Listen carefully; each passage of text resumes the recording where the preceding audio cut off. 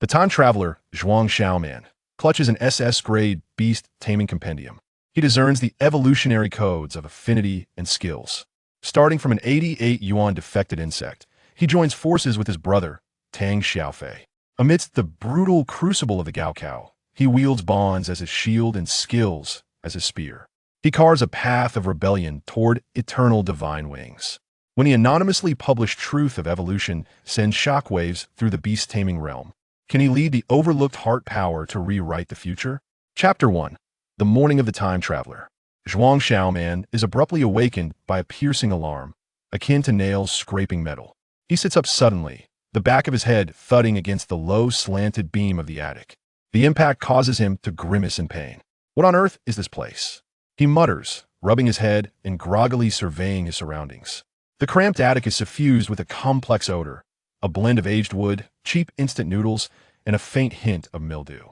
The walls are mottled, and the skylight is shrouded in thick dust, allowing only a feeble light to illuminate the bedside. Scattered on the floor are several dog-eared books, their covers emblazoned with the words Jiang and Third Middle School, including Fundamentals of Beast Taming and Common Low-Tier Beast Guide, Civilian Edition. Beside them lies half a box of leftover pizza, adorned with the logo of Lightning Toad Delivery, the grease having seeped into the cardboard. This is not his usual bedroom, cluttered with figurines and gaming consoles. He instinctively reaches for the phone on the nightstand, but his fingertips first encounter something rigid.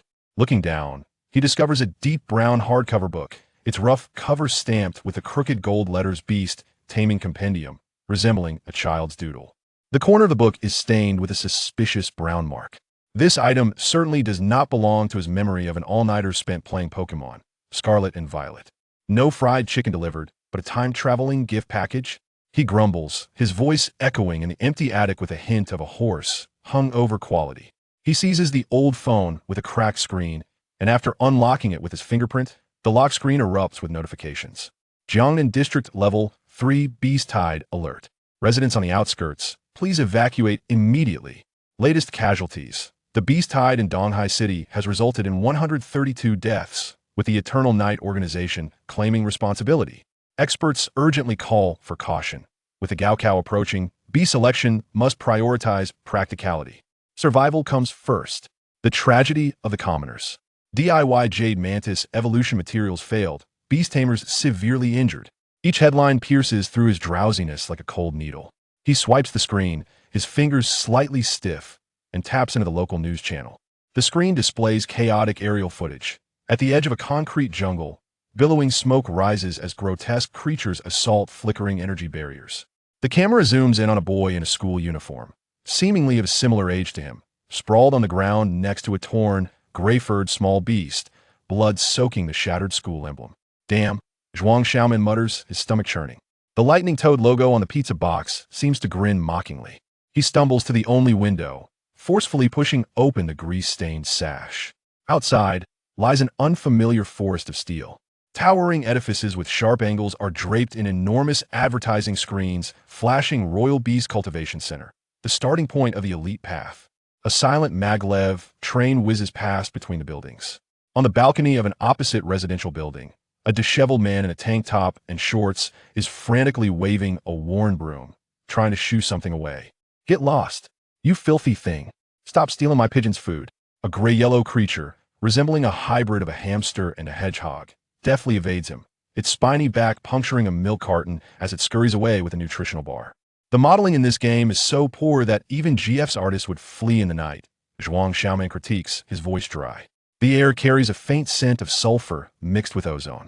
Suddenly, an old television in the corner of the room flickers to life, emitting a crackling sound. The news anchor, impeccably made up, speaks in a heavy, scripted tone. Last night, Qingpu District was struck by a Level 3 Beast Tide, tragically claiming the lives of 3 high school seniors without contracted beasts.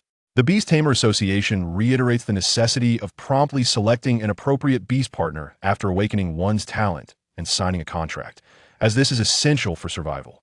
Experts particularly remind civilian candidates to prioritize beast types with high survival rates and low cultivation costs, such as the armored ant and the fluffball, and to avoid selecting flashy but impractical ornamental beasts that are difficult to evolve. The footage cuts to a street interview featuring a boy in a faded school uniform cradling a cheap plastic breeding box emblazoned with the Bug Fun logo, housing a droopy green insect with minuscule, nearly negligible, transparent wings. He timidly addresses the microphone. I want to raise a jade mantis. I heard it might evolve to gain flying abilities. The teacher said flying types are crucial in the survival battle for the Gaokao. But jade mantis? A boy in a prestigious private school uniform, his silver gray hair dyed, scoffs, a sleek purple ferret perched arrogantly on his shoulder. Huh, another one fooled by the flying type. Wake up, buddy. He dramatically points at the insect in the breeding box. The only officially announced evolution of that thing is the jade mantis. What's the success rate? Official data tops out at 30. Do you know why? Because that wretched bug has absurdly convoluted evolution requirements. It's not just about stacking materials. Countless commoners have sold their possessions, only to end up with a slightly larger green bug, utterly useless. It's merely a moving jade ornament for the wealthy. The purple ferret on his shoulder emits a sharp, disdainful screech in agreement. Flying type? Dream on. With that kind of money, you'd be better off buying an iron feather sparrow egg. Though it can't fly high or far, at least it has genuine flying attributes. Of course, you can't afford that either, he adds dismissively before striding away. The interviewed boy, clutching the breeding box, lowers his head further, his shoulders trembling slightly. The interview footage abruptly cuts back to the studio. The female anchor monotonously reports, once again, we remind candidates that the success rate for the jade mantis evolving from the jade bug is low, and the combat capability of the jade mantis is not outstanding among its peers. Please choose wisely. Zhuang Xiaoman grips his phone tightly, his knuckles turning white. The mirror reflects the face of a stranger. Dark circles under his eyes, messy hair, cracked lips, his gaze a mixture of fear, confusion, and a flicker of forced anger. He rummages through his phone's photo album and notes. The latest photo in the album shows the reflection of a beast shop's cold cabinet, with a price tag for jade bug larvae. 88 yuan special offer, slight defect. Next to it, the price for iron feather sparrow egg lowest tier is 5,888 yuan. Further away, the price tag for Gale Falcon Chick has so many zeros it's blinding. The memo reads, 3 days until Talon Awakening. Save money. Target jade bug larvae the 88 yuan one. The wings seem a bit crooked? Who cares? Reason. The only affordable item with wings. Flying type. I must take a gamble. The balance in his mobile banking app reads 92.17 yuan. So, started with a hellish difficulty and only one option? Zhuang Xiaoman forces a grim smile at his despondent reflection, one that is more akin to a frown. Where's the system? Where's the golden finger? Wasn't there supposed to be a divine beast to start with? Is a newbie gift just this tattered book? He irritably rakes his fingers through his hair, his gaze falling upon the ancient Beast Taming compendium on the bed. Flying types are essential for escaping the beast tides and surviving in complex terrains. However, in this world, possessing a beast with flying capabilities is an unattainable luxury for commoners. The jade bug, an entity deemed by authorities to possess formidable evolutionary challenges and lackluster combat prowess, has regrettably devolved into little more than a decorative trinket. Nevertheless, it represents his sole, tangible ticket, adorned with the elusive label of flight, albeit obscured and marked with a meager 30 success rate and a discount. As a seasoned veteran of Pokemon battles, he is acutely aware of the significance of type advantages and agility. In a world rife with rampant beastly incursions, the inability to fly severely diminishes one's chances of survival. No matter how resilient the armored ant may be, being surrounded by a horde of beasts spells certain doom. He must take a gamble. I shall wager, he exclaimed, seizing the Pokédex as though it were a lifeline. The coarse texture of the cover grazed his fingertips. With a sense of reckless abandon, he began to rummage through its contents. The brittle, yellowed pages bore a plethora of crooked, juvenile sketches. He flipped through swiftly until he encountered a page depicting an exceedingly rudimentary green insect, with a rotund body, 2 antennae, and 2 minuscule, almost imperceptibly drawn transparent wings awkwardly illustrated on its back. That is it. His finger, imbued with urgency, pressed directly upon the crude doodle of the jade bug. Buzz. A faint yet distinct sensation of electricity surged through his fingertips. Zhuang Xiaoman jolted in surprise. As he focused intently on the simplistic illustration, lines of translucent text, seemingly composed of glimmering light, abruptly materialized upon his retina. Jade bug larval form. Type bug. Potential rating F. Evolutionary path locked. Evolutionary path. Jade mantis affection 40 combat. Stimulus metal material. Jade butterfly. A flicker of extraordinarily faint light seemed to dart across his retina. Yet upon closer inspection, nothing remained. An illusion? Zhuang Xiaoman's heart raced violently, as if struck by a heavy hammer. Just then, a thunderous rumble erupted. The entire attic began to tremble violently. Dust cascaded down. Zhuang Xiaoman stumbled and fell to the ground. In a state of terror, he glanced out the window, only to behold a colossal shadow that obscured half the sky, slowly gliding past. It was an unimaginable azure serpent. Its cold metallic scales reflected a chilling light. A massive collar, inscribed with runes, encircled its neck, while the chain on the other end was affixed to the rusting flagpole of the adjacent elementary school. Little Ching from Class 2. You have skipped class again, roared the security guard downstairs in exasperation. Quick, Beast Control Bureau. The worldly young python has escaped again. Have its guardians come to retrieve the serpent. The giant python cast a cold, vertical glance toward the attic. Zhuang Xiaoman felt his blood run cold. The serpent emitted a reluctant hiss and slowly retracted its massive form, swirling the clouds as it vanished. Only the pitiful flagpole trembled in the wind. As the tremor subsided, Zhuang Xiaoman slumped onto the icy floor, his shirt soaked with cold sweat. He lowered his gaze to the Pokédex that lay quietly in his arms and felt in his pocket the meager sum of 92 yuan. That 88 yuan jade bug, with its slightly crooked wings, was his sole bargaining chip for a miraculous turnaround. Chapter 2. The Day of Talent Assessment. By 10 o'clock in the morning, the vicinity of the auditorium at Jiangnan No. 3 High School was already bustling with excitement. Students clad in the uniform school attire formed long lines, the air thick with tension, anticipation, and the scent of inexpensive breakfast fare. From a distance, Tang Xiaofei waved enthusiastically at Zhuang Xiaoman. A can of cola held high. Man, go. Over here. Upon reaching him, Zhuang Xiaoman took the cola and took a swig. The icy bubbles surged up his nostrils, momentarily quelling the inexplicable heat within him. After the assessment, will you accompany me to that insect-themed shop on the back street to check out the beast companions? I read on the forum that although the young larvae there are a bit cheaper, the owner is a kind-hearted uncle, right? Tang Xiaofei raised an eyebrow. Wearing a knowing expression, I passed by while helping my mom buy soy sauce yesterday and saw him feeding a few stray fluff balls. His fingernails were all green. Probably from some homemade nutrient powder. Quite a dedicated fellow. Silence. Please line up according to your student numbers for entry. The authoritative voice of the headmaster resonated through the loudspeaker, drowning out the cacophony. The queue began to move slowly. Inside the auditorium, for silver metallic capsules were arranged in a fan-like formation, their doors tightly sealed. With bluish indicator lights flickering atop, a colossal mainframe, connected to a labyrinth of pipes, emitted a low, ominous hum, reminiscent of a slumbering giant. The surface of the capsules showed signs of wear, with paint peeling in several places, exposing the underlying metal. Some joints were even wrapped in insulating tape, clearly indicating these machines had served for many years. Zhuang Xiaoman even noticed one capsule with a yellowed label affixed to its side. Model, Explorer, Type 7, Old Version. Maximum Resolution Level, S. TSK, the school is truly stingy, unable to part with even a single new machine, Tang Xiaofei muttered quietly. I bet only those with S-level talent can get assessed in the provincial capital or the capital city. Zhuang Xiaoman said nothing. His gaze fixed on the few staff members at the podium, adorned in deep blue uniforms with the Beastmaster Association badges pinned to their chests. Their expressions were solemn as they operated the touch screens, occasionally engaging in low murmurs. Students with earlier registration numbers gradually entered the assessment capsules. As the doors closed, the humming intensified momentarily, and the capsules emitted varying degrees of light. Most of the time, the light signified D or E levels, represented by grayish-white or pale green hues.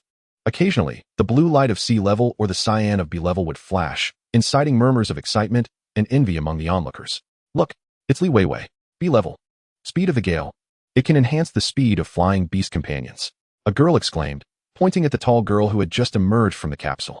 Next, Class 3 to 7, Tang Xiaofei. It's my turn. Tang Xiaofei inhaled deeply, giving Zhuang Xiaoman a firm pat on the shoulder. Wait for my good news. We'll choose our beast companions together afterward. He strode confidently towards one of the assessment capsules, wearing his characteristic bright smile, though his tightly clenched fist betrayed a hint of anxiety. As the door sealed shut, the humming sound abruptly escalated. and the internal lights of the machine flickered violently through the observation window. After several seconds, the humming peaked, and the capsule suddenly radiated a brilliant cyan light, even brighter than Li Weiwei's earlier display. Class 3 to 7, Tang Xiaofei. Talent level, B. The staff member's voice carried a note of approval. Talent type, Flame Shield Protection. Effect, significantly reduces fire attribute damage sustained by contracted beast companions and partially mitigates impact force. An exceptionally commendable defensive talent. Awesome. Feature, a nemesis to fire. This talent is perfect for a shield guardian. Cheers erupted in the crowd. Tang Xiaofei exited the capsule, his face alight with uncontainable excitement. And he pumped his fist vigorously towards Zhuang Xiaoman.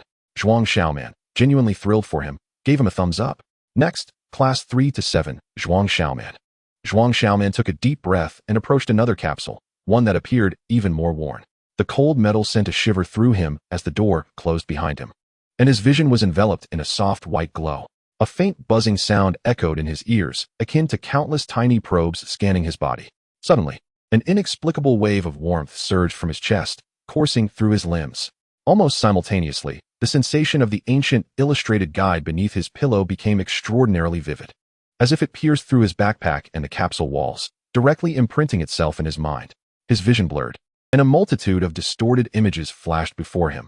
Strange biological forms, intricate energy circuits, arcane evolutionary diagrams, too rapid to grasp, leaving only an overwhelming sense of awareness and a debilitating pain, as if his mind were about to burst from the deluge of information. Ugh, he couldn't help but groan, clutching his forehead. Simultaneously, the assessment device emitted a sharp, discordant beep. The humming grew exceedingly erratic, the internal lights of the capsule flashing manically, shifting from white to blue, then surging to a blinding purple, even hinting at a trajectory towards a higher frequency silver light. The conduits connecting to the mainframe thrashed violently, and the data displayed on one monitoring screen skyrocketed in chaos, even exhibiting brief, snow-like disturbances. What is happening? Is there a malfunction? His data is fluctuating dramatically.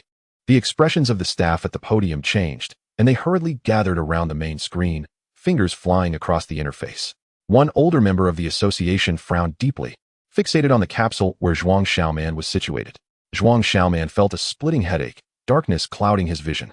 Just as he sensed he might succumb to the dual onslaught of the overwhelming information and the machine's erratic behavior, the searing heat from his chest suddenly receded, as though forcefully suppressed. The illusory guide in his mind vanished in an instant, leaving only the pulsing throb at his temples. The erratic fluctuations of the assessment device, upon reaching a critical threshold, were abruptly seized by an unseen force. The light retracted sharply, ultimately stabilizing at a relatively soft blue hue. The sharp beeping transformed into a steady hum. The door slowly opened. The staff examined the stabilized data on the screen, then glanced at Zhuang Xiaoman, who was leaning against the capsule wall, his complexion somewhat pale. Their expressions were complex, yet they followed protocol and clearly announced the results. Class 3 to 7, Zhuang Xiaoman. Talent level, C. As this result was declared, the previously hushed auditorium erupted into a chorus of hushed discussions, deliberately subdued. C level? After all that commotion, I thought at least it would be a B, right? The light was so bright, it startled me. Alas, what a pity, after all that noise. It turns out to be just a C. For a commoner, awakening a C-level talent is commendable, better than an F. The staff paused briefly before adding. Talent type, Beast Affinity. Effect, enhances the growth rate of contracted Beast Companion skill proficiency. It belongs to the Auxiliary Enhancement category. Beast Affinity. C-level? Zhuang Xiaoman, still clutching his throbbing forehead, stepped out of the assessment capsule in a daze. Enhancing skill proficiency? That effect seems a bit ordinary. The deluge of information that nearly overwhelmed him and the machine's almost catastrophic malfunction corresponded to this mere C-level auxiliary talent? Mangu, are you alright? What was up with that machine? It sounded like it was about to explode. Tang Xiaofei rushed forward, supporting him with a concerned expression, oblivious to the murmurs around them. I'm fine, just maybe a bit low on blood sugar, coupled with the machine being a bit old and acting up, Zhuang Xiaoman replied, shaking his head and forcing a smile, though turmoil churned within him. Enhancing skill proficiency? What about the SSS level talent I saw earlier, Beast Compendium? So what if it's C-level? So what if it's an auxiliary talent? Tang Xiaofei, deliberately raising his voice, threw an arm around Zhuang Xiaoman's shoulder as they made their way through the crowd. Enhancing skill proficiency is very practical. From now on, my Beast Companions will rely on your training. The quicker the skills are honed, the stronger they'll be in battles. Come on, let us go buy some Beast Companions. I'll treat you to pancakes with extra eggs. Zhuang Xiaoman was half dragged along by him, his chaotic thoughts settling somewhat. He cast a glance back at the podium, where an elderly member of the Beastmaster Association seemed to be lost in thought, his gaze shifting away from him to the adjacent console screen that still flickered with residual abnormal data. Instinctively, he touched his chest, where the lingering heat from earlier still seemed to reside, accompanied by the profound weight brought by that inexplicable ancient compendium. The sea-level beast affinity was merely superficial. The true secret lay buried deep, like a treasure hidden beneath the earth, known only to him. The recent abnormal fluctuations from the instrument had likely been recorded by those with ulterior motives. Let us go acquire a beast. Zhuang Xiaoman shook his head, suppressing his distractions, his gaze resolutely regaining its determination. Regardless, he had taken the first step. Chapter 3, The Bug Band and the Xuanjiayat. The air of the back street was a laying of subtle sewage odors, the greasiness of cheap fried foods, and an indescribable scent reminiscent of rain-soaked earth mingled with aged grass. This aroma intensified as he approached the crooked, half-broken neon sign above the entrance of the Bug Band store. The shop was modest in size, crammed with various items. Against the wall stood rows of simple plastic breeding boxes, within which squirmed, crawled, or curled up, mostly drab and unremarkable juvenile beasts. The moment Zhuang Xiaoman stepped inside, a barely perceptible glimmer flickered in the depths of his pupils, akin to ripples stirred by a stone cast into a deep pond. SSS-level talent, Beast Compendium, activated silently. His gaze swept over the beasts on the shelves, instantly inundated with a torrent of translucent, glowing text, cascading like a waterfall. Fluffy ball, subhealthy. Attribute, grass, normal. Potential rating, FSSS. Evolution path, not unique mossy ball. Affinity 60, daily intake. 50 g of fresh moss mixture, continuous mild sunlight exposure for 4 hours. Eternal sacred tree Noah, unique in the dimension. Final form dimension uniqueness confirmed. Void, iron-skinned frog, vibrant type. Attribute, water, steel. Potential rating, FSSS. Evolution path, not unique steel-skinned frog. Consume high-strength alloy fragments. Affinity 80, alloy giant frog, deep ocean titan, unique in the dimension. Core forge, unique in the dimension. Final form dimension uniqueness confirmed. Void, trait, thick skin, passive, slightly increases physical defense. These words detonated like thunder in Zhuang Xiaoman's mind. Dimension uniqueness. What did this signify? It meant that at the end of this evolutionary chain, there could exist only one in the entire universe. This was not merely high potential. It signified a fierce evolutionary competition. Whoever reached the finish line first would be the sole deity. Void. All void. The beast masters of this world were still struggling along the incomplete public paths, fighting fiercely for the indistinct A and S level endpoints, entirely unaware of the resplendent and solitary supreme throne that lay beyond the fog of their perception. And all of these secrets could only be glimpsed by his eyes, illuminated by the SSS level talent. A torrent of information surged into his mind, accompanied by a slight throbbing sensation, but Zhuang Xiaoman quickly began to adapt. His goal was clear, his gaze locking directly onto the lower shelf labeled with bug and wood types. In a dust-covered corner, he spotted a transparent plastic box marked with the label, Jade Bug Larva, Slight Defects, Discount. His gaze precisely settled on one box. Inside, a small bug hung limply, its deep green color dull, with one of its transparent wings clearly curled. He picked up the box, his fingertips making contact through the plastic. Buzz. Jade Bug, Larval Form. Congenital Deficiency. Attribute, Bug. Potential Rating, FSSS. Evolution Path, Jade Butterfly, Requirements. Affinity 80, daily intake of 10 g Moonlight Moss, Silk Spinning Skill Proficiency 30, 100, Emerald King Butterfly. Dreaming Butterfly, Holy Radiant Sky Butterfly, Eternal Divine Wings Universe Radiant Butterfly, Unique, Final Form Dimension Uniqueness Confirmed. Void. Jade Mantis, Requirements. Affinity 40, High Intensity Combat Stimulation, Metal Materials. Emerald Mantis. Current State, Resilient Vitality, Spirit Lethargic. Silk Spinning Skill Proficiency, 5, 100, Excellent Adhesion. Wing bones slightly deformed, repair possibility. Extremely low, does not affect evolution. Evolution materials, Moonlight Moss, commonly found like weeds. He suppressed the shock within, his gaze sweeping the price tag, 88 yuan. Next to it, an intact one sold for 188. He clenched the crumpled bills in his pocket, yet his voice remained remarkably steady. Boss, I'll take this 88 yuan jade bug. The proprietor, struggling to stuff a bag of universal low-tier beast nutrition, rock type, turned back with a hint of regret. Young man, this wing 1T fly. It's fine as a display piece. Want something flying? Over there, that one. Zhuang Xiaoman's tone was decisive, though his gaze fell on Tang Xiaofei. Feej, come here. I've got a treasure to show you.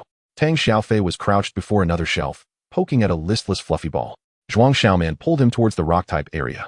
His gaze sharpened like an eagle, beast compendium, operating at full capacity, instantly filtering out most unsuitable beast information, ultimately focusing on a box in the corner. Xuanjiant. Attribute, ground rock. Potential rating, FSSS. Evolution path, rock, crystal shield, and requirements. High-intensity pressure training, 2 hours daily. Continuous intake of trace stones, 0, 1G daily. Affinity 70. Mountain armor, giant mandible ant. Indestructible honor ant. Starry, eternal wall ant. Eternal barrier sky ant. Unique. Final form dimension uniqueness confirmed. Void. Heavy armored shield ant. Common path requirements. High calcium food. Weight training. Trait. Stony will. Passive. Inactive. Briefly increases shell defense by 15 upon receiving a heavy blow. With a 5 chance to trigger a weak lava rebound. Core evolution materials. Stones. Commonly found small stones by the roadside. Current state. Full of energy. Zhuang Xiaoman's breath nearly halted. The Xuanjia ant indeed possessed the qualifications to challenge the unique throne. Lava rebound, combined with flame shield protection. This was not merely tactical synergy, but an ultimate shield meticulously crafted to safeguard the singular path of the eternal divine wings. Feech. Zhuang Xiaoman suddenly grasped Tang Xiaofei's arm as if electrified, his eyes ablaze with fervor, akin to burning stars, intensely fixed on Tang Xiaofei. Simultaneously, his voice, laden with excessive excitement and urgency, grew somewhat hoarse. This one. You tank, I'll support. Tang Xiaofei was evidently taken aback by Zhuang Xiaoman's sudden action, but he quickly regained his composure. Looking at Zhuang Xiaoman's eager gaze, he hesitated and said, "But who will deal the damage?" Zhuang Xiaoman seemed to have anticipated Tang Xiaofei's question. He smiled slightly, swiftly patting Tang Xiaofei's shoulder, and chuckled, "Of course, we'll just overwhelm them with sheer force. Just imagine, the two of us teaming up, will make the enemy feel what despair truly is. And if it gets too tough, we can always fly away. After all, this Xuanjia and isn't slow." Listening to Zhuang Xiaoman's words, Tang Xiaofei still felt a bit uncertain, but seeing Zhuang Xiaoman's unwavering confidence, he nodded, tacitly agreeing to Zhuang Xiaoman's proposal. Upon witnessing this, Zhuang Xiaoman's heart swelled with joy. He promptly turned around and briskly approached the peculiar Xuanjia ant, pointing at it as he addressed the proprietor. "Boss, how much for this Xuanjia ant?" Hearing Zhuang Xiaoman's inquiry, the boss immediately leaned in. A flicker of surprise crossing his features, evidently taken aback that Zhuang Xiaoman had taken an interest in this particular specimen. However, he quickly regained his composure and smiled at Zhuang Xiaoman. "Young man, you truly possess an excellent eye. This Xuanjia ant is the strongest in the vicinity.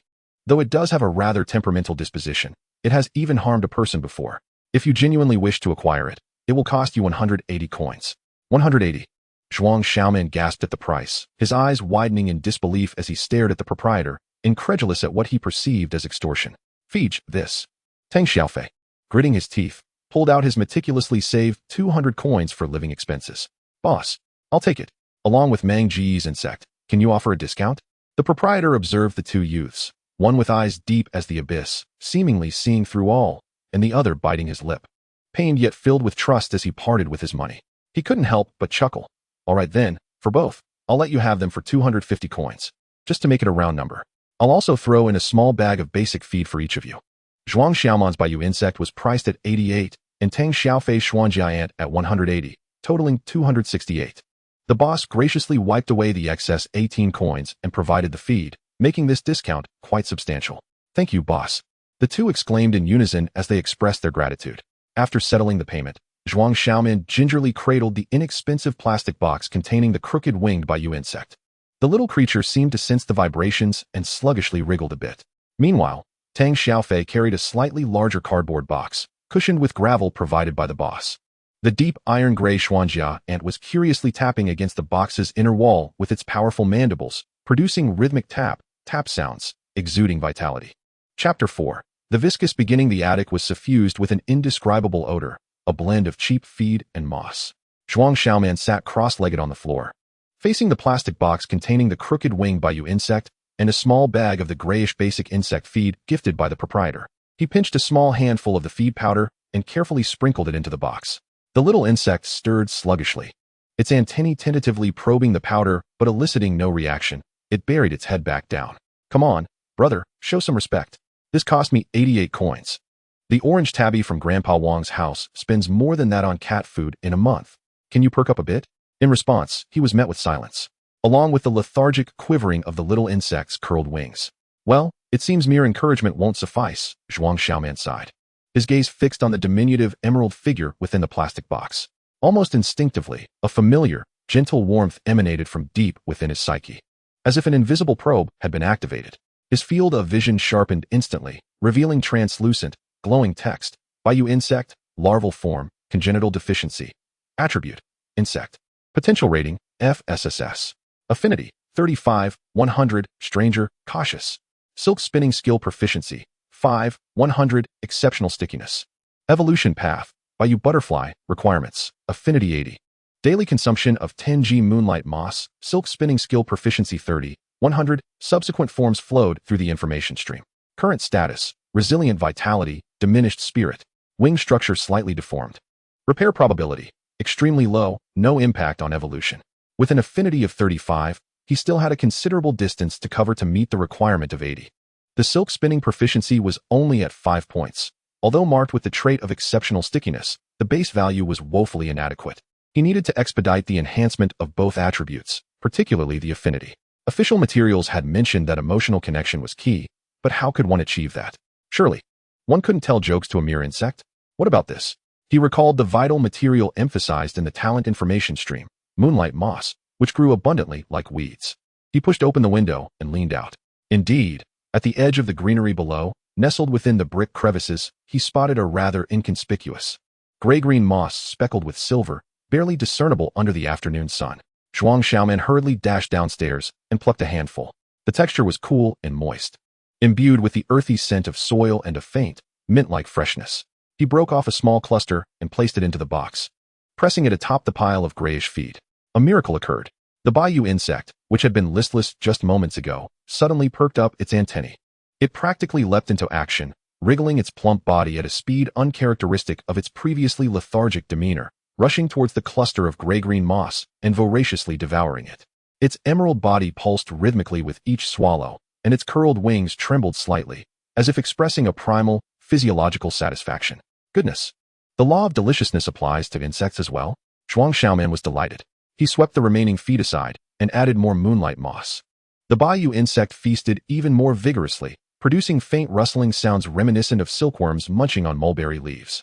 Affinity, 35, 37, 255. The information at the edge of his vision pulsed silently. He was on the right track, feeding it what it favored. The key material designated by the talent was the most direct route to enhance affinity. In the following days, Zhuang Xiaoman's routine grew almost monotonous, attending school, poring over textbooks, returning home, foraging for moss, feeding the insect, and recording observations. A small bag of dried moonlight moss began to accumulate in the attic corner. The Bayou insect's condition visibly improved. Though its wings remained crooked, its emerald body gained a sheen, and its movements became more agile. It was no longer so wary of Zhuang Xiaoman's approach. When he gently touched the side of the box with his finger, it would occasionally pause its nibbling on the moss, lifting its tiny head to glance at him with its sesame seed-sized black eyes. Affinity, 37, 42, 48, 255. The progress was slow yet steadfast. Zhuang Xiaoman could sense a faint connection, akin to delicate tendrils, quietly intertwining him with the little life within the box. With the affinity on the rise, the next focus was on skill proficiency, silk spinning. The talent information marked its exceptional stickiness as a feature worth exploring. According to official materials, the Bayou insect's silk was primarily used for crafting simple traps or temporary obstructions, with rather mediocre results. All right, brother, let us see you spin some silk. Zhuang Xiaoman set a fragment of a noodle bowl upright in the corner of the box as a target, eagerly watching the Bayou insect. The insect sluggishly crawled up to the fragment, raised its rear, and took a moment to prepare. Puff! A thread as fine as a hair, nearly transparent, shot forth, awkwardly adhering to the edge of the fragment. Managing to cling to only about a third of it, the remainder drooped helplessly. The Bayou insect seemed to be propelled forward by the force of its own launch, quickly stabilizing itself with its legs. Silk spinning skill proficiency, 5-6, 100. The proficiency increased slightly, but the effect was negligible. This thread's strength would likely capture even a fly for long. Exceptional stickiness? Is this really it? Zhuang Xiaoman felt a twinge of disappointment. He cautiously prodded the drooping silk with his fingertip. Upon contact, a powerful adhesive sensation surged through his fingertip. To his astonishment, this seemingly delicate and fragile thread possessed remarkable stickiness, adhering to his fingertip like a strong adhesive. He had to exert some effort to pull it loose. The thread stretching long, forming an incredibly resilient sticky strand, with a strong adhesive residue remaining at the break. Hiss, the stickiness. Zhuang Xiaoman gazed at the nearly transparent residue clinging to his fingertips, recalling the exceptional stickiness noted in the talent information. His eyes brightened. The official documentation had not emphasized this aspect. They focused solely on evolution and combat prowess, neglecting the tactical value this fundamental trait could provide. A vague idea began to take shape in his mind. In the evening, Tang Xiaofei visited, cradling his prized armored ant.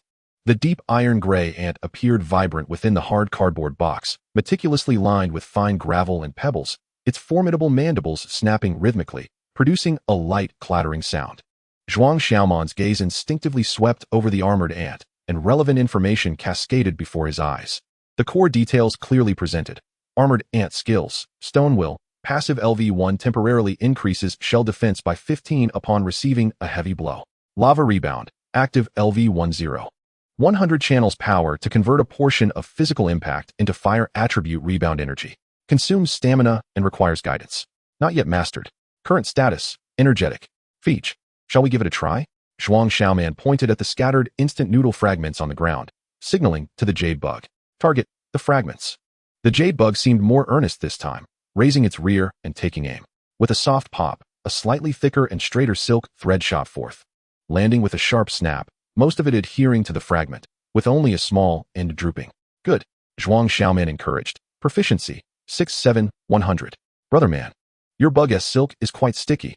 Tang Xiaofei leaned in to inspect the thread stuck to the fragments, then glanced back at his armored ant in the box. But what can this fine thread do? Trip the ant. I was just about to mention that. Zhuang Xiaoman's eyes sparkled with contemplation. Feach. How much weight can your armored ant carry at maximum? Hey, you asked a great question. Tang Xiaofei perked up, carefully guiding the armored ant towards a fist-sized pebble. Iron head lift. With a decisive click, the armored ant's powerful mandibles clamped onto the edge of the pebble, its 6 legs, covered in tough shell, exerting force. To Tang Xiaofei and Zhuang Xiaoman's astonishment, the heavy pebble was indeed being dragged along, albeit slowly. The strength was palpable. See that? A real man. A powerhouse. Tang Xiaofei beamed with pride.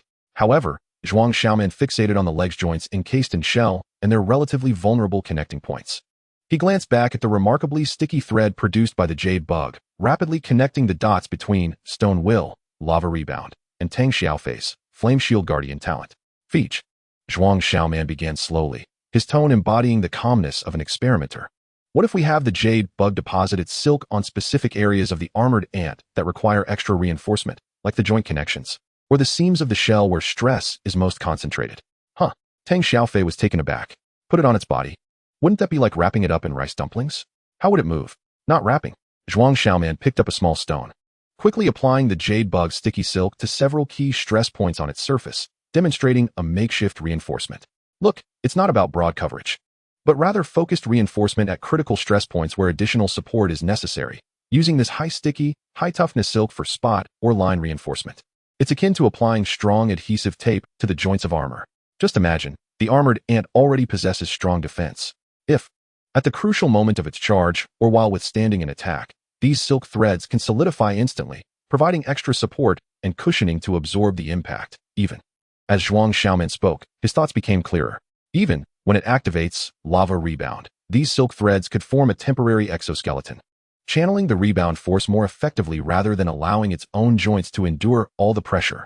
This way, your Flame Shield Guardian talent can safely absorb damage. An iron head can withstand heavier blows. It's essentially equipping it with a temporary, super sticky armor plate. Tang Xiaofei's eyes widened in disbelief.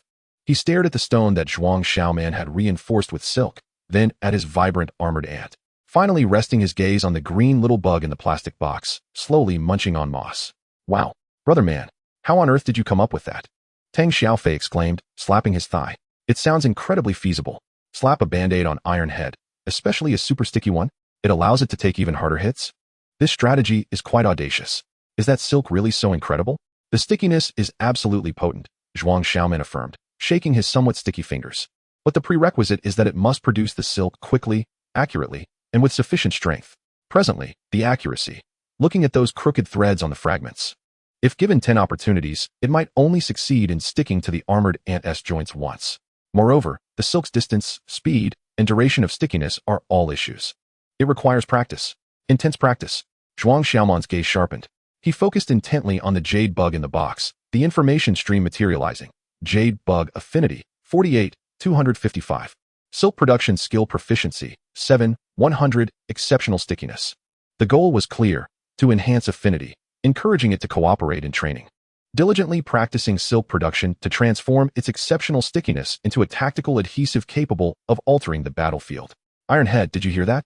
Tang Xiaofei grinned at the armored ant in the cardboard box. You might soon be sporting a few more green tattoos. For the sake of our shield, Guardian Path, bear with it. The armored ant clicked in response, as if in agreement or perhaps in protest. Zhuang Xiaoman observed the jade bug, now resting contentedly after finishing a small piece of moonlight moss, a hint of a smile gracing his lips. It had started as a flawed specimen with a crooked wing.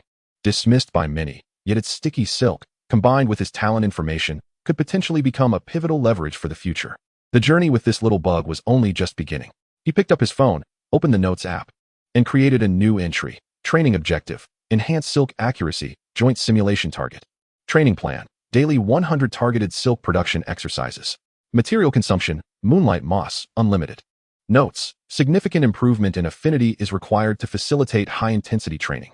Additionally, seek more durable targets since the noodle fragments are nearly fully covered. Chapter 5, Red Hearts. Stones and simulated battlegrounds.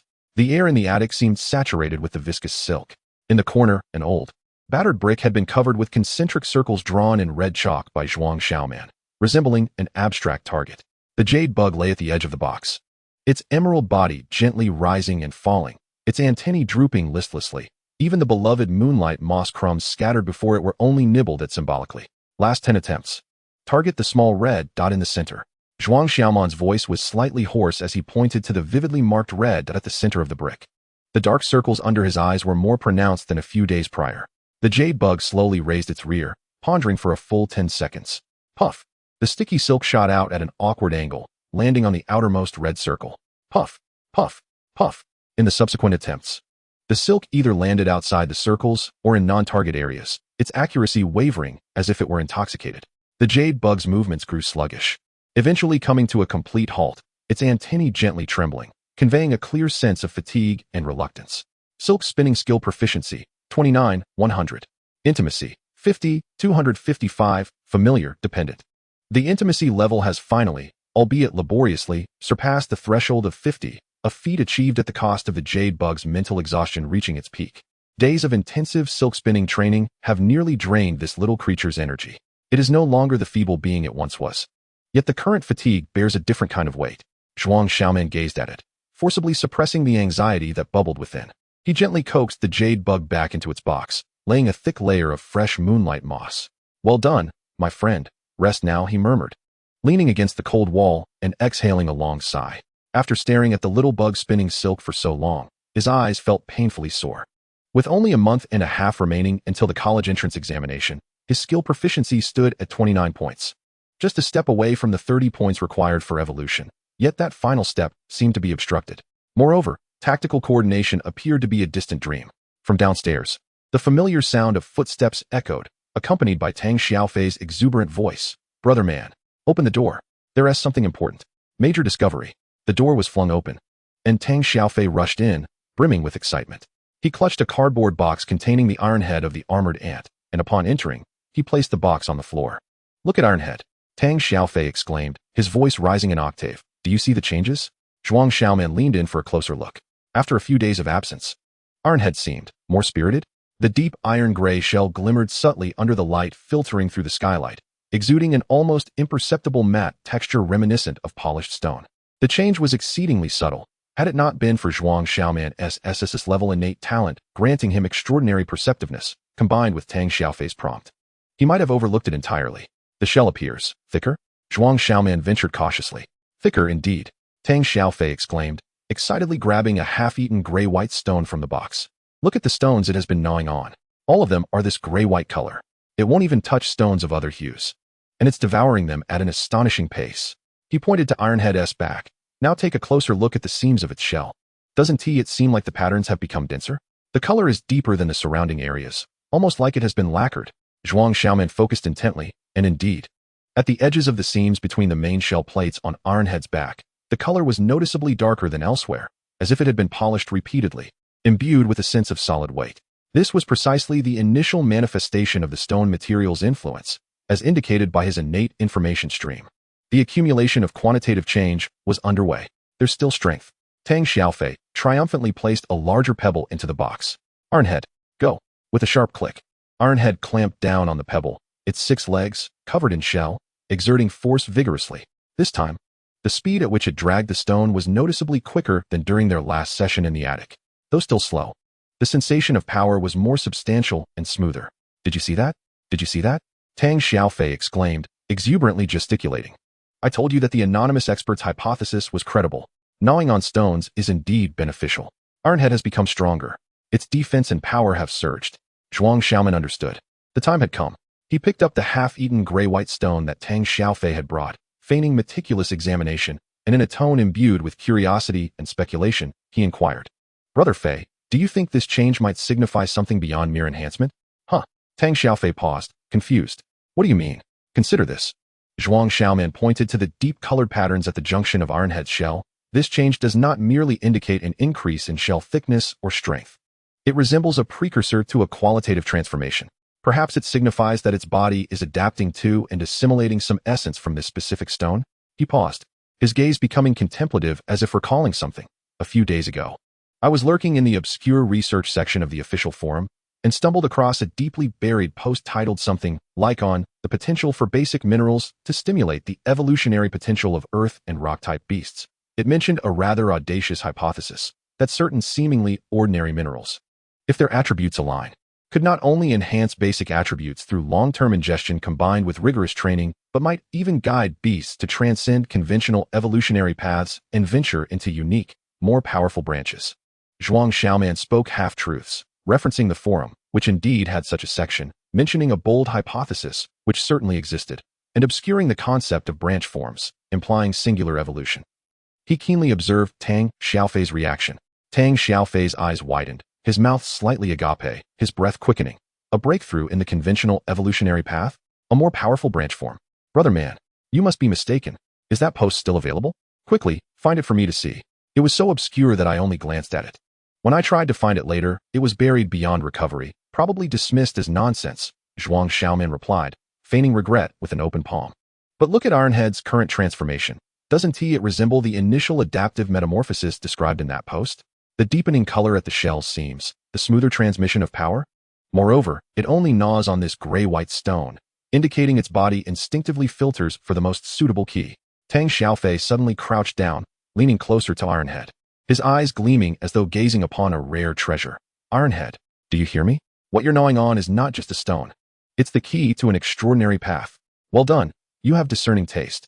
From now on, we shall focus on gnawing on this gray-white stone. Gnaw it to shreds. Gnaw out a future. Observing Tang Xiaofei completely immersed in the thrill of uncovering a hidden evolutionary path, Zhuang Xiaoman secretly exhaled in relief. The second step of implanting the notion of closely linking the consumption of specific stones to the evolutionary route into Tang Xiaofei's consciousness had been successfully accomplished. All that remained was the slow and steady work and the anticipation of quantitative change triggering qualitative transformation.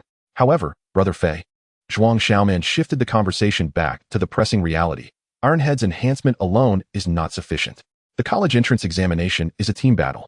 Yes, team battle. Tang Xiaofei smacked his forehead, momentarily calming his excitement. My sister provided me with a detailed explanation yesterday. I almost forgot to mention it to you. He pulled Zhuang Xiaoman down to sit, his expression turning serious. The practical assessment will take place at the Mirage Nest on the outskirts of the city, utilizing the latest spatial folding technology to create an enormous simulated battlefield. I've heard it features a variety of terrains, including forests, canyons, and ruins, randomly combined. Teams of 3 will be deployed randomly. The core rules are twofold. First, survival time. The longer you remain inside, the higher your base score. Second, hunting points. You earn points for defeating the beast projections inside, based on their level. The higher the level, the more terrifying the score. Of course, if you are killed by a beast or time runs out, the assessment ends. What's the challenge? Tang Xiaofei raised a finger. First, the beasts are alive. They aren't mere targets. They will run, hide, and launch coordinated attacks. The projection intensity is said to reach elite level, equivalent to second-tier beasts. Secondly, resource points. The battlefield is scattered with simulated energy crystals, healing springs, and even temporary enhancement points, but their quantities are limited and positions random. Failing to secure them means a loss. Thirdly, and most importantly, other teams. His expression grew grave. The assessment allows for limited inter-team confrontations. For instance, competing for resource points, or when encountering formidable beasts. You can lead them away. Furthermore, with mutual consent, small-scale sparring is permitted. The victors can plunder a portion of the loser's points. This implies that besides the beasts, other candidates are potential foes. Is it possible to bide your time until the end? Highly unlikely. Zhuang Xiaoman felt a heaviness settle in his heart. This system was more brutal than anticipated. Not only would they face beasts, but they also had to be wary of other teams. Survival, hunting, competition, resource contention. This was akin to a microcosm of the law of the jungle. Their civilian team, with lower beast ranks, would undoubtedly be seen as easy prey by other teams in the early stages. Thus, Tang Xiaofei concluded, gazing intently at Zhuang Xiaoman. Our synergy is the key to survival. My iron head must endure while your bug provides the necessary control. We must practice until we achieve perfection, otherwise, we risk becoming mere fodder. The pressure surged anew, cold and relentless, akin to a tidal wave. Zhuang Xiaoman glanced at the weary Bayou insect, then at Iron Head, who was diligently gnawing at a piece of pale stone within the cardboard box. The countdown of a month and a half loomed overhead like a deadly sword. We need to upgrade our tactics, Zhuang Xiaoman declared solemnly, his gaze sharpening. Merely applying band-aids to Iron Head is insufficient. The Bayou insect's silk must be capable of striking targets with precision amidst chaos and movement. It must be swift to establish effective control. He pointed at the Bayou insect. It is currently exhausted, and once it recovers, we must engage in dynamic target training, simulating battlefield conditions. He then gestured towards Iron Head. While Iron Head's stone gnawing is beneficial, we must prioritize training for lava rebound as well. Ideally, this should coincide with the Bayou insect's adhesive silk enhancement. We need to practice ensuring that at the critical moment when Iron Head activates its skill, your bug can promptly and accurately reinforce the necessary areas. This requires your adept timing with Iron Head, as well as absolute synergy between myself and the bug. Tang Xiaofei nodded emphatically. Understood. Dynamic targets. Timing coordination. Let us train rigorously. He looked at the fatigued Bayou insect and softened his tone. Brother Bug, I appreciate your endurance. Once we conquer the entrance exams, I shall treat you to the finest moonlight moss feast. The Bayou insect seemed to hear him, its antennae twitching slightly. Zhuang Xiaoman picked up a piece of chalk and, next to a brick marked with red circles, drew several crooked arrows representing movement trajectories. The monotony of static target training was nearing its conclusion, giving way to a more intricate and brutally realistic dynamic battlefield simulation. In a month and a half, they must tear open a path to the exam battlefield amidst the collision of silk and stone, under the pressure of sweat and time. Chapter 6. Silk, Lava. An unspoken synergy. The attic skylight was shrouded in a thick layer of dust, filtering the afternoon sunlight into a hazy white glow. The air was imbued with the refreshing scent of moss, the dust of stone, and an almost palpable tension. On the floor, several irregular stones of varying sizes were arranged into a makeshift path. Tang Xiaofei crouched, cautiously nudging one of the stones with a small wooden stick, simulating a slow-moving trajectory. Target. Third joint connection of Iron Head's left foreleg. Moving target. Release. Zhuang Xiaoman's voice was low and urgent. His gaze locked onto the deep, gray-colored armored ant at the edge of the cardboard box. The Bayou insect perched at the edge of Zhuang Xiaoman's palm. Its emerald body tensed slightly. Its antennae quivered rapidly, seemingly attempting to capture the invisible trajectory in the air. Below, Iron Head was patrolling along the path of scattered stones. Following Tang Xiaofei's guidance, whoosh, a strand of silk shot forth. Regrettably, it grazed Iron Head's smooth carapace and struck the wall behind, leaving a slender white streak. Too far to the right. Too quick. Anticipate its movement direction. Zhuang Xiaoman corrected immediately, while deftly pinching a small handful of moonlight moss crumbs, gently placing them at the Bayou insect's mandibles. The small creature eagerly began to suckle, its fatigue seemingly momentarily alleviated. Silk skill proficiency, 29, 100. This number had stagnated for 3 whole days. No matter how precise the static targets were, once the target moved, the Bayou insect's accuracy and reaction speed plummeted dramatically. To make matters worse, the high-intensity dynamic training had pushed the Bayou insect's fatigue to a critical level, with intimacy stagnating at 50 points. Zhuang Xiaoman could clearly see the glaring status, highly fatigued, resisting training, prompt within the talent information stream. Once more, Iron Head moved slower. Tang Xiaofei, drenched in sweat, was more anxious than Zhuang Xiaoman. Iron Head's consumption of the pale stone was yielding remarkable results. The dark patterns at the joint connections were becoming increasingly pronounced, and its strength was steadily growing. At times, he could even sense a faint warmth surging beneath its carapace, a sign that lava rebound was nearing mastery. However, the Bayou insect was lagging, directly hindering the formation of their strategy. Target.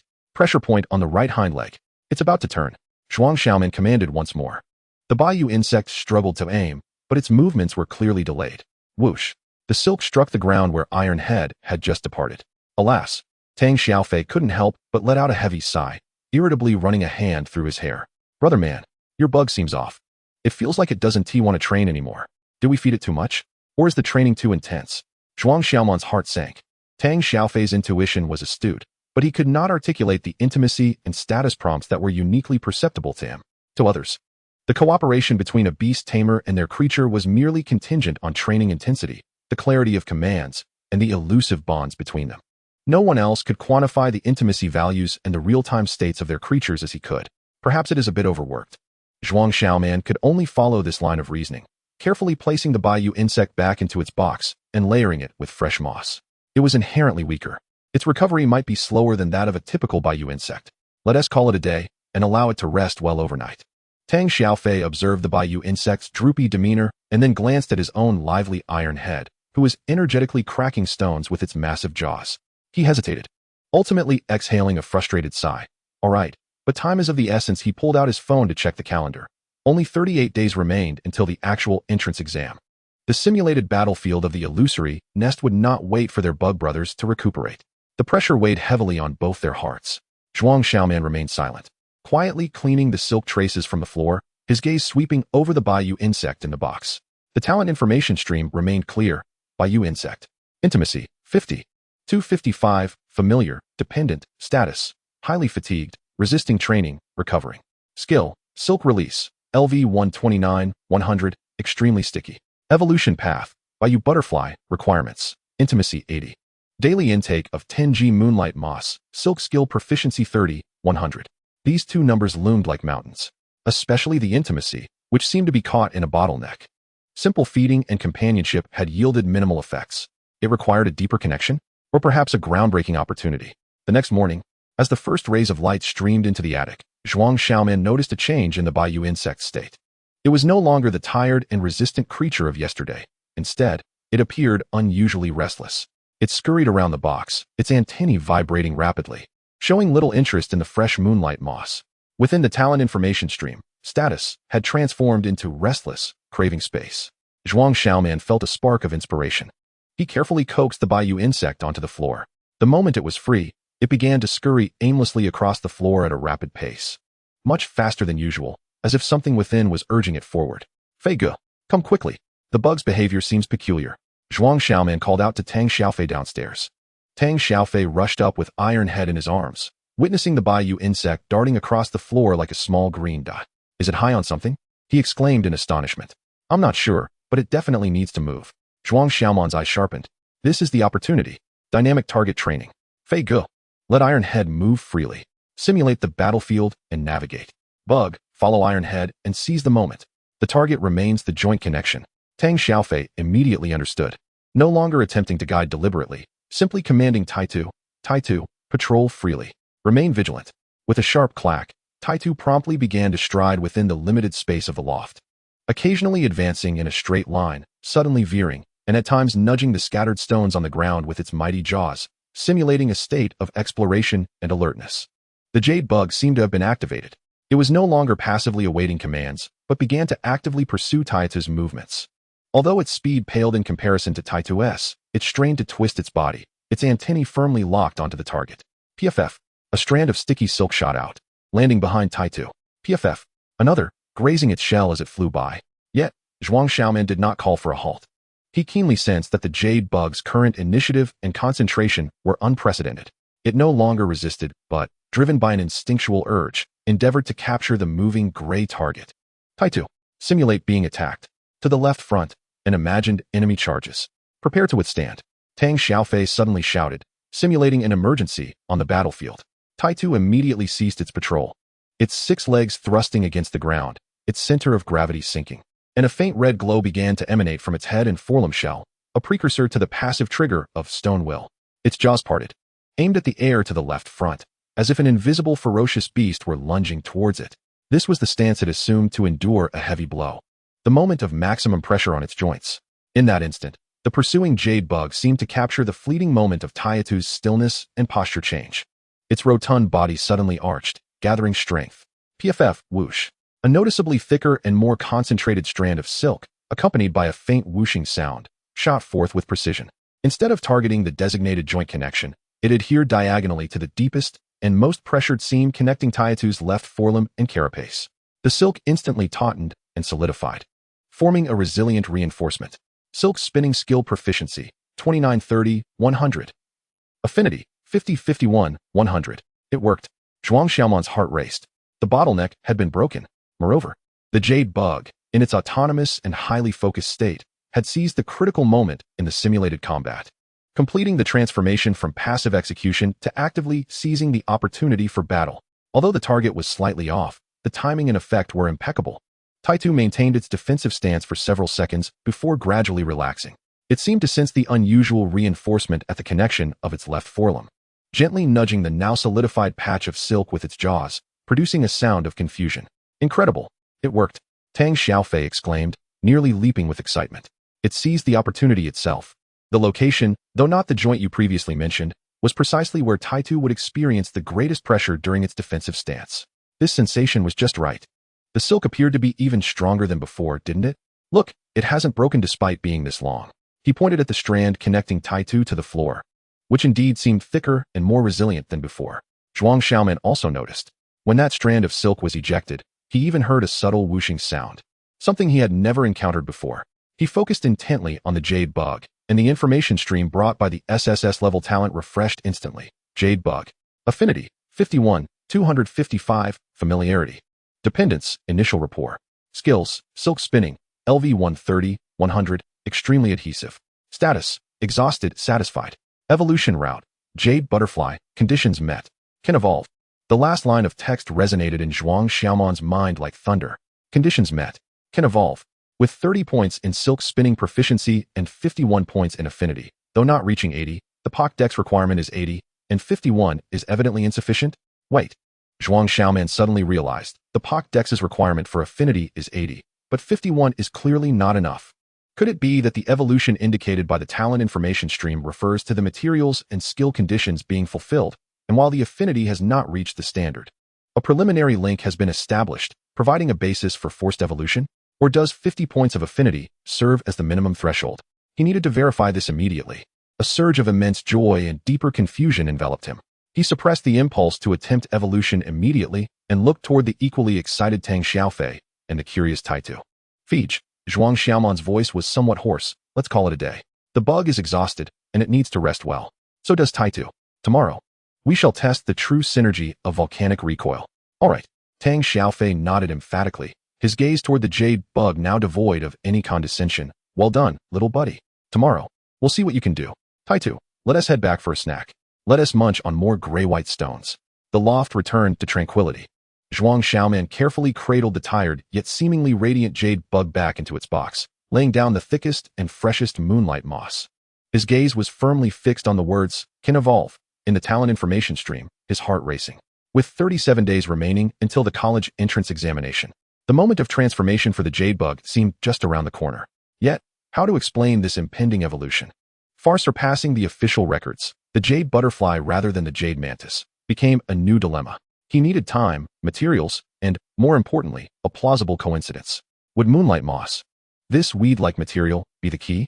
Outside the window, the sky churned with clouds, seemingly heralding the storm of the illusory nest while hinting at the impending light of evolution about to erupt within the loft. Chapter 7. Breaking the cocoon, phosphorescent dust, and the song of lava. An unusual atmosphere pervaded the loft. It was neither the coolness of the moss nor the dust of the stones, but rather a thick, slightly sweet and fishy stickiness. Zhuang Xiaoman sat cross-legged on the floor, facing the cheap plastic rearing box. Inside the box, a thick layer of moonlight moss cushioned the bottom, with the jade bug curled up in the center, motionless. It was no longer the exhausted quiet from days of training, but rather had descended into a deeper silence, as if its very essence was undergoing intense internal reconstruction. A nearly transparent, glimmering slime, speckled with faint silver-green points, was slowly oozing from its surface, increasingly enveloping it in an irregular, damp cocoon. The sweet, fishy, viscous scent in the air emanated from this very phenomenon. Zhuang Xiaoman's heart raced at his throat. The talent information stream clearly displayed: Jade Bug, evolving.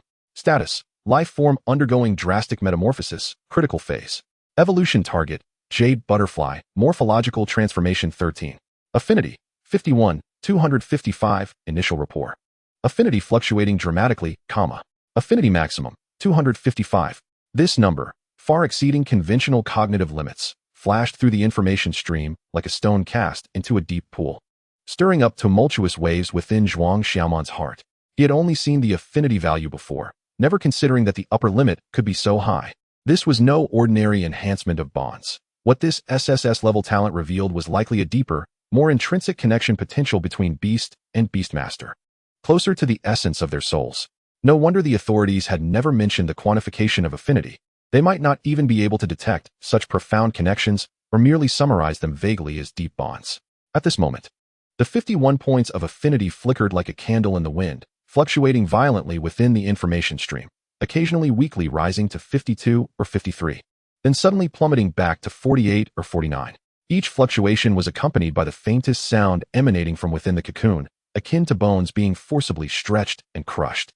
With each fall, Zhuang Xiaoman felt his heart tighten. He could distinctly sense the small life within the cocoon enduring unimaginable pain and the pressure of transformation. It needed him.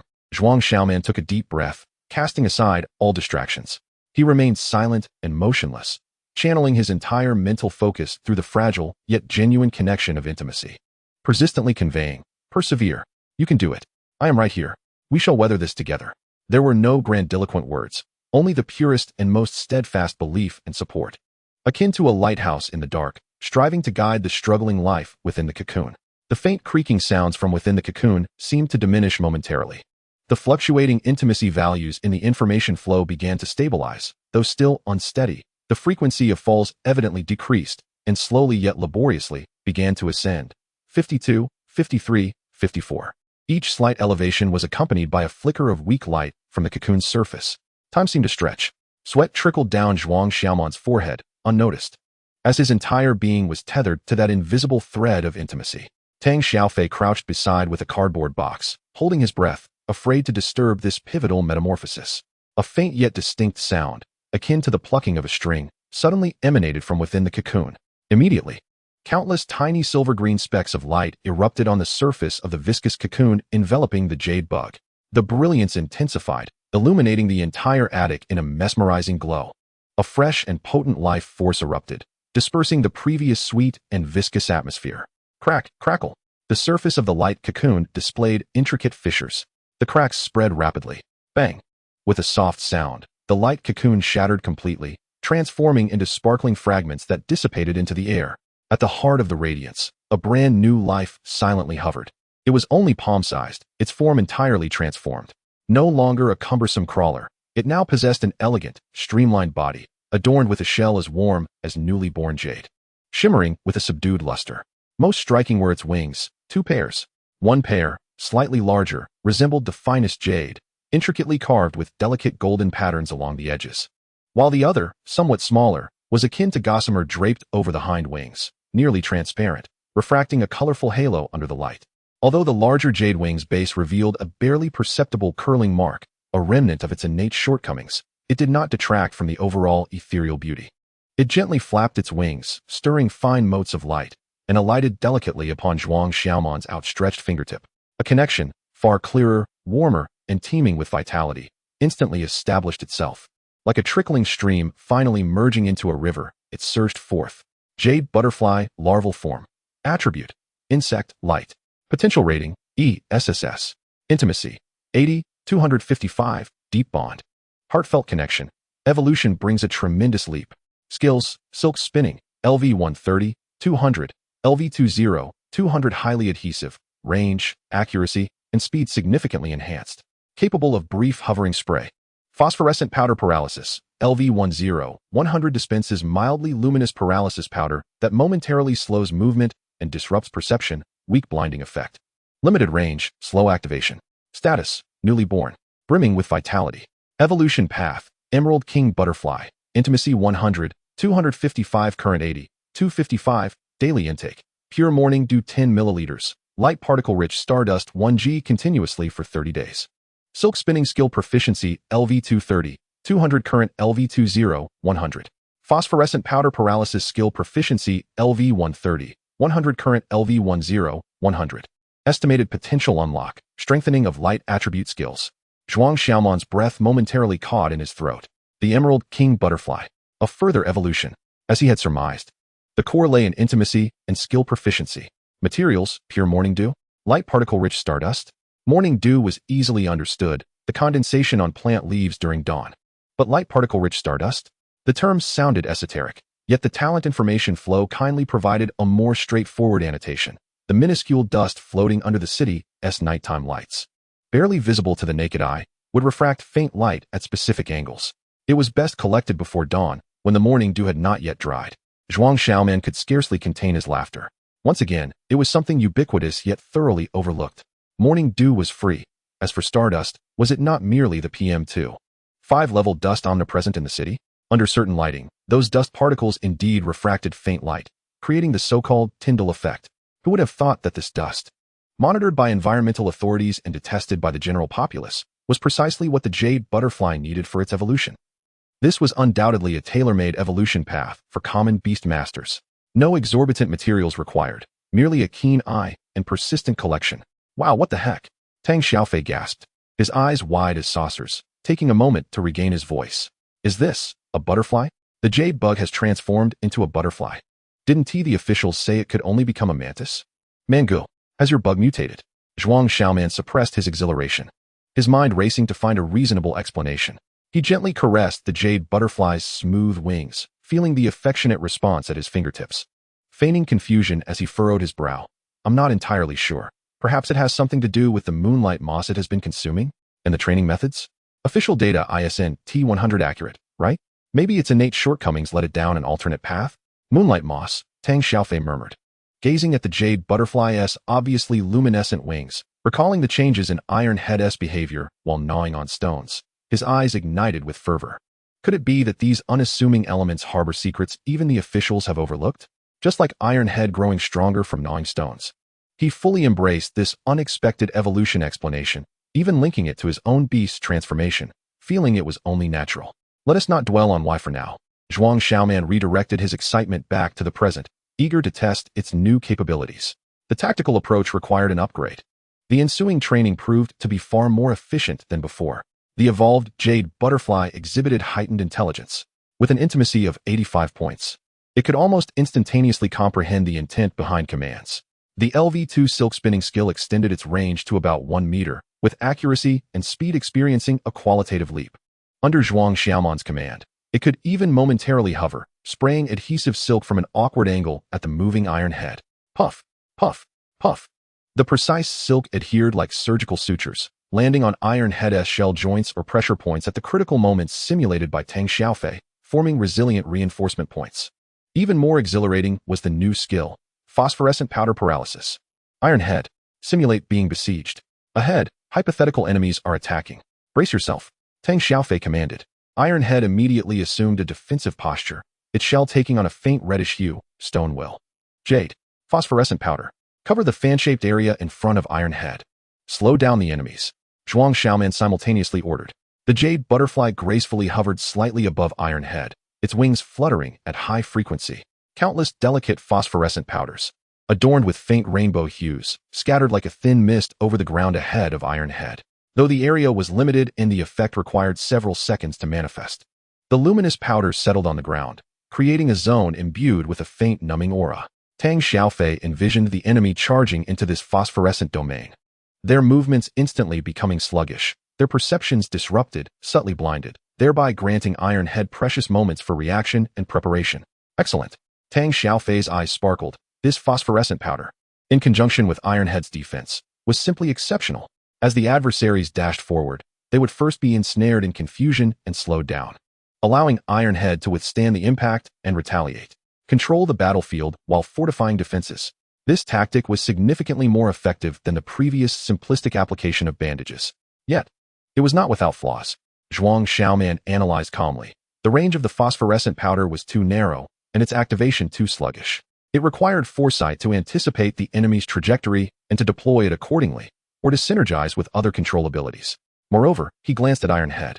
In their recent collaboration, as Iron Head simulated the guidance of lava rebound, with utmost effort, several fissures in its deeply colored shell suddenly blazed with a blinding orange light. A wave of searing energy surged forth. Although merely a simulation, the sheer force raised the temperature in the attic by several degrees. The timely adhesive silk ejected by the jade butterfly precisely reinforced those energy convergence points, stabilizing Iron Head's stance as firm as a rock. Iron Head's guidance of lava rebound was nearing completion. Tang Xiaofei exclaimed with excitement, feeling they were just one step away. The power was already igniting. They just needed that final moment of concentration and eruption. Zhuang Xiaoman observed the intricate patterns on Iron Head's shell, deepened from long-term consumption of the grayish-white stones, even faintly revealing a metallic sheen. He looked back at Tang Xiaofei's elated expression. The successful evolution of the jade butterfly was akin to a massive stone cast into a tranquil pond, sending ripples that were now expanding. He understood in his heart. The day when Iron Head would complete its first evolution and metamorphose into rock crystal shield ant was not far off. Those seemingly ordinary grayish-white stones it had consumed were accumulating transformative power within it. With only 29 days left until the college entrance examination, their team, centered around adhesion and rock, was on the brink of their first complete metamorphosis and surge in combat capabilities. The simulated battlefield of the illusion nest no longer seemed so unattainable. Zhuang Xiaoman extended his hand, and the jade butterfly gracefully settled back into his palm. Gently brushing its antennae against his fingertip, he noticed the nearly invisible curled marks at the base of its left wing and then glanced at Iron Head, which was vigorously gnawing on the last few pieces of grayish-white stones. "Feej," he said, a confident smile curving his lips. "Starting tomorrow, we shall engage in high-intensity combat simulations. Let them acclimate to the true rhythm of the battlefield." "Absolutely." Tang Xiaofei rubbed his hands together, fixing his gaze upon Iron Head with eager anticipation. "Iron Head, did you hear? Once you finish those last few pieces, we will charge forward." With a decisive click, Iron Head's powerful mandibles crushed a stone, and the metallic luster deep within its shell seemed to shine even brighter. The grayish-white stone dust cascaded down like the foundational stones laid for the impending evolution. Chapter 8. The Critical Threshold, Dust, Light, and Blood of the Tiger's Mouth. The attic was suffused with the scent of gunpowder, not true gunpowder, but the charred remnants left behind after the collision of beast taming skills, mingling with the acrid air of dust and luminous powder. Sweat dripped from Zhuang Xiaoman's chin, creating a small dot on the floor. He panted heavily, his gaze fixated on the center of the arena. There, the deep gray figure of Iron Head was being violently repelled by an invisible force, simulated by Tang Xiaofei. The 6 legs covering its shell scraped against the floor, producing a grating sound, while several critical fissures in its back shell suddenly erupted with blinding orange light. The ferocious power of lava rebound surged within it, attempting to burst forth, but was thrown into disarray by this sudden, overwhelming force. Iron Head let out a painful screech, its body swaying violently, on the verge of losing balance, as the forcibly guided rebound energy threatened to spiral out of control. Jade, adhesive silk, reinforced the right hind leg joint and the third back shell fissure. "Hurry!" Zhuang Xiaoman's thoughts pierced through the air with undeniable urgency. Hovering in midair, the jade butterfly reacted with unparalleled speed. Almost the instant Zhuang Xiaoman's thoughts emerged, 2 strands of condensed adhesive silk shot forth from its softly glowing mouthpart. PFF, PFF. They accurately struck the connection point of Iron Head's right hind leg joint, which was bearing the greatest pressure due to its imbalance, as well as the third back shell fissure, where the light was most intense and energy was on the brink of overflowing.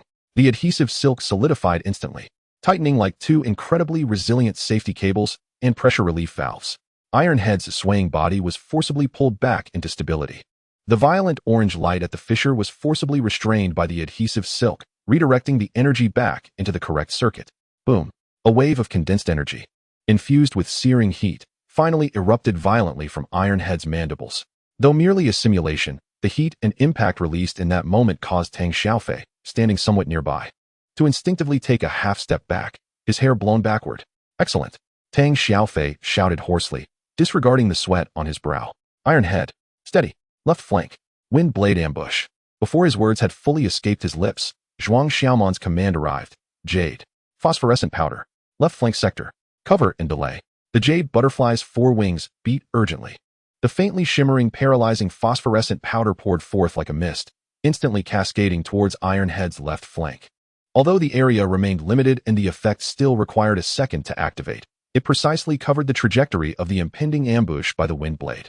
In the brief window following the reinforcement from the adhesive silk and the energy release, Ironhead, with its hardened shell bolstered by rockwill, abruptly pivoted.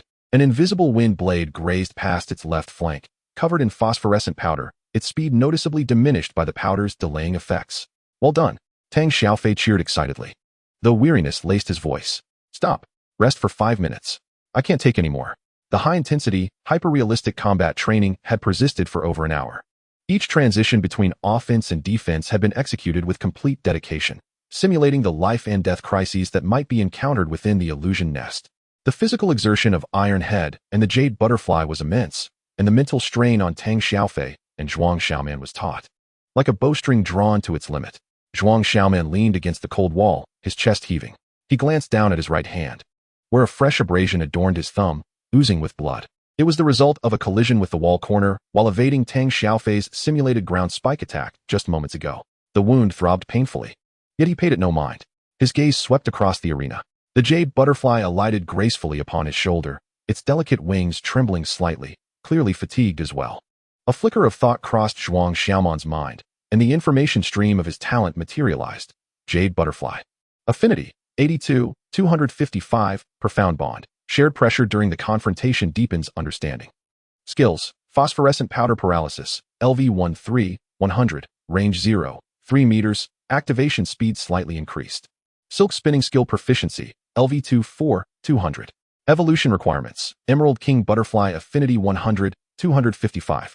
Daily intake, pure morning dew 10 milliliters, stardust rich in light particles 1G, sustained for 30 days, current progress, 1, 30. Silk spinning skill proficiency, LV-230, 100. Phosphorescent powder paralysis skill proficiency, LV-130, 100. The affinity had steadily risen to 82 points under the pressure of the high-stakes confrontation, bringing them closer to the 100-point threshold for evolution. The proficiency of the phosphorescent powder skill had also increased to 18 points, showing slight enhancements in range and activation speed. Yet that glaring 130 felt like a bucket of cold water dousing Zhuang Xiaoman's spirit. Sustained for 30 days. This meant that, barring any setbacks, the jade butterfly would need a full month before it could attempt evolution. And with only 28 days left until the college entrance examination, time had become the most merciless enemy. He turned his gaze towards the corner of the wall.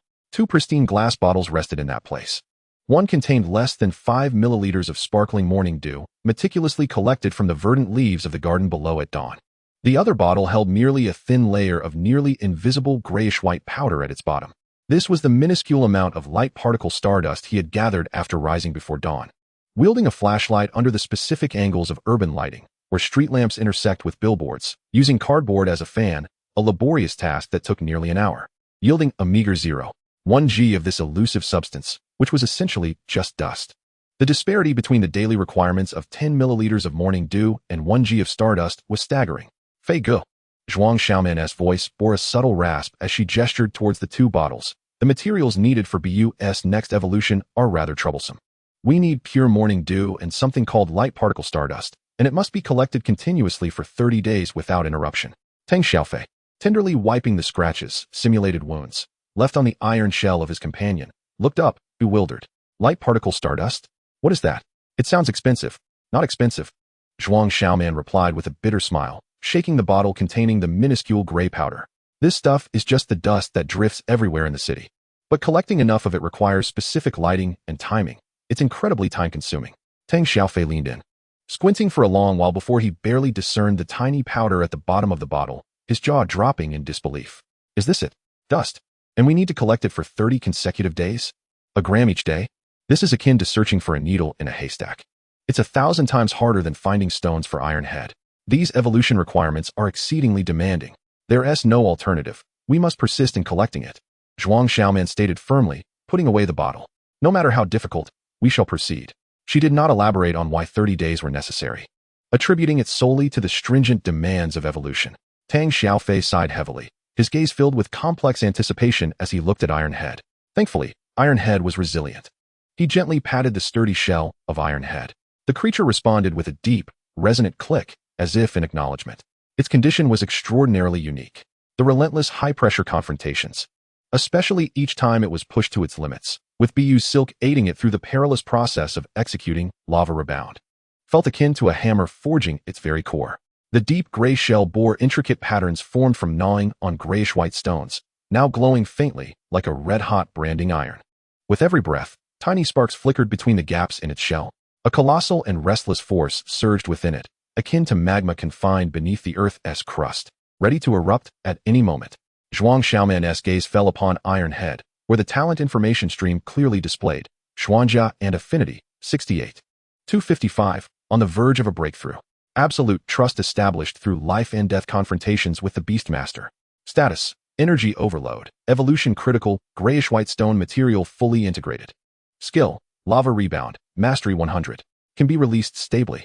Evolution Requirements: Rock Crystal Shield and triggered by high-intensity pressure stimulation. Core materials already satisfied. Affinity at critical. Affinity at 68. Just 2 more points are needed. Yet, these final 2 points felt like an insurmountable chasm. Iron Head's dependence on and trust in Tang Xiaofei had reached an apex. Forged through countless battles together, especially during moments of immense pressure when Tang Xiaofei's hoarse cries and unwavering trust solidified their bond. However, this last step seemed to demand an even more profound catalyst, a moment that would elevate trust to the level of entrusting one's life. Zhuang Xiaoman noticed the blood seeping from the old wound on Tang Xiaofei's hand, split from exertion, and then glanced at the suppressed glow of lava within Iron Head's shell. He understood. The evolution of the Xuanjia ant had reached its final critical juncture. That thin barrier was as fragile as a cicada's wing, waiting for a sufficiently intense stimulus to be shattered by the accumulated power. Fei Ge. Zhuang Xiaoman's voice bore an odd calmness as he pointed to the blood seeping from his own wound, and then to Tang Xiaofei's injury. Tomorrow, the final lesson. Simulated desperation. If we fail, we perish. Do you dare? Tang Xiaofei followed his gaze, looking at the split on his hand, and then at Iron Head, whose body resembled a volcano on the verge of eruption.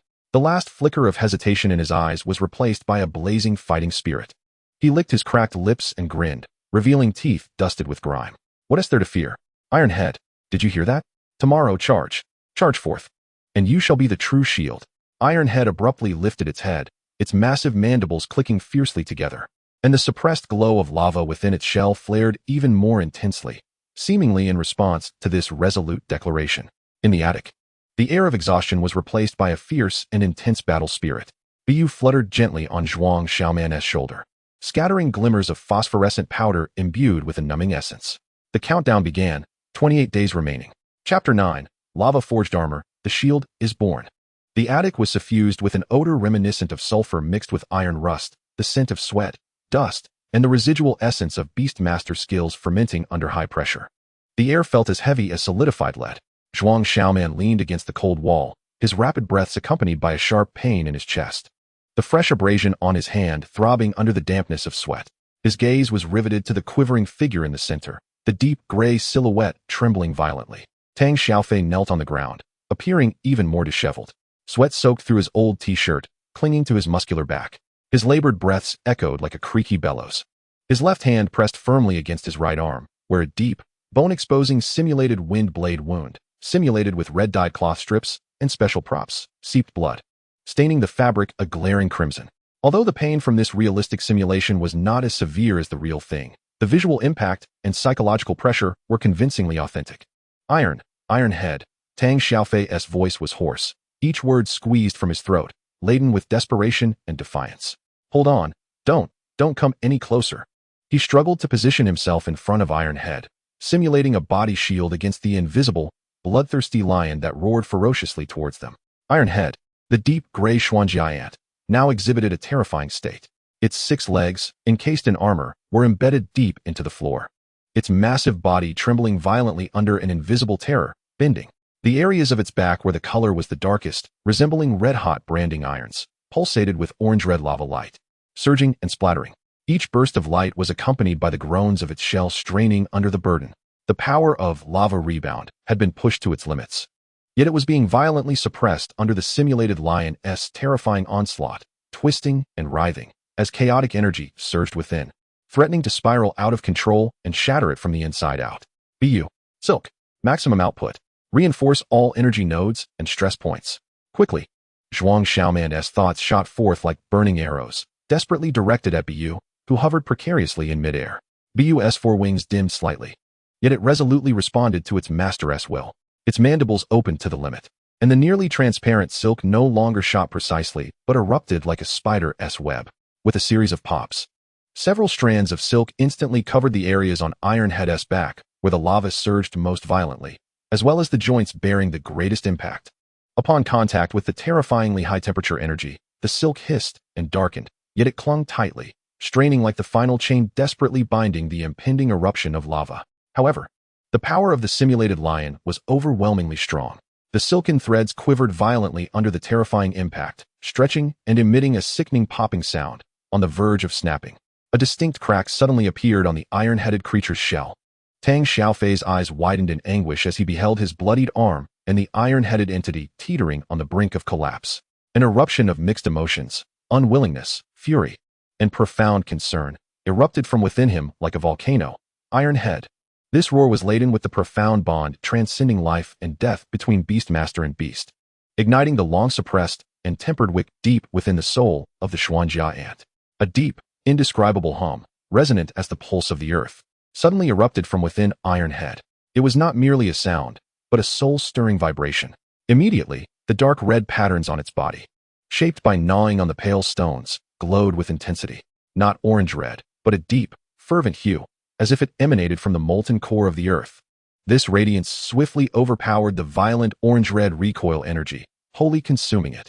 Crack, crackle, the heavy, dark gray shell of Ironhead began to splinter under the onslaught of this molten brilliance, crumbling like dry clay. The fragments, before they even touched the ground, vaporized under the terrifying heat. From the fissures that had formed, what emerged was no longer flesh and blood, but a deeper, more substantial essence, akin to dark golden crystals formed from cooling molten lava. The surface of the crystals was studded with intricate, rune-like angles and grooves, exuding an unsettling weight and resilience.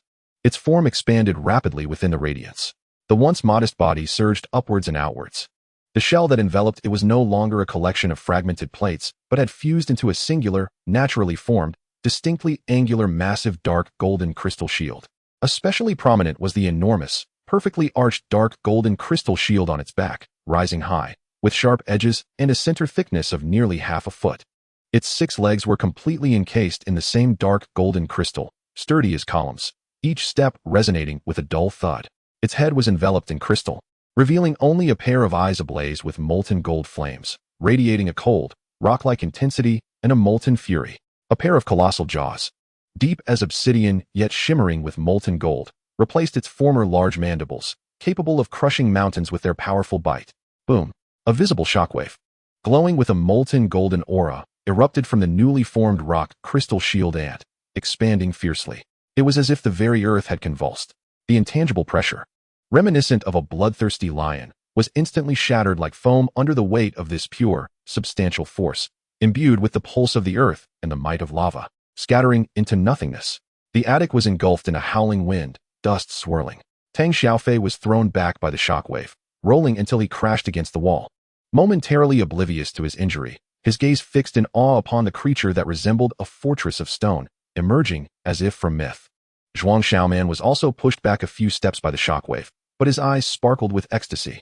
The talent information flashed instantaneously. Rock crystal shield ant, newborn form. Attributes: ground, rock, fire. Potential rating: E, SSS. Affinity: 70, 255, simulating life and death bond. Breakthrough achieved.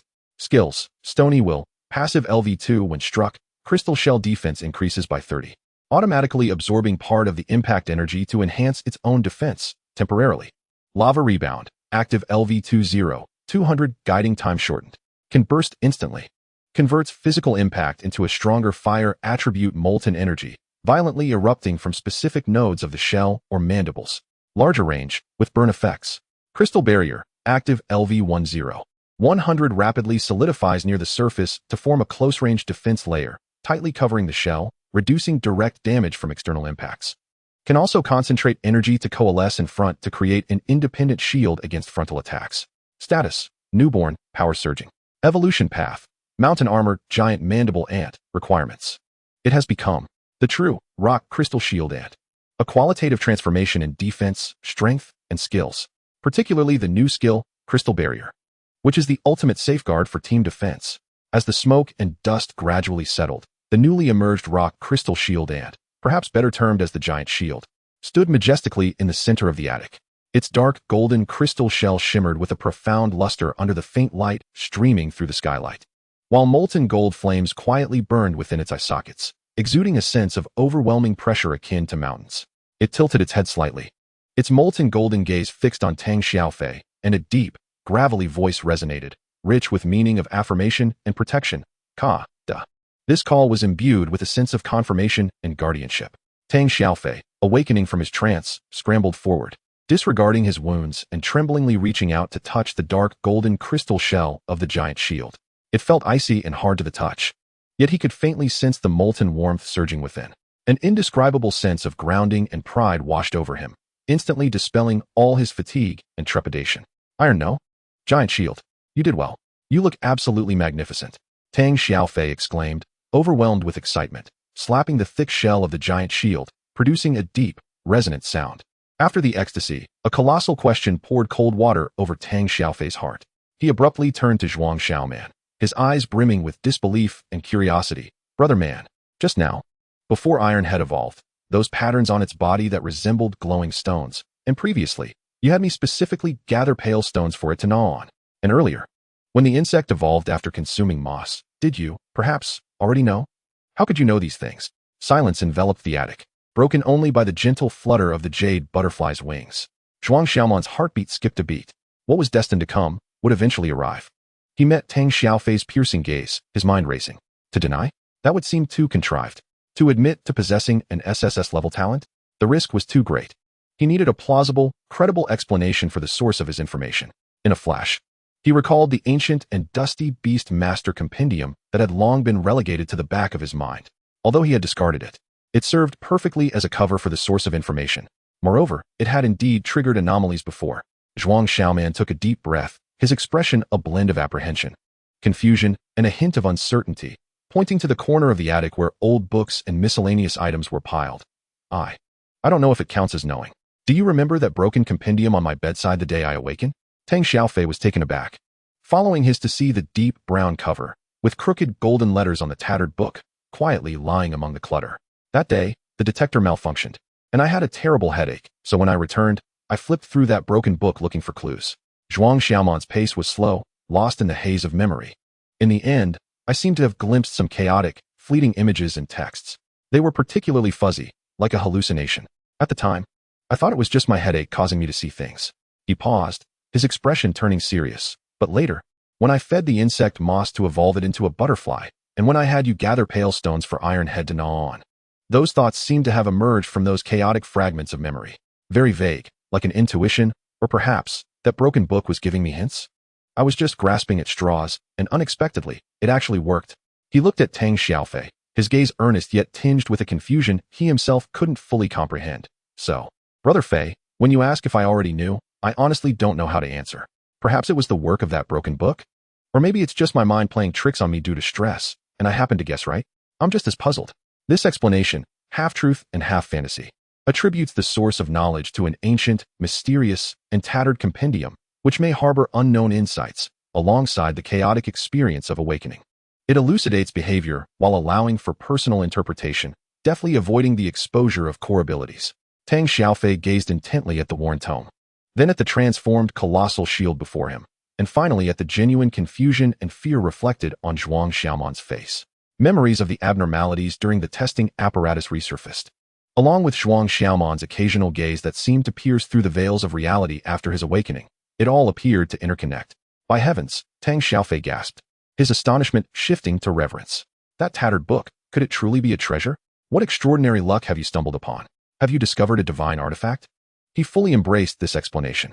A mysterious ancient text that incites anomalies during awakening and imparts fragmented, yet pivotal knowledge felt more plausible than Zhuang Xiaoman suddenly becoming omniscient, aligning better with his fundamental understanding of serendipitous encounters. Whether or not it was a divine artifact remained uncertain, yet Zhuang Xiaoman exhaled in relief, deftly steering the conversation anew. However, we now possess a true shield. His gaze shifted to the massive shield, akin to a mobile fortress, igniting a renewed fervor for battle. BU, the colossal shield. Tactical enhancement. Adapting to the new form. Brother Fei, are you prepared to welcome the true molten lava? Tang Xiaofei suppressed the tumult of emotions swelling within him. Observing his bleeding arm, an item, and then the dark golden, weighty crystalline shell of the colossal shield. A wave of unprecedented valor surged through him. He wiped the sweat and item blood from his brow, grinning broadly, revealing his white teeth smeared with dust and blood. Absolutely. Colossal shield. Let us showcase our new prowess to Brother Man. BU, control the battlefield. We shall strike once more. The colossal shield emitted a deep, resonant thud, akin to a war drum, as the molten light shimmered through the crevices of its dark golden shell. BU, the butterfly gracefully hovered above the shield's massive shoulder, its wings scattering glimmers of paralysis-imbued phosphorescence. The countdown to the college entrance examination stood at 25 days. A shield forged from lava now loomed over the path to the battlefield. Meanwhile, the dusty old compendium nestled in the corner of the attic had, in Tang Xiaofei's mind, donned a mysterious halo. Zhuang Xiaoman observed the colossal shield and BU butterfly, casting a glance at the two almost empty collection bottles of morning dew and stardust in the corner. The colossal shield had been realized, while the metamorphosis of the BU butterfly was just beginning. The ongoing 30-day endeavor, reminiscent of the tireless effort of Yuyuan moving mountains, would be a silent battle ahead. Chapter 10. Dust, Neon, and Unfinished Paths. The lingering scent of sulfur and heat within the attic had yet to dissipate entirely, yet the tension in the atmosphere had relaxed. The colossal shield, a newly birthed crystalline shield ant, lay quietly in a corner like a miniature moving fortress. Its dark golden crystalline shell glimmered with a steady sheen under the rays of the setting sun filtering through the skylight, while the pulsations within mirrored the rhythm of molten rock, becoming increasingly regular and subdued. Each subtle breath emanated faint vibrations across the ground. Tang Xiaofei sprawled on the floor, his chest heaving violently, sweat and dried traces of item blood smearing his face, yet a satisfied, weary grin stretched across his lips. Phew, I can't take it anymore. I really can't hold on any longer, he gasped, his voice hoarse. Brother Man, let us take a break for a day. If we continue like this, I might just drop dead, and the iron, the colossal shield, needs a breather too. Zhuang Xiaoman leaned against the wall, feeling as though his bones might shatter. The abrasion on his palm throbbed painfully, and his spirit felt utterly drained. He glanced at the colossal shield's steadfast form, then at the BU butterfly perched on his shoulder, delicately grooming its emerald wings with its slender forelimbs. A day and night of intense adaptation training had familiarized them with the strength of their new forms. Initially integrating the upgraded phosphorescent control, sticky silk reinforcement, molten recoil, and crystalline barrier tactical systems, at the cost of pushing both beast and human to their limits. It is indeed time for a break. Zhuang Xiaoman nodded, his voice tinged with fatigue. Stretching the bowstring too tightly would lead to its snapping. Let them also consolidate their strength. His eyes swept over the two nearly empty glass bottles in the corner, the morning dew bottle containing only a pitiful few drops, while the stardust bottle held a dusting so thin it seemed almost ethereal. Days of continuous training had left him only able to hastily gather materials in the early hours, and progress had severely lagged. Tang Xiaofei struggled to sit up, wiping his face and directing an adoring and inquisitive gaze at the colossal shield. Brother Man, the colossal shield in its current form is incredible. That crystalline shell looks so solid. The molten recoil is like firing a cannon, and that crystalline barrier, when it crouches, it feels as if even the castle walls cannot be breached. His excitement was palpable before curiosity flickered across his face. Do you think it can evolve further? Become larger? Harder? More formidable? Zhuang Xiaoman understood his friend's thoughts all too well. Tang Xiaofei had tasted the fruits of unconventional evolution, and his mind was now racing. He looked at the colossal shield, the stream of innate information clearly revealing the next evolutionary path. Crystalline shield ant. Evolution route. Mountain armor, giant mandible ant. Evolution requirements. Affinity 120, 255 current 70, 255. Core materials. Volcanic flint high density igneous rock 100 kilograms continuous consumption, grinding absorption. Black steel sand high hardness metal sand 50 kilograms to be integrated into joint connections. Skill requirements. Molten recoil LV2 proficiency 100, 200. Crystalline barrier LV1 proficiency 50, 100. High intensity load bearing endurance training 4 hours daily, increasing weight. The name of the mountain armor, giant mandible ant, could not be uttered directly. Zhuang Xiaoman pondered for a moment, organizing his thoughts, fragmenting the crucial information to blend with experiences and the veil of that tattered book. Brother Fei, according to that old compendium, well, I mean the fragmented hints within those chaotic memories. He gestured towards the corner where the old compendium lay, for beasts like the colossal shield. Rooted in the essence of geothermal magma, the next enhancement lies primarily in sustenance and training. Tang Xiaofei immediately perked up, as if listening to a secret scripture. Regarding sustenance, Zhuang Xiaoman extended 2 fingers. First, while this crystalline shell appears robust, its foundation is still insufficiently dense. It requires heavier, denser stones imbued with geothermal essence as a base. I suspect we need to locate stones that are deep in color, exceptionally heavy, and produce a particularly crisp sound when struck. Perhaps something akin to volcanic rock that has cooled over many years. What is it called? Flint. Yes, specifically hard black or dark red igneous rock. He paused, observing Tang Xiaofei's reaction. The latter's eyes sparkled with understanding, nodding vigorously as if to say he comprehended. Find hard stones. The harder, the better. With volcanic essence. Secondly, Zhuang Xiaoman continued, weight alone is insufficient. The joints are crucial for power transmission, and they represent a vulnerability. We need an exceptionally hard material to enhance toughness and efficiency of power transmission. I recall a fragment mentioning a substance, jet black, with fine granules. Resembling sand but harder than iron. What was it called? Black steel sand.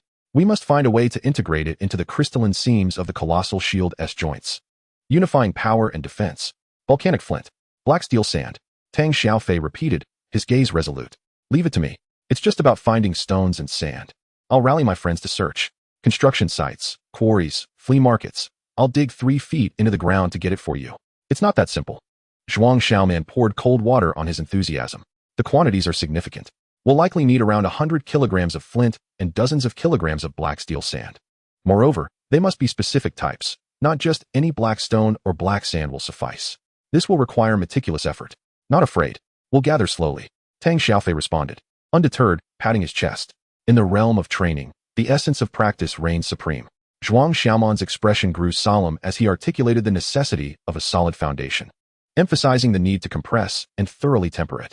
The Titan shield currently possesses immense strength, but its explosive power is excessive, while its endurance and sustained weight-bearing capabilities remain its Achilles heel. The next phase of training must entail a hellish regimen of weight-bearing endurance exercises, a minimum of 4 hours daily, with escalating weights. It must bear the heaviest burdens while traversing the longest distances. Under extreme loads, it must also practice the release and maintenance of skills, particularly the crystal barrier. Only under such immense pressure can new powers fully integrate with its physique, allowing its shell to thicken, grow heavier, and become truly indestructible. The mandibles, too, will undergo a qualitative transformation, evolving into a weapon capable of shattering mountains. Zhuang Xiaoman subtly indicated the formidable mandibles of the mountain-armored giant jaw ant, without explicitly stating it. Weight training? Bearing heavy objects? Tang Xiaofei gazed at the Titan shield's colossal form and robust shell, envisioning it carrying massive boulders. And rather than feeling daunted, he was filled with fervor. No problem. This is my forte. Tomorrow, no, the day after, we shall commence. Let us first find a few granite slabs the size of grinding stones to test the waters. Not so fast. Zhuang Xiaoman waved his hand, announcing that today would be a day of rest, balance work, and leisure. Come, Fij, let us step outside for some fresh air and indulge in something delightful. My treat. To celebrate our Titan shield's formation. Sounds great. Tang Xiaofei instantly cast aside his training plans, exclaiming in delight, let us go have barbecue. I heard a new place opened up on the back street, with plenty of lamb kidneys. As night descended, the city's neon lights replaced the clamor of the day. The backstreet barbecue stall was shrouded in smoke, bustling with voices. Tang Xiaofei devoured his food, grease dripping from his chin, while the Titan shield lay quietly at his feet, resembling an inconspicuous dark golden boulder that drew curious glances from passers-by. Zhuang Xiaoman ate sparingly, more often observing the vibrant human spectacle around him. At the adjacent table, a group of boys clad in private school uniforms animatedly discussed the impending Gaokao exam. Have you heard? The proportion of elite beast projections in the upcoming Mirage Nest simulation battle has increased. What is there to fear? My dad just contracted a Gale Wolf for me. Its speed is unmatched. Invincible in resource point grabs. Uffed, Gale Wolves are flimsy. My brother got me an ironclad Rhino egg. Defense is the true path. Stick with my brother, and you'll be guaranteed a free win. Please, the civilian squad will probably just be fodder for the beasts, boosting our scores. Tang Xiaofei slowed his chewing, brow furrowing, yet remained silent, taking a hefty bite of lamb kidney. Zhuang Xiaoman listened intently, his gaze sweeping over the yellowed bulbs above the barbecue stall, their light casting a myriad of tiny dust particles swirling in the beams, refracting faint yet distinct glimmers. He instinctively touched the Stardust collection bottle in his pocket. Feej, once we're done eating, accompany me to a place, Zhuang Xiaoman suddenly proposed. Huh, where to? To Stargaze. Half an hour later, the two stood at the base of a towering commercial building in the city center. The massive LED billboard flickered with dazzling lights, illuminating the surroundings as if it were daytime. Light pollution obscured the genuine starlight, yet it created an alternate kind of night sky. Zhuang Xiaoman produced the Stardust collection bottle, unscrewing the cap and directing it toward the brightest source of light from the billboard. He adjusted the angle, and soon, at a specific incidence angle, countless nearly indistinguishable specks of dust suddenly emerged in the intense beam, resembling billions of miniature stars coalescing within the bottle, forming a flowing river of stardust that shimmered with a kaleidoscope of hues. It was far richer and clearer than what he had collected under the streetlights. Wow! Tang Xiaofei was mesmerized, leaning closer to the bottle. This is starlight dust? So much. So bright. Indeed, Zhuang Xiaoman replied, focused on adjusting the angle to gather more stardust. The stronger the city lights, the more could be collected at a specific angle. Beneath the billboard was the most efficient spot. Though passers-by gazed curiously at them, Zhuang Xiaoman paid them no mind.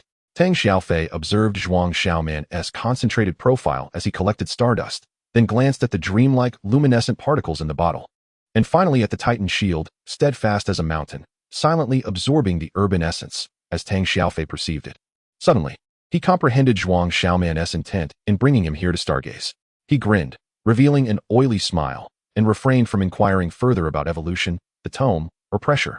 He crouched down, patting the Titan shield's icy crystalline shell, pointing to a large, deep black stone, sharp-edged and discarded by a flower bed, a piece of construction waste. Volcanic rock Titan shield, do you see that? That stone, its color is deep enough, right? Tomorrow, it will be yours. Carry it home and nibble at it slowly.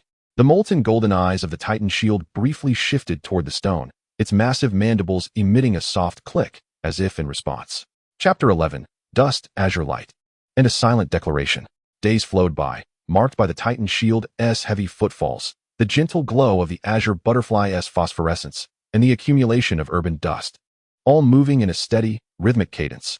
Dark volcanic rock fragments embedded within the Titan shield's dark golden shell appeared to be slowly absorbed. The golden patterns on the edges of the azure butterfly's wings danced with vitality, nurtured by continuous morning dew and stardust, while the range of phosphor powder paralysis stabilized around 2 meters. The countdown clock for the Gaokao ticked down to 18.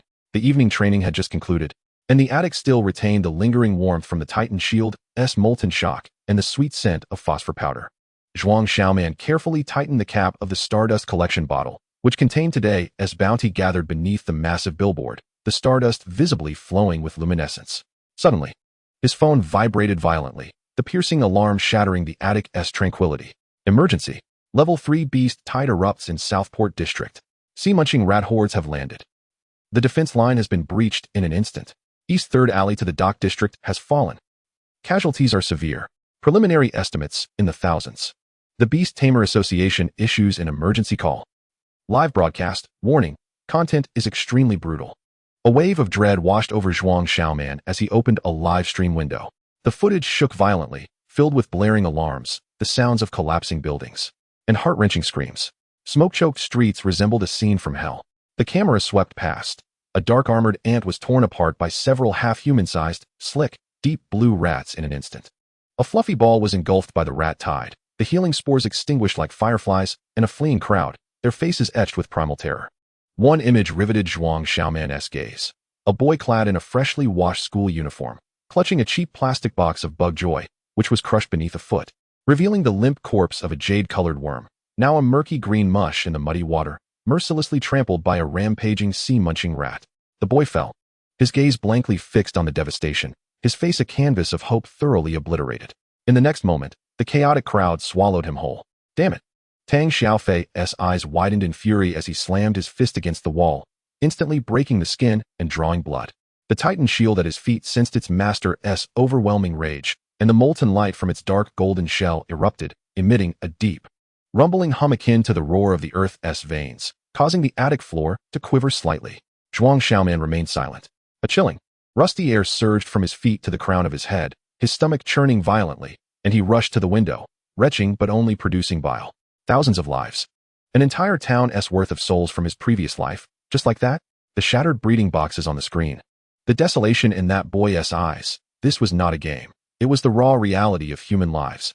Easily reaped by beast claws beyond the high walls constructed from flawed evolutionary routes and exorbitant resources.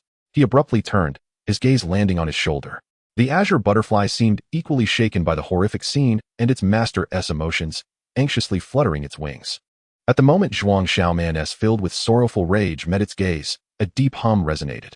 A surge of intense, warm yet gentle emerald light erupted unexpectedly from the jade butterfly. In an instant, it dispelled the gloom that enveloped the attic. The radiance was soft, akin to the purest jade reflecting its brilliance under the sun, imbued with a peculiar, soothing energy. At the core of this luminescence were the two pairs of wings of the jade butterfly, interwoven with shades of emerald and iridescence. Particularly striking were the slightly smaller, translucent gossamer wings, which shimmered with vibrant colors at that moment, their golden edges seeming to come alive, flowing with a sacred halo. The brilliance was blinding. In a flash, a name for this newly awakened skill surged through Zhuang Xiaoman's mind, a gift from the flow of innate information. This was not an attack, but a formidable, area-wide light attribute interference and mental deterrent. The gentle light, in its moment of eruption, possessed the power to momentarily dazzle and disorient those who dared to gaze directly at it, shaking their very hearts and minds. The radiance flickered and vanished, leaving the attic shrouded in darkness once more. The jade butterfly appeared to have exhausted its energy, landing wearily in Zhuang Xiaoman's palm, gently rubbing against his fingers, conveying both worry and comfort. Jade butterfly. Skill. Blinding radiance LV10-100.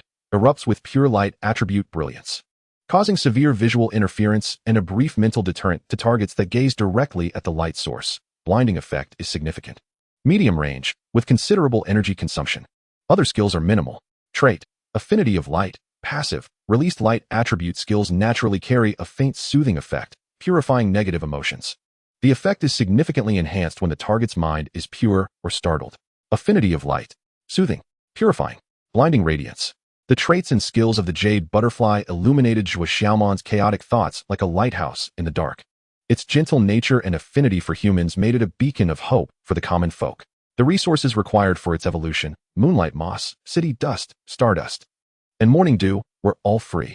Once evolved, it would possess skills like silk spinning for battlefield control, phosphorescent paralysis for disruption, and blinding radiance as a powerful control and mental defense, not to mention the invaluable affinity of light. Amidst the desperate tide of beastly hordes, a creature capable of soothing hearts, dispelling fear, and even briefly blinding ferocious beasts held immeasurable strategic value. It could become a pillar of mental support amidst chaos, granting precious moments of respite and regrouping to those struggling for survival. Moreover, with only 18 days remaining until the college entrance examination, should he employ the jade butterfly in the examination hall, its unique form and skills, especially the newly awakened blinding radiance, would undoubtedly attract attention. Rather than passively exposing himself to danger, it would be wiser to actively craft a narrative of a serendipitous discovery of a civilian hero. By fabricating a seemingly plausible long-term evolution path, he could obscure the accelerated intimacy and skill proficiency resulting from his beast affinity talent, leading to a discrepancy in the actual timeline. Laying the groundwork for potential future scrutiny, the timeline not aligning, while also igniting a spark of hope for countless commoners. The risks were immense. Yet, the haunting image of the shattered rearing box, the lifeless gaze in the boy's eyes, and the chilling statistics climbing in news reports lingered in his mind. A soul from a peaceful world could remain silent no longer. Fij, Zhuang Xiaoman's voice was unusually calm, imbued with a sense of resolute determination. I need to step out for some air. Tang Xiaofei, still engulfed in sorrow and rage, gazed at him with bloodshot eyes, solemnly nodding without uttering another word. Only striking the wall again, blood seeping from his knuckles. The low rumble of the giant shield echoed like thunder. Zhuang Xiaoman turned and left the attic. He did not head to the billboard. Instead, he slipped into the dimly lit, smoke-filled old internet CAF in the back alley, choosing a spot in the furthest corner. The greasy keyboard and the faint blue light of the CRT monitor greeted him. He inserted the encrypted USB drive, navigating through multiple proxies to access the Civilian Beast Tamer Self-Rescue Alliance forum. Title: Blood-Wrenching Share. Hidden evolution path of the jade bug, not the jade mantis. Low cost. Light attribute. Proven effective. Accompanied by a simplistic outline sketch of the jade butterfly. In the body of the post, he transformed into a fortunate survivor, filled with urgency and mission. Brothers, I'm from the Nankong district, too afraid to specify my exact location, just escaped. My jade bug was lost during the beast tide. Attached image. A blurry, trampled bug corpse in a corner of the box, set against a backdrop of chaotic streets. But that is not what I want to talk about. Before the beast tide, my jade bug evolved. It became a butterfly, an emerald-colored butterfly. See sketch above, not the mantis as claimed by the authorities. How did I achieve this? Luck and perseverance. The core, treat it like family. Talk to it every day. Encourage it. Don't laugh. I believe this is key. Food. Only feed it moonlight moss, gray-green with silver spots. It's everywhere in brick crevices and corners, at least a large handful daily, 10g. Water. Only let it drink pure morning dew from leaves, around 10 milliliters. Do not use tap water. Special. Add a spoonful of light dust daily. This is collected at night under bright streetlights or billboards, where you can see glowing, floating fine dust. Capture it in a bottle. Mix it with the dew. About 1g daily. This takes the most time. Skills. Practice the silk spinning before evolution. I practiced over 300 times to hit small targets accurately. Time. The most crucial. I raised it for nearly a month before it evolved. From contract to cocooning, it took a full 30 days. Not a day less. Post-evolution abilities. Silk spinning is more precise, faster, and stickier. It can spin while flying. It awakened the phosphorescent paralysis. Small range, slow effect, but useful. The most incredible part is that just when I was about to break down while watching the beast tide news, it suddenly burst forth with a gentle green light. I felt a significant reduction in panic and agitation. Later, I tried it in front of a mirror, and that light was somewhat blinding. As if it could cause temporary dazzle? This might be a light attribute skill. Why share this now? Watching the news of those crushed bugs, those desperate people. I couldn't bear it any longer. This evolution path costs almost nothing. It only requires time and sincerity. The jade bug is gentle in nature, making it the only choice for many impoverished brothers. The evolved butterfly can control the battlefield, provide faint comfort, proven, and may even have blinding interference. In the tide of beasts, an extra measure of strength, an extra moment of clarity, translates into a greater hope for survival. I know this sounds like a fantasy. The authorities have no record of it, but I swear on the lives of my fallen comrades that it is true. Attached images, a pre-evolution bug with damaged wings eating moss, a blurry silhouette of the butterfly post-evolution. I dare not show my face, fearing trouble. Believe it or not. But if you also have only one jade bug, don't give up. Give it a try. For survival. For your companions. Don't let it. At the end of the post, he subtly pointed towards the news footage. Pressing the submit button, Zhuang Xiaoman felt cold sweat soaking his back.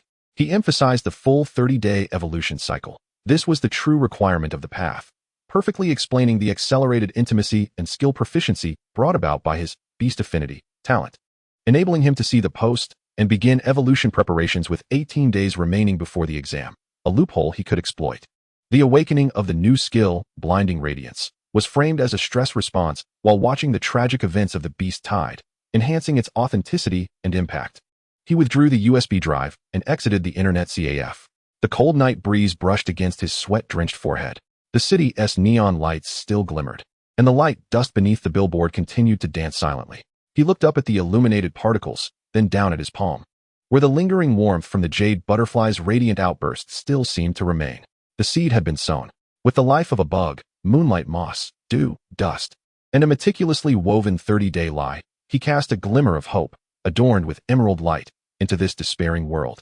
While also paving a path strewn with thorns that he must tread, he tightened his coat around himself, merging into the night.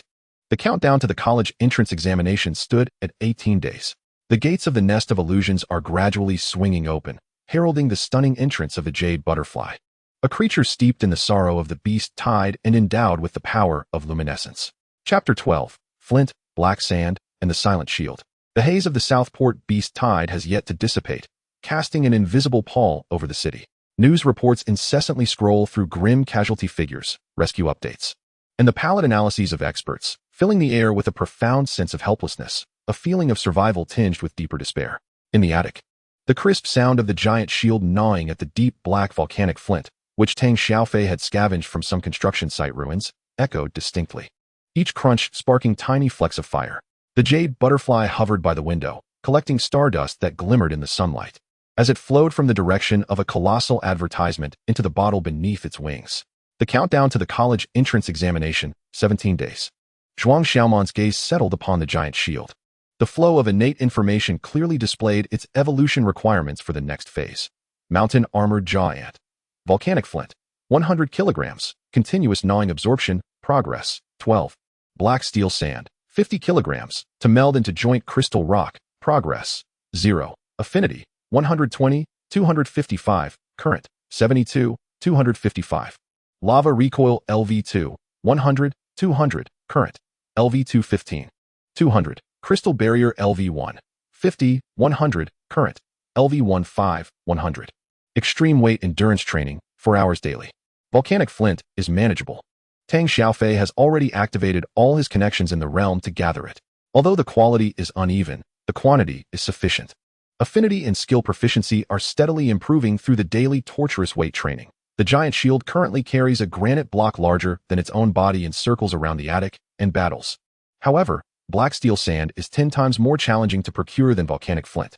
It is not mere iron sand. It requires exceptional hardness and specific metallic components.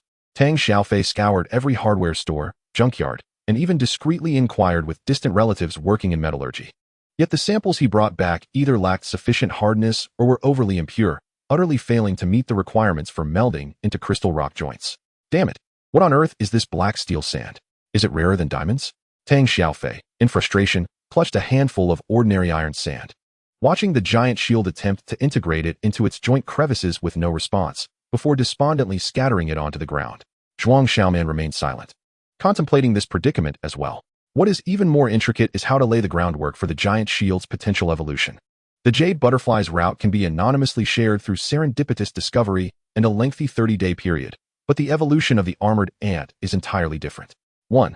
The subjects differ. The jade bug is a quintessential beast of the common folk, and its evolutionary route possesses universal significance and urgency. Although the armored ant is also a choice for the masses, its numbers are far fewer than those of the jade bug. And the evolution route of the giant shield involves rarer and more elusive materials, black steel sand, making it unattainable for most struggling beast masters living at the brink of subsistence. The significance and attention of the post would be greatly diminished. 2. Cumulative risk. Releasing 2 groundbreaking evolutionary routes that subvert official records in quick succession, targeting different beasts, is like branding oneself with the words "I have a problem. Come investigate me."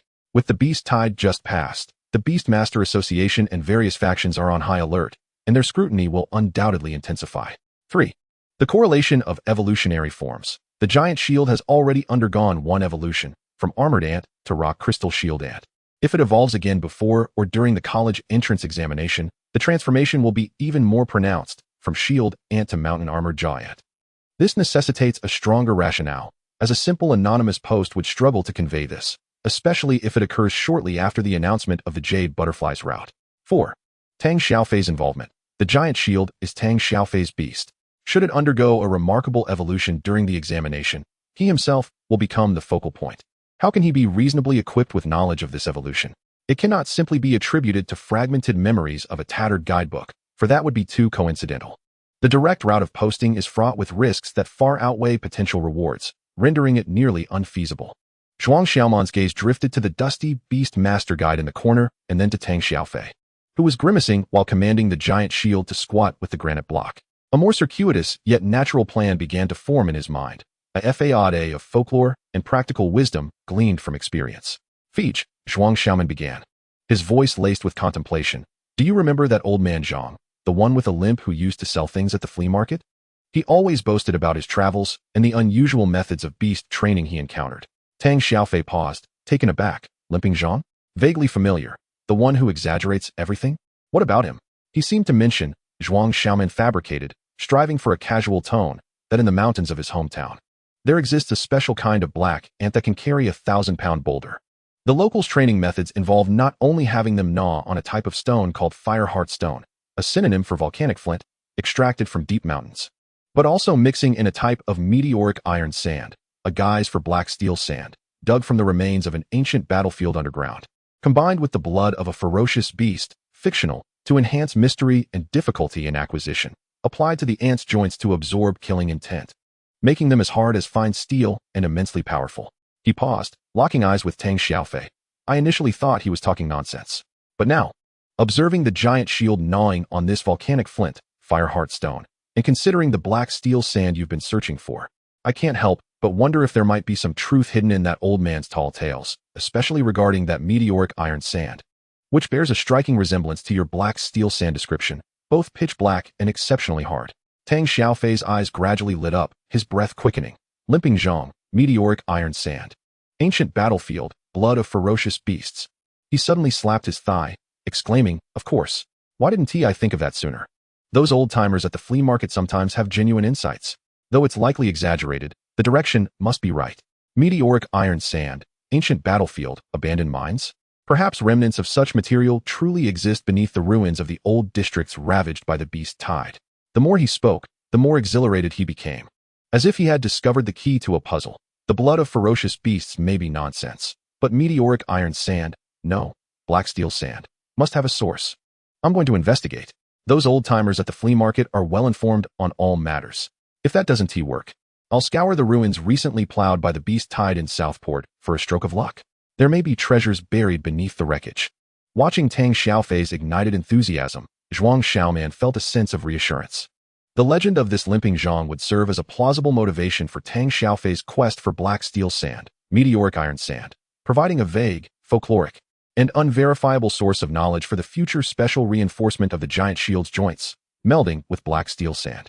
As for the evolution itself, it could be attributed to 1. The merit of materials, volcanic flint, fire heart stone, solidifying the foundation, while the mysterious black steel sand fortifies the joints. 2. The results of hellish training, extreme weight pushing all potential to the limit. 3. The bond between Tang Xiaofei and the giant shield, surpassing limits together under life and death pressure. 4. A touch of luck, much like the serendipity of the jade butterfly. All of this feels far more natural and withstands scrutiny better than an abrupt anonymous post. Even if suspicions arise, it would be challenging to find concrete evidence, ultimately attributing it to Tang Xiaofei's determination, luck, and the efficacy of some obscure folk remedy. Feach. Be cautious while searching for materials, Zhuang Xiaoman cautioned. The ruins are perilous after the beast tide, and the black market is chaotic. Rest assured, I'm well aware. Tang Xiaofei, brimming with determination, had already begun sifting through his contacts for informants. Giant shield, did you hear? Your black steel sand is within reach. Just wait. I'll ensure your joints are as indestructible as diamond. The giant shield emitted a deep, resonant thud as the resounding echoes persist. He continues to squat under the weight of granite, the dark golden shell reflecting a heavy, mountainous luster in the fading rays of the sunset. Zhuang Xiaoman averted his gaze and turned towards the window. The jade butterfly had already collected a delicate layer of stardust, the bottom of the vial shimmering with a faint, iridescent glow. He picked up the bottle and gave it a gentle shake. 17 days remained. The shadow of the illusory nest was now unmistakably evident. Chapter 13, Stardust, Black Sand, and Undercurrents. The days had been compressed into a relentless cycle of training, gathering, devouring stone, and swallowing dust. The acrid scent of gunpowder from Namport seemed to seep into the very bones of the city, saturating the air with a stifling heaviness. The countdown board for the college entrance examination ominously ticked down to 7. The attic had transformed into a veritable anthill and butterfly nest. The giant shield's physique appeared to have grown even more formidable. On its dark golden crystalline shell, the deep black fragments of volcanic flint had been gnawed and ground down, leaving deeper indentations and dark red patterns reminiscent of lava's embrace. At its joints, a viscous, pitch-black substance glimmering with a cold metallic sheen covered the area. It was the ink steel sand that Tang Xiaofei had procured after much hardship. Fresh scratches adorned Tang Xiaofei's face, his trousers caked in mud. Yet his eyes sparkled with remarkable brightness. He was meticulously applying a special hard-bristle brush dipped in a deep brown viscous liquid, which he claimed to be an activator mixed with the blood of earth-dwelling beasts and sulfur oil. Its actual composition remained uncertain. Carefully pressing the finely ground ink steel sand particles into the minuscule crevices of the giant shield's crystalline joints. Hiss, this stuff is potent. Tang Xiaofei grimaced. Despite wearing thick canvas gloves, his skin still registered waves of burning pain and numbness where it came into contact with the ink steel sand and that activator. Giant shield. Hold on. This is meteorite sand. Old Zhang said that applying this will make your joints as tough as fallen star iron. Once it fully melds in, who could possibly shake you? The massive body of the giant shield trembled slightly, and the areas where the ink steel sand was applied emitted a faint sizzling sound, akin to cold water meeting hot oil.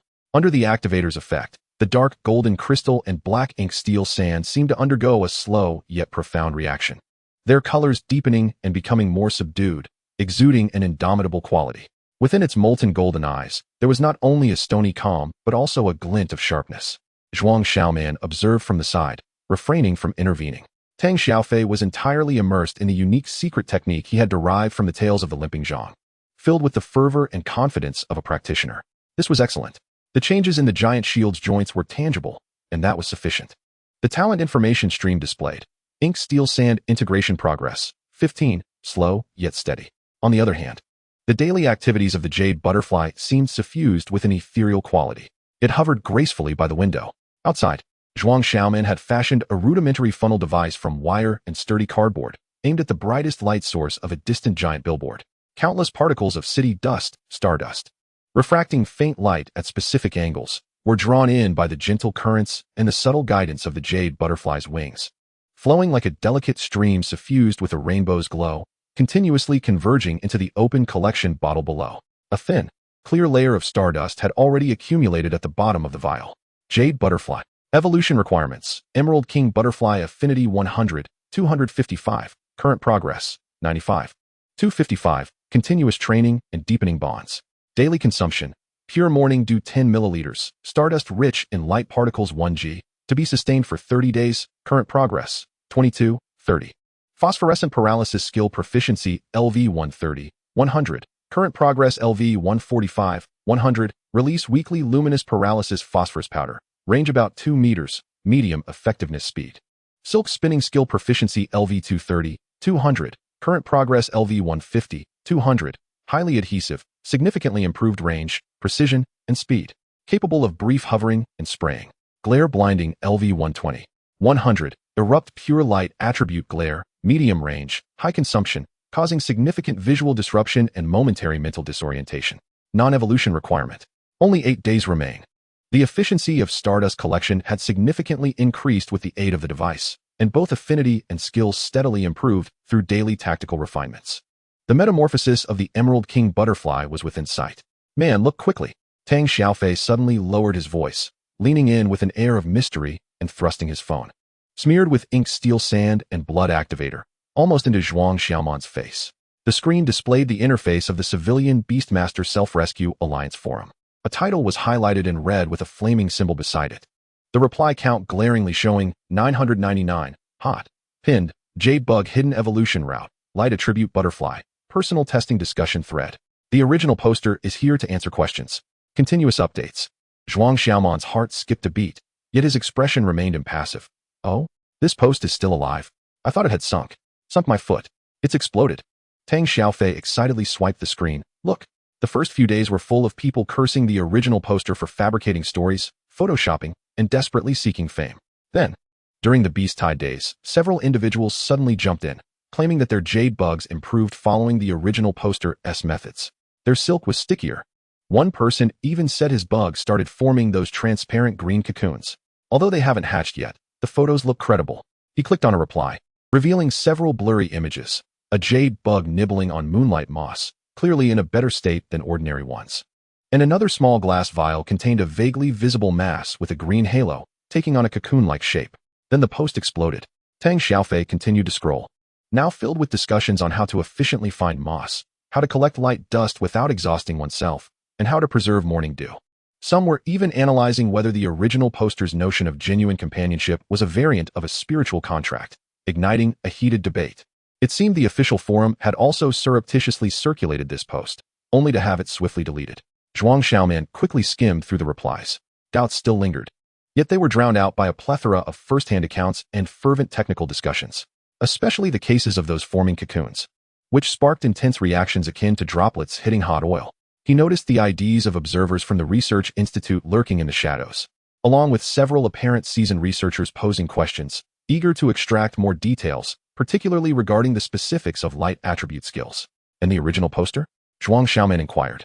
Like a ghost. Tang Xiaofei scoffed. He only re-emerged in the days following the Beast Tide to address a few pivotal questions, emphasizing that the process must last 30 days. Light dust must be collected at specific angles under strong light sources, and morning dew cannot be left overnight. After that, he vanished. Some suspect he was invited for tea by the authorities. Others say he is hiding to avoid trouble. However, his method does seem to hold some merit. Zhuang Xiaoman understood. His 30-day setup was fermenting.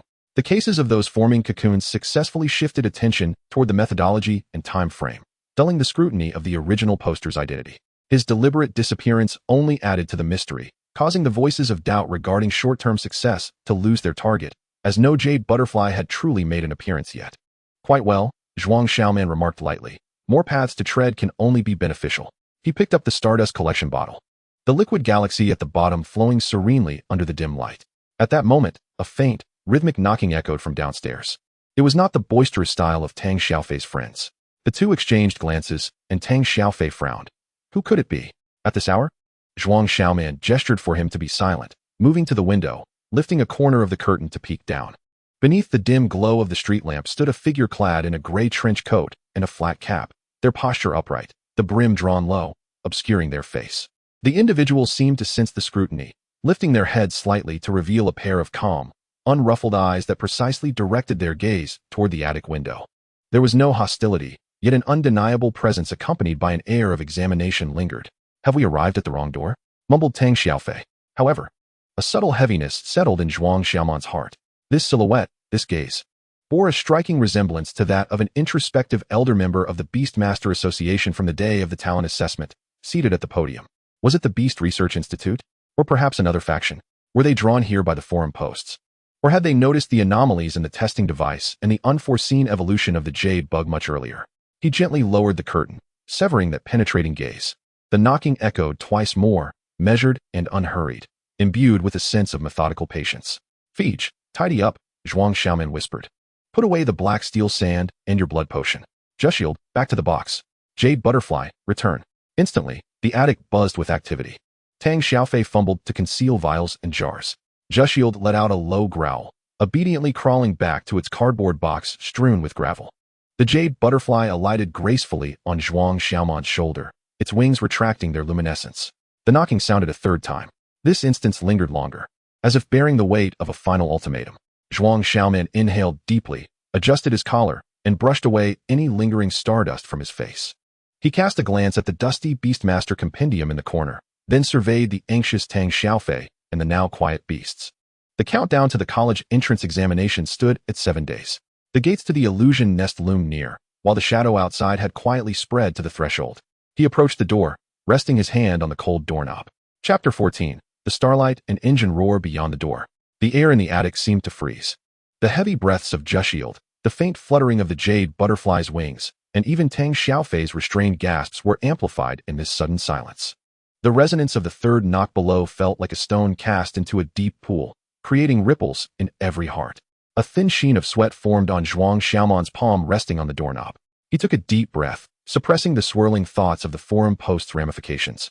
The potential identity outside, the unfinished evolution of the jade butterfly, and the still wet black steel sand at Jushield's joints. He called out, his voice laced with an air of cautious disturbance. Who is it? Outside, there was a moment of silence before a steady, emotionless male voice responded. Zhuang Xiaoman, Class 7. Senior year, Jiangnan Number 3 High School. Chen Feng from the Research Institute affiliated with the Beastmaster Association. I am here for a routine verification of your talent assessment data. Is it convenient to discuss this at the door? The Beast Research Institute. Tang Xiaofei's pupils constricted sharply, nervously glancing at the hidden black steel sand. Zhuang Xiaoman's heart also skipped a beat, but upon hearing the name Chen Feng, a flash of recognition sparked in his mind. Recalling the forum observer ID that had delved deeply into discussions, posing questions with an air of inquiry rather than doubt. Could it be him? The Research Institute? The talent assessment? Zhuang Xiaoman replied through the door, his tone reflecting a student's bewilderment. Has there been an issue with the data? It's been so long. I'm merely a C-level beast affinity. He deliberately emphasized his talent type and level. It's merely a procedural requirement. There is no need for alarm. Came the calm voice from outside, now tinged with a barely perceptible easing. Please open the door, Zhuang classmate. Or would you prefer to conduct this at the school office? With the exams approaching, efficiency is paramount. Zhuang Xiaoman's gaze flickered. Efficiency is paramount sounded more like a suggestion to avoid drawing unnecessary attention at school. He turned to Tang Xiaofei, signaling him to remain composed, and slowly twisted the doorknob. Creak. The old wooden door swung open. The dim hallway light outlined the figure outside, clad in a gray trench coat and flat cap. with the brim pulled low. As he slightly lifted his head to gaze at Zhuang Xiaoman, the eyes hidden in the shadows were calm, yet sharply observant, devoid of any cold scrutiny. His gaze swept across the attic the moment the door opened. Scattered books, a corner with volcanic flint, the peculiar stardust collection device by the window. The tension etched on Tang Xiaofei's face, the varied forms of Jushield within the cardboard box, and finally, resting upon Zhuang Xiaoman's shoulder. The subdued yet warm emerald of the jade butterfly. The gaze lingered on the jade butterfly for 2 seconds, during which a flicker of something almost imperceptible, akin to the discovery of a new realm, sparked in those eyes before fading away. He produced a silver-gray identification badge, Chunfeng. My apologies for the modest surroundings. Zhuang Xiaoman stepped aside. Chunfeng entered, his footsteps light. He scanned the room. And when his gaze fell upon Jushield's dark golden crystalline shell and the still wet black substance at its joints, his brow twitched slightly, though he did not delve deeper. His attention was drawn more to the stardust collection device by the window. Upon witnessing the flowing streams of iridescent stardust, the corners of his mouth, concealed beneath the brim of his cap, seemed to twitch upwards ever so slightly. Your beast. Chunfeng's gaze ultimately returned to the jade butterfly. His tone imbued with a researcher's curiosity. Its unique form and energy activity far surpassed the ordinary jade bug category. The one who shared their experience on the forum, weeping for attention, is you. He stated it as a fact rather than a question, his voice deliberately low. Zhuang Xiaoman's heart tightened. Chunfeng had not uncovered the talent in the compendium. He had accurately pinpointed the abnormal manifestation of the beast affinity talent. Moreover, he had directly linked it to the anomaly in the testing device and the rapid growth of the jade butterfly. While this deduction did not touch upon the core secret, it struck at his most glaring superficial flaw. The growth rate was far too swift. Zhuang Xiaoman sought an explanation. Chunfeng raised a hand, gesturing for silence. With an expression that bore a hint of appreciation, there is no need for alarm. I have no interest in the intricate details of how you achieved this. Every beastmaster harbors their own secrets. What intrigues me is the outcome, a feasible, low-cost, and immensely promising new evolutionary pathway, along with the hope it represents. He glanced at the jade butterfly, adding, especially the affinity to light it exhibits. This bears significant implications for defense against beast tides. His tone grew serious. The tragedy of Southport must not be repeated. Your discovery has given many hope. This is commendable. However, the winds of change are relentless. The gaze of the eternal night has never strayed from any force that could disrupt the balance, especially the dawn emerging from the common folk. They possess a pathological obsession with stifling hope. Chunfeng's gaze swept over Zhuang Xiaoman and Tang Xiaofei. Carrying the weight of an elder's admonition, I have been monitoring the forum closely. Those cases of cocoons, were they your smokescreens? Quite clever. Diverting attention while validating the universality of the method. Yet, this is still not sufficiently secure. The college entrance examination and the illusion nest are your true stages. There. Let the radiance and prowess of the jade butterfly attest to the viability of this path, silencing the naysayers with irrefutable achievements, and allowing all to witness that even common beast tamers can cultivate formidable companions. This holds more power than 100 anonymous posts, and serves as the most potent rebuttal to the eternal night.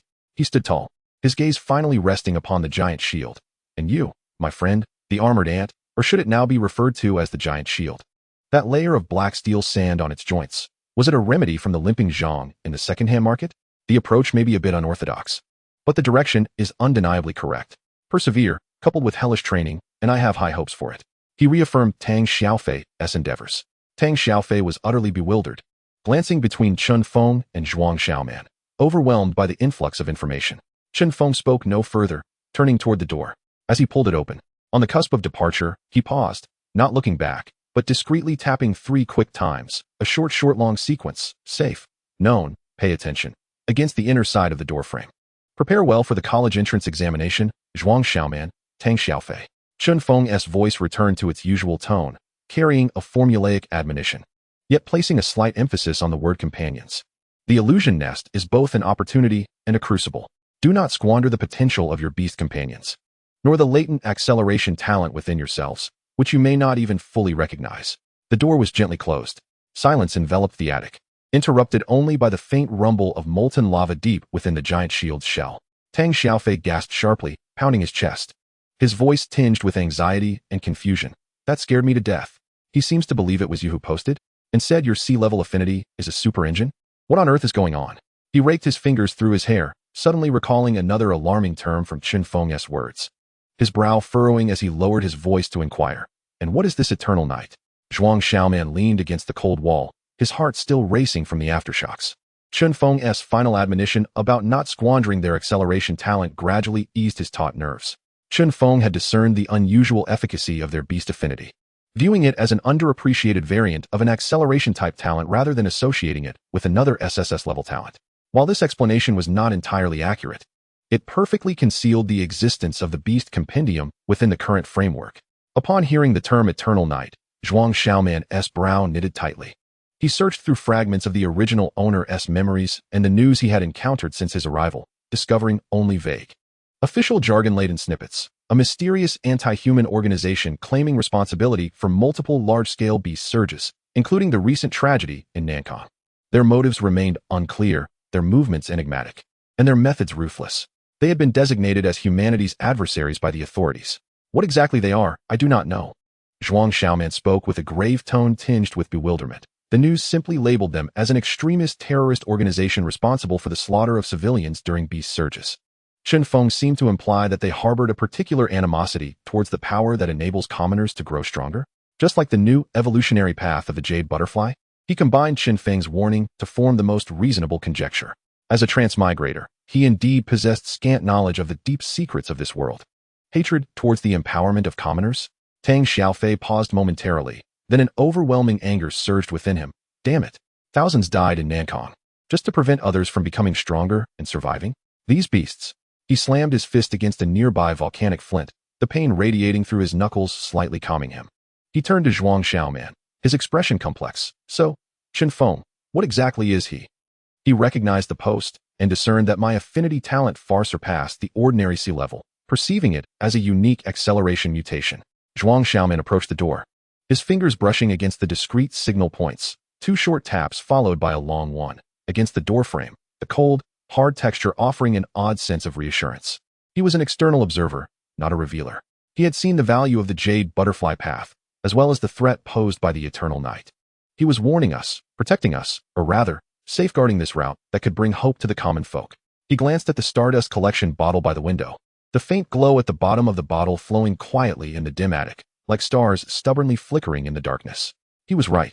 The college entrance examination was the true proving ground. Demonstrating the strength of the jade butterfly, and the giant shield spoke louder than any explanation.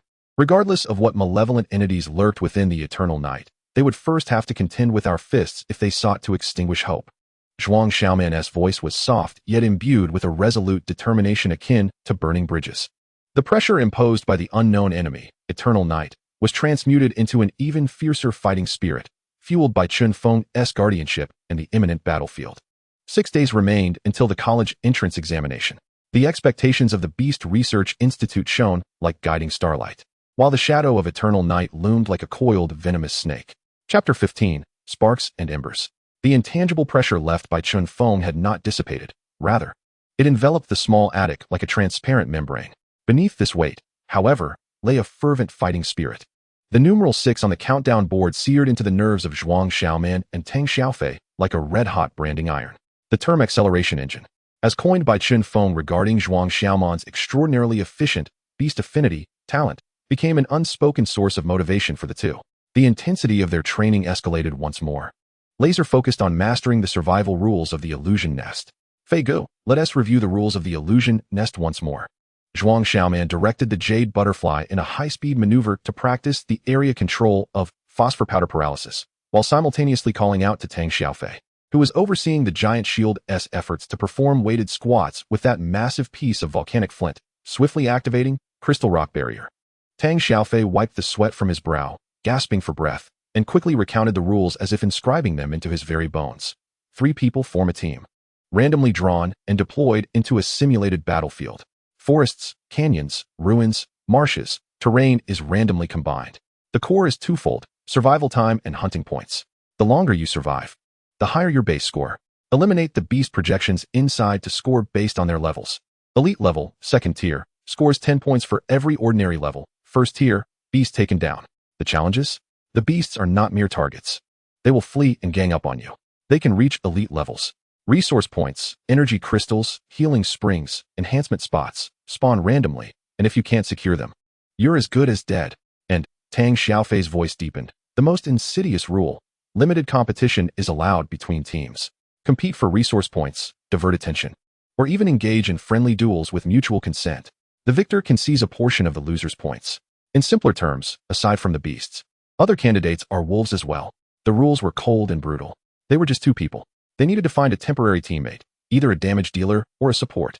Zhuang Xiaoman halted his training, the jade butterfly landing back on his shoulder, slightly winded. Time was of the essence. They had to head to the talent market for a stroke of luck. The talent market was a colloquial term for the area near the barbecue stalls behind Jiangnan Free High School. As the college entrance examination approached, common candidates like Zhuang Xiaoman, who were self-organizing but short on numbers, or those seeking to latch on to stronger partners, would gather here, displaying their beasts and talents like wares at a market, searching for suitable teams. In the evening, the backstreet barbecue stall was shrouded in smoke, bustling with activity. The cheap neon signs flickered with a greasy sheen. The air was a blend of cumin, chili powder, charcoal smoke, and beast feed. Along the roadside, clusters of students stood or squatted, small open breeding boxes set before them, most containing common low-tier beasts, armored ants, iron frogs, gale sparrows, and even a few wilted jade worms. Since the anonymous post had gained traction, a noticeable increase in civilian students bringing jade worms to try their luck had emerged, their eyes reflecting cautious hope. Tang Xiaofei clutched the cardboard box containing the giant shield, as if it were a prized signboard. The deep, golden crystalline shell glimmered under the lights of the barbecue stall, exuding a heavy and steady luster. The layer of dry, cold, metallic black sand at the joints was particularly striking, drawing curious and envious glances from many onlookers. B-level defensive talent, flame shield protection. Contracted beast with a giant shield, capable of both offense and defense. The core shield of the team, seeking powerful damage dealers or reliable support, shouted Tang Xiaofei, his voice resonant and imbued with his characteristic boisterousness and confidence. The giant shield emitted a low, resounding thud, while the gaps in the shell flickered with a subtle glow of molten lava, exuding an impressive aura. In stark contrast, Zhuang Xiaoman maintained a much lower profile. He refrained from showcasing his jade butterfly, instead standing quietly beside Tang Xiaofei, his sharp gaze scanning the surrounding students and their contracted beasts in search of a team. The SSS-level Beastmaster S illustrated guide operated silently, with streams of information cascading through his vision. Swift-wind sparrow, malnourished. Attribute, wind. Potential rating, F SSS. Trait, swift, passive. Slight increase in speed. Current condition, lethargic, wings lacking luster. Windblade skill, LV-15, 100, has low power. Evolution path, first evolution, swift feather sparrow. Requirements, high altitude storm refined feathers. Affinity 70. Significant speed increase, feathers sharp as blades. Renting sky falcon. Requirements, wingspan increase, capable of tearing through air to create true air blades. Speed breaking the sound barrier. Celestial hunter. Requirements, short distance spatial flicker, attacks carry spatial tearing effects. Astral eagle. Requirements, can survive briefly in low Earth orbit, speed approaching sublight. Attacks have star gravitational effects. Dimensional messenger Hermes wings, unique to this realm, suspended in space. Second evolution, storm lark. Requires absorption of thunder and lightning energy, affinity 75. Survival in the eye of the storm. Eternal gale celestial dragon, unique to this realm, suspended in space. Beastmaster talent, D-level, wind acceleration. Slightly enhances the speed of wind-type contracted beasts. Evaluation, foundations are adequate, but training is severely lacking, combat capability is limited. Iron-skinned frog, vitality type. Attribute, water, steel. Potential rating, F SSS. Trait, thick skin, passive, slight increase in physical defense. Skill, water gun, LV-110, 100, weak power, short range. Evolution path, first evolution, steel-skinned frog. Requirements, high-strength alloy fragments, affinity 70. Significant increase in defense, shell becomes metallic. Alloy giant frog. Requirements, size increase, shell merges with deep-sea metal, balancing defense and power. Vortex steel tyrant. Requirements, shell exhibits lava patterns, capable of manipulating high-pressure water blades and lava impacts. Abyssal guardian. Requirements, massive size, shell akin to a mobile fortress, controlling high-pressure water flows and gravitational fields. Deep ocean titan, unique to this realm, suspended in space. Second evolution, heavy armored steel frog. Requires absorption of high-density metal, affinity 70. Geomagnetic resonance training. Core forge, unique to this realm, suspended in space. Beastmaster talent, sea level, water affinity, slightly enhances the recovery speed of water-type contracted beast skills. Evaluation, potential is decent, but skills are singular and lack explosiveness, insufficient output in early stages. Most contracted beasts displayed signs of stunted growth due to resource scarcity, their potential yet to be unearthed. The few with more pronounced conditions had already gathered around teams, offering better opportunities. Zhuang Xiaoman's gaze did not waver. He continued to search for that piece capable of complementing their defensive counterattack and sustaining combat strategy. His eyes settled on the deepest shadows of the street corner. There, a slender girl huddled at the edge of the lamplight. Her faded school uniform clung to her frail shoulders, and her long bangs fell over most of her face, revealing only her tightly pressed, colorless lips. She clutched a simple cardboard box tightly in her arms, as if it were her sole treasure. On the ground before her, she had meticulously written with a small piece of chalk, "Support, Fluffy Ball, capable of healing. Seeking a team to take me in." From the edges of the box, a few pale, fuzzy short tendrils timidly emerged, trembling slightly. Inside the box, a small, fluffy ball nestled, its round body appearing abnormally diminutive, with its once fluffy fur now dull and matted. A pair of damp, large eyes peered out from the crevice, filled with anxiety and frailty. Fluffy Ball. Attribute, Grass. Potential rating, F SSS. Trait, Natural Affinity, Passive, Weak, Enhanced Adaptability to Plant Environments. Skill, Healing Spores, LV 118, 100. Releases weak healing energy spores. Effects are minimal and range is very short. Evolution Path, Moss Healer Ball, Requirements. Affinity 60, currently 55, daily intake, fresh moss mixture, containing trace amounts of dew and humus. 50G, currently 0, 20, continuous exposure to gentle sunlight for 4 hours, daily 20, 20, healing spores skill proficiency 20, 100. Slightly larger. Its fluffy body covered in a layer of moist, vibrant green moss, tendrils becoming longer and more flexible, resembling tender branches. Leaf Armored Guardian, size approaching that of a small dog. Moss transforms into resilient leaf armor of deep green or dark green, akin to natural armor. Structures resembling budding leaves or small flower buds grow atop its head. Roots can briefly float above ground. Canopy Moss Crown Tree, massive size, several meters high. Formed between tree and living being. The main body is a stout trunk covered in thick moss and glowing vines, with a top that branches out luxuriantly, forming a canopy that emits a soft, vibrant green and pale golden glow. Origin Sacred Tree Noah's offspring. Life radiates through it in a tangible glow and mysterious runes, embodying the laws of life. Eternal Sacred Tree Noah, unique to this realm, suspended in space. This girl and her fluffy ball seemed like a flickering ember left in a corner, relying solely on the last remnants of warmth to huddle against each other. Feech. Over there in the corner, Zhuang Xiaoman's voice was low, signaling Tang Xiaofei. Tang Xiaofei followed his gaze, spotting the figure nearly blending into the shadows with the trembling fluff ball in her arms. As he examined the girl's protective stance over the box, memories of the shattered scenes from the Southern Port Beast Tide news flashed through his mind. Finally, he lowered his voice, tinged with a sense of pragmatic uncertainty. "Mango, that fluffy ball looks in poor condition. Can its healing spores even be useful? I'm afraid we won't be able to manage it after we go in. I know the healing it can currently provide is extremely limited." Zhuang Xiaoman's eyes remained fixed on the girl and her cardboard box, his tone calm and pragmatic. But look at her. She hasn't given up. Despite her condition, she still brought it to find a team, striving for a chance for both it and herself. This persistence is precious in itself. He paused, analyzing further. Our tactical core revolves around the giant shield's defense and my control, focusing on sustained and retaliatory combat. The competition for resource points is fierce, and the healing spring might not be secured. A support that can provide ongoing, even if feeble, healing may very well be the last straw that breaks the camel's back in critical moments when the giant shield bears the brunt of the damage. Or perhaps the life-saving sip of water. He continued, her talent, plant sensing, though low in level, might help stabilize the fluffy ball's condition somewhat. Most importantly, she needs a safe platform to unleash her meager abilities, not to be thrust into the fray. This aligns with our needs. Tang Xiaofei gazed at Zhuang Xiaoman, then shifted his attention to the flickering glimmer of hope nestled in the corner, recalling Chen Feng's heavy admonition not to betray their companion. He rubbed his face in agitation, ultimately conceding in a deep, resonant voice, "Very well. You are the brain. If you believe it can be done, then it shall be so. However, once we enter, that little fluffball must stay close to the giant shield, not a step away. Do you hear me?" His words seemed more directed at the paper box than anything else. Zhuang Xiaoman nodded and approached the shadowy area. His footsteps were light, yet they were sufficient to startle the girl within, akin to a startled bird. She abruptly lifted her head, her bangs falling slightly, revealing a delicate yet pallid face, marked by profound fatigue and anxiety. Her large eyes brimmed with both wariness and a barely perceptible glimmer of hope as they darted between Zhuang Xiaoman and the towering, steadfast figure of Tang Xiaofei, who bore the giant shield.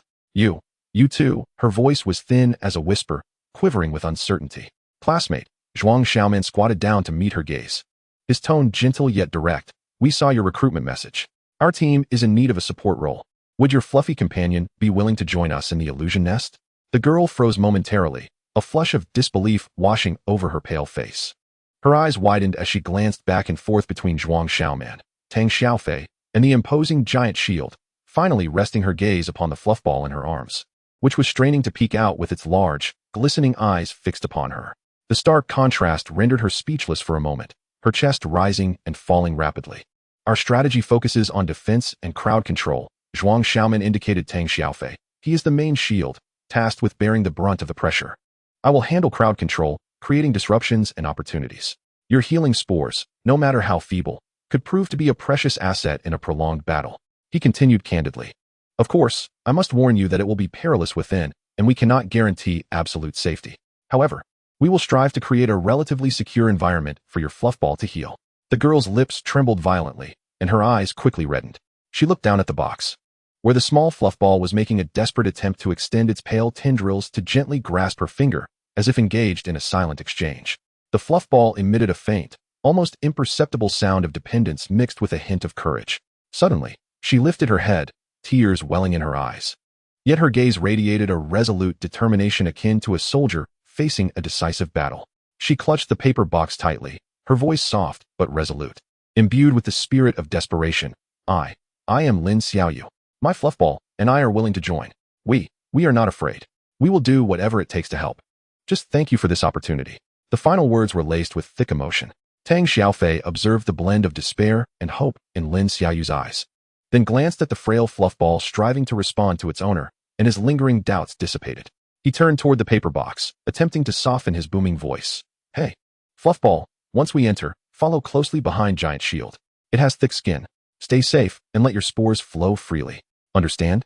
The fluffball seemed to comprehend, its pale tendrils swaying towards Tang Xiaofei and the Giant Shield, before gently nudging Lin Xiaoyu's finger, producing a slightly clearer sound, as if affirming its readiness. Thus, a temporary team quietly formed at the intersection of smoke and shadow. Chapter 16, The Symphony of Twilight and Mountains. The attic was filled to the brim with 3 summoned beasts and a new ally. The air was thick with the scent of volcanic ash, the coolness of stardust, the faint aroma of fresh grass emanating from the fluffball, and an undercurrent of palpable tension. The massive, dark golden form of the Giant Shield occupied nearly half of the space, each breath resonating with a heavy hum. The jade butterfly hovered on Zhuang Xiaoman's shoulder, its emerald and rainbow-hued wings occasionally fluttering, casting tiny glimmers of light. In a corner, Lin Xiaoyu clutched her cardboard box as if safeguarding a fragile snowflake.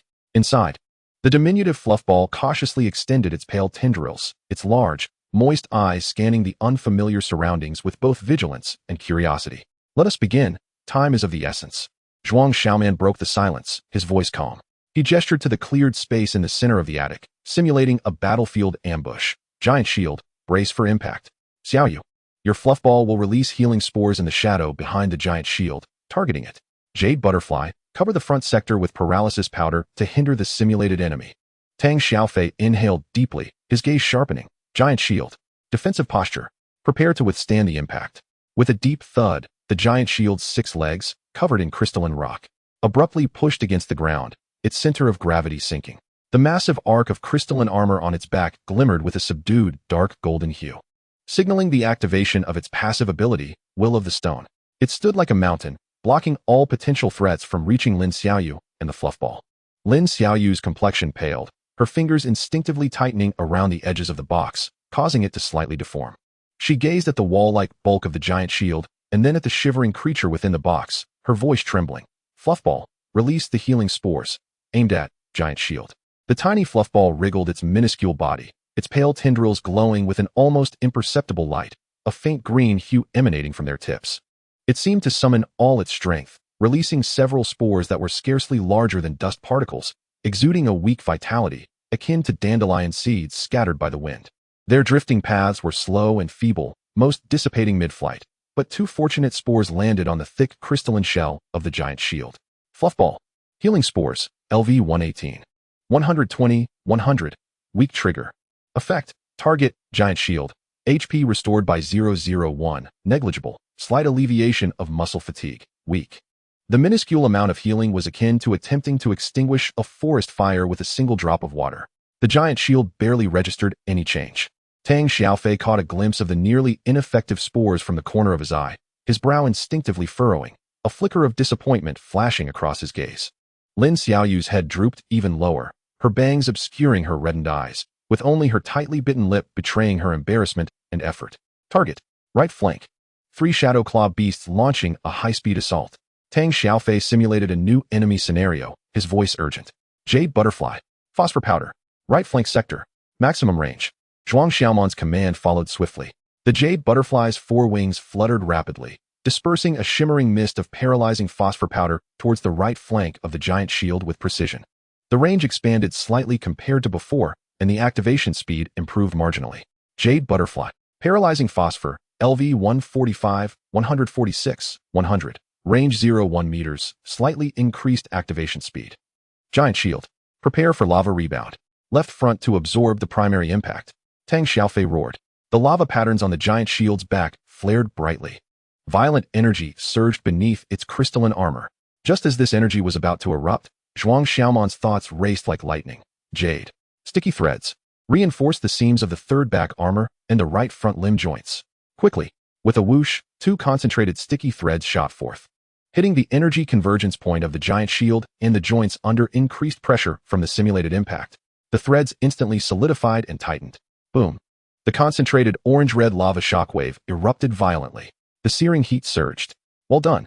Tang Xiaofei cheered, then simulated Giant Shield. Crystal Barrier. Brace against the falling rocks above.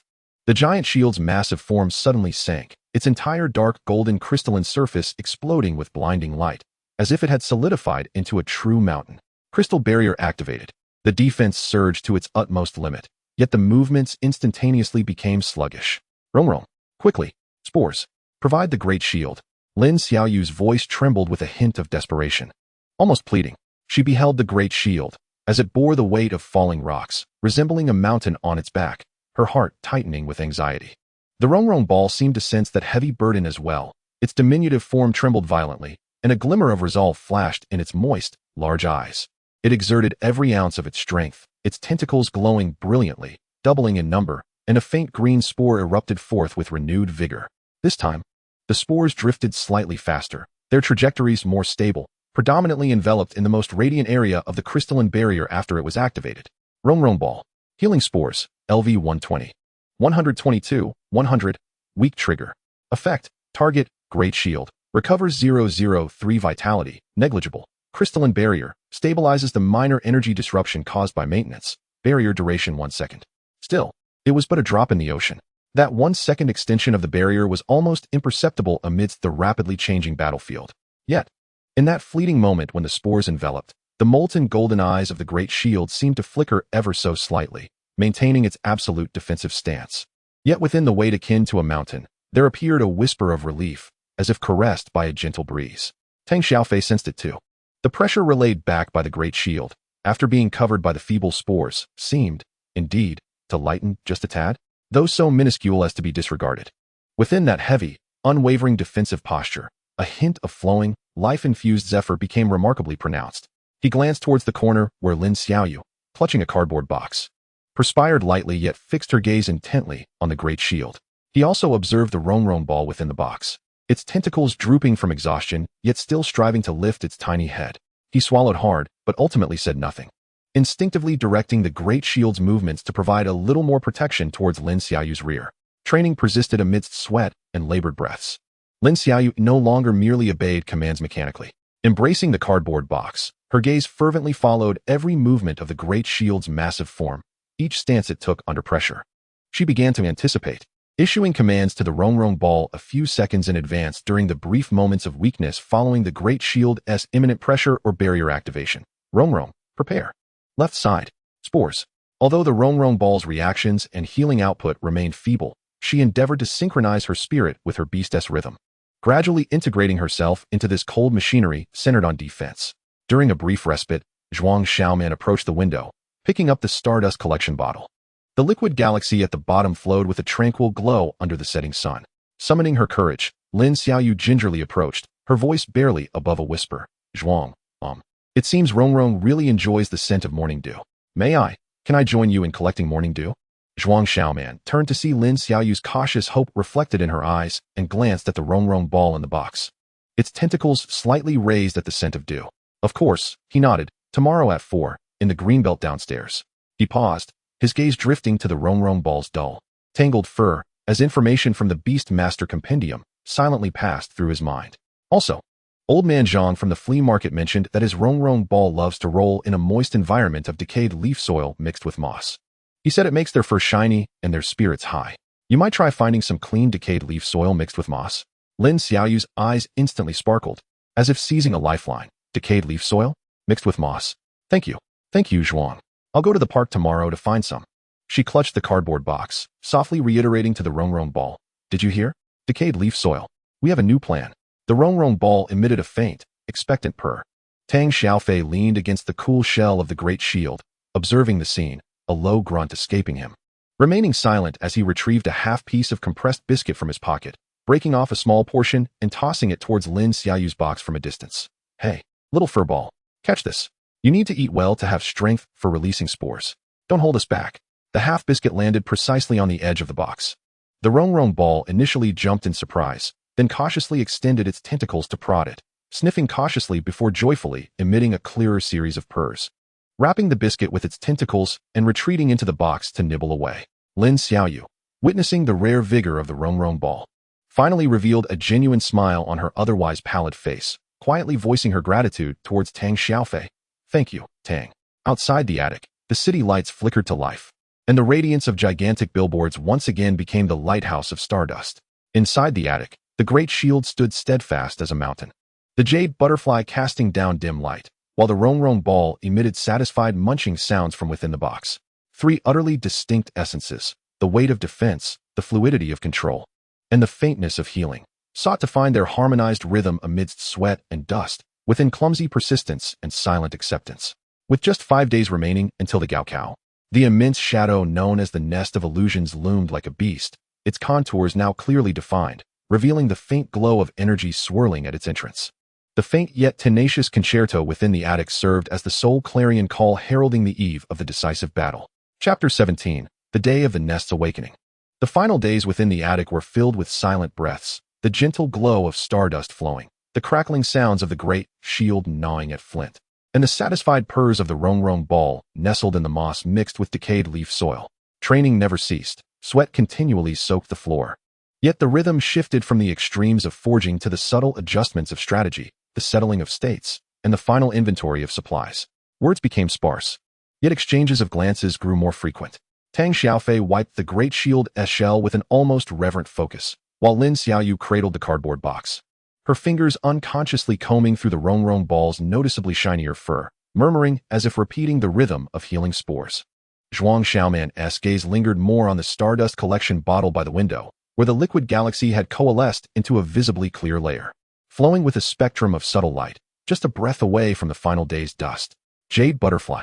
Evolution requirements. Emerald King Butterfly daily intake. Pure morning dew 10 milliliters. Stardust rich in light particles 1G must continue for 30 days. Current progress. 28:30. 29 days. Just 1 step remaining. Zhuang Xiaoman forcibly suppressed the burning anticipation within. The Nest of Illusions was not a sanctuary, but a battlefield.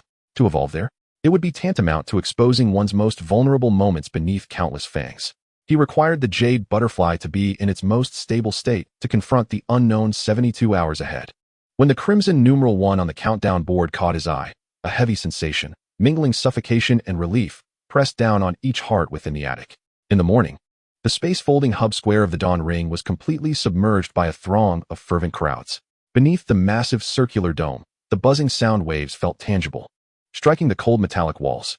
Students clad in various school uniforms surged like worker ants tossed into a colossal anthill, caught in an atmosphere of tension and excitement. Some appeared pale, clutching their feeding boxes tightly, while others feigned nonchalance, laughing loudly with companions, yet their eyes frequently darted towards the distant, flickering portal of energy adorned with a ghostly blue arc. The majority were silent civilian candidates, gripping cheap beast balls or rudimentary boxes, their gazes filled with a resolute determination. The air was a blend of sweat, the grease of cheap breakfast, the scent of beast feed, and a faint whiff of ozone. The unstable energy escaping from the portal. Goodness, there are far too many people. Tang Xiaofei clutched the hefty cardboard box containing the colossal shield, akin to embracing a magnificent bulwark, as he laboriously forged a path through the throng. The weighty form of the shield emitted a low, resonant hum from within the box, drawing the curious gazes of those around. Following closely was Zhuang Xiaoman, whose Baiyu Dai had withdrawn all its brilliance. Quietly resting in the specially crafted pocket of his coat, Lin Xiaoyu clung tightly to Zhuang Xiaoman's back, her complexion paler than usual. Her hands fiercely protecting the cardboard box nestled in her arms. Inside, the fluffy creature seemed to sense the overwhelming pressure akin to a tidal wave. Its pale pink tendrils pressed tightly against the inner walls, trembling in agitation. Remember the code. H, Zone 17, Drop Point 7, Zhuang Xiaoman's voice, though soft, cut through the surrounding clamor with clarity. Once inside, regardless of where we land, prioritize locating our teammates. The colossal shield is our primary landmark. Xiaoyu, your task is to stay close to the shield and ensure your safety along with the fluffy creature. Tang Xiaofei nodded vigorously, rapping his knuckles against the crystalline carapace of the shield. Did you hear that, you iron lump? Once we enter, stand firm and be our lighthouse. The shield responded with an even louder thud from within the box. Lin Xiaoyu took a deep breath, striving to suppress the tremor in her voice. I remember. Stay close to the shield. Protect myself. Navigating through layers of security checks, the vast door loomed ahead. A deep azure energy flow cascaded like a tangible waterfall within the doorframe, swirling and emanating a disquieting spatial fluctuation.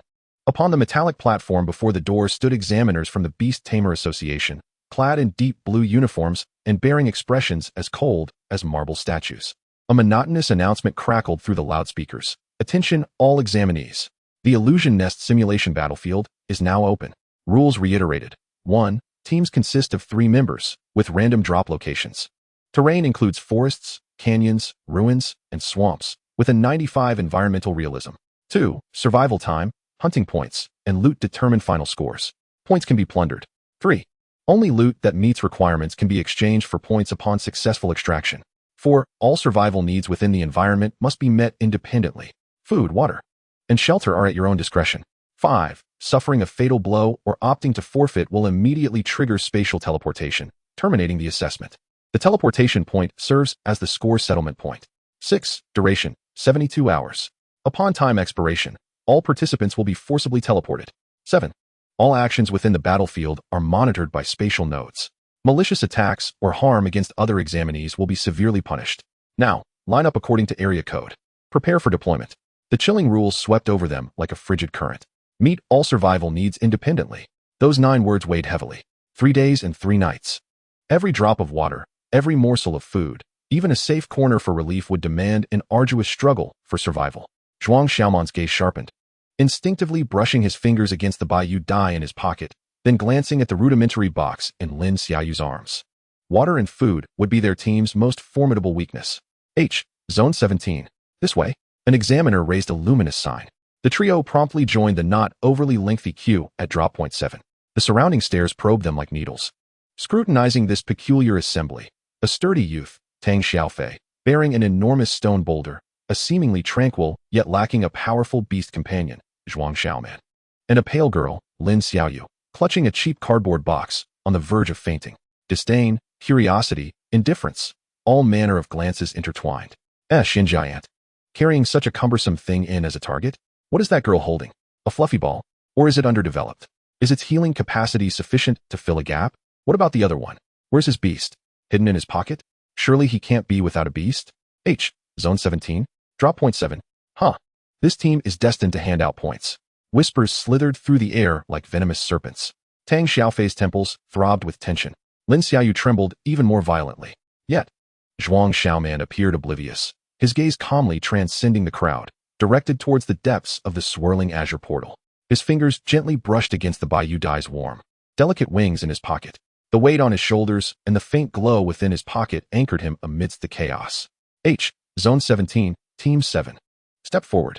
The examiner's cold voice rang out. The 3 inhaled deeply in unison and stepped onto the frigid metallic platform. A subtle tremor coursed through the ground beneath their feet as the azure energy within the portal swirled faster, emitting a low, resonant hum akin to a great beast swallow. The spatial anchor device in the examiner's hand burst forth with blinding white light. Deployment countdown. 3, 2, 1. With a resounding hum, the immense force of spatial distortion descended upon them. Everything before their eyes, the throng, the metallic dome, the examiner's frigid visage, was suddenly drawn into a swirling vortex, distorting, elongating, and shattering in an instant. The overwhelming sensation of weightlessness and the dizzying pull of their very souls engulfed all senses. The only sound that remained was the sharp hiss of chaotic spatial currents. Zhuang Xiaoman felt himself hurled into a frigid, tempestuous kaleidoscope of chaotic colors. Time lost all meaning. He clung desperately to a shard of clarity, his thoughts like chains tethering him to the Bayou die in his pocket. He sensed a faint response from the Bayou die, resonating with the same anguish, yet steadfastly maintaining their connection. Uncertain how long had passed, a thud reverberated beneath his feet, accompanied by the soft, decaying touch of earth and fallen leaves. The blinding light dissipated, replaced by a dim, damp glow, heavy with the scent of rotting vegetation. The disorientation ebbed like a receding tide as Zhuang Xiaoman stumbled forward, quickly steadying himself and instinctively reaching for his pocket. His fingertips encountered the warm, slightly trembling sensation of the Bayou die. It was still there. It seemed to have endured quite a fall, its wings flickering with disordered light. He immediately raised his gaze, scanning the surroundings. Towering ancient trees loomed like emerald giants, their gnarled roots bare upon the surface, entwined with thick, moist moss. Stout vines cascaded from above, resembling great serpents. The light was extraordinarily dim, fragmented by the dense canopy above, with only a few beams struggling to penetrate, illuminating the dust and moisture swirling in the air. Beneath his feet lay a thick layer of humus, accumulated over countless years. Soft and yielding, exuding a rich, sweet, and fetid odor. The air was thick, saturated with moisture, and every breath was laden with the scent of decaying flora. Silence. An infinitely magnified, heart-stopping silence. Only the faint hum of unknown insects in the distance, and the rhythmic thumping of his own heart echoed within his chest. A forest. They had been deployed to the edge of a primeval, damp, and exceedingly dim forest. Fei Ge, Xiaoyu. Zhuang Xiaoman's voice dropped to a whisper, laced with an undercurrent of urgency, breaking through the suffocating silence. Mangu, I'm here. Tang Xiaofei's voice emerged from not far to the left, tinged with a dazed tone. He was struggling to rise from a tangle of slippery leaves and vines, the box containing the colossal shield slightly misshapen from the fall. Yet the dark golden giant within had already forced open the lid, its 6 crystalline legs firmly planted into the humus, molten gold eyes scanning the dim surroundings with vigilance. The cracks in its shell faintly glowing with lava-like light, emitting a low, oppressive hum, akin to a slumbering volcano. Zhuang, Tang, Lin Xiaoyu. Came her voice from the other side, quivering and weak, laden with the tremor of impending tears. She had fallen beside a shallow puddle filled with murky rainwater, her body smeared with mud and decaying leaves, the cardboard box in her arms tipped over. The fluffy creature tumbled out, its pale pink fur caked in mud, damp and matted together, appearing terrified, curled up on the damp humus, a few tendrils weakly trembling, emitting faint piu sounds, its large eyes shimmering with fright. Lin Xiaoyu, overwhelmed with concern for her companion, frantically attempted to return the trembling fluffball to its box, tears welling in her eyes. 3 individuals, accompanied by 3 beast companions, were scattered within a mere 10-meter radius. Fortunately, none had been cast to the far corners of the earth. Zhuang Xiaoman swiftly surveyed their surroundings. The extraordinary insight granted by his beast compendium talent instantly processed the flow of information. Environment, dim ancient forest, edge. Vegetation, extremely dense, dim light, visibility 50 meters. Deep humus layer, rich in moisture, prone to collapse, rampant vines, moss, and ferns. Potential threats, venomous insects, swamp traps, lurking predatory beasts, high probability. Unknown plant toxins, moderate probability. Resources, clean water source, to be located, edible fungi and plants, to be identified. Natural shelters, high probability. Odor, pungent scent of decaying matter, concealing other scents. Quickly, leave this open space. Zhuang Xiaoman's voice was imbued with undeniable urgency. Xiaoyu, secure the fluffball. Fij, clear the path. Watch your step on the humus layer. There may be swamp traps. He swiftly moved to Lin Xiaoyu's side, assisting her in lifting the box and carefully placing the shivering fluffball back inside. Just as Lin Xiaoyu clumsily attempted to close the lid, a sudden, teeth-grinding rustling sound erupted from the dense ferns to their right. Several pairs of glowing green eyes flickered to life beneath the shadowy foliage, akin to will-o'-the-wisps. A wave of malevolent intent, reminiscent of a cold, venomous serpent, instantaneously coiled around the spines of the three individuals. The rustling intensified, and several slender forms, covered in dark green, sticky scales, burst forth from the ferns with astonishing speed. They resembled lizards but were only half the length of an arm, their short limbs surprisingly powerful, trailing a robust tail, their mouths filled with barbed teeth, hissing as they charged directly at Lin Xiaoyu, who was awkwardly clutching the paper box. The first lesson of the illusion nest, under the oppressive humidity, decay, and the watchful gaze of the ominous green, abruptly unveiled a bloody curtain. The countdown to survival for 72 hours ticked ominously.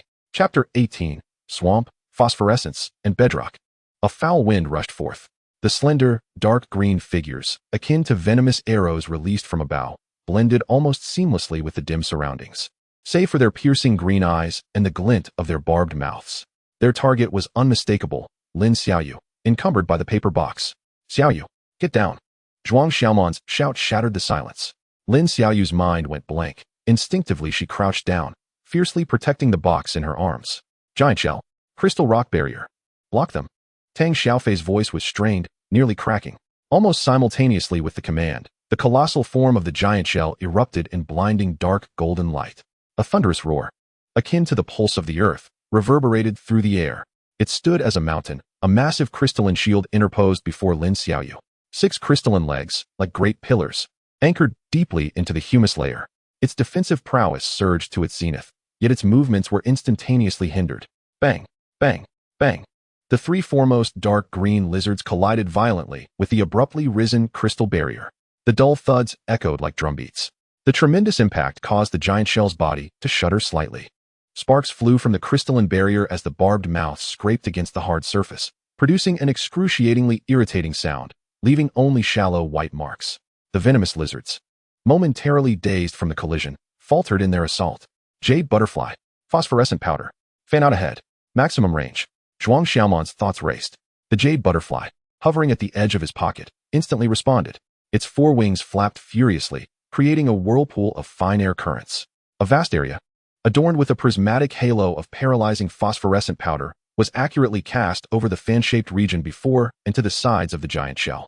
The range was slightly expanded from their training, and the activation speed had improved. Jade butterfly, phosphorescent powder paralysis, LV 146, 147, 100, range 0.1 meter. Slightly increased activation speed. The venomous lizards that entered the phosphorescent area suddenly became rigid and sluggish. Their small limbs appeared as if filled with lead. Their sprinting speed drastically reduced. A haze of confusion clouded their glowing green eyes, causing their attack direction to become erratic. Although the paralysis effect was insufficient to completely immobilize them, this slight delay was invaluable on the rapidly shifting battlefield. Xiaoyu, retreat behind the giant shell.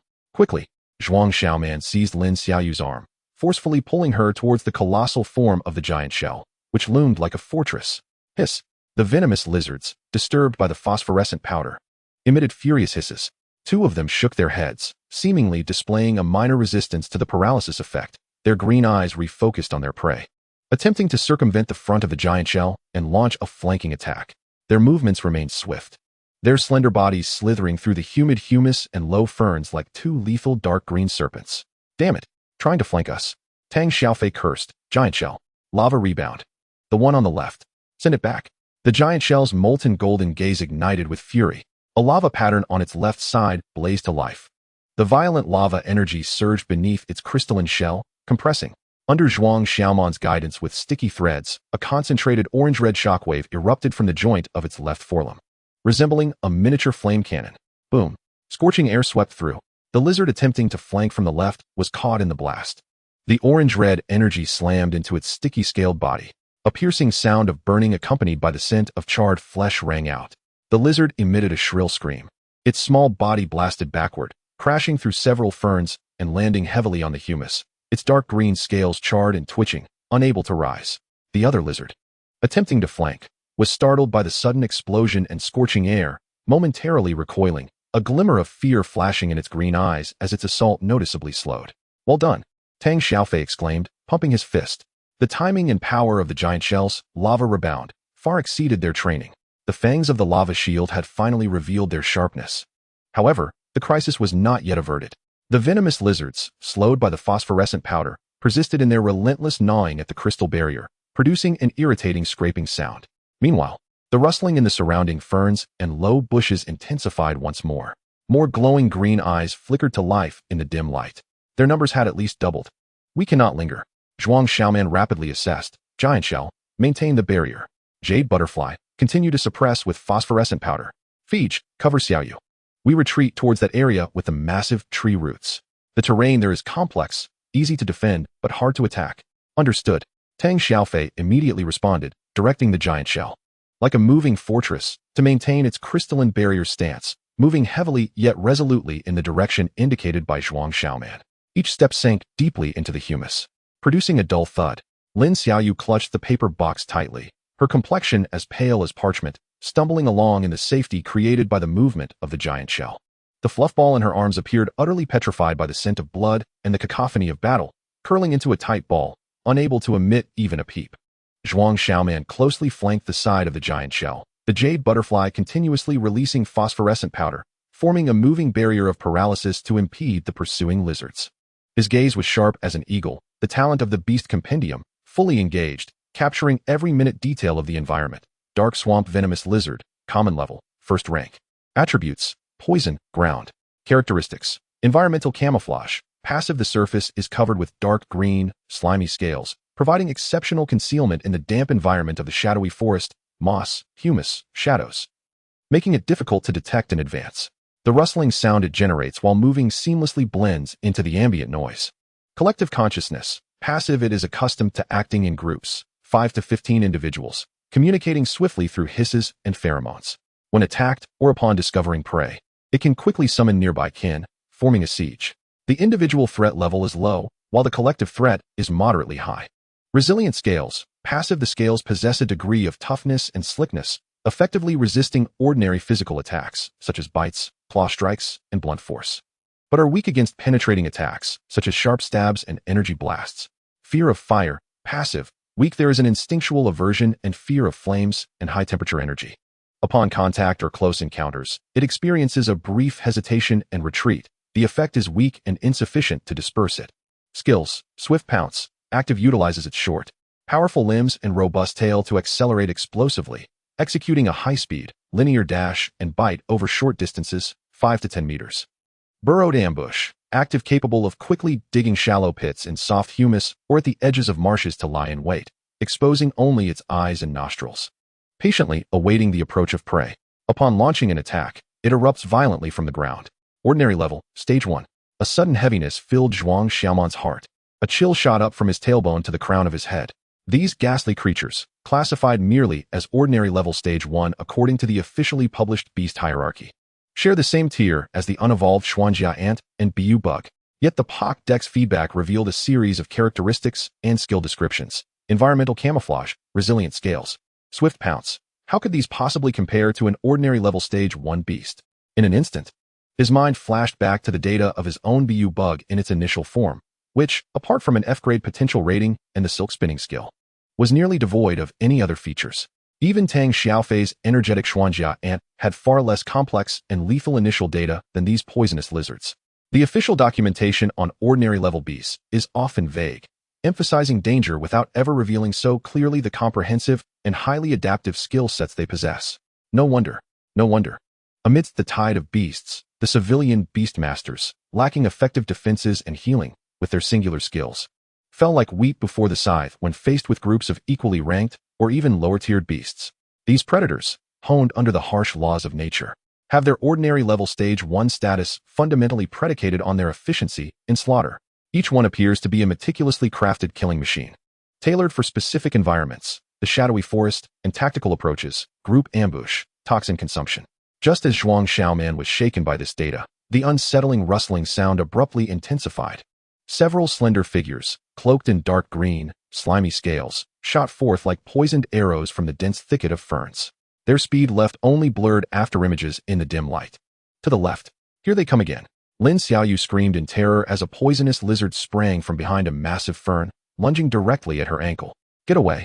Tang Xiaofei bellowed, unable to direct the giant shield in time. In a desperate move, he kicked a nearby exposed, slippery black stone. The stone tumbled and crashed toward the poisonous lizard. The lizard nimbly twisted aside to evade, but its assault was interrupted, landing on the ground. Its eerie green eyes fixed intently on them. This won't do. Zhuang Xiaoman felt beads of sweat forming on his forehead. Maintaining the crystal barrier with the giant shield and its slow movement consumed vast amounts of energy, and the BU butterfly was nearing its limits with its continuous release of phosphorus powder. Yet the swarm of poisonous lizards seemed endless, using the terrain to wear them down, depleting their stamina and the energy of their beasts. Just as one poisonous lizard broke through the phosphorus barrier, leaping down from above the vines, aiming directly for the nape of Zhuang Xiaoman's neck. PFF. A faint, trembling yet exceptionally clear chirp suddenly emanated from the paper box in Lin Xiaoyu's arms. Lin Xiaoyu instinctively looked down at the box. The fluffy ball had somehow managed to struggle and protrude a small portion of its body.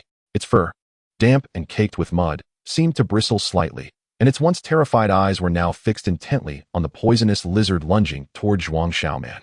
Several pale pink tendrils quivered violently, their tips glowing with a light green radiance brighter and more concentrated than before. PFF.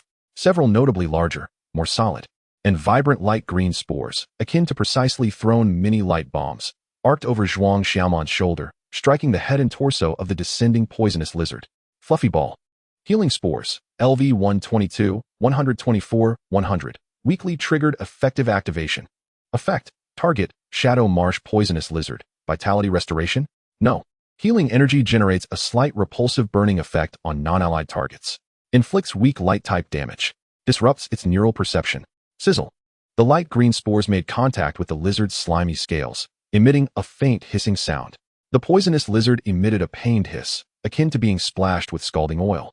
Its pouncing motion distorted, losing balance midair and tumbling to the ground in agony. Although the damage was negligible, this sudden disruption and the searing sensation of light energy rendered it completely incapable of attack. This unexpected support alleviated Zhuang Xiaoman's pressure significantly. He turned sharply to see the writhing poisonous lizard on the ground, alongside Lin Xiaoyu's fluffy ball, which, though still trembling, was valiantly raising its little head, its tendrils still glowing. A flash of surprise and realization crossed his eyes. Healing spores can affect enemies too? Though the effect was strange and weak at this critical moment, that small disruption made all the difference between life and death. Well done, little furball, Tang Xiaofei exclaimed in delight upon witnessing the scene. Lin Xiaoyu gazed at the little creature in her arms, overwhelmed with joy and tears that finally rolled down her cheeks, mingled with a hint of pride. Fluffy, you did it. This small, unexpected interlude injected a spark of vitality into the taut situation. The team finally managed to retreat, albeit with difficulty, into the area of the massive ancient tree roots, entwined like dragons. The thick roots formed several natural hollows and crevices of varying sizes, resembling a labyrinthine terrain. Giant shield. Block the largest entrance. Lower the barrier. Zhuang Xiaoman commanded swiftly. The giant shield let out a low growl, its dark golden light retracting as its massive frame positioned itself like a guardian at a 1 meter wide, naturally formed arched entrance of roots. It no longer needed to maintain the energy-draining crystal barrier. Its substantial crystalline shell and immense strength alone sufficed to guard this vital passageway. Its molten golden eyes burned with combat fervor, fixating on the lurking, hissing poisonous lizards that dared not charge into the narrow terrain. The BU butterfly ceased releasing phosphorus powder. Landing on Zhuang Xiaoman's shoulder, its wings dimmed, clearly exhausted. Lin Xiaoyu, cradling the paper box, nestled in a relatively dry hollow behind the giant shield with the fluffy ball. Gasping for breath, her face still showing signs of panic, but also a glimmer of relief from survival. For the time being, they were safe. Zhuang Xiaoman leaned against the cold, damp roots, his racing heart yet to calm. He surveyed their temporary shelter. It was small but sufficiently concealed. Above them, thick roots crisscrossed, blocking out the sunlight. Beneath their feet lay relatively solid black rock, with only a thin layer of humus. In the corner, several clusters of grayish-white moss thrived tenaciously under the dim light. He approached the moss, crouching down as an information stream from the Beastmaster's compendium materialized. Target: gray rock moss, edible. Characteristics: non-toxic, rich in moisture and trace minerals, with a slightly astringent taste. Can replenish hydration and provide a slight energy boost. The voices of Fei Gu, Xiaoyu, and Zhuang Xiaoman were tinged with exhaustion, yet resonated with clarity as they hurriedly took a moment to recuperate. There's edible moss here. Let us replenish some moisture first. He pointed toward the clusters of grayish-white moss. Tang Xiaofei immediately approached, without a second thought, plucking a handful and stuffing it into his mouth. After chewing a few times, he grimaced, ugh. It's both bitter and astringent, like chewing on a rag. Nevertheless, he forced himself to swallow it down for the sake of hydration. Lin Xiaoyu cautiously took a small piece and offered it to the fluffy creature in the box. The creature seemed to relish the moss, its pale pink tendrils curling joyfully as it nibbled, emitting a contented purring sound. Zhuang Xiaoman also chewed a few bites, the bitter flavor spreading across his palate. Yet, the cool juice did alleviate the dryness in his throat. Leaning against the tree roots, he gazed through the gaps in the massive shield-S form, peering into the dim forest beyond. The eerie green eyes of the venomous lizards flickered like ghostly flames among the ferns, their low hisses rising and falling like a pack of wolves encircling their prey.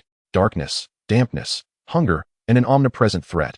This was the beginning of the illusion nest. He touched the jade butterfly in his pocket, feeling the faint pulsation of its wings. After 29 days of accumulation, only the final step of stardust remained. He forcefully suppressed the urge to evolve in the midst of battle. For now, stability was the key to survival. His gaze swept over the massive shield blocking the cave entrance, solid as a rock. It passed over the weary yet resolute Tang Xiaofei, then to Lin Xiaoyu, who was carefully feeding the fluffy creature the moss from the box. Finally, his eyes landed on a small puddle of murky water at Lin Xiaoyu's feet, seeping from the cracks in the rocks. Water. Murky, but perhaps the only source nearby. The first challenge of surviving 72 hours had only just begun. Chapter 19, Venom Glands. Vine Shadows, and the Spring of Dim Light. The massive shield stood like a silent rock, firmly guarding the entrance of the tree root cave. Outside, the ghostly green eyes of the dark marsh lizards flickered in the gloom, their hissing sounds crashing against taut nerves like an invisible tide. The air was thick with a heavy stench of decay and humus, mingling with the faint scent of sulfur from the remnants of lava energy seeping through the cracks of the giant shield-S shell. A brief moment of respite was invaluable. Fei Gu, how is the giant shield holding up? Zhuang Xiaoman asked in a hushed tone, leaning against the cold, damp tree roots. His eyes scanned the heavy dark golden silhouette of the shield. The information stream from the Beastmaster's compendium silently flashed. Rock crystal shield and giant shield. Status: moderate stamina consumption, sustained defensive stance, slight wear on the shell from venomous lizard bites and scratches, core energy stable. Skills: lava rebound, LV 215, 216, 200, combat triggered. With increased power and guidance speed. Not bad. Quite resilient. Tang Xiaofei wiped the sweat and mud from his face, his voice a mix of post-battle exhilaration and slight fatigue. He stepped beside the giant shield, giving its cold crystal shell a hearty slap that resonated with a dull thud. Nice job with that last blast. Did you see? Those green-skinned rats were utterly terrified. The molten golden eyes of the giant shield slightly shifted, emitting a low hum in response.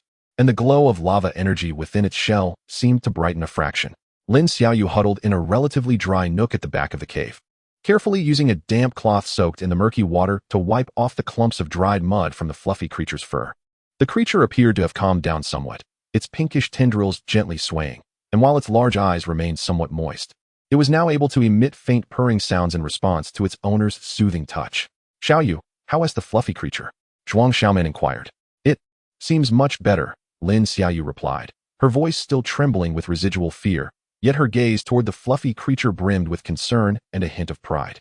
It just seemed exhausted after releasing those big spores.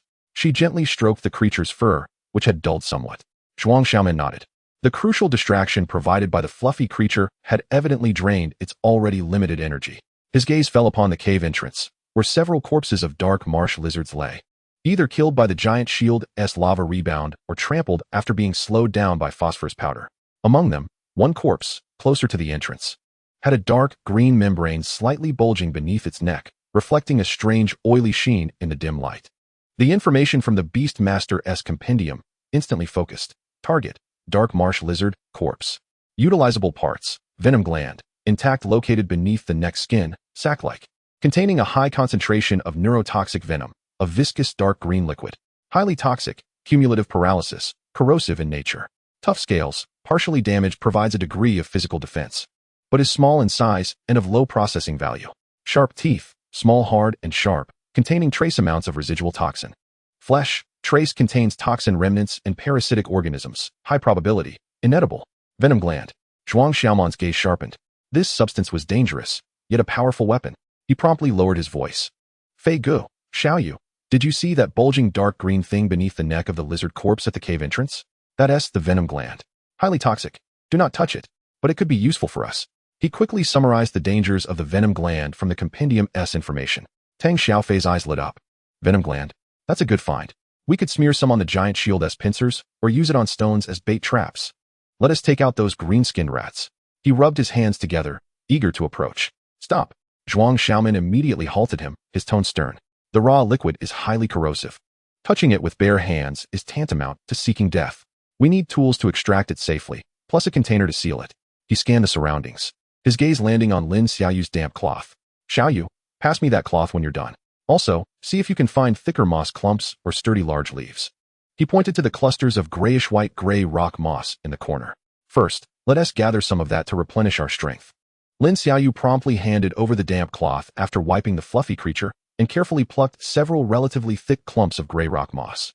Though Tang Xiaofei felt an itch to act, he understood the gravity of the situation and reluctantly withdrew his hand, instead starting to collect moss while grumbling about the unpleasant texture of the cloth. Zhuang Xiaoman carefully wrapped his right hand in the damp cloth, then layered it with the sturdy dark brown leaves he had found, before cautiously approaching the corpse of the venomous lizard. He held his breath, evading any potential residual venom and parasites on the corpse, and with fingers wrapped in leaves, he swiftly and precisely pinched the bulging membrane beneath the neck, pulling it forcefully.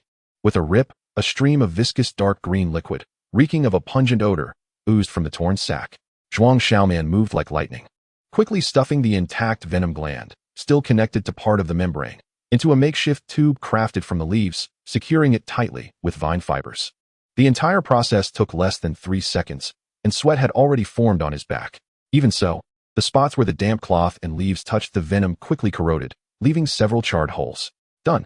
Zhuang Xiaoman carefully placed the makeshift venom gland container in a dry crevice of rock away from the others, exhaling a long sigh of relief. This substance was a double-edged sword. At this moment, the vigilant giant shield, stationed at the cave entrance, suddenly emitted a low, urgent buzzing alarm. Its molten gold eyes fixated intently on the shadowy area to the right of the cave, completely obscured by massive tree roots and dense vines. Instantly alert, Zhuang Xiaoman and Tang Xiaofei dashed to the cave's mouth, following the giant shield's line of sight. In that shadowy region, where only gnarled roots and trailing vines had previously existed, a faint rustling sound began to emanate from the depths of the vines, almost indistinguishable from the environment itself. It was not the sound of scaled creatures like the venomous lizard. Rather, it resembled the scuttling of countless tiny arthropods traversing the leaves. Or perhaps the vines themselves were writhing. Under the dim light, Zhuang Xiaoman's pupils constricted sharply. The insight from the Beastmaster's compendium immediately detected the anomaly. Those were not mere vines. Several seemingly ordinary, dark brown vines, covered in moss and aerial roots, were silently descending from the tangled roots above at an almost imperceptible pace. Their target was unmistakably the clusters of grayish-white lichen in the corner of the cave, as well as a small puddle of murky water seeping from the crevices of the rocks. What sent chills down his spine was the sight of minuscule creatures, akin to black grains of sand, rapidly gathering at the tips of those vines, voraciously devouring the lichen. The speed at which these grains consumed the lichen was astonishing, with it visibly vanishing before their eyes. Target: Shadow Vine, Common Grade, First Order Symbiotic. Characteristics: Master of Mimicry. Passive: the vine's form perfectly simulates the ancient forest environment, blending its scent with that of decomposing matter, allowing for silent movement. Symbiotic Predation. Passive: forms a symbiotic relationship with the lichen-eating iron ant. Common Grade, 0 Order. The vine provides shelter and bait, lichen, water source, while the iron ants are responsible for gnawing, digesting, and secreting special nutrients to nourish the vine. Paralytic Toxin. Passive: the vine's epidermis secretes a mild paralytic slime. Contact may cause temporary numbness in local limbs. Accumulative effect is weak. Skills: Binding Entanglement. Active: can suddenly accelerate to ensnare and bind small targets, in conjunction with the iron ant's gnawing. Threat Assessment. Individual threat is low. Symbiotic entity poses a moderate threat.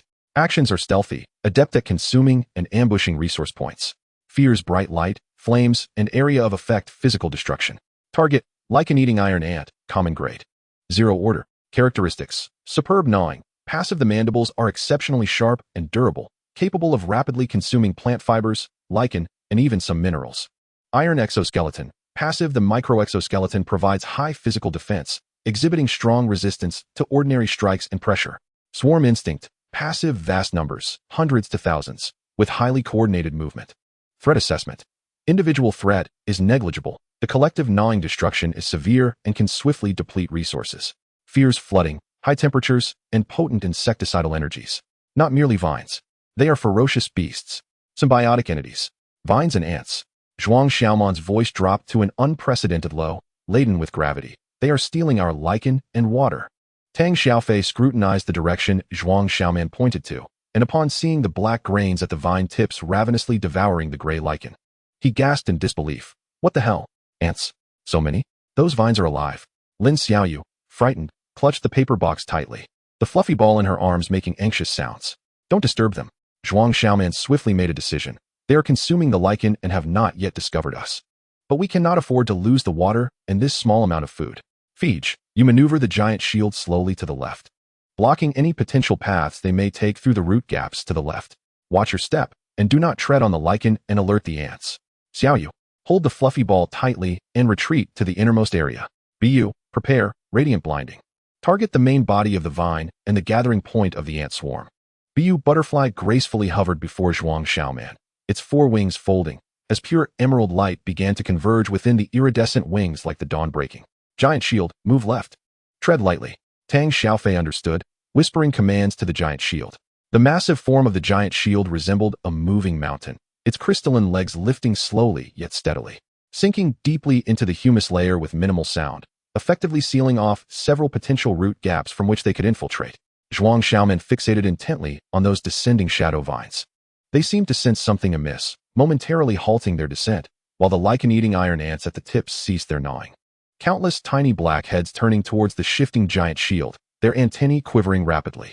Now is the moment. Bu, release. Zhuang Xiaoman's thought ignited like a spark to a fuse. Buzz. A pure, gentle yet profoundly penetrating emerald radiance erupted suddenly from Bu Butterfly, akin to a miniature sun rising abruptly in the dim cave.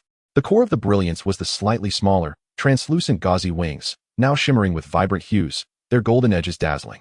The light instantaneously illuminated every corner of the cave, focusing precisely on the main body of the shadow vines and the gathered ant swarm below. Bu Butterfly. Radiant blinding. LV 120, 121, 100. Slightly increases area control. Marginally enhances mental deterrence effect. Screech. A piercing sound erupted, like the friction of countless tiny metal pieces. It was the anguished shriek of the shadow vine's main body suffering from the intense light, stimulus, and mental deterrence. The camouflaged vines recoiled violently, as if seared by a red-hot iron, thrashing and curling.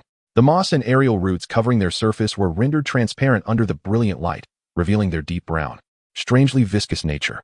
The cluster of lichen-eating iron ants at the tips erupted into chaos as if tossed into boiling oil, scattering in all directions.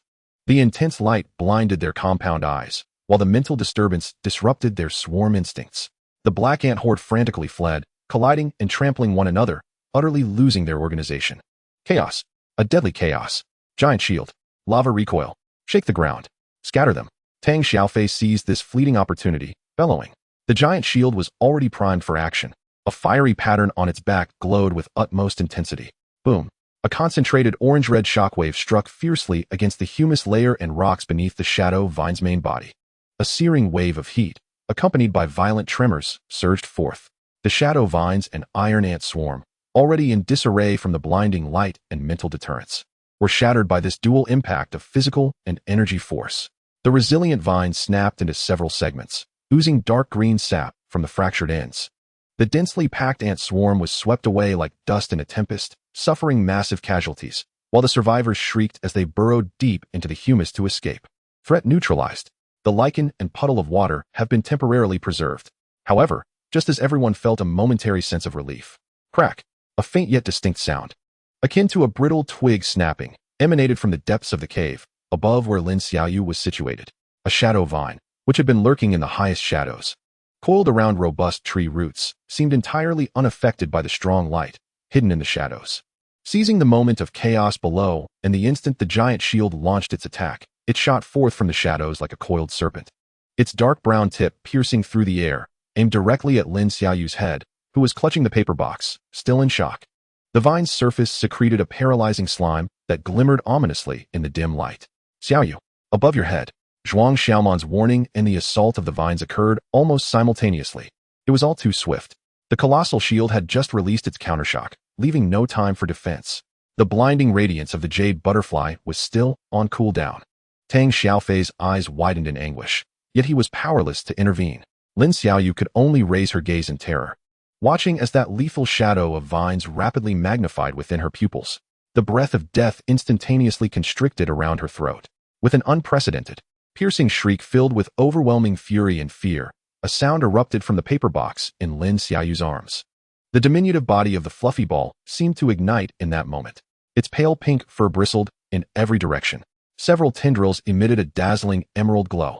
With all its might, it unleashed a cloud of spores, thick and rich like tangible green mist, toward the encroaching vines. This time, it was not a healing gesture. Within that verdant fog lay the pure essence of life force, violently repelling the invader. It was an instinctual counterattack to protect its covenant bearer. The dense green spore cloud enveloped the tips of the approaching vines with alarming swiftness, akin to a strong acid being splashed. The tips withered at a visible rate. Charred and blackened, the paralyzing slime evaporated in an instant. The vines emitted a sharp, anguished hiss, recoiling like a scalded serpent, the severed, charred tips drooping helplessly. Fluffy ball. Healing spores. LV 124, 126, 100. Effect. Inflicts mild repulsive burning on non-allied targets. Shadow vine. Deals weak light attribute damage. A profound silence enveloped the cavern. The only sounds were the frantic gasps of the fluffy ball within the paper box, the faint hissing of the severed shadow vine in the shadows, still emitting wisps of black smoke, and the fading glow of the fluffy ball's fur. Lin Xiaoyu collapsed to the ground, her back pressed tightly against the frigid roots of a tree, her heart racing as though it might burst from her chest. She looked down at the dimming, feeble fluffy ball that still strained to lift its little head, tears cascading down her cheeks like pearls strung from a broken thread.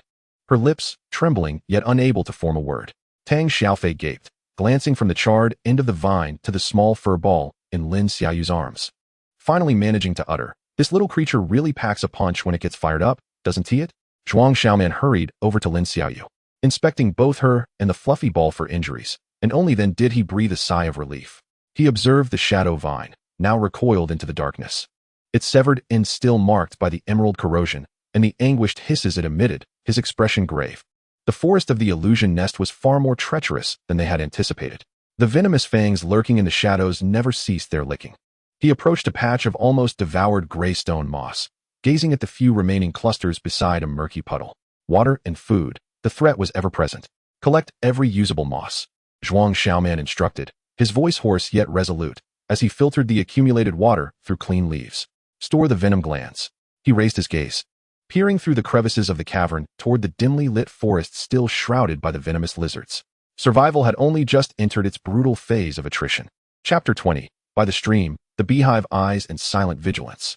The murky water was meticulously filtered through thick layers of gray stone moss, dripping into a makeshift container fashioned from large leaves, accumulating a shallow layer of barely clear liquid. The earthy scent mingled with that of moss wafted through the small tree root cavern, serving as the last bastion of life sustenance. Zhuang Xiaoman took a cautious sip, feeling a slight relief to his parched throat, the bitterness of the liquid easily overlooked. He passed the leaf container to Lin Xiaoyu, urging, "Drink sparingly."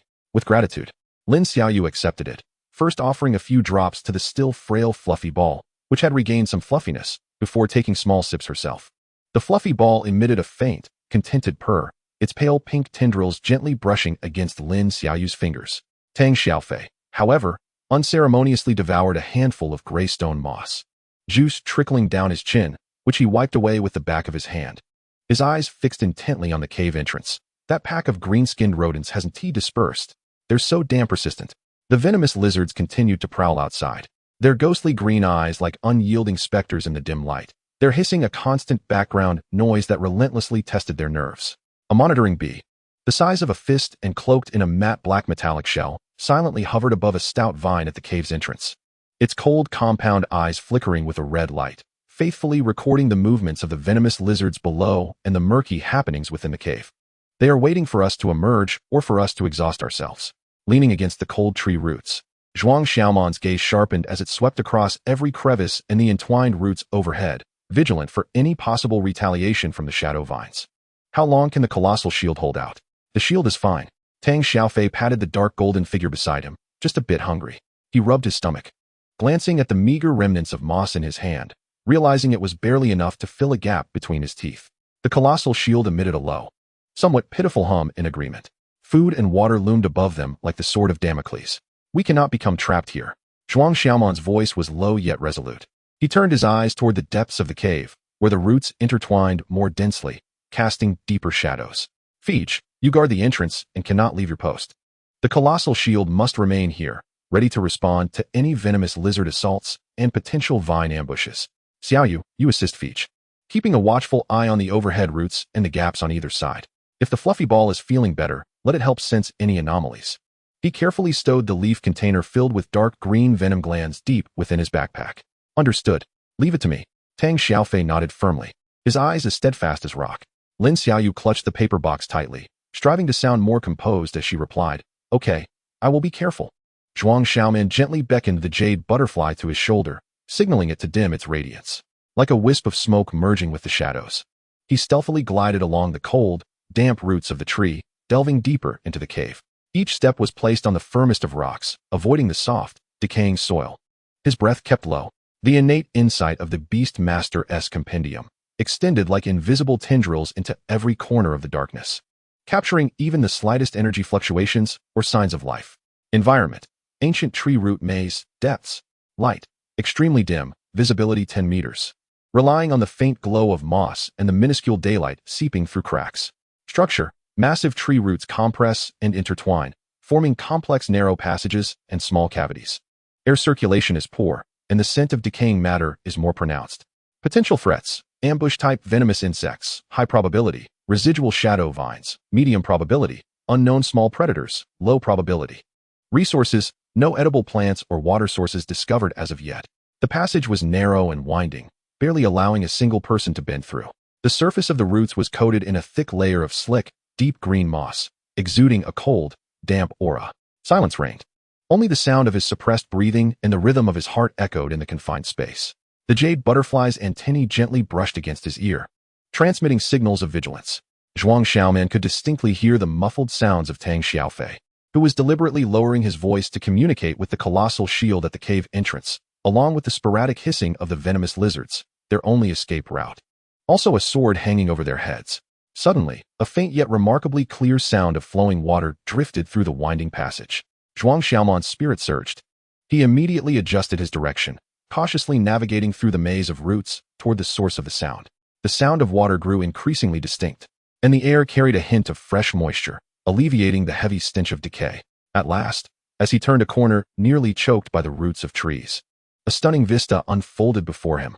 A diminutive space of less than 10 square meters appeared, revealing a crystal-clear stream, no thicker than a wrist, gushing forth from a crevice in the rocks above. It flowed along a natural stone trough, only to disappear into another fissure downstream. In several depressions among the rocks, small, pristine pools formed, the sound of water cascading over stones resonating like celestial music in this desolate environment. To his delight, the crevices and damp corners on either side of the stream were adorned with a more vibrant and deeper-hued variety of limestone moss than what thrived outside. A source of water. Zhuang Xiaoman's heart soared with joy. He stifled the impulse to rush forward and activated the insight of the Beastmaster's compendium, which instantly encompassed the entire small space. Target: underground seepage stream, clean. Attributes: crystal clear water, rich in minerals, devoid of toxins or signs of parasites. Current. Target: deep rock moss, limestone moss variant. Attributes: non-toxic, rich in moisture and minerals, with a slightly astringent yet sweet taste. It replenishes hydration and provides trace energy. Grows near clean water sources, superior in quality to ordinary limestone moss. Environment: small cave by underground stream. Threats: no apparent signs of predatory beasts detected. Sound of flowing water may attract attention, faint. Monitoring B node, ID 017, confirmation, located at the rock crevice in the northwest corner of the cave, recording status normal. Temporarily safe. However, the presence of the monitoring bee loomed like a sword of Damocles, reminding him that every action here was under scrutiny. He dared not linger and immediately commenced his task. He swiftly and cautiously harvested the deep rock moss, striving to avoid damaging the root systems, only taking the lush portions. Simultaneously, he produced a few makeshift water bags crafted from resilient leaves, the material gathered from large tree leaves previously, and carefully filled them with the clear stream water, securing the openings tightly. Throughout the process, his nerves remained taut, ears perked, attuned to any unusual sounds emanating from the entrance of the passage, as well as any subtle movements within this small space. Just as he filled the last water bag and prepared to gather a large handful of deep rock moss to return, a faint yet distinct hum emanated from the monitoring B-017, hovering at the cave's apex, suddenly shifting to a high-frequency buzz unlike its recording status. Simultaneously, a cold red light from its lens subtly pivoted, scanning the direction where the stream flowed into the rock crevice. A surge of alarm gripped Zhuang Xiaoman. Almost instantaneously, the Beastmaster's compendium detected a faint yet rapidly approaching chill in the air. Warning, energy fluctuation approaching. With a loud crash, the slick stone covering the seepage fissure downstream was violently displaced. A sinister head, resembling the skull of a crocodile and cloaked in dark green, viscous moss, emerged. Though small, it was lined with dense, algae-like fangs, and two murky yellow vertical pupils locked on a Zhuang Xiaoman, who was gathering by the stream. Following this, a robust body, similarly shrouded in dark green moss, slowly extricated itself from the crevice, exuding a potent stench of decay and rotting aquatic vegetation. Target, decaying moss crocodile, common level 1. Attributes, water, poison. Traits, deadwood mimicry. Passive, the surface is covered with a special symbiotic moss and sludge, perfectly simulating submerged deadwood or rocks, allowing for slow and silent movement. Corrosive bite. Passive, its fangs contain a potent decaying toxin, making wounds exceedingly difficult to heal, prone to necrosis and continuous stamina loss. Skills, waterweed bind. Active, can eject clumps of dark green waterweed imbued with stickiness and mild toxins, ensnaring targets and causing ongoing damage. Threat assessment, slow moving, above average defense, moss shell. Attacks inflict severe negative status effects, adept at ambush and surprise attacks by the water's edge. Fears strong light and fire type attacks. Toxic. Zhuang Xiaoman's pupils dilated. Without a moment's hesitation, he hurled the deep rock moss and water bags he clutched behind him towards the entrance of the passage. Simultaneously, he mentally commanded, Jade Butterfly. Luminous blinding. Target the head. Maximum intensity. The Jade Butterfly responded instantly. From its four wings, pure emerald radiance, compressed to the utmost, erupted suddenly.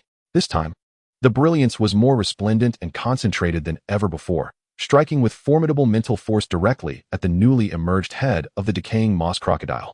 Buzz. The blinding emerald light instantly filled the tiny streamside space. The murky yellow vertical pupils of the decaying moss crocodile were seared by the intense light, emitting a pained shriek. The dark green moss covering its head appeared to smolder as wisps of smoke rose. Just as it attempted to unleash its waterweed, the motion was abruptly halted, and its head recoiled sharply. In that fleeting moment of hesitation, Zhuang Xiaoman exhibited no inclination to linger. Taking advantage of the blinding light's cover, he lunged like an arrow towards the moss and water bags strewn on the ground, snatching them up.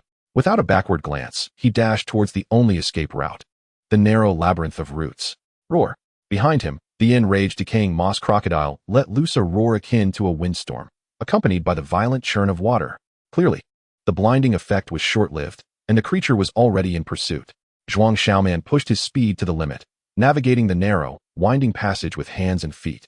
Disregarding the sharp roots that scraped against his clothing and skin, he distinctly heard the heavy dragging sound and the nauseating stench closing in behind him. Feech, prepare. Something is chasing us. Zhuang Xiaoman shouted with all his strength towards the entrance of the passage. At the cave entrance, Tang Xiaofei was intently observing the poisonous lizard swarm roaming outside and the vines that might descend from above when he suddenly heard Zhuang Xiaoman's yell echoing from the depths of the passage, causing his expression to shift dramatically. Inside, he whipped around, gazing at the darkened mouth of the passage.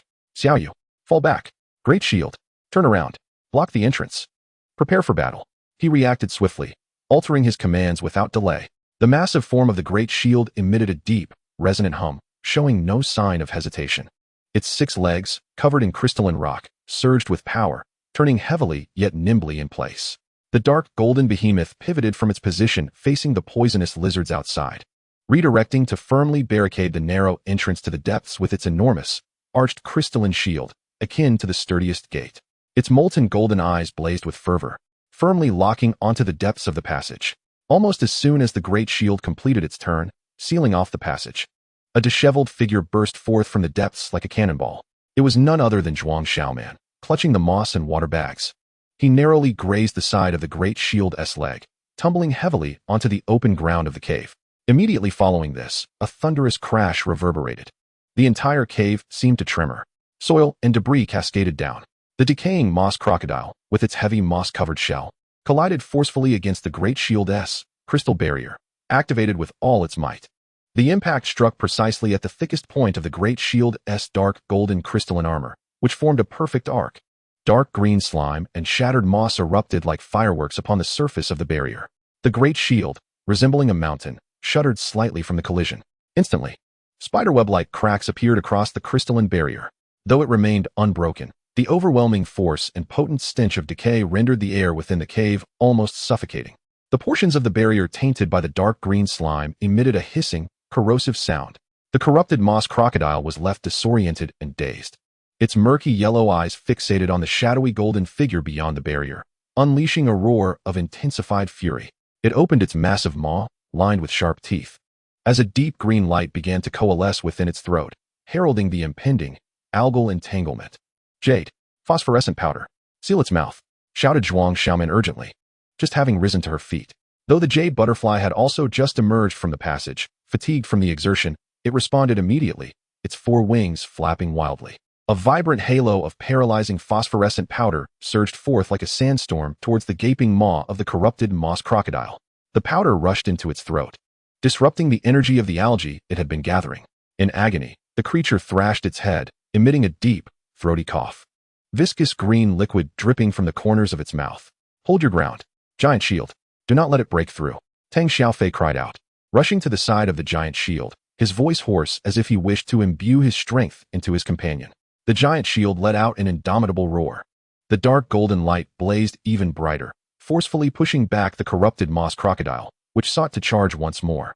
The narrow entrance of the passage, along with its massive crystalline shield designed for defense, formed an impregnable line of defense. The corrupted moss crocodile roared angrily within the passage, colliding multiple times against the crystalline barrier of the giant shield, each impact firmly repelled. Its murky yellow eyes scanned the humans and their beasts behind the barrier with reluctant disdain, ultimately letting out a low growl before slowly retreating towards the stream. The heavy sounds of dragging and thrashing in the water gradually faded away. The cavern was in disarray, suffused with the pungent odor of decaying moss, corruption, and sulfur. The giant shield slowly dimmed its radiance, the barrier dissipating. Its massive, arched crystalline shield was marred with indentations and green corrosive marks, emitting a faint sizzling sound. Its energy significantly depleted, and its molten golden eyes dimmed slightly. Zhuang Xiaoman leaned against a cold tree root, gasping heavily. The deep rock moss and the water bag in her arms remaining intact. Lin Xiaoyu slumped to the ground, her trembling hands still clutching the paper box. Tang Xiaofei hurried to the side of the giant shield, inspecting the corrosive marks on its shield with concern. Damn it, who knew such a massive creature was hiding inside? He thought, gazing at the shallow pits corroded into the shield, his heart racing. Water, food. Zhuang Xiaoman managed to catch her breath, placing down her belongings. Her voice hoarse yet imbued with a hint of relief. "We got them."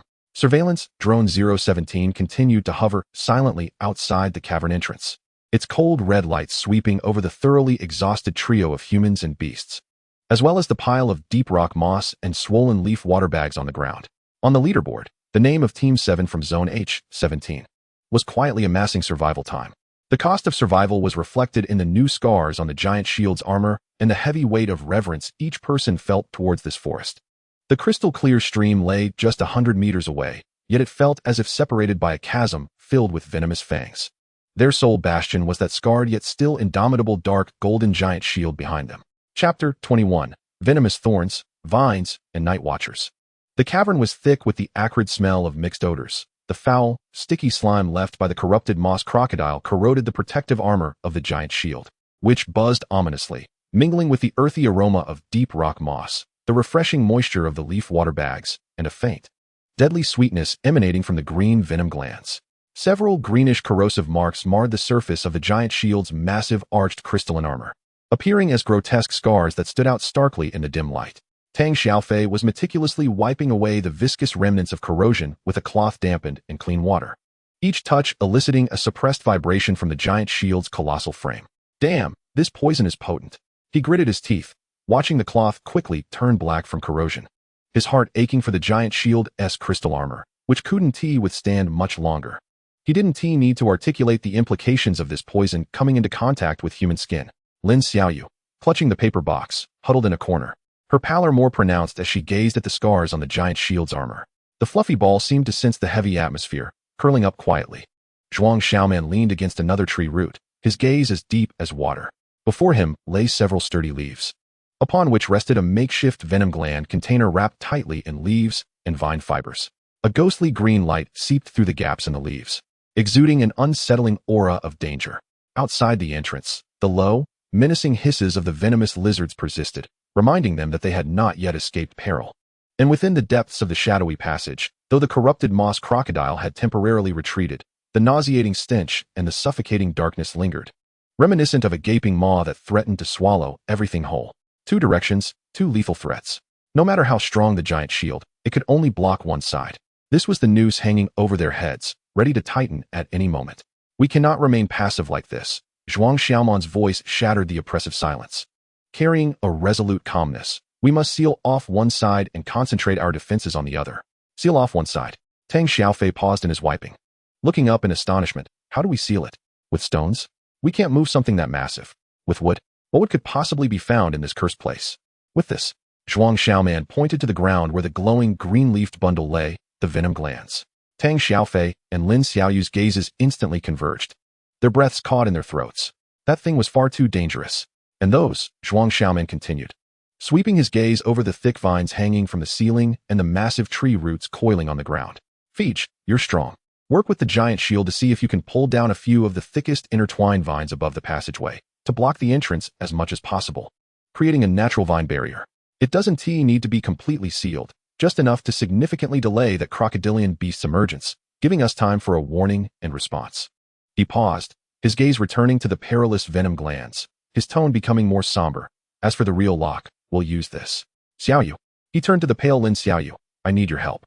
Your hands are the steadiest. Use these. He gestured to several jagged tree roots that Tang Xiaofei had previously snapped, carefully dipped the sharp ends in the venom from the glands. Remember, do not let it touch your skin. Wrap your hands in thick cloth, and be quick and gentle. Just a dab will suffice. Lin Xiaoyu looked at the ghostly green venom container, then at Zhuang Xiaoman's earnest eyes, her body trembling slightly, but she ultimately nodded firmly. She took a deep breath, wrapping several layers of thick gray moss leaves around her right hand, tearing a piece of her clothing to add extra thickness, before tremblingly picking up a sharp tree root. Zhuang Xiaoman carefully used another branch to pry open the venom gland container seal, and a more potent, acrid, sweet odor immediately filled the air. He held his breath, signaling Lin Xiaoyu with his eyes. Lin Xiaoyu bit her lip, her focus reaching an intense peak as she carefully and swiftly dipped the tip of the sharp tree root into the viscous, asphalt-like green venom. The ghostly green liquid clung to the tip like a living entity, glimmering with a deadly sheen. She promptly placed the venomous tip onto a clean, large leaf prepared nearby, her movements stiff yet exceptionally precise. Excellent. Just like that. Zhuang Xiaoman quickly resealed the venom gland container, beads of sweat forming on his brow. This task was akin to dancing on the edge of a blade.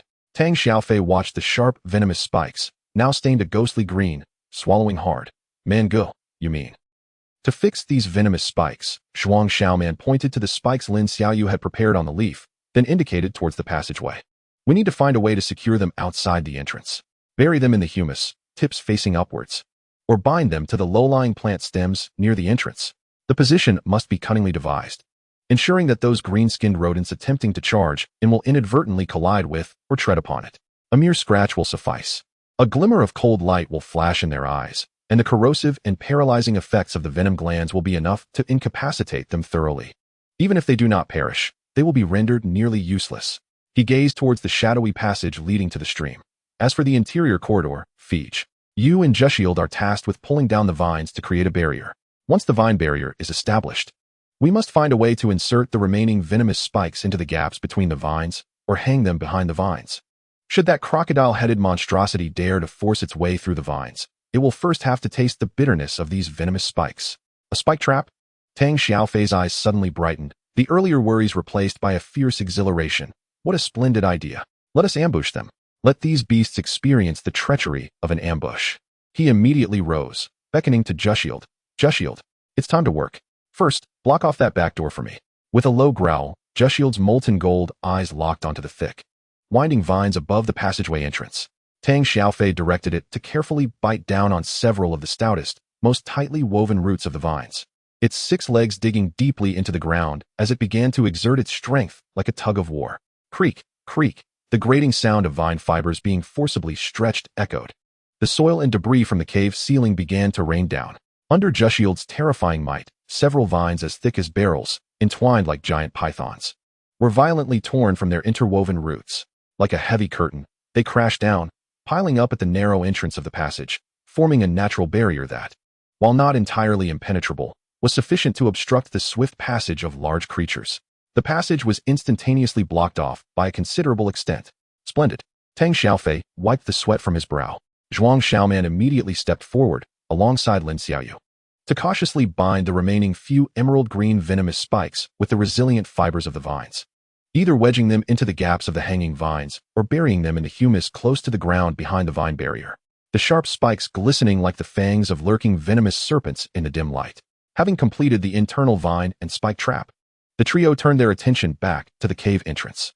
The hissing of the poisonous lizards outside seemed to have grown nearer. It was time to face the outside. Zhuang Xiaoman seized the last few venomous spikes, his gaze sharp and his movements swift. Xiaoyu, you and the fluffball stay inside. Keep an eye on the passage and overhead. Fij, Jushield, cover me. Tang Xiaofei nodded gravely, commanding Jushield to once again block the cave entrance, the crystalline barrier's glow gathering strength. Its molten gold eyes fixated on the eerie green, ghostly eyes prowling in the dark forest outside. Zhuang Xiaoman took a deep breath and, like a cheetah, suddenly darted from Jushield's side out of the cave. His movement was swift as a specter, landing soundlessly, rolling upon the ground to conceal himself among a dense patch of ferns, half his height, just beside the cave entrance. Hiss! His sudden appearance instantly provoked the outer poisonous lizards. Sharp hisses rang out. Several dark green figures immediately lunged towards the ferns from different directions. Swift as lightning. Jushield! Tang Xiaofei roared from within the cave. Boom! A concentrated wave of orange-red molten lava erupted from Jushield's back, accompanied by a scorching gust of air that violently struck the ground a few meters in front of where Zhuang Xiaoman was hidden among the ferns.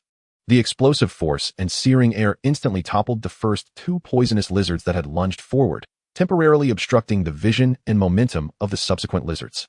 Amidst the swirling smoke and chaos of the explosion, Zhuang Xiaoman sprang into action, like the most seasoned hunter. He utilized the brief confusion created by Jushield and the cover of the ferns, moving swiftly along the ground like a gecko to a low patch of resilient, spiked shrubs on the left side of the cave entrance. He pinpointed the spot, his hands moving like lightning, plunging 2 venomous spikes deep into the humus beneath the shrubs, exposing only the sharp tips. Next, he swiftly rolled over to a patch of moss beside a slick black stone on the right, executing the same maneuver to bury 2 more spikes. The actions were seamless, executed with precision. The entire process took less than 5 seconds. Back! Zhuang Xiaoman growled, his body once again launching like an arrow, making a narrow escape back into the protective area guarded by Jushield just before several lizards that had circumvented the explosion zone snapped their jaws shut. Bang! The fastest lizard collided brutally with the reformed crystalline barrier, producing a dull thud, and was sent sprawling backward. Zhuang Xiaoman leaned against the inner wall of the cave, gasping heavily, his heart racing. In those fleeting seconds, he had brushed perilously close to death. He opened his palm, feeling the hard spikes of the shrubs scratch his skin, leaving a few bloodstains, slightly muddied, yet fortunately untouched by venom. Is it done? Tang Xiaofei asked anxiously. Zhuang Xiaoman nodded, gesturing towards the direction where he had concealed the spikes, a cold smile curving at the corners of his mouth. The trap is set. Now we wait for them to stumble into it. The night enveloped the ancient forest like thick ink, utterly consuming it. Outside the cave, the chorus of hissing poisonous lizards grew eerily dense and chaotic in the night. Inside the cave, the campfire had long extinguished, leaving only the weak, starlight glow of molten rock seeping through the cracks in Jushield's shell and the still warm emerald glimmer of the jade butterfly, barely dispelling the all-consuming darkness. The darkness magnified every sensation. The rustling of lizard scales against the humus outside, the distant, haunting howls of unknown nocturnal predators, and the occasional, disquieting sounds of dragging and water disturbance from the depths of the passage sealed by vines and spikes, all resonated like heavy hammers pounding on taut nerves. Jushield stood like the most loyal sentinel, its massive form half facing the darkness outside the cave, half turned towards the vine-blocked passageway. Its molten gold eyes shone like 2 unquenchable flames in the darkness, vigilantly scanning for threats from both directions. Tang Xiaofei leaned against Jushield's cold shell, clutching a few stout tree roots as weapons, his eyelids heavy as lead, yet forcing himself to stay alert, straining his ears. Lin Xiaoyu curled up in the farthest corner from the two dangerous directions, clutching a paper box. The fluffball seemed to sense the terror of the night. Quietly snuggling in her arms, its soft, pink tendrils occasionally brushing against her fingers, conveying silent comfort. Her gaze struggled to discern the outline of Jushield and the faint glow of the cave entrance amidst the darkness, fear wrapping around her heart like icy vines. Zhuang Xiaoman sat on the opposite side of Jushield, his back to the vine-blocked passage. He was neither asleep, nor could he sleep. The insight from the Beastmaster's compendium extended like an invisible radar into the darkness, reaching its limits.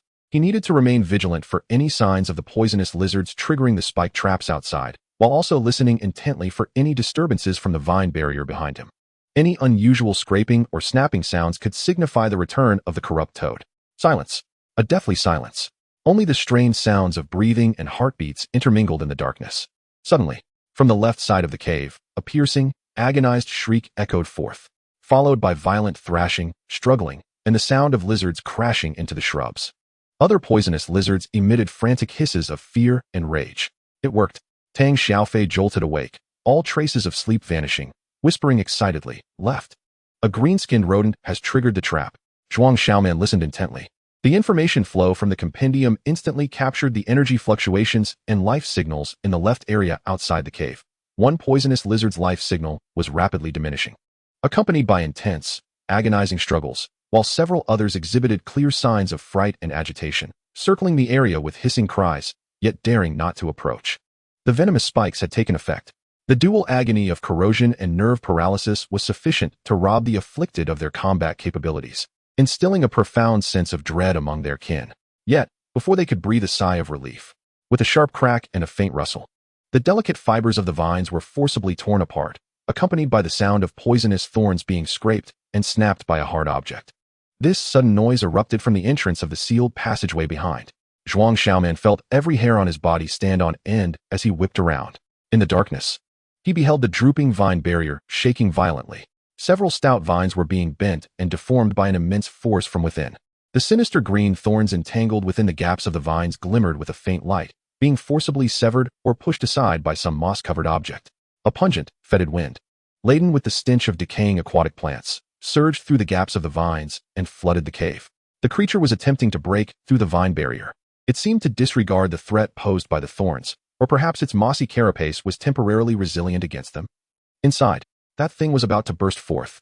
Zhuang Xiaoman's voice was infused with an unprecedented urgency. "Bu. Prepare, luminous blinding. Target the passage entrance. Feech. Giant shield. Crystal rock barrier. Hold fast." The giant shield erupted with a dazzling dark gold radiance. Its massive form, under Tang Xiaofei's commanding roar, lunged forward once more like a war chariot, accompanied by a thunderous rumble, crashing against the violently swaying vine barrier. The enormous crystalline shield glowed fiercely. Bu the butterfly hovered in midair, pure green light rapidly converging above its four wings like a volcano on the verge of eruption. Lin Xiaoyu clutched the paper box tightly, her curled body trembling with fear. The fluffy creature squirmed restlessly in her arms, its tendrils glowing with a faint green light. Outside the cave, the poisonous lizard swarm was in turmoil, agitated by their companions succumbing to the poison, while inside, the horrifying sound of the vine barrier being violently torn apart reverberated. The giant shield, this battle-scarred lava shield, was once again thrust to the forefront of the storm, enduring the malicious tugging from two worlds alone. The dark vigil was about to face its most brutal trial. Chapter 22. The Gaping Vines and the Dawn of Radiance. In the darkness, the vine barrier emitted a series of crackling sounds, overwhelmed by the stress. The head of the corrupted moss crocodile, covered in a thick layer of moss, had already forced its way through the gap at the top of the barrier. With murky yellow vertical pupils glowing menacingly in the dark, remnants of severed poisonous thorns hanging between its sharp teeth, and dark green venom dripping from its jaws, rising in swirls of foul smoke on the decaying floor. "Bu. Radiance." Zhuang Xiaoman's roar seemed to be squeezed from between clenched teeth. The emerald radiance erupted suddenly, like thunder in the dark. This time, the light was not a gentle reassurance but a resolute declaration of a do-or-die situation, resembling a sharp sword of light, aimed directly at the corrupted moss crocodile's eyes. The monster let out a deafening roar, its head snapping back violently as the blinding light seared several blackened holes into its mossy carapace, mingling with the nauseating scent of charred flesh in the rising heat. It furiously lashed its tail, covered in algae, stirring the stagnant water within the passage into a muddy whirl, and amidst the splashing filth were a few desperate iron ants, using their last strength to gnaw at its belly. Giant shield. Push. Seal the barrier once more. Taking advantage of the moment, Tang Xiaofei commanded the giant shield to take a half step forward, using the curvature of its crystalline shield to press the swaying vines back into the passage entrance. The dark golden carapace scraped against the slick vines, producing a piercing screech, yet it forcibly shoved half of the creature back into the darkness. The struggles of the corrupted moss crocodile suddenly ceased. The others in the cave could only hear the sound of splashing water deep within the passage, followed by the suffocating stench rapidly receding. It retreated? Lin Xiaoyu's voice trembled with disbelief. Zhuang Xiaoman remained vigilant, his gaze fixed on the gaps in the vine barrier. It has temporarily retreated. However, it is severely injured and should not return in the short term. He turned to Tang Xiaofei. Fij, check the status of the giant shield. Utilizing the residual glow from Bu, Tang Xiaofei examined the back of the giant shield's crystalline armor closely. Although the scars from the corrupted moss crocodile's impact and corrosive venom were still evident, fortunately, none had penetrated deeply into the shell. The shield can still hold, he declared, though the energy consumption is substantial. He patted the side of the giant shield. How are you, old buddy? Can you fight again? The giant shield gently nudged Tang Xiaofei's arm with its massive jaw, emitting a deep, resonant hum. Its molten golden eyes still alight with battle spirit. Outside the cave, the commotion among the poisonous lizards gradually subsided. The one that had been poisoned was now silent, and the others seemed to have realized the peril of the trap, lingering at a distance, no longer daring to approach the cave entrance. Zhuang Xiaoman suddenly realized that the core fear of the poisonous lizards did not stem from the death of individuals, but rather an instinctive retreat from the unknown threat. He scooped up a handful of decaying soil mixed with the residual venom from the thorns and hurled it forcefully towards the bushes to the left outside the cave. With a rustle, several lurking poisonous lizards fled in panic, crashing through a few branches. They are afraid, Zhuang Xiaoman murmured. The corrosive nature of the venom and its nerve-paralyzing effects exceeded their comprehension. Fij, prepare to go out and clear the remnants. Tang Xiaofei nodded and directed the giant shield to step cautiously out of the cave entrance. The dark, golden, crystalline armor gleamed coldly in the moonlight, resembling the scythe of death. Seeing this, the remaining poisonous lizards finally abandoned their assault, scattering into the depths of the dark forest. Once the perimeter was secured, Zhuang Xiaoman crouched down and prodded the corpse of the poisoned lizard with a stick. Its venom glands had ruptured, and the dark green venom seeped into the decaying layer, leaving a charred mark. This creature's venom is highly corrosive to plants. Perhaps it can be utilized to establish a safe zone, he mused aloud. Lin Xiaoyu approached him, cradling the fluffy creature, its pale pink tendrils gently brushing against the lizard's corpse. Fluffy says it can no longer sense the life force of this lizard, she whispered. Perhaps we can truly leverage their fear. Zhuang Xiaoman rose, brushing the dirt from his hands. What we need is not fear, but for them to understand that approaching us equals death. He glanced at Tang Xiaofei. Fij, insert the remaining thorns around the cave entrance, one every 10 meters. At dawn, we will set out.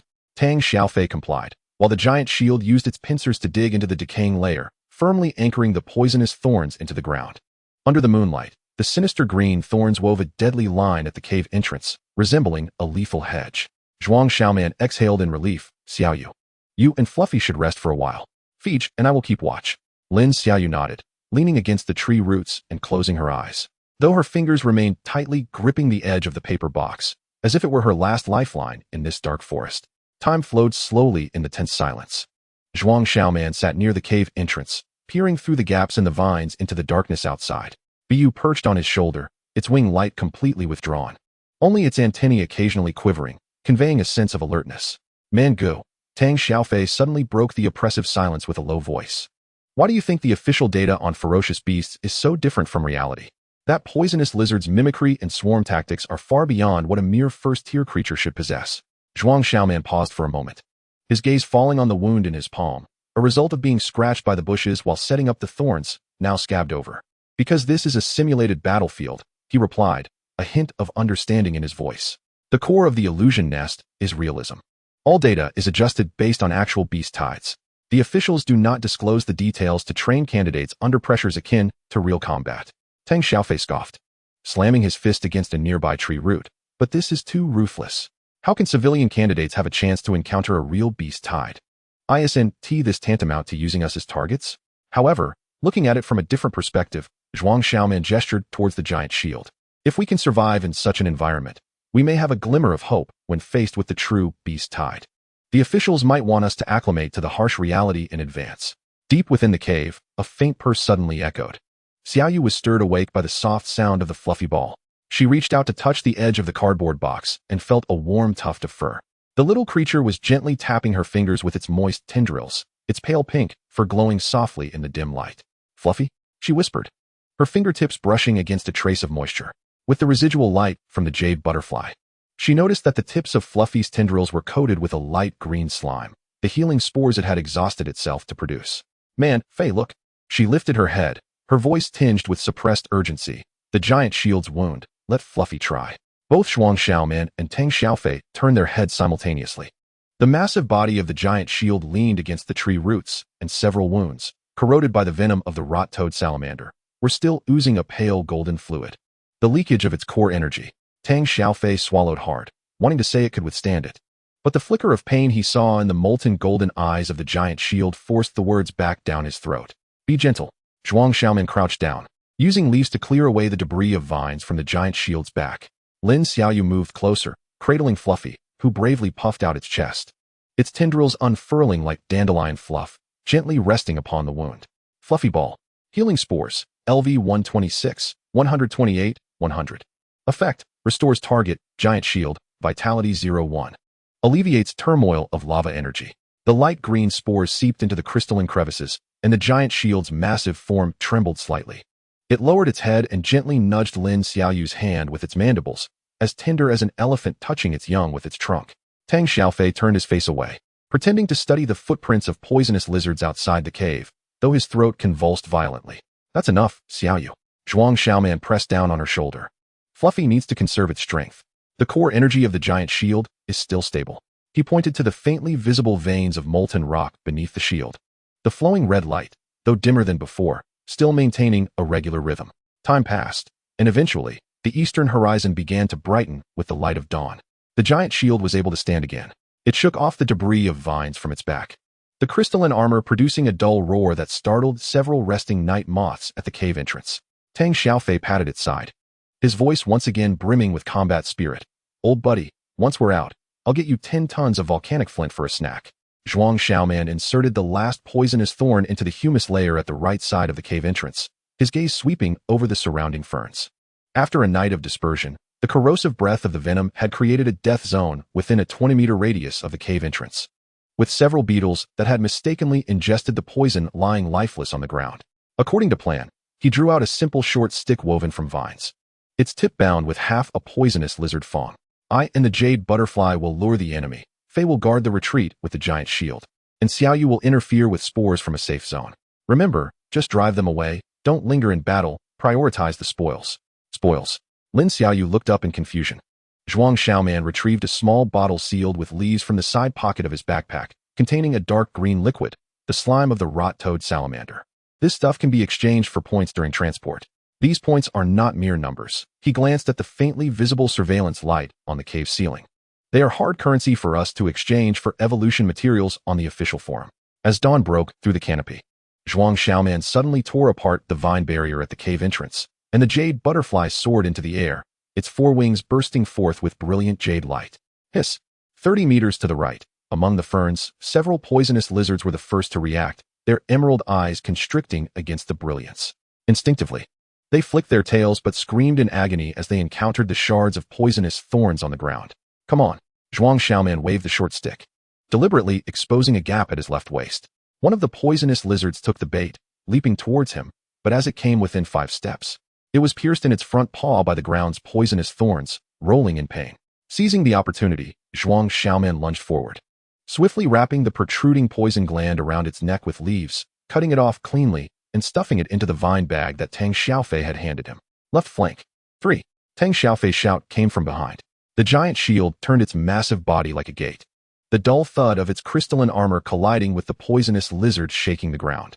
Zhuang Xiaoman flung out the short stick, the tip of the poisonous fang grazing the scales of one poisonous lizard, immediately corroding its back with charred spots of dark green venom. The lizard, in pain and desperate to escape, was struck by the jade butterfly's phosphorescent powder and fell into the humus layer, unable to move. This seemingly uneven battle gradually tilted towards an overpowering advantage due to the intimidation of the poisonous thorn traps and the precise execution of tactics. When the seventh poisonous lizard had its tail severed by the recoil of the lava and howled as it fled into the forest, the remaining lizard group finally dispersed completely, leaving behind a ground strewn with poisonous thorn remnants and dark green bodily fluids. Tang Xiaofei wiped the sweat and poisonous lizard slime from his face. Looking at the jade butterfly perched on Zhuang Xiaoman's shoulder, its wing edges now adorned with faint golden patterns, a sign of skill proficiency breakthrough. Man, he kicked a dead poisonous lizard at his feet. Do you think if we collect the poison glands from these green-skinned rascals, how many points could we get? Zhuang Xiaoman bent down to pick up a complete poisonous lizard fang, adding it to his backpack. Should be quite a bit. Wait. Tang Xiaofei suddenly pointed towards the distant ferns, where a dark green figure flashed by. It was the rot-toad salamander from yesterday. It was injured and could not move quickly. Zhuang Xiaoman's gaze sharpened. He noticed that the mossy shell of the creature still bore scorch marks from the brilliance, its swimming speed significantly slower than the night before. He tightened his grip on the short stick and looked at Tang Xiaofei. Are we betting? Tang Xiaofei grinned, revealing his dirt-streaked white teeth. With the giant shield here, what is there to fear? Besides, he patted the bag at his waist. We haven't let that big guy have a taste of our poisonous thorns yet.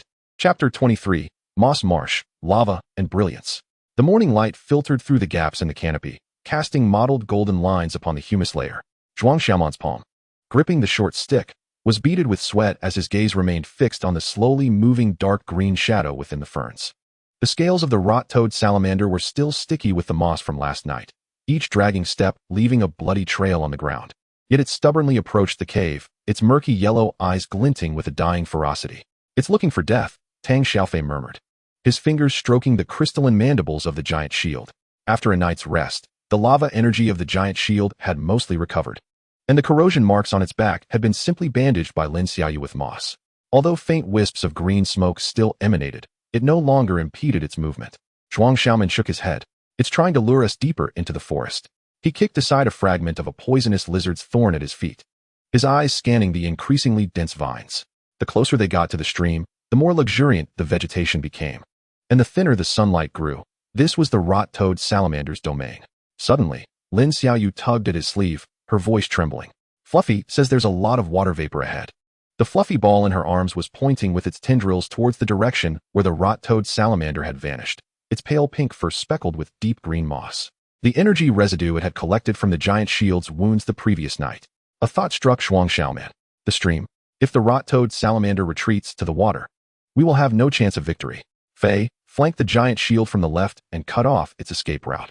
Xiaoyu, follow me around from the right and use spores to interfere with its perception.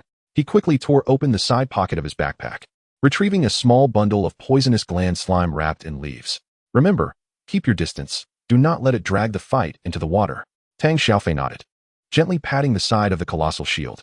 The shadowy figure, adorned in dark gold, resembled a silent fortress, gliding over the ferns with a soft rustling sound. Zhuang Xiaoman, accompanied by Lin Xiaoyu, darted into the thicket on the right.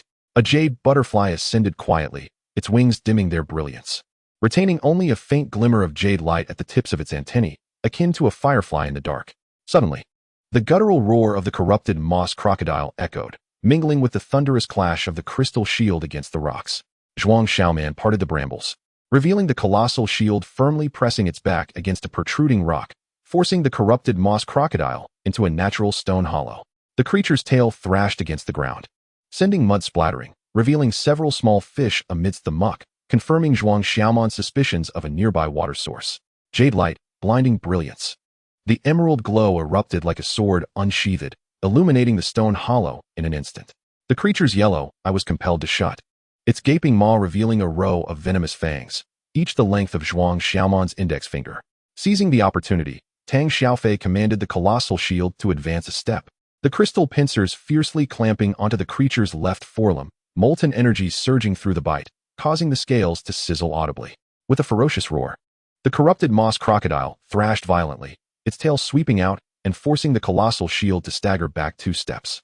Zhuang Xiaoman, recognizing the moment, hurled the venomous gland mucus at the creature's head. The dark green liquid arced gracefully in the sunlight, accurately splashing against its right eye.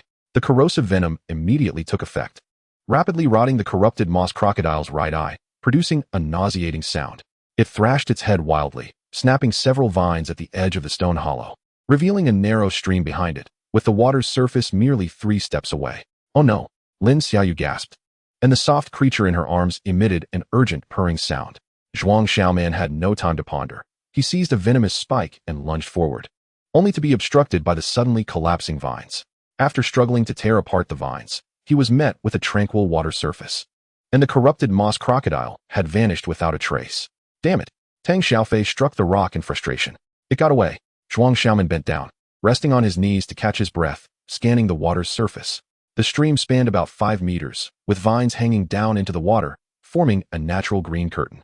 Shadows of darkness flickered beneath the surface, but it was impossible to discern if they were the creature's camouflage. What do we do? Lin Xiaoyu whispered. Should we pursue it? Zhuang Xiaoman shook his head. The water is its domain. If we enter, we would be at a disadvantage. He turned to Tang Xiaofei. Do you remember the venomous spike traps we set yesterday? Use the remaining ones to line the banks of the stream, every 2 meters apart, with the sharp ends facing up. Tang Xiaofei was taken aback. You want to lure it ashore? It's severely injured. It can't stay out of water for too long. Zhuang Xiaoman explained. As long as we secure the banks, it will inevitably attack. At that moment, he patted the short stick at his waist, the tips of the venomous fangs glimmering in the sunlight. The process of setting the traps was tense and silent. Lin Xiaoyu was tasked with inserting the venomous spikes into the humus along the bank, while Zhuang Xiaoman and Tang Xiaofei vigilantly monitored the water's surface. The colossal shield's crystal armor reflecting sunlight, casting a dark golden shadow upon the water. As the last venomous spike was embedded into the soil, the water's surface finally stirred. First, a circle of small ripples appeared, followed by the emergence of the corrupted moss crocodile's head, leaving only its yellow eyes to observe the commotion on the shore. Its right eye had completely vanished, replaced by a continuously bleeding hollow, rendering its remaining left eye even more menacing. It's coming!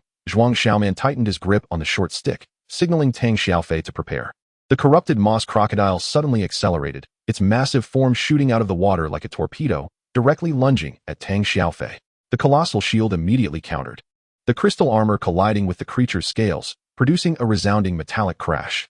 Zhuang Xiaoman seized the moment to charge from the side, thrusting the short stick toward the creature's abdomen, where the scales were thinner, a weakness discovered during the previous night's battle. However, the corrupted moss crocodile was well prepared. Its tail swept out, sending Zhuang Xiaoman flying. He crashed heavily to the ground, the short stick slipping from his grasp and rolling into the stream. Xiaoman! Tang Xiaofei shouted, and the colossal shield, momentarily distracted, was pushed back by the corrupted moss crocodile, teetering on the brink of the venomous spike trap area. In a critical moment, Lin Xiaoyu suddenly rushed forward, hurling the soft creature toward the monster. The little one unfurled its tentacles in midair, releasing a dense cloud of green spores that enveloped the corrupted moss crocodile's head. Soft creature. Healing spores. LV-128, 130, 100. Effect. Inflicts minor light attribute damage on non-friendly targets, disrupting neural perception. The corrupted moss crocodile emitted a pained roar, thrashing its head and flinging the soft creature away. Lin Xiaoyu screamed as she lunged to catch the little one, but inadvertently stepped on a venomous spike, tumbling onto the humus. Xiaoyu. Zhuang Xiaoman struggled to rise, seeing blood seeping from Lin Xiaoyu's calf, the tip of the spike having pierced her skin. Tang Xiaofei's furious roar nearly shook the leaves from the trees. Colossal shield. Lava rebound. With all your strength. The back of the colossal shield suddenly blazed with a blinding red light, molten energy erupting like a volcanic explosion from the gaps in its shell, creating a searing shockwave. The corrupted moss crocodile, positioned in the center of the venomous spike trap area, had its forepaws and abdomen pierced by multiple spikes, the venom seeping into its body and violently reacting with the molten energy. Boom! The explosive shockwave uprooted surrounding vegetation, propelling the corrupted moss crocodile's body into the air, crashing heavily onto the rocks at the riverbank, finally rendering it motionless. Zhuang Xiaoman disregarded his pain and crawled to Lin Xiaoyu's side. Her calf had begun to swell, the skin around the wound exhibiting a murky green hue, clearly indicating the spread of the venom. It's all right, Lin Xiaoyu managed a weak smile. The little one said its spores can neutralize some of the toxins.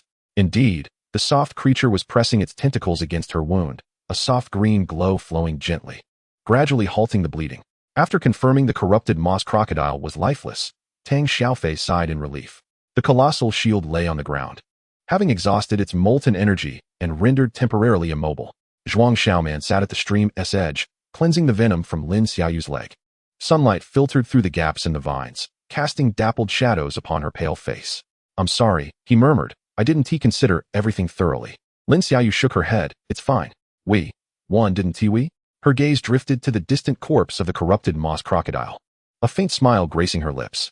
Zhuang Xiaoman remained silent for a moment, retrieving the short stick from the water and readying the venomous fangs. Feech. Remove the creature's venom gland, he stated. This bounty will certainly earn us a considerable amount of points. Tang Xiaofei nodded, pulling out the dagger he always carried. The venom gland of the corrupted moss crocodile was located behind its neck, several times larger than that of a venomous lizard, dark green and covered with vein-like patterns. As he carefully sliced off the venom gland, a sudden exclamation escaped his lips. Brother man, look. He raised the gland, revealing a faintly glimmering crystal within, refracting a spectrum of colors in the sunlight. What is this? Tang Xiaofei inquired, puzzled. I'm not sure, Zhuang Xiaoman replied honestly. It should be worth quite a bit of points. Lin Xiaoyu, struggling to stand, approached Zhuang Xiaoman. The little one said this is a crystallization of life energy, quite similar to its spores. Tang Xiaofei nodded, carefully stowing the venom gland away. At that moment, the shadows on the humus shrank to their shortest, and the midday heat began to seep in. He looked up at the treetops, glimpsing the azure sky through the gaps in the vines. With a few white clouds drifting lazily by, let us take a break and have something to eat, Zhuang Xiaoman suggested. We still need to explore the water source area this afternoon to confirm if there are any safe evacuation points. Tang Xiaofei retrieved compressed biscuits from his backpack and broke them into 3 pieces.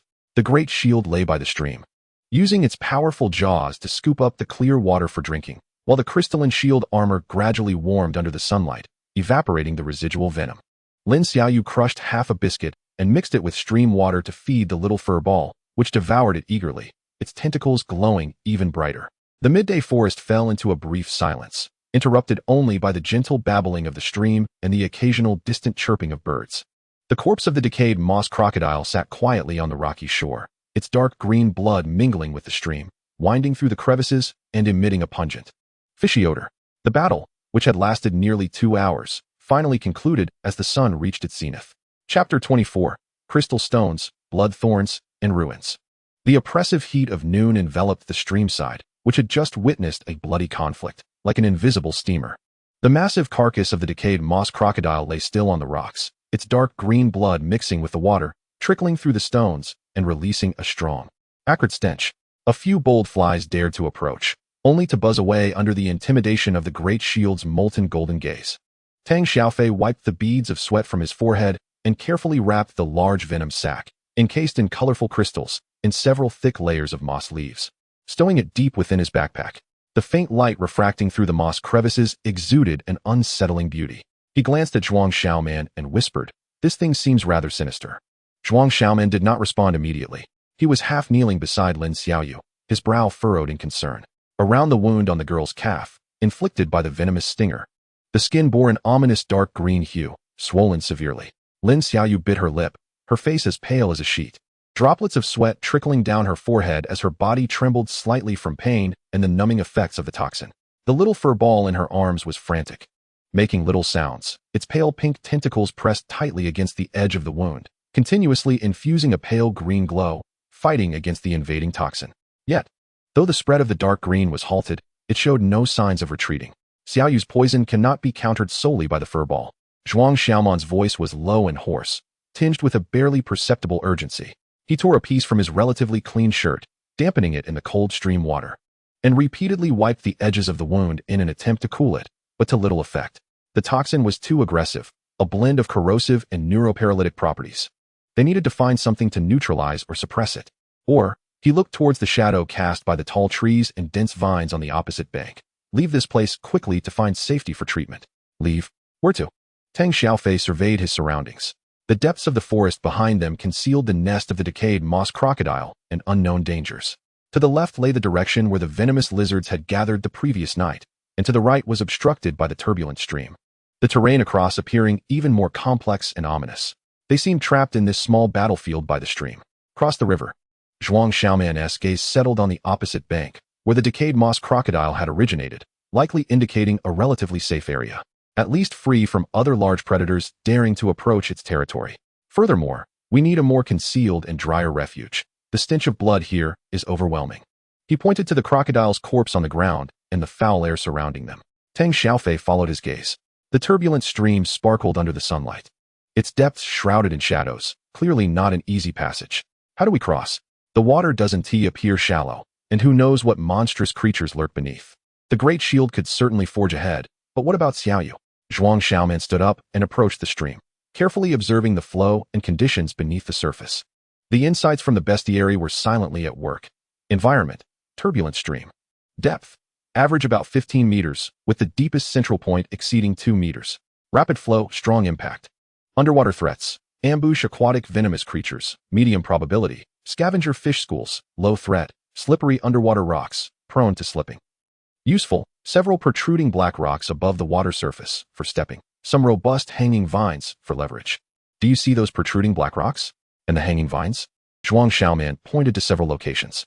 Fij, you take the great shield and go first. Its weight can stabilize against the water's impact. Step on the crystalline shield armor on its back, and use those rocks and vines to relay across. You should be able to reach the other side safely. Then he turned to Lin Xiaoyu, his tone brooking no argument. I'll carry you over. Xiaoyu, hold the furball tightly and don't let go, no matter what. Lin Xiaoyu nodded, enduring the pain, carefully cradling the weak fur ball in her arms. Without further ado, Tang Xiaofei called out to the great shield, old friend. It's up to you now. The great shield let out a low roar and stepped heavily into the stream. The rushing water immediately crashed against its body, creating a cacophony, yet its massive size and weight served as a bulwark, firmly standing beside the first protruding black rock. Tang Xiaofei quickly leapt onto the great shield's wide back. The slick crystalline surface caused him to stumble momentarily, but he quickly regained his balance. Targeting the next stone and the thick vine above, he climbed and jumped with the agility of a monkey, landing amidst a splash on the relatively dry rocks on the opposite bank. Safe. Come over. Tang Xiaofei waved from the other side. Zhuang Xiaoman took a deep breath and crouched down. Xiaoyu, get on. Lin Xiaoyu, enduring the intense pain and numbness in her leg, struggled to lie across Zhuang Xiaoman's back. He could distinctly feel her trembling body and the burning sensation from her injured leg. He supported her securely, ensuring she was steady, and spoke in a low voice. Hold tight. Close your eyes. Don't look at the water. The jade butterfly had already hovered at his shoulder, its 4 wings fluttering lightly, scanning the water surface with vigilance. Zhuang Xiaoman stepped into the icy stream. The water quickly rose to his thighs, and the powerful current caused him to sway. Gritting his teeth, he took each step with utmost steadiness, intent on reaching the first stepping stone where the great shield stood. Beneath his feet lay slippery pebbles and unseen water weeds. The frigid water crashed against his calves, as if countless hands were tugging at him. Suddenly, his foot slipped. A loose stone rolled beneath him. Zhuang Xiaoman lost his balance and stumbled forward. Ah! Lin Xiaoyu cried out in alarm, instinctively clutching his neck. In a split second, the jade butterfly's wings erupted in a dazzling emerald light. The glare of radiance was not aimed at the underwater threats, but rather illuminated the water in front of Zhuang Xiaoman, revealing a more stable black stone just beyond his fall. With a fierce shout, he leveraged the momentum, pushing off from the newly sighted stone, and managed to regain his balance. Chilly water splashed onto both him and Lin Xiaoyu. It's all right, Zhuang Xiaoman gasped, his voice hoarse with lingering fear, as he cautiously made his way to the great shield's side. He stepped onto the great shield's cool crystalline armor, and under Tang Xiaofei's anxious gaze, he navigated across the hanging vines and protruding rocks, finally reaching the dry stones on the opposite bank, shaken but unharmed. Who? Tang Xiaofei exhaled a long breath, quickly reaching out to help Lin Xiaoyu off Zhuang Xiaoman's back. The girl's lips had turned slightly purple, and the swelling in her calf seemed to have worsened. Indeed, the terrain on the opposite bank differed from their previous location. Towering trees loomed overhead, blocking the sunlight, casting the area in shadow, while the air felt heavy and humid. The ground was no longer a soft layer of humus, but rather covered with thick, dark red moss resembling a carpet, yielding softly underfoot, yet exuding a disconcerting slickness. Countless thick, deep brown vines hung down from the treetops, some entangling the ground, while others wove massive webs in midair. Even more unsettling, at the joints of these twisting vines, numerous sharp, blood-red thorns, reminiscent of vicious brambles, glimmered with a metallic sheen in the dim light. Environment: bloodvine forest, edge. Vegetation: extremely dense canopy trees, light dim, ground covered with slippery blood moss, slimy, containing faintly paralyzing mucus, abundant ghost-faced vines coiling. The vines are resilient, with branches bearing highly toxic blood thorns. Potential threats: ghost-faced vines actively entwining and attacking, high probability, bloodthorn toxins, blood-choking neurotoxins, venomous insects lurking beneath the moss. Odor: a rich, sweet, and pungent scent of decaying vegetation, masking other odors. This cursed place, Tang Xiaofei spat. vigilantly eyeing the dangling vines that seemed poised to spring to life at any moment, feeling an eerie chill that surpassed even the previous location. Beware of those thorny vines called ghost-faced vines. Their thorns are highly poisonous. Zhuang Xiaoman swiftly shared the information from the compendium while supporting Lin Xiaoyu, helping her lean against a relatively clean boulder to rest. The soft, fluffy creature struggled to extend its body, continuing to cast a faint healing green light over her swollen, injured leg, though the effect appeared to diminish. We must tend to the wound promptly. Zhuang Xiaoman's gaze sharply scanned the surroundings. The dim light, slippery moss, and omnipresent poisonous vines indicated that this was no place for prolonged stay. His eyes traversed the dense network of vines, faintly catching a glimpse of irregular, artificial outlines deep within the bloodvine forest. Feech, keep watch over Xiaoyu and the giant shield, Zhuang Xiaoman whispered, signaling the jade butterfly to dim its glow. I will venture a short distance forward to see if I can find a somewhat safer spot or usable herbs. He recalled that the compendium had mentioned that lethal substances were sometimes accompanied by antidotes. Though the chance was slim, it was worth a try. Like a shadow, he silently slipped into the entwined shadows of the vines. Each step was carefully placed upon exposed tree roots or solid rock, avoiding the treacherous blood moss. The jade butterfly perched on his shoulder, its antennae vibrating rapidly, sensing the subtle energy fluctuations around. The drooping ghost-faced vines lay still, like slumbering serpents. But Zhuang Xiaoman had no doubt that once triggered within their sensory range, these deadly vines would constrict and strangle in an instant. The air grew increasingly thick with the sweet, pungent scent of decay. Suddenly, the wings of the jade butterfly fluttered ever so slightly, conveying a sense of alertness. Zhuang Xiaoman immediately halted, pressing his body against the trunk of a thick tree. Less than 10 meters ahead, several ghost-faced vines, as if guided by an invisible thread, were slowly and silently altering their drooping angles. The blood-red thorns on the vines shimmered like distant cold stars. Locking onto the seemingly ordinary patch of blood moss he had almost stepped upon. There is something there. Zhuang Xiaoman held his breath. The insight from the beastmaster compendium, sharpening his focus. Target, mimetic moss lizard, ordinary level 1. Traits, perfect mimicry. Passive, the coloration and texture of its surface are indistinguishable from blood moss when still. Venomous stinger. Passive, its tail bears a hollow stinger, containing a mixed neurotoxin derived from the blood thorns. Ambush master. Passive, lurking within the moss. It camouflages itself using the environmental scent, being highly sensitive to vibrations. Threat assessment. Moderate threat level for single entities. Attack swiftly. Toxins are lethal. Fears strong light and area vibrations. A portion of the moss was slowly rising, revealing a slender tail covered in dark red moss patterns, the tip adorned with a stinger flickering with a ghostly blue hue. Silently poised at the spot Zhuang Xiaoman had nearly stepped upon. That was close. A cold sweat instantly drenched Zhuang Xiaoman's back. Had it not been for the jade butterfly's early warning, he might have already fallen victim. This bloodvine forest was indeed fraught with peril at every turn. He dared not advance recklessly, his gaze quickly scanning the environment surrounding the mimetic moss lizard, seeking potential detours or points of opportunity. Just then, his eyes traversed the treacherous mossy area, locking onto a deeper section. Through the layered gaps of vines, behind several exceptionally tall bloodskin trees, a fragment of a grayish-white wall, wildly entwined and covered by vines, could be faintly discerned. Though mostly consumed by the plants, the straight lines and regular contours were unmistakably the work of human hands. The wall seemed to curve into a semicircle, with what appeared to be a collapsed entrance at the center, dark and ominous, like the throat of a colossal beast. Ruins. The remnants of human architecture. Zhuang Xiaoman's heart raced. The Mirage Nest simulated various complex environments, and it was not surprising to find abandoned human strongholds. Yet this place had evidently been occupied by fierce beasts and peculiar flora for many years, the level of danger unknown. However, ruins often indicated potential cover, remaining resources, and even a relatively dry environment. That could perhaps be the only place to save Lin Xiaoyu. He quickly retreated to Tang Xiaofei and Lin Xiaoyu's side, lowering his voice, urgency lacing his tone as he revealed his discovery. There's something ahead. It looks like an abandoned structure, covered in vines. But there's an ambush. A mimetic moss lizard, and its poison is formidable. He swiftly described the position and characteristics of the mimetic moss lizard. Tang Xiaofei's eyes lit up. Ruins? A splendid location. Much better than out in the open. An ambush? Let us deal with it. No. Zhuang Xiaoman immediately countered. The giant shield was too large a target and would make too much noise. If they disturbed the ghost-faced vines in that area, they would be trapped. They needed to eliminate the lizard silently or divert its attention.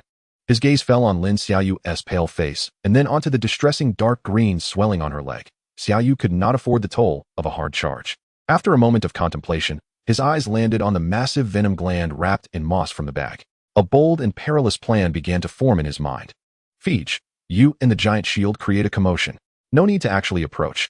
Just stay here, slightly away from the lizard's ambush point, and let the giant shield stomp or smash some rocks. The louder, the better, Zhuang Xiaoman said rapidly, simultaneously unwrapping the package. I need to divert its attention, even if just for a few seconds. Though Tang Xiaofei was puzzled, he instinctively trusted Zhuang Xiaoman's judgment. All right, giant shield, it's your turn. Make some noise. The giant shield let out a low roar, its molten gold eyes locking onto a weathered rock about half a person's height. It lifted its heavy crystalline leg and slammed it down with force. Boom, boom, boom. The thunderous sound erupted in the bloodvine forest. The ground trembled, causing even the drooping vines to sway slightly. The pungent, sweet aroma emitted from the venom gland of the moss crocodile spread outward with the vibrations. Almost the moment the giant shield stomped, the patch of blood moss ahead reacted. The perfectly mimetic lizard suddenly lifted its head, still maintaining its mossy coloration. Its elongated body tensed, and its ghostly blue stinger turned towards the direction of the vibrations and scent, the location of Tang Xiaofei and the giant shield. Its attention was successfully diverted. Now is the time. Zhuang Xiaoman sprang into action like a long-hidden cheetah, unleashing his speed to the utmost under the cover of the giant shield's cacophony. He did not charge toward the lizard, but rather darted diagonally toward a thick, dangling ghost-faced vine beside that area. His target was the sharp blood thorns on the vine, gripping a sturdy tree root fragment tightly in his hand. The moment he reached the ghost-faced vine, he summoned all his strength and forcefully smashed the fragment down onto the base of the thickest, darkest blood thorns. Crack! Sizzle! The resilient ghost-faced vine was struck, causing its juices to splatter, and several lethal blood thorns snapped in response. Zhuang Xiaoman moved with the swiftness of lightning, seizing the broken blood thorns with the thick moss leaves he had prepared just before they hit the ground. The toxic spikes were tightly enveloped by the moss leaves. The entire sequence transpired in the blink of an eye. The mimicry of the moss lizard remained fixated on the source of the noise made by the giant shield, entirely oblivious to the deadly ambush unfolding from the side. After successfully capturing the thorns, Zhuang Xiaoman wasted no time. He rolled close to the ground and quickly retreated to a safe distance, his heart racing. A sharp sting radiated from his palm, as the splattered juice of the ghost-faced vine had corroded his skin, fortunately, without making direct contact with the thorn's toxic tip. He opened the moss leaves, now with several small holes from the corrosion, revealing several eerie blue blood thorns, their tips still oozing fresh sap, emitting a sweet, sickly scent colder than the venom glands of the decayed moss crocodile. Success! A fierce glint flashed in Zhuang Xiaoman's eyes as he carefully wrapped the blood thorns and turned to Tang Xiaofei. Brother Fei, stop. It has redirected its attention. We need to move. Let's circumvent that patch of moss and aim for the ruins. The giant shield ceased its stomping. The mimic moss lizard appeared somewhat perplexed, cautiously swiveling its head in place, but ultimately lowered itself again, blending back into the blood moss, its poisonous spikes still aimed at the source of the noise. Clearly unaware that the threat had dissipated, Tang Xiaofei hoisted the weak and nearly incapacitated Lin Xiaoyu onto his back, while Zhuang Xiaoman forged ahead, the giant shield acting as a moving fortress in their wake. The trio cautiously navigated around the deadly moss ambush zone, traversing through the maze of intertwined vines, laboriously advancing towards the grayish-white remnants of the ruins. The air grew thicker with a sweet, rancid stench, reminiscent of congealed blood. The light dimmed further, with only the faint daylight filtering through the gaps in the vines. When they finally pushed aside the last curtain of the ghost-faced vine, the sight before them made all three gasp in astonishment. A half-collapsed, circular structure made of enormous gray-white stone blocks loomed at the center of the bloodvine forest, resembling the skeletal remains of a beast that had been gnawed upon. The towering stone walls were entwined with deep brown and dark red vines, many sections completely ruptured and arched under the weight of the plant roots. At the heart of the structure lay an arched entrance, half buried under rubble and twisted metal, exuding a musty scent of earth and rust. Above the entrance, a severely weathered metal plaque, cloaked in moss, hung askew, with inscriptions long since blurred beyond recognition. Only a few distorted letters and a fragmented gear emblem barely discernible. This place was evidently a long-abandoned remnant of a bygone era, entirely consumed by the forest. The silence and decay were palpable, yet a chilling aura of artificiality permeated the air, starkly contrasting with the surrounding primal jungle. At the collapsed entrance, several grotesque vines, far more formidable than the others of the ghost-face variety, their hues darker and closer to black, writhed slowly like serpents guarding the gates of hell. their blood-red barbs glinting with an eerie crimson light. Was this a sanctuary? Or another, deeper trap? Lin Xiaoyu lay against Tang Xiaofei's back, her consciousness clouded by toxins and pain. She gazed at the dark void of the entrance and then down at the dimly glowing, yet still striving to heal her. Fluffball in her arms, murmuring, "Inside, there's wind, it's cool." Zhuang Xiaoman gripped the short stick tightly, his gaze sharp as a blade, sweeping over the visibly more perilous ghost face vines at the entrance, then returning to the deadly blood thorns in his backpack. The path ahead was uncertain, but retreat was no longer an option. Chapter 25, Sealed, Fungus Nest, and Cold Claw Marks. The frigid air, thick with the scent of rust and dust, mingled with the sweet, decaying aroma of plants, akin to congealed ice water, instantly filled the trio's mouths and noses. The moment they stepped into the arched entrance, light vanished completely, leaving only absolute darkness and silence. Behind them, the robust ghost face vines coiled at the entrance began to writhe and constrict like living creatures, resealing most of the entrance, leaving only a few narrow slits of light that sliced through the dim, crimson glow of the bloodvine forest, casting faint beams onto the dust-laden ground. Cough, cough. Tang Xiaofei choked on the dust, his voice echoing in the vast, silent space, amplifying the sound and making it feel particularly jarring. The Lin Xiaoyu on his back weakened, nearly slipping down. "Xiaoyu." Zhuang Xiaoman immediately stepped forward, carefully lowering her to rest against a relatively smooth metal wall. The fluffball in her arms glowed dimly, its tendrils hanging limply. Evidently exhausted from combating the toxins and maintaining its healing efforts, having succumbed to a deep slumber akin to unconsciousness. "Brother Fei, keep watch at the entrance. Be wary of those vines," Zhuang Xiaoman commanded in a hushed tone. He swiftly removed his backpack, searching for the leaf container wrapped around the dark marsh poison lizard's venom glands, the material for the poisonous thorns, and retrieved the few blood thorn spikes carefully wrapped in moss leaves. He tore off a relatively clean strip of cloth, dampened it with the last remnants of clear water in the water pouch, and began to wipe Lin Xiaoyu's swollen, purplish leg wound. The dark green toxin spread beneath her skin like a living entity, the edges of the wound already blackened and rotting, emitting a faintly sweet, rancid odor. A characteristic feature of the dark marsh poison lizard's venom mixed with humic toxins. "Damn it, this poison," Tang Xiaofei grimaced as he observed Lin Xiaoyu's leg, his expression grim. He remained vigilant, his gaze fixed on the movements of the vines at the entrance, while directing the massive form of the giant shield to silently block the entrance and shield his companions, its molten gold eyes scanning the interior space like twin searchlights. Zhuang Xiaoman remained silent. He cautiously picked up a bloodthorn. The eerie blue tip shimmered with a chilling glint in the dim light filtering through the entrance. Taking a deep breath, as if making an extremely perilous decision, he wrapped the tail end of the bloodthorn in the cloth, leaving only a small portion of the needle-like tip exposed. "What are you doing?" Tang Xiaofei exclaimed in shock. "Using poison against poison." Zhuang Xiaoman's voice was chillingly calm, imbued with a sense of desperate determination. The neurotoxin of the bloodthorn was fierce and lethal, while the dark marsh poison lizard's venom was corrosive and paralyzing. When the two met, they would either neutralize each other in annihilation, or they would ignite instantaneously. He glanced at Lin Xiaoyu's agonized, tightly shut eyes and her pale face. Realizing she wouldn't last until they found a safe spot, they had to take a gamble. Using the thorn's poisonous tip, he would pierce the edge of the wound, igniting a clash between the two toxins. It was their only opportunity. Tang Xiaofei opened his mouth, staring at the alarming dark green on Lin Xiaoyu's leg, ultimately nodding heavily. His fists clenched tightly, producing a cracking sound. "Damn it, be careful." Zhuang Xiaoman held his breath, his fingers steady as a rock. He avoided the center of the wound, which was the most severely decayed, instead selecting an area where the toxin spread, the skin swollen and glistening, the veins exhibiting an eerie bluish-black hue.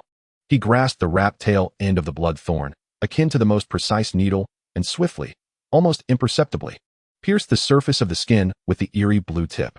A faint sound emerged, akin to a hot iron being plunged into cold water. The minuscule puncture instantly transformed into a bizarre purplish-black hue. Following this, the dark green toxin, which had previously been spreading slowly, erupted violently around that point, as if a stone had been tossed into boiling oil. The two distinctly different toxins clashed and eroded beneath Lin Xiaoyu's flesh. The unconscious Lin Xiaoyu emitted a suppressed groan of agony, her body convulsing violently, beads of cold sweat instantly dotting her forehead. Zhuang Xiaoman's gaze remained fixed on that point, his heart lodged in his throat. Before them, the tumultuous dance of deep emerald and dark violet hues intertwined, consuming one another. The edges of the wound began to ooze a viscous liquid laced with strands of blackened blood, emanating a more pungent and acrid stench. This turmoil persisted for approximately several seconds, during which the dark violet seemed to gain the upper hand, pushing back and diluting the surrounding emerald. Efficacious. The two toxins were depleting each other. Zhuang Xiaoman made a swift decision. Hastily withdrawing the blood thorn and vigorously wiping the area around the puncture with a damp cloth to cleanse the toxic mixture seeping forth. The alarming emerald swelling around the wound visibly receded, albeit slowly, while the skin remained a mottled, darkened hue, and the necrosis did not show immediate signs of improvement. Nonetheless, the spreading momentum had been forcefully curtailed. Lin Xiaoyu's convulsing body gradually calmed. Her breaths, though still faint and rapid, seemed to bear less agony. With a long exhale, Zhuang Xiaoman released a breath of murky air, his back drenched in cold sweat. He quickly bandaged the wound with a clean cloth to prevent secondary infection. This was merely an extremely perilous suppression, not an antidote. Xiaoyu's leg injury remained severe. They had to find a genuine remedy or a safe escape as soon as possible. With the immediate crisis averted, he could finally survey the interior of the dilapidated ruin that had temporarily sheltered them. Illuminated by the light filtering through the entrance and the glow from the giant shield's pupil, the contours of the internal space began to emerge. It was a vast circular hall, with a towering dome, much of which had collapsed, exposing the gnarled roots of vines and the dim red light filtering through the blood vine forest above. The ground was cloaked in a thick layer of dust, reminiscent of snow, soft and soundless underfoot. At the center of the hall lay a sunken, colossal circular platform, exceeding 10 meters in diameter. In the midst of the platform, remnants of some apparatus lingered, now reduced to a rusted metal base entwined with vines. Surrounding this central platform was a circular walkway, elevated approximately half a meter above the ground, its edges lined with long-corroded metal railings. Embedded within the inner walls of the walkway were numerous rectangular black panels. Thickly coated in dust, some panels were shattered, revealing an intricate web of oxidized circuitry beneath. This place resembled a control center or an operational platform for some grand apparatus. The air was saturated with the heavy scents of machine oil, rust, and the distinctive aroma of burnt electronic components, mingled with the earthy odor of dust. However, what captivated attention most was not the decaying metallic structures, but rather the peculiar substance that enveloped them. Resembling some sort of living carpet, a thick layer of dark purple fungal mat. This mat seemed almost sentient, blanketing the ground, walls, metal base, and even climbing the drooping vines. Its surface was adorned with intricate folds and protrusions, akin to small tumorous structures, exuding a sweet and rotten scent, reminiscent of rust and decaying mushrooms. In areas where the fungal mat was particularly thick, one could faintly discern the outlines of metallic tools long bereft of luster or fragments of tattered protective clothing ensnared within. Environment: era of antiquity facilities, control hall, abandoned. Status: severely damaged, deeply infested, and covered by corrosive iron fungal mat. Characteristics of corrosive iron fungal mat: symbiotic fungal colony, feeding on metal oxides and organic remnants, secreting strongly acidic mucus to accelerate metal corrosion. Mycelium exhibits faint neural activity, capable of sensing vibrations. Potential threat: the corrosive iron fungal mat itself is harmless, but its nurtured symbiotic beasts, high probability. Feej, look behind those panels. Tang Xiaofei's voice carried a note of astonishment as he pointed to the space revealed behind several shattered panels on the inner wall of the circular walkway. In that corner, cloaked in dust, cobwebs, and the dark purple fungal mat, the outlines of several metallic boxes became vaguely visible, one of which bore a blurred, nearly consumed Red Cross insignia. Medical supplies? The two exchanged glances, each recognizing the glimmer of hope in the other's eyes. In a place like this, any potential remnants could be a lifeline. Xiaoyu, stay here and hold on to the fluffy ball tightly, Zhuang Xiaoman instructed in a hushed tone, placing the water pouch within her reach. Feej, you guard the entrance in this side. I will take a look.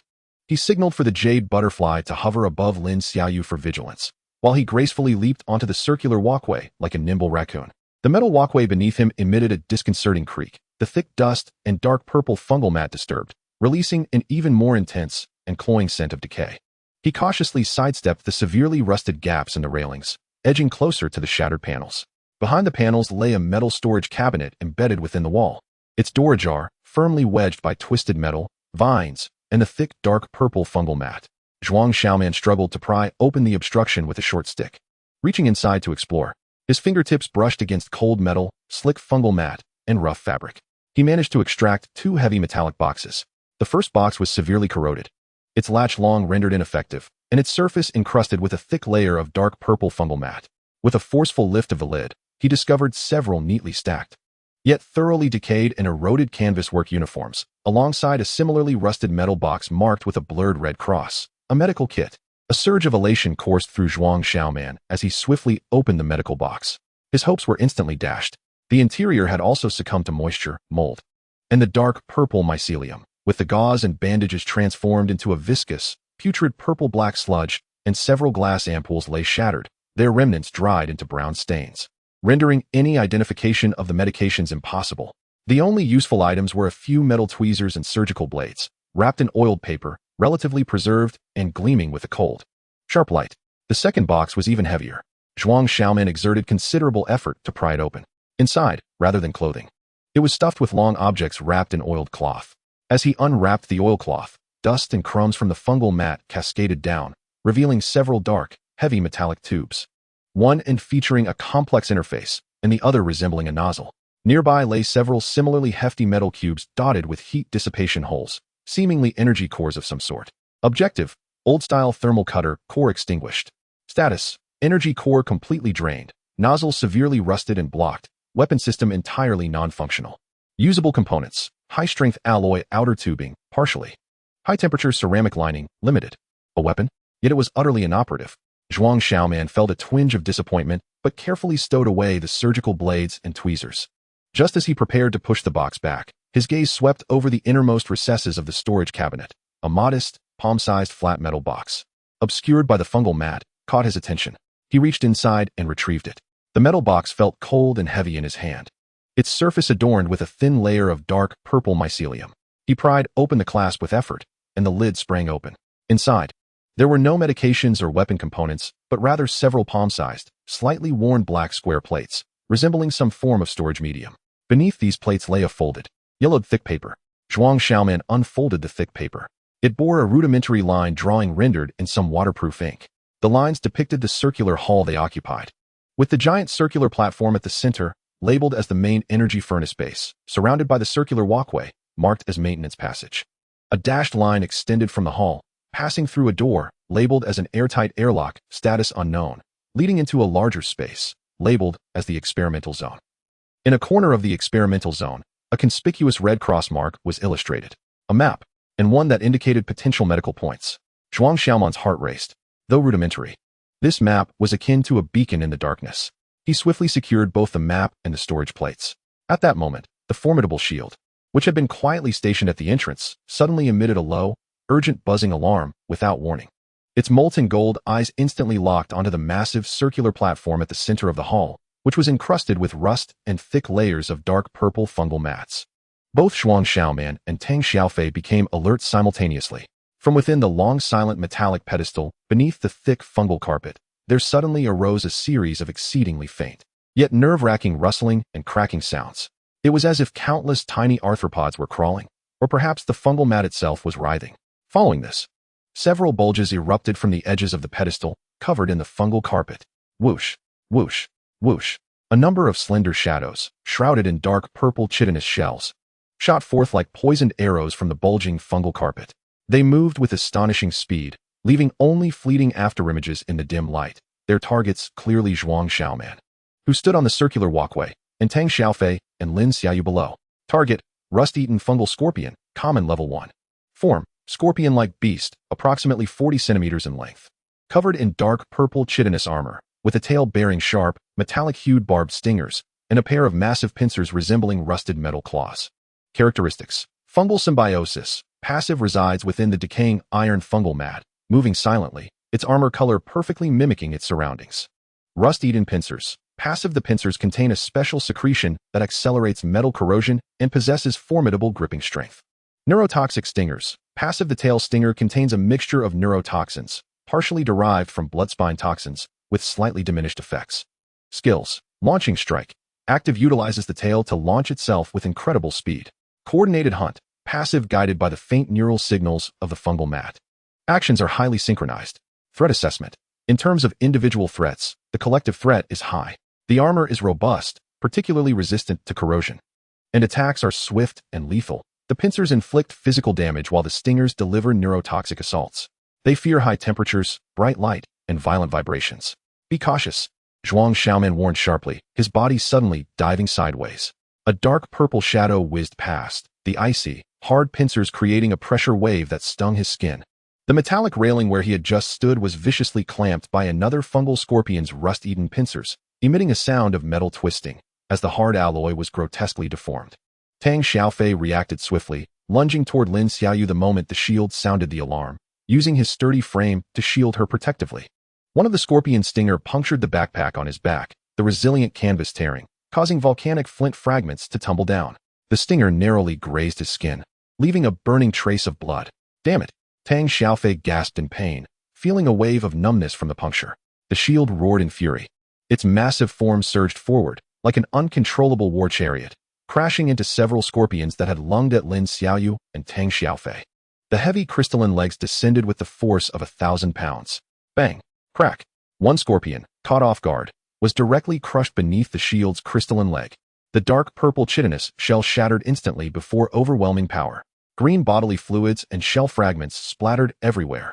However, more scorpions scattered like wraiths, easily evading the shield's stomp. Their icy compound eyes locking onto the minute gaps at the joints and between the crystalline armor. Their pincers opened and closed, producing a metallic grinding sound. Clearly aware of their weaknesses. Jade butterfly. Phosphorescent powder. Maximum range. Distract them. Zhuang Xiaoman shouted urgently as he scrambled to his feet, drawing out a short club while vigilantly watching the agile scorpions in the air, which were once again targeting him. The jade butterfly's four wings flapped wildly. The colorful, paralyzing phosphorescent powder erupted like a sandstorm. This time, it seemed to have an effect. The scorpions lunging at Zhuang Xiaoman displayed noticeable hesitance.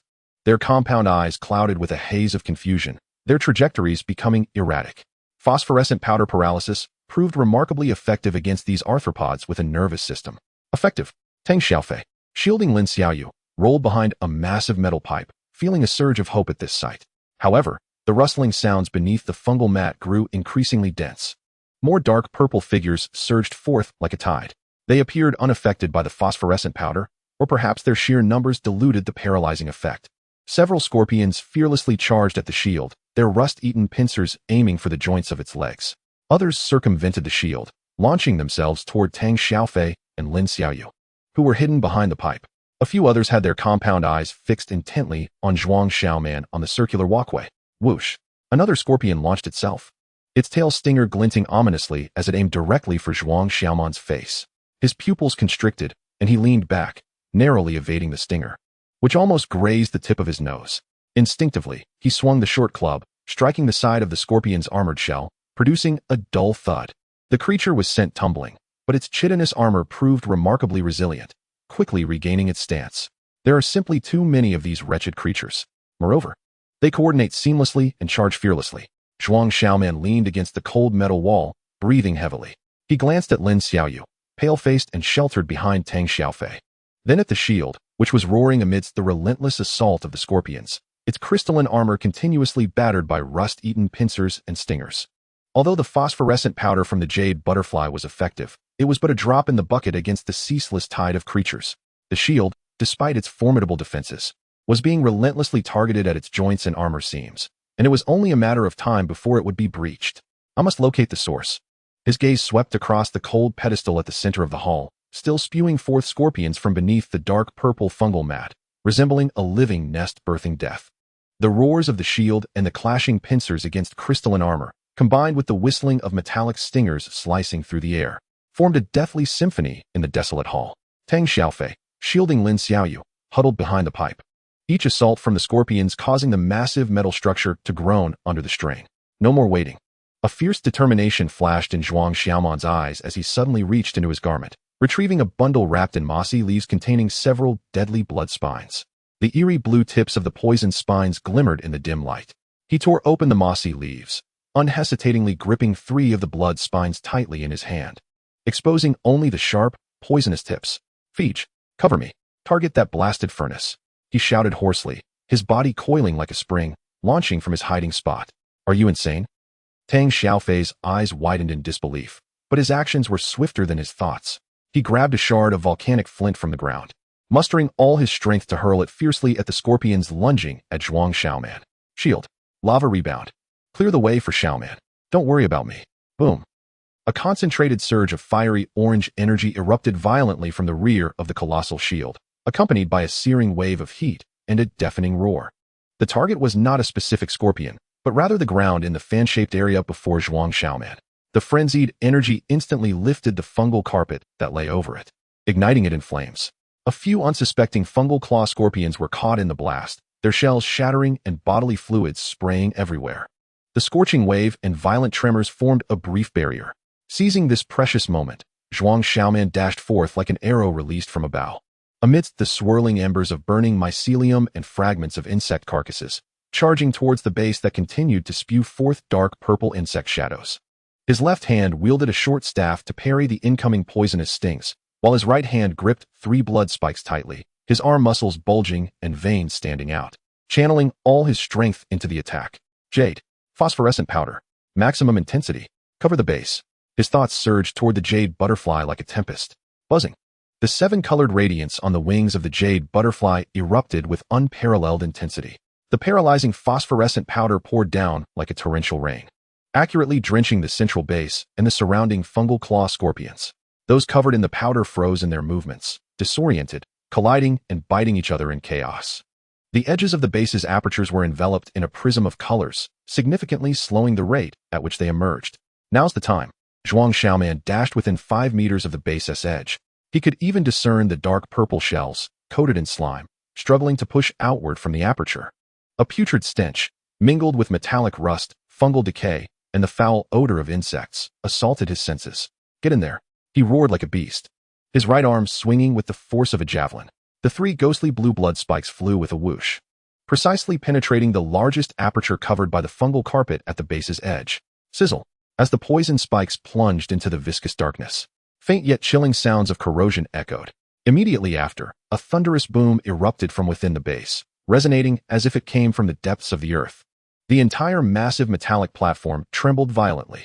The thick, dark purple fungal carpet covering it twisted and bulged as if thrown into boiling oil, before exploding into pieces. Viscous, emerald green fungal liquid mixed with shattered shells, insect remains, and burning mycelium erupted violently from the holes and cracks like a volcanic lava flow. An indescribable wave of horror, infused with potent toxins, strong acids, and scalding steam, surged forth. Get down. Zhuang Xiaoman could only manage a shout before the violent wave hurled him away, crashing him hard against the metallic railing of the circular walkway. A sweet taste filled his throat as the scent of blood permeated the air. The world spun madly around him, leaving only the sharp ringing in his ears and the terrifying groans from within the base, as if metal was being forcibly torn apart. In the center of the explosion, a hellish scene unfolded. The materials within the fungal carpet, ignited by the blood spikes toxins, triggered a violent chain reaction, instantly annihilating numerous nearby fungal claw scorpions with extreme heat and corrosive substances, while wreaking havoc on the base's structure. The emerald green liquid splashed onto the surrounding scorpions, immediately producing a hissing sound of corrosion, as their hard, chitinous shells rapidly softened and dissolved. The surviving scorpions screeched in terror, retreating frantically like a receding tide, hastily distancing themselves from the terrifying base that belched forth thick smoke, resembling a furnace of doom. The entire hall fell into an eerie silence. Only the occasional metallic twisting sounds resembling dying gasps emanated from within the base, mingling with the nauseating odors of charred flesh and strong acids that filled the air. Cough.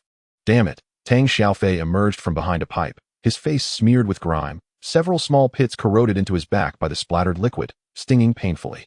His first glance fell upon Lin Xiaoyu, the girl's face pale from the shockwave of the explosion, but fortunately shielded by the pipe and Tang Xiaofei's body. Avoiding direct impact, the fluffy ball in her arms remained unconscious and motionless. Man, are you all right? Tang Xiaofei croaked. Zhuang Xiaoman struggled to rise from the ground, his chest aflame with pain, blood trickling from the corner of his mouth, and a gash on his left arm from flying metal shards.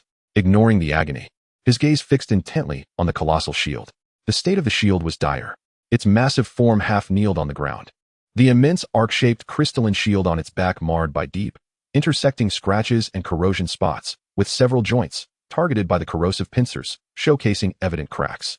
Molten light flowing weakly and chaotically from the gaps. Most alarmingly, one of its left hind legs had a significant chunk of crystal crushed at the joint, dark golden shards littering the ground, exposing the molten golden energy coursing within, resembling a network of lava. The edges of the wound were coated with a layer of emerald green slime, hissing as it corroded. Evidently, the strong acidic liquid splattered during the explosion. The colossal shield hung its head low, its molten golden eyes dim, each heavy breath accompanied by a tremor of pain, its massive body swaying slightly, as if it might collapse at any moment. It had endured the explosion's shockwave and the deluge of corrosive liquid to protect Zhuang Xiaoman, becoming the epicenter of devastation. Shield. Tang Xiaofei's heart ached as he scrambled desperately to the shield's side, observing the horrific wound on its leg and its dim expression, his voice trembling. Hang in there. Hold on. Yet, the crisis was far from over. Although the explosion had severely damaged the source of the insect swarm and repelled most of the fungal claw scorpions, dozens of elite individuals remained undeterred. They retreated to the shadows and fungal carpet-covered areas at the edges of the hall, their cold compound eyes fixed on the wounded shield and isolated Zhuang Xiaoman, their pincers clacking threateningly, clearly waiting for an opportunity to launch a final ambush. The explosive deterrent effect was waning. Feech, take Xiaoyu to the lower circular walkway. There are plenty of dead angles there. Zhuang Xiaoman gritted his teeth against the agonizing pain in his chest, issuing a hoarse command. He staggered to the shield's side, joining Tang Xiaofei. The jade butterfly wobbled back onto his shoulder, its four wings dim, clearly exhausted from the previous overload of phosphorescent powder. The shield.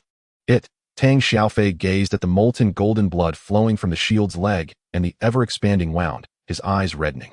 Silk. Feech, remember the training?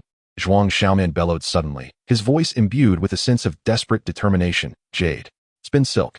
Reinforce all the damaged joints of the shield, especially that injured leg. Quickly. The jade butterfly immediately responded. Mustering its strength, its four wings vibrated at high frequency, its abdomen contracting. PFF. PFF. PFF. Several strands of refined, shimmering jade green silk shot forth. They precisely covered the horrific wound on the shield's left hind leg, as well as the connection points of the shield on its back, and the joints where cracks and scratches were most pronounced. As the silk made contact with the molten energy and corrosive liquid, it emitted a faint sizzling sound. Yet its resilient properties quickly manifested, weaving together like the strongest biological bandage, solidifying and tightening. Jade butterfly. Silk spinning skill. LV 250, 252, 200. Combat application. Stickiness. Toughness. Slight increase in solidification speed. At the moment the silk tightened, the shield emitted a deep roar laced with both pain and a hint of relief. The left hind leg, almost incapable of support due to the shattered joint, surprisingly stabilized under the powerful binding force and pressure relief of the silk. The key joints targeted earlier were also firmly reinforced by the silk, instantly enhancing their load capacity. Although the molten energy remained chaotic, at least for the moment, it had averted structural collapse. Good. Tang Xiaofei felt a surge of hope, as if grasping a lifeline. He immediately complied, commanding the colossal shield. Great shield. Steady yourself. Shift your weight to the right. Alleviate the burden on your left leg. Unyielding will. Hold firm for me. The molten gold eyes of the great shield erupted with a final glimmer of indomitable spirit. It growled deeply, its massive form struggling to adjust its balance under the reinforcement of the sticky threads and the guidance of Tang Xiaofei. Its 6 crystalline legs, including the one forcibly secured by the sticky threads, resembling enormous pillars deeply rooted in the ground, stabilizing once more. Despite the numerous scars marring its immense crystalline armor, a heavy, mountainous sense of oppression still emanated from its back. It stood resolutely in front of Zhuang Xiaoman, Tang Xiaofei, and Lin Xiaoyu, directly confronting the restless surviving fungal scorpion claws. At that moment, a faint yet urgent and penetrating chirp suddenly resonated from the paper box cradled in Lin Xiaoyu's arms. The comatose Lin Xiaoyu seemed to awaken a flicker of awareness from the sound, struggling to open her eyes and gaze at the fluffy ball within her embrace. There. The small, furry body was trembling violently. Its pale pink fur bristled, exuding an abnormal, almost fiery glimmer. Several tentacles stretched upward like candles flickering in the wind, their tips coalescing into unprecedented, solid healing spores as precious as emeralds. That radiance was pure and brimming with vitality, a stark contrast to the decaying, lifeless environment surrounding them. Fluffy. Tears streamed down Lin Xiaoyu's cheeks as she understood what the little creature intended to do. The fluffy ball expended its last ounce of strength, forcefully ejecting those emerald-like spores towards the towering, battle-worn silhouette of the great shield that stood as their only barrier. With a soft thud, several condensed healing spores accurately struck the deepest wounds on the back of the great shield, particularly the base of the injured leg that was secured by the sticky threads. The emerald light instantly merged into the damaged crystalline rock, and sticky threads infused with molten energy. Fluffy ball. Healing spores. LV 130, 131, 100, Extreme Overdraft, effectively enhanced. Effect, target, Great Shield, Vitality restored 0.5, significant. Lava Energy Core Turbulence forcefully stabilized, Core Energy Stability enhanced. Rate of wound corrosion greatly slowed. Toughness at the junction of sticky threads and crystalline armor enhanced. A warm and resilient life energy surged through the Great Shield's massive body. The lava patterns on its back flared brightly for an instant, still cracked, but now more stable and refined in their luminous flow. The agonizing pain from the injured leg seemed to lessen slightly, and the emerald green threads at the junction of the sticky threads and the crystalline lava flesh appeared to come alive, resonating peculiarly with the dark golden lava energy, becoming even more resilient. The Great Shield suddenly lifted its head, letting out a roar that reverberated throughout the hall. Within that roar was the relief of being healed, coupled with the overwhelming battle spirit of a guardian responding to its call. Its molten gold eyes, like a blazing furnace, locked onto the surviving fungal scorpion claws that had paused in shock at this sudden turn of events. This unexpected support was akin to tossing the last dry twigs into a dying bonfire. The momentum of the Great Shield soared to its zenith. Well done, little fluffball. Tang Xiaofei's voice trembled with excitement. However, after releasing those last few spores, which had nearly drained its life essence, the light emanating from the fluffy ball extinguished completely, akin to a candle flickering in the wind. Its tiny body slumped weakly in Lin Xiaoyu's embrace, the formerly vibrant pink fur now devoid of all luster, its tentacles drooping limply, slipping into a deeper, almost imperceptible coma. The exhaustion was too great. Without a prolonged period of rest and energy replenishment, recovery was utterly impossible. Lin Xiaoyu tightly clutched it, tears silently streaming down her face, yet her gaze remained resolute. She looked toward the dark golden figure that had regained its stance. Their only barrier and hope at that moment. Zhuang Xiaoman wiped the blood from the corner of his mouth, his eyes cold as steel. He glanced at the revitalized Great Shield, then swept his gaze over the fungal scorpion claws that, under the Great Shield's oppressive presence, dared not advance, but still lurked with predatory intent. Finally, his gaze fell upon the small, completely unconscious fluffball nestled in Lin Xiaoyu's arms. "We cannot afford to linger here," he bellowed, his voice imbued with an undeniable resolve. "The Great Shield cannot hold for much longer. Xiaoyu needs real healing. So does Fluffy." He swiftly produced a weathered, thick paper map from his pocket, pointing towards the area marked with an experiment zone and a red cross. "The map. Through that gate. To the experiment zone. There may be a medical station." Tang Xiaofei followed his finger, observing the dotted line on the map leading to a heavy metallic wall deep within the hall, obscured by vines and a blanket of fungi, precisely the airtight gate indicated on the map. "Great Shield. Clear the way," Tang Xiaofei commanded without hesitation, his voice hoarse. "Aim for that wall. Break it down." The Great Shield unleashed a thunderous roar, dragging its injured leg, which was precariously held together by sticky threads and life energy, and took heavy yet resolute strides. It charged forward like an injured ancient beast, propelled by an unwavering momentum towards the forgotten gate deep within the hall. With each step, the ground trembled, the cracks in its crystalline armor seeming to groan, yet within its molten gold eyes, there existed only the singular path to survival. The surviving fungal scorpion claws, startled by this sudden charge, emitted sharp hisses, surging forth like a tide of darkness from the shadows on either side, pincers waving and stingers poised, attempting to intercept this final escape. Chapter 27. The Gate, the Freezer, and the Delayed Serum. Dragging its leg, which was forcibly secured by the emerald sticky threads and the last vestiges of Fluffy's life energy, the Great Shield thundered forward, each step shaking the earth. The clash of crystalline and metallic surfaces resonating like deafening war drums in the narrow corridor. Its colossal form was the most brazen of bulldozers, crashing through the twisted pipes and hanging vines, pulverizing the dark purple fungal blanket that covered them. Behind it followed the relentless horde of fungal scorpions, their dark purple shadows swirling in the dim light, the snapping of pincers and the whistling of stingers intertwining into a deadly symphony. Infuriated by the explosion and the Great Shield's charge, they surged forward like a boiling tide of venom, clinging on relentlessly. To the left, Feech, Zhuang Xiaoman bellowed, fiercely smashing a fungal scorpion that had sprung from the side vent with his short staff. The jade butterfly perched on his shoulder swayed precariously. Its wings dimmed like a candle in the wind, yet it persisted in fluttering, releasing thin phosphorescence to hinder the closest pursuing scorpions. Tang Xiaofei, carrying the semi-conscious Lin Xiaoyu on his back, followed closely behind the Great Shield. One hand protectively shielded the girl on his back, while the other wielded a rusted metal pipe picked up from the ground, swinging it like a feral tiger to crush the oncoming fungal scorpions. Each block sent sparks flying as metal clashed against pincers. His arms and face bore several cuts from the stingers, sending waves of numbness through him. But he persevered with sheer determination. Hurry! The gate is right ahead. Zhuang Xiaoman's gaze pierced through the swirling dust and flying fungal debris, locking onto a massive, circular metallic door at the end of the corridor, heavy and covered in rust and vines. In the center of the door, a gigantic, dulled gear-like turntable was obscured by a thick blanket of dark purple fungi, the very airtight gate marked on the map. Great Shield! Charge! Tang Xiaofei's voice cracked with urgency. The great shield let out a roar that mingled pain with fury. It ignored the tearing sensation from the tension on its left hind leg and the weakness from the loss of lava energy, pouring its final strength into the charge. The colossal figure surged forth like an uncontrollable battering ram, imbued with an unstoppable momentum, crashing forcefully against the long dusty gate. Boom! The deafening cacophony nearly ruptured eardrums. The entire corridor trembled violently. The heavy metal gate emitted a grating metallic groan that sent shivers down the spine. The fungal blanket and tendrils that cloaked it were instantly obliterated.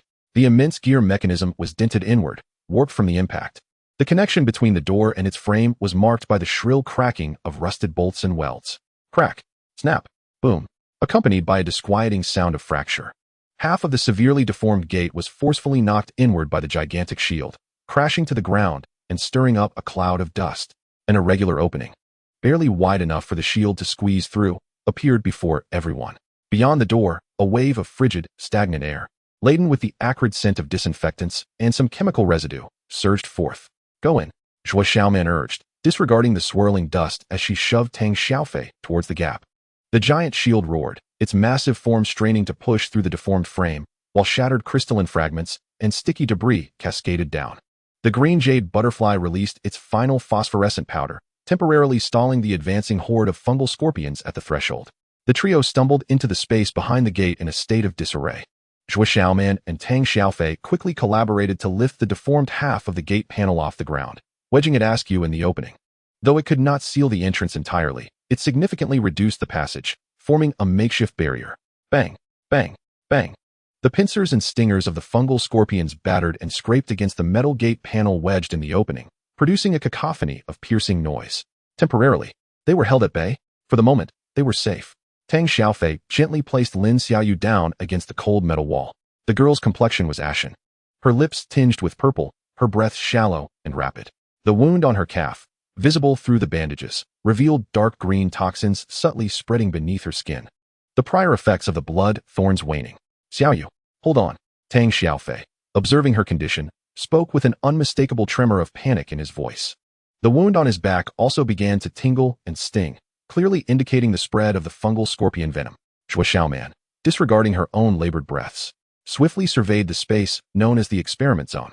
It was more orderly than the outer hall, yet exuded an even colder, more desolate aura.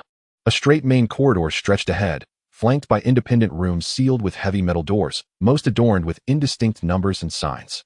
The air was frigid, as if trapped in an ice cellar, with thick frost coating the walls and ceiling, and a thin layer of ice covering the floor.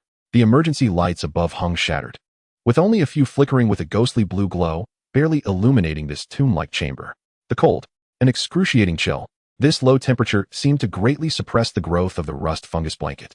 With only a few patches of dark purple mycelium frozen stiff in the corners of the walls and door seams. Medical point, Red Cross. Zhuang Xiaoman forced down the chill and the ache in her chest, swiftly unfolding a yellowed, thick paper map. Utilizing the weak blue light, she quickly pinpointed the target, the third room on the left at the end of the corridor. The faintly marked sign on the door revealed a tattered red cross, discernible under the dim glow. That one. She pointed towards the target room. Tang Xiaofei immediately hoisted Lin Xiaoyu onto his back. The giant shield let out a low growl, dragging its injured leg, laboriously maneuvering its massive body, leaving deep scratches on the icy surface with its crystalline limbs. The volcanic glow on its back seemed dimmed by the cold, and the tendril on its injured leg had become somewhat brittle in the frigid air. Arriving at the target door, they found it tightly shut, the doorknob long rusted. The door bore no windows, only a small observation hole, also encased in frost. Stand back. Zhuang Xiaoman commanded softly, signaling Tang Xiaofei to retreat. She raised a short rod and, with all her strength, struck fiercely at the lock. Clang, clang, clang. The heavy impacts reverberated through the silent corridor. The rusted lock deformed and shattered under the force. At last, accompanied by a shrill sound of metal tearing. A gap was smashed open in the door. Zhuang Xiaoman and Tang Xiaofei pressed their shoulders against the door panel with all their might. Bang! The door burst open. A wave of even colder air, mingled with strong disinfectant and the scent of peculiar herbs, rushed forth. The room, small and resembling a medical treatment chamber, featured a row of rusted metal cabinets against the wall, most doors ajar, revealing emptiness or remnants of blackened rags and shattered glassware. A metal examination table lay toppled in the corner. The sole striking feature was a half-height metal cabinet, encrusted in thick frost. Resting against the far wall, an antiquated low-temperature storage unit reliant on independent power. A clear red cross and the words biological samples. Low temperature stood out prominently under the ghostly blue light. The freezer, Tang Xiaofei exclaimed, his voice laced with elation. Zhuang Xiaoman dashed to the freezer. The cabinet door was sealed tight by frost. She wiped away the frost with her gloved hand, a remnant from the tattered work attire she had scavenged, grasped the handle, and pulled with all her might. It did not budge. Feej, help, Zhuang Xiaoman bellowed. Tang Xiaofei set Lin Xiaoyu down, and together they gritted their teeth, exerting every ounce of strength to pull. Squeak, crack. The jarring metallic friction and the sound of ice shattering filled the air.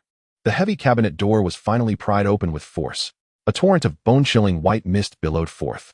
Inside the freezer, most compartments were empty, save for the bottommost shelf, which held several palm-sized cylindrical containers sealed with special silver metal and transparent crystal. Within lay a gelatinous substance, translucent and sapphire-like. Each container bore a faded yet discernible label. No. T07. Universal anti-neurotoxin serum, high concentration. Applicable range. Most known arthropod and reptilian mixed neurotoxins. The serum. And it was specifically for neurotoxins. Zhuang Xiaoman's heart raced with exhilaration. She carefully lifted one of the icy containers. Its touch was frigid. The blue gelatinous substance shimmering like a frozen galaxy under the dim light. We found it. The serum. Her voice trembled with the relief of survival. How do we use it? Tang Xiaofei inquired urgently, glancing from the cold container to Lin Xiaoyu's pallid face. Zhuang Xiaoman quickly scanned the room, her gaze landing on a pile of discarded medical waste in the corner, where a frost-covered but relatively intact metal syringe base lay, alongside a few slender crystal vials. Also frozen. There, she shouted, rushing over to retrieve the syringe and vials, shaking off the ice. The base featured a simple energy interface and a manual injection mechanism, while the vials, though icy, had not shattered due to their special material. No diluent. Injecting the raw solution directly? Tang Xiaofei felt a shiver run down his spine at the thought of the viscous blue serum. The concentration was far too high, posing significant risks for direct injection. But time was of the essence.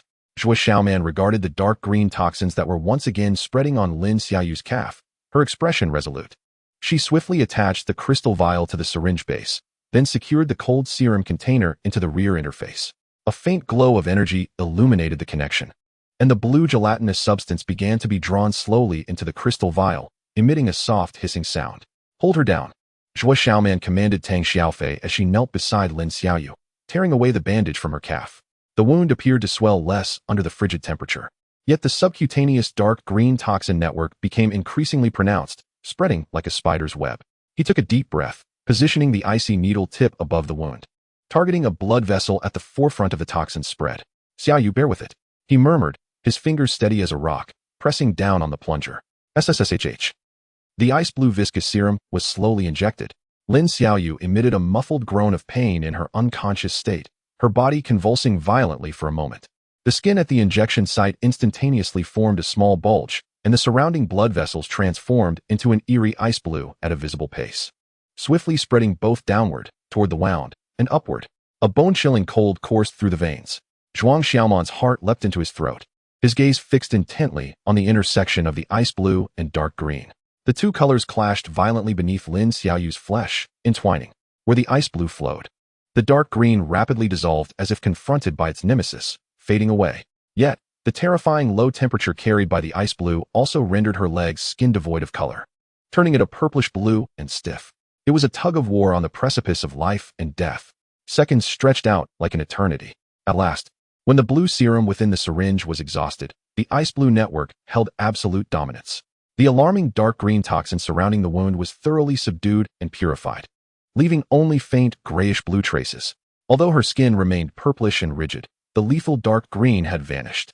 Lin Xiaoyu's rapid breathing gradually steadied, though still unconscious. Her tightly furrowed brow seemed to relax slightly. Success. The serum had taken effect. Phew. Both Zhuang Xiaoman and Tang Xiaofei exhaled deeply, their backs soaked in cold sweat, quickly turning icy in the low temperature. Tang Xiaofei slumped down onto the frigid ground, leaning against the wall and gasping for breath. The wound on his back felt numb from the cold, alleviating the pain somewhat. Zhuang Xiaoman cautiously withdrew the needle. Observing the ice blue injection site on Lin Xiaoyu's leg and the vanished dark green, feeling a measure of relaxation in his taut nerves. He quickly stowed away the remaining 2 serum containers deep in his backpack. They were truly a lifeline. Feech, you should have a shot too. Zhuang Xiaoman picked up the syringe, glancing at the wound on Tang Xiaofei's back, which had started to blacken and swell from the scorpion's poison. Not necessary. Tang Xiaofei waved his hand, forcing a weary yet resolute smile. I'm tough. I can withstand this bit of poison. Save it for Xiaoyu and the little furball. He glanced at the still motionless fluffball nestled in Lin Xiaoyu's arms. Zhuang Xiaoman did not press the matter. He understood that Tang Xiaofei spoke the truth. Although the scorpion's toxin was troublesome, it was far weaker than the blended poison Lin Xiaoyu had endured. With Tang Xiaofei's constitution and willpower, combined with the cold environment, he could temporarily suppress it. He approached the doorway, listening intently to the commotion outside. The metal door, wedged at the gap, continued to be battered by the scorpion, producing heavy thuds, with frost at the edges of the door panel cascading down. The massive figure of the giant shield blocked the entrance, facing away from them, its molten gold eyes fixed on the vibrating door panel. The leg injured and ensnared by silk quivered slightly, the glow of molten rock appearing dimmer in the low temperature. And the edges of the frozen silk had become unusually brittle and hard. The pressure was immense. Although the low temperature had suppressed some of the scorpion's activity and slowed the toxin spread, it was a double-edged sword for a beast like the giant shield, which relied on magma energy. Its injuries deteriorated rapidly in the cold. The silk had lost its elasticity in the extreme chill, ready to snap at any moment. Should the door be breached, the giant shield in its current state would struggle to withstand another wave of impact. We cannot linger. Zhuang Xiaoman's voice was grave. The serum was merely a temporary measure. Xiaoyu required genuine healing and warmth. The fluffball needed energy to recover. We must traverse the experimental area to find another way out. His gaze turned toward the depths of the corridor. Beneath the eerie blue light, rows of tightly shut metal doors stood like silent tombstones. The experimental area marked on the map was extensive. Where could the exit be? What awaited them ahead? An escape or a deeper abyss? Chapter 28. The Ice Coffin Logs. And the Vent of Despair. The frigid air slithered in like an invisible serpent, infiltrating through collars and cuffs, each breath stinging with icy shards. In the medical room, Lin Xiaoyu's breathing stabilized under the serum's influence, yet her complexion remained as pale as a sheet, her body shivering slightly in the cold. Tang Xiaofei sat against the icy metal cabinet, his lips tinged with purple. The wound on his back felt numb and stiff in the low temperature, masking the sting of the toxin, yet the mental fatigue weighed heavily like lead. The fluffball curled in her arms, akin to a cold stone, devoid of life. The metal door wedged at the gap continued to emit dull, persistent thuds. Each impact caused the frost at the door's edge to flake off, while the door itself slowly deformed, inwardly concaving. The giant shield's massive form loomed like a silent mountain, blocking the inner side of the door, its molten gold eyes fixated on the quaking obstacle. The wound on its left hind leg, forcibly bound by silk, had turned the jade-green threads brittle as glass in the extreme cold, with fine cracks beginning to appear at the edges. Each time the door panel was struck, the vibrations silently spread those fissures. The dark golden glow of magma coursing within its massive body flickered like frozen lava, sluggish and dim, struggling to maintain the last remnants of heat and defensive posture. Yet the sense of heaviness that permeated revealed a profound weakness, freezing the atmosphere of the entire room. We cannot wait any longer. Zhuang Xiaoman's voice shattered the silence, carrying an air of undeniable resolve. He rubbed his nearly numb hands together, his gaze sweeping over Lin Xiaoyu and the giant shield, finally settling on the solitary metal door leading into the depths of the experimental area. Feej, you guard here. Look after Xiaoyu and the giant shield. I will scout inside for other exits. He pointed to the tightly shut door leading to the unknown corridor. Not the one blocked from the outside, but a new direction. Tang Xiaofei struggled to rise. I'll go with you. No. Zhuang Xiaoman interrupted with unwavering conviction. You're injured. The poison on your back needs low temperatures to suppress it. Xiaoyu and the fluffball cannot be left unattended. The giant shield must not move. It is our last line of defense. Once you leave and the door is breached, what will happen to Xiaoyu? He cast a glance at the wound on Tang Xiaofei's back and the increasingly evident cracks in the giant shield's leg. I can maneuver quickly. I'm a smaller target. Tang Xiaofei opened his mouth, looking at Zhuang Xiaoman's determined yet frostbitten face, then glancing at the unconscious Lin Xiaoyu and the precarious state of the giant shield. Finally, he nodded heavily, his fist striking the icy ground with frustration. Damn it, be careful. Zhuang Xiaoman said no more. He tucked the container holding the remaining serum close, checked the short stick and several cold surgical blades in his hand, signaling for Biu Dai to follow. Though weary, the little creature still flapped its wings. Landing on his shoulder, striving to dim its glow, he approached the door leading to the corridor, inhaling a breath of icy air, then forcefully twisted the rusted doorknob. Creak. The grating sound of metal against metal pierced the silence, harsh and jarring. The door opened a crack, allowing a more biting cold to seep in. Zhuang Xiaoman squeezed through, quickly shutting the door behind him, isolating himself from the sights and sounds of the medical room, plunging instead into a deeper, unknown icy silence. The corridor outside was even more desolate and frigid than the medical room. The eerie blue emergency light, filtering through broken overhead lamps, cast everything in a surreal hue, reminiscent of an underwater tomb. The air seemed to congeal, with only the oppressive sound of his own breath and the subtle crackle of thin ice beneath his feet. On either side stood tightly shut metallic doors, their indistinct signs obscured by a thick layer of white frost, rendering them nearly unrecognizable. The depths of the corridor lay shrouded in darkness, as if leading to an abyss. Zhuang Xiaoman steeled himself, his insight akin to invisible tendrils, extending to the utmost limit. He pressed against the frigid wall, inching forward, his gaze sharply scanning every crack between the doors, every shadow, and every frost-covered patch of ground. Environment: main corridor of the testing area, deep freeze zone. Temperature: extremely low, nearly -20°C, persistently suppressing most biological activity and corrosion processes. Potential threats: unknown dormant beasts, low probability; extreme cold frostbite, high probability; structural collapse, medium probability. Odor: a pungent residue of disinfectant, mingled with a faint scent reminiscent of chemical preservatives. He attempted to push against several doors, yet most were rusted and utterly immobile. Finally, as he forced open the fourth door on the left, accompanied by the sound of ice cracking, it yielded. The scene within caused his pupils to constrict. It resembled a small botanical cultivation laboratory. Several rows of metal racks lay collapsed on the floor, shattered glass petri dishes strewn about, containing solidified viscous substances of dark green or deep brown, akin to frozen mucus, evidently the remains of some long-dead plant specimens or culture media, preserved by the low temperature. At the center of the room stood a colossal cylindrical cultivation tank made of reinforced glass, yet its walls were marred by spiderweb-like cracks, filled with murky, frozen, deep green liquid. At the heart of the ice block lay a vague shadow, reminiscent of a vast root system of vines. Most unsettling was the corner of the room, where a skeletal figure clad in a decayed white protective suit was curled against the wall. The bones were coated with a thin layer of frost, a desiccated hand reaching out, as if grasping for something in its final moments. Not far from the skeletal hand, a palm-sized, frost-covered black metal plate lay on the ground, resembling some form of portable electronic log recorder. Zhuang Xiaoman fought against the chill and discomfort within him, carefully navigating around the shards of glass and frozen viscous remnants. Approaching the skeleton, he picked up the icy recorder, vigorously wiping away the frost from its surface. The screen was already shattered, but the physical switch on the side appeared to still function. He attempted to toggle the switch.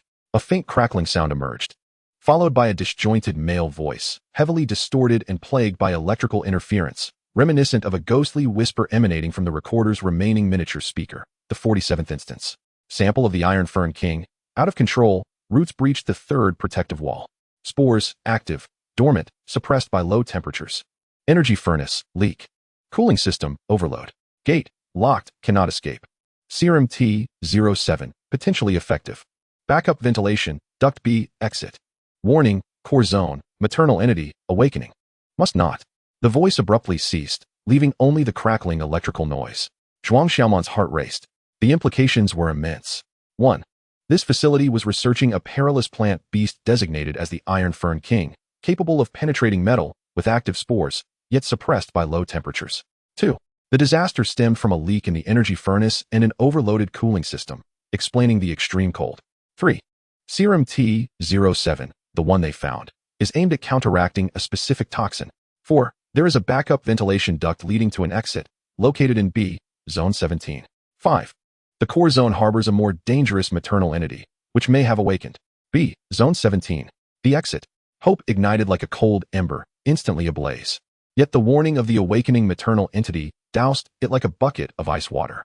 He quickly concealed the recorder, scanning the room for any possible ventilation markings. No obvious indicators presented themselves. He looked up at the ceiling, where several ventilation grills were also blanketed in thick frost. Just then, a thunderous crash reverberated, far more profound and violent than any before, erupting from the direction of the medical room, accompanied by the terrifying groans of tearing metal and a pained, furious roar from the giant shield. Not good. The door panel would not hold. Zhuang Xiaoman's complexion paled, and without a second thought, he turned and sprinted back towards the medical room. The sight that greeted him made him gasp in shock. The half-metal gate blocking the opening had been grotesquely twisted and torn inward. An irregular gash large enough for the fungal claw scorpions to slip through had appeared. Several dark, purple scorpion shadows were frantically squeezing through the breach. The massive shield's bulk pressed firmly against the rear of the hole, but its left hind leg, ensnared by sticky threads, had finally succumbed to the dual strain of violent impacts and the extreme cold, breaking several strands. Dark golden crystal fragments and sticky thread remnants mingled with frozen blood, coagulated magma energy, scattered across the ground. That leg had nearly lost its support, relying solely on the strength of its remaining 5 legs and its indomitable will to endure. It swung its enormous crystalline pincers, crushing and flinging away the encroaching scorpions. Yet more continued to swarm in. The molten gold of its eyes burned with an indomitable flame, yet also bore an unmistakable hint of fatigue and anguish. Tang Xiaofei was pressed against the corner where Lin Xiaoyu lay, wielding a metal pipe to desperately fend off 2 fungal claw scorpions that had slipped through the giant shield's defenses. His movements were sluggish due to his back injury and the toxins, perilously close to disaster. "Feech! Catch!" Zhuang Xiaoman shouted, hurling the short rod towards a scorpion lunging at Tang Xiaofei, while he himself lunged at another with the ferocity of a mad tiger. The rod struck the scorpion's back with precision, causing it to stagger. Seizing the opportunity, Tang Xiaofei brought the metal pipe crashing down, shattering the scorpion's exoskeleton. Zhuang Xiaoman then rammed his shoulder against the scorpion lunging at him, his surgical blade piercing like a venomous snake into the vulnerable chink between its compound eyes. Green ichor splattered forth. They had momentarily dealt with the 2 scorpions that had intruded, yet the pressure at the breach was mounting. With the threads severed, the lava blood of the injured leg was exposed to the frigid air, causing energy to dissipate even more rapidly, and its movements became increasingly sluggish. A fungal claw scorpion's corrosive pincers clamped onto the joint of its other leg, producing a nauseating scraping sound. Giant shield. Tang Xiaofei's eyes widened in alarm. "Go. We must leave this place," Zhuang Xiaoman bellowed, rushing to Lin Xiaoyu's side and lifting her onto his back. "There is an exit. B, Zone 17. Follow me." He pointed towards the depths of the corridor. Without hesitation, Tang Xiaofei dashed to the side of the giant shield. "Old buddy, retreat. Follow Zhuang." The giant shield emitted a deep roar, exerting its strength to fling the scorpion clinging to its leg away, its massive form forcefully moving backward. It dragged its nearly incapacitated leg, leaving a trail of dark golden blood, coagulated magma energy, with each step, yet it steadfastly remained in front of the breach, shielding Zhuang Xiaoman and Tang Xiaofei as they withdrew deeper into the corridor. The trio, along with the beast, fled through the icy, desolate corridor. Behind them, the sound of the scorpion swarm breaking through the door panel surged forth like a tide of dark purple, accompanied by their sharp hisses. Ahead lay the unknown darkness and the sole glimmer of hope. B, Zone 17. Zhuang Xiaoman, carrying Lin Xiaoyu, felt his lungs ablaze. As the frigid air sliced through his trachea, he desperately recalled the information from the recorder, the auxiliary ventilation duct. B, Zone 17. B-17. Find the sign for B-17, he shouted as he ran. Tang Xiaofei, while sprinting, frantically scanned the obscured signs on the doors flanking him. B-13, B-14. Damn it, it's too blurry to read. The corridor seemed endless, the eerie blue light casting an even more sinister atmosphere amidst the howls of the pursuers behind him. The heavy footsteps of the colossal shield grew slower, akin to a dying beast trudging across a frozen wasteland. Dark golden blood trailed behind it intermittently, the glow of lava resembling a flickering candle in the wind. At last, B-17. Here, Tang Xiaofei pointed to a metal door on his right, broader than the others. Its sign was largely obscured by frost, yet the inscription B-17 remained faintly discernible. Zhuang Xiaoman dashed to the door. There was no handle, only a circular, rusted valve wheel. "Help!" He set Lin Xiaoyu down and, along with Tang Xiaofei, grasped the icy wheel, exerting every ounce of strength to turn it counterclockwise. Creak, creak, creak. The shrill sound of metal scraping filled the air. The wheel refused to budge. It's rusted shut. Damn it. Tang Xiaofei's eyes reddened with desperation as he slammed his shoulder against the heavy metal door. The door emitted a dull thud, remaining immovable. The rustling and howling from behind grew ever closer. The dark purple silhouettes of the insect-like creatures had already appeared around the corridor's corner. Despair washed over them like a frigid tide, drowning both in an instant. The ventilation duct. Look for the ventilation duct. Zhuang Xiaoman suddenly recalled the words from the recorder. He looked up at the ceiling. Above the door to B-17, a square grate, heavily encrusted with frost, was vaguely visible. Up there. He pointed at the grate. Tang Xiaofei instantly understood, crouching down. Step on me. Without hesitation, Zhuang Xiaoman placed a foot on Tang Xiaofei's shoulder. With a low growl, Tang Xiaofei sprang up. Zhuang Xiaoman's body was lifted high, and he brought his short rod crashing down on the ventilation grate. Bang, bang, bang. Ice shards flew everywhere. The grate warped under brute force. Yet its connections remained exceedingly sturdy, impervious to their efforts. Hurry, they're coming. Tang Xiaofei's voice was hoarse with despair as he glanced at the swarm of fungal scorpions charging from dozens of meters away. Zhuang Xiaoman's eyes burned red. He discarded the short rod, drew out a cold surgical blade, and forcefully wedged it into the gap along the edge of the grate, prying with all his might. Simultaneously, he kicked the deformed grate with fervor. Crack, crash. Finally, just as the poisonous stingers of the fungal scorpions were about to reach Tang Xiaofei, the ventilation grate was pried open and fell away. A dark, square opening, barely large enough for one person to squeeze through, appeared in the ceiling. A wave of cold, stale air rushed forth from the opening. A path to survival. It lay just above them, but the opening was too small for the colossal shield to pass through. Zhuang Xiaoman looked down at Tang Xiaofei's desperate gaze, at the enormous shield in the distance, dragging its battered form and letting out defiant roars in an attempt to fend off the tide of insects, and at the unconscious Lin Xiaoyu on the ground. The chilling choice loomed like a noose around each person's neck. Chapter 29. The final echo of lava and the cold path to survival. Despair gripped them like a merciless iron vice, constricting their throats. Above them was the only escape, while behind surged the dark purple tide of deathly insects. Standing between them and the oncoming swarm, using its broken body to extinguish its last flicker of light, was the colossal figure of the shield. Its left hind leg had completely shattered, fragmented crystalline rock mingling with congealed lava and flesh scattered across the ground. That leg resembled a broken stone pillar, barely held together by a thread of molten energy. Yet its head remained held high, its molten golden eyes ablaze with the fire of defiance. Facing the tidal wave of fungal scorpions, it did not waver, but instead poured its dwindling strength into the battered crystalline shield on its back. A roar, mingled with boundless pain and towering rage, shattered the icy air. The deepest lava patterns on the shield's back erupted like the final explosion of a dying star. Instantly blindingly bright, the violent, unprecedented surge of lava energy coursed wildly beneath its shell, compressing. It abandoned defense, forsook evasion, and even relinquished the stability of its own structure. It transformed everything, including the core molten energy that sustained its life, into fuel for its final strike. Crystalline shield and colossal shield. Lava rebound. LV-216, 218. 200. Extreme overdraft. Power. Range. Energy consumption enhanced. Status. Core energy nearing depletion. Shell structure showing signs of large-scale collapse due to energy overload. Boom. This was not merely a shockwave. It was a true, small-scale volcanic eruption. A torrent of red, viscous energy, akin to molten rock, erupted violently from the glowing lava patterns on the shield's back.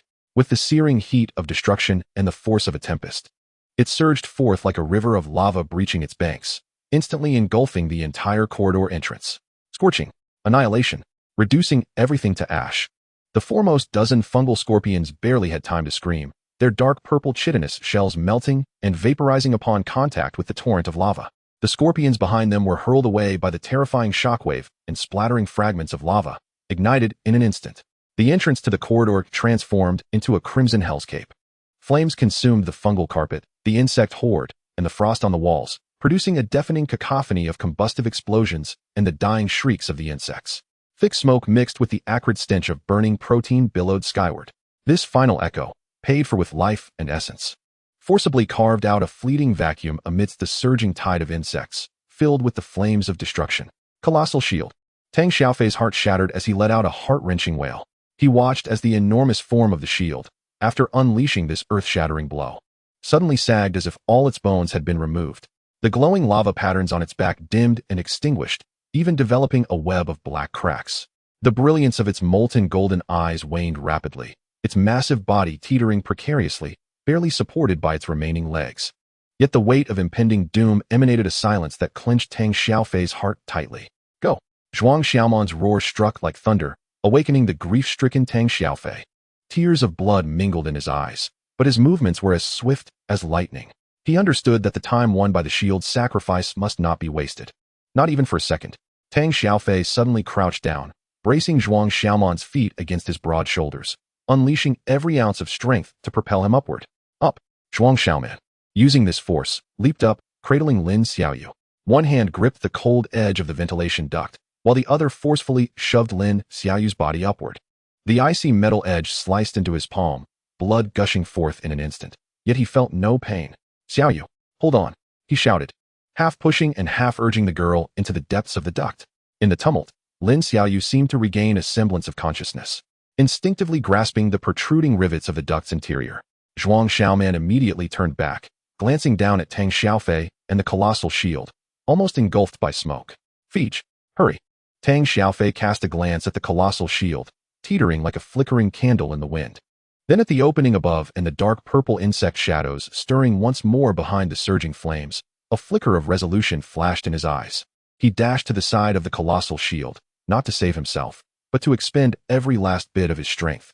Crashing into the shield's relatively intact right hind leg. Old partner, move. Don't you dare die here on me, he bellowed, pressing his shoulder against the massive shield's weighty form, striving to push it towards the vent below. The colossal shield seemed to awaken a flicker of its remaining instincts with this collision, its molten golden eyes flickering faintly for a brief moment, emitting a barely audible whimper. Its few remaining legs struggled and staggered, moving clumsily towards the opening under Tang Xiaofei's desperate push. It was this very step. Zhuang Xiaoman witnessed it clearly from above the opening. He lay at the edge, extending his arm to the utmost limit, shouting hoarsely, "Grab me. Feech. Hold onto the shield's leg." Tang Xiaofei understood the intent. He seized the relatively intact crystalline joint of the shield's right front leg with all his might, simultaneously reaching his arm upward towards Zhuang Xiaoman. Zhuang Xiaoman's grip was like a vice, tightly clasping Tang Xiaofei's bloodied and ice-crusted wrist. Meanwhile, Tang Xiaofei clung desperately to the shield's leg. Up! Zhuang Xiaoman unleashed all his strength, the veins on his forehead bulging, his arm muscles straining to their limits. He pulled with all his might, channeling every ounce of his energy, will, and even life into his arms. Come on up. With a thunderous roar, the massive, heavy upper body of the shield, along with Tang Xiaofei clinging to its leg, was forcibly yanked off the ground. Zhuang Xiaoman's arms felt as though they might tear apart, the strain causing his veins to bulge. He leveraged his body weight to roll backward. Thud, thud, boom. 3 figures and one enormous dark golden body tumbled into the cold, narrow, dust-filled ventilation duct. Almost as soon as they fell in, several elite fungal scorpion claws, shrouded in black smoke and charred shells, charged through the flames, pincers flailing and venomous stingers glinting menacingly, lunging towards the opening below. Get back! Tang Xiaofei's eyes widened in rage as he delivered a powerful kick to one of the scorpions, sending it tumbling away. Yet another scorpion stinger was already aimed at his calf. In a moment of peril, a faint azure light flashed. The jade butterfly, exerting its utmost strength, released the last remnants of phosphorescent powder, accurately sprinkling it onto the scorpion's compound eyes. The creature's movements froze instantly. It was in this fleeting moment of hesitation that Zhuang Xiaoman seized his final opportunity, emitting a roar that was almost inhuman, pouring all his strength, will, and life into his arms. Up, come on! With a tremendous crash, the enormous, heavy upper body of the shield, along with Tang Xiaofei clinging to its leg, was forcefully wrenched from the ground. Zhuang Xiaoman's arm muscles felt as if they might explode, his veins protruding, as he rolled backward with all his might. Thud, thud, boom. 3 figures and one colossal dark golden body crashed heavily into the cold, narrow, dust-laden ventilation duct. Almost simultaneously, the pincers and stingers of several scorpions struck at the space they had just vacated, colliding against the cold walls of the duct with a shrill scraping sound. Below the opening, the flames began to dwindle, thick smoke billowing. More fungal scorpions surged towards the opening, their pincers snapping in frustration, yet unable to penetrate the narrow duct. For the moment, they were safe.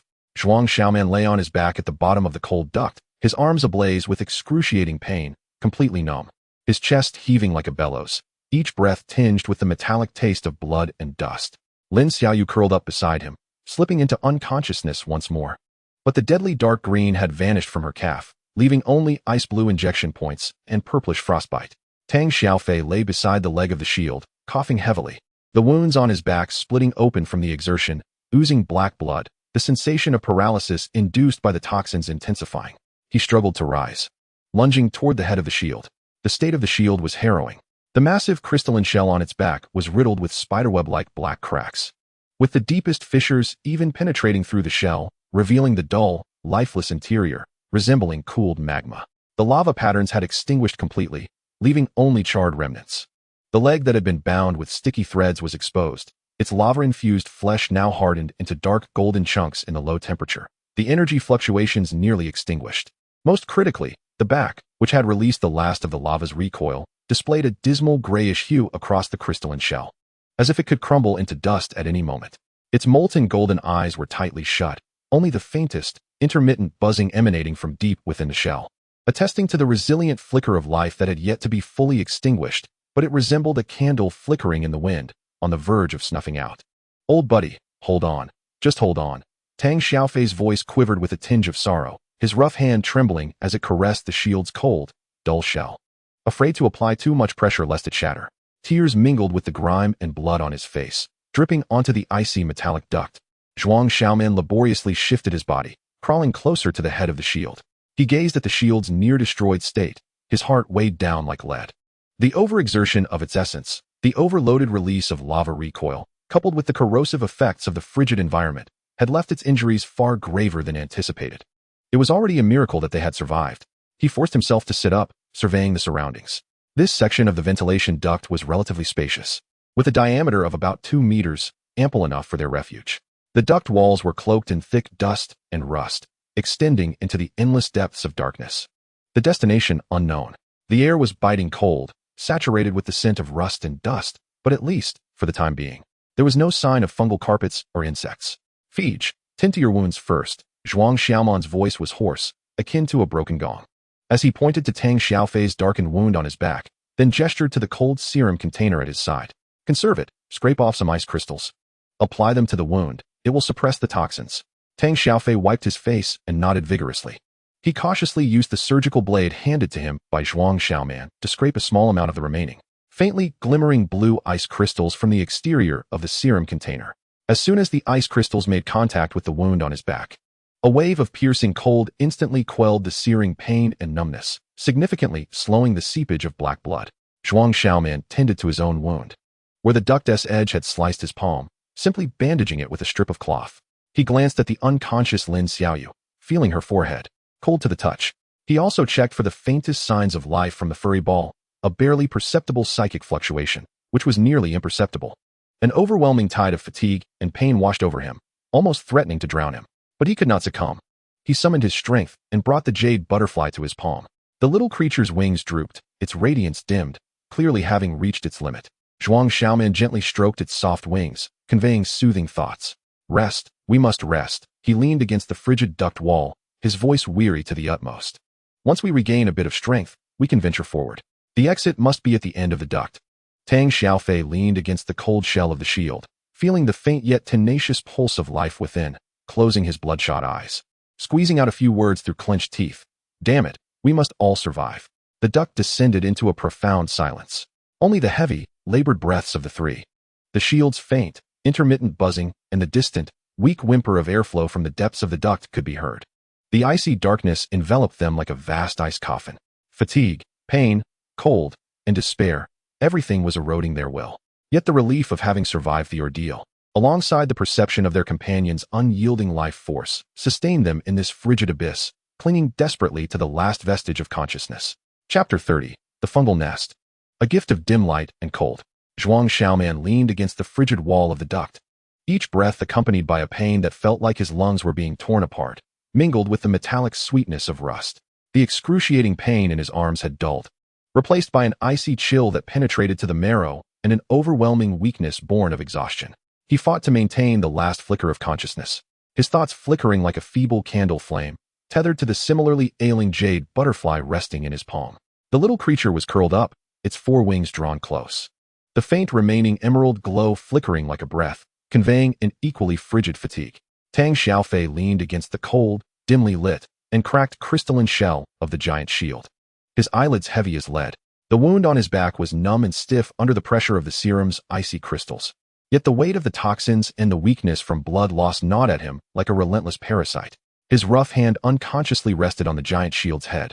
Feeling the nearly imperceptible pulse of its life force, a wave of desolation and helplessness washing over him. Old friend, are you really nearing the end?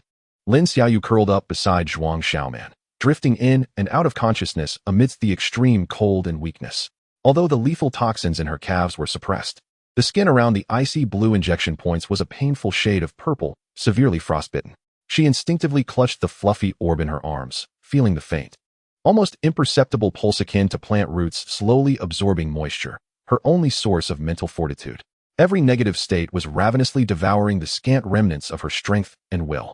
The massive form of the giant shield nearly filled the relatively spacious tunnel, its dark golden shell resembling a frigid tombstone in the gloom. Zhuang Xiaoman's gaze swept over the giant shield's battered body, and a question that had been overshadowed by the life-and-death crisis suddenly emerged in his mind. This size, something is amiss. Before the examination, Tang Xiaofei had arrived with a cardboard box. While the giant shield was indeed robust, it could have certainly fit within the box at that time. Yet now, its massive form filled a 2-meter diameter tunnel, appearing almost a full circle larger than before, particularly when it released the lava backlash. The magnitude and presence were not something mere growth could explain. Fij, was the giant shield really this large before? Zhuang Xiaoman's voice was hoarse and dry, shattering the silence. Before the examination, you were carrying a box. Tang Xiaofei was momentarily taken aback by the question, then quickly comprehended Zhuang Xiaoman's confusion. He wearily tugged at the corners of his mouth, managing a bitter smile that was more painful than tears, and gently tapped on the giant shield's cracked crystalline shell. Producing a dull thud, this clumsy creature kept itself restrained most of the time. His voice carried a profound exhaustion and heartache, akin to a turtle retracting into its shell. Its crystalline armor could expand or contract. To conserve energy and facilitate movement, it usually kept itself restrained, appearing only a few sizes larger than an ordinary Xuanjiant. But when it came to a life-or-death struggle, he paused, gazing at the giant shield's nearly shattered form. It would infuse the lava energy into the cracks of its crystalline shell, forcibly expanding and thickening its armor, greatly boosting its size and defensive capabilities. But at the cost of consuming its very essence, burning its essence, forcibly charging and expanding. A wave of realization swept through Zhuang Xiaoman. No wonder its defensive power had been so astonishing. No wonder the lava backlash had been so terrifying. No wonder it had exhausted itself to such an extent. This was a desperate secret technique that came at the cost of shortening its life and potential. Gazing at the giant shield, which appeared to be overinflated, riddled with cracks, and on the verge of collapse, Zhuang Xiaoman felt an indescribable pang of bitterness and respect welling up within him. This silent giant shield had, in the most clumsy yet tragic manner, borne almost all of their lethal attacks. Can it still retract? Zhuang Xiaoman asked hoarsely. I don't know. Tang Xiaofei shook his head. His gaze dim. It's too severely injured. Its essence is nearly burnt out. Forcibly expanding is easy, but retracting is difficult. He caressed the giant shield's cold shell, as if trying to impart his own vitality to it. In its current state, it felt more like a target. The heavy truth weighed heavily on each heart. The giant shield's massive combat form became a significant burden in the narrow tunnel, making movement difficult and inviting further attacks. But to return it to its energy-saving form now, that cracked, energy-depleted shell, once it began to contract, would likely disintegrate instantly. We must leave this place, Zhuang Xiaoman said, forcing himself to sit upright. The cold tunnel walls sent a shiver through him. We need to find food, a warmer place, and treat the giant shield's fatal injury. He glanced at the jade butterfly nestled in Lin Xiaoyu's arms. Its faint pulsing was their only hope. He signaled for the jade butterfly to hover ahead and scout the path. The little one, though fatigued, still flapped its wings and flew forward, its weak emerald glow acting as a beacon in the profound darkness. Fij, can you still move? Support me. Zhuang Xiaoman gritted his teeth, attempting to rise. His legs felt as heavy as lead, cold and numb. Tang Xiaofei struggled to stand as well, his steps unsteady. The two leaned on each other like elderly men on the brink of collapse. Tang Xiaofei cast a glance at the giant shield, gritted his teeth, and carefully lifted Lin Xiaoyu onto his back. The girl was light as a feather, almost weightless. Giant shield, stay close, Tang Xiaofei whispered to the massive dark golden figure, his voice a blend of plea and command. The giant shield seemed to sense its master's will, its molten golden eyes barely opening a sliver, emitting a sound almost imperceptible, akin to a sighing hum. Its remaining legs struggled painfully, inching forward along the cold tunnel wall, dragging its immense, heavy body. With every movement, fine crystalline dust trickled from the fissures in its shell. The pace was agonizingly slow, each step accompanied by an excruciating metallic grind and the groans of the crystalline shell. The 3 humans and 2 beasts began their slow and arduous trek toward the direction indicated by the jade butterfly. The tunnel seemed endless, extending into an unknown abyss. The air grew increasingly tainted, a blend of dust and rust mingling with an indescribable, musty scent reminiscent of decayed mushrooms. They often stepped on frozen ice shards or slippery moss, nearly losing their balance multiple times. After an indeterminate amount of time, the lead jade butterfly suddenly halted, its wings glowing slightly brighter, transmitting a signal of caution and a peculiar energy fluctuation. Zhuang Xiaoman and Tang Xiaofei perked up, hastening their pace, supporting each other, relatively speaking. As they rounded a gentle bend, the scene before them left both of them momentarily stunned.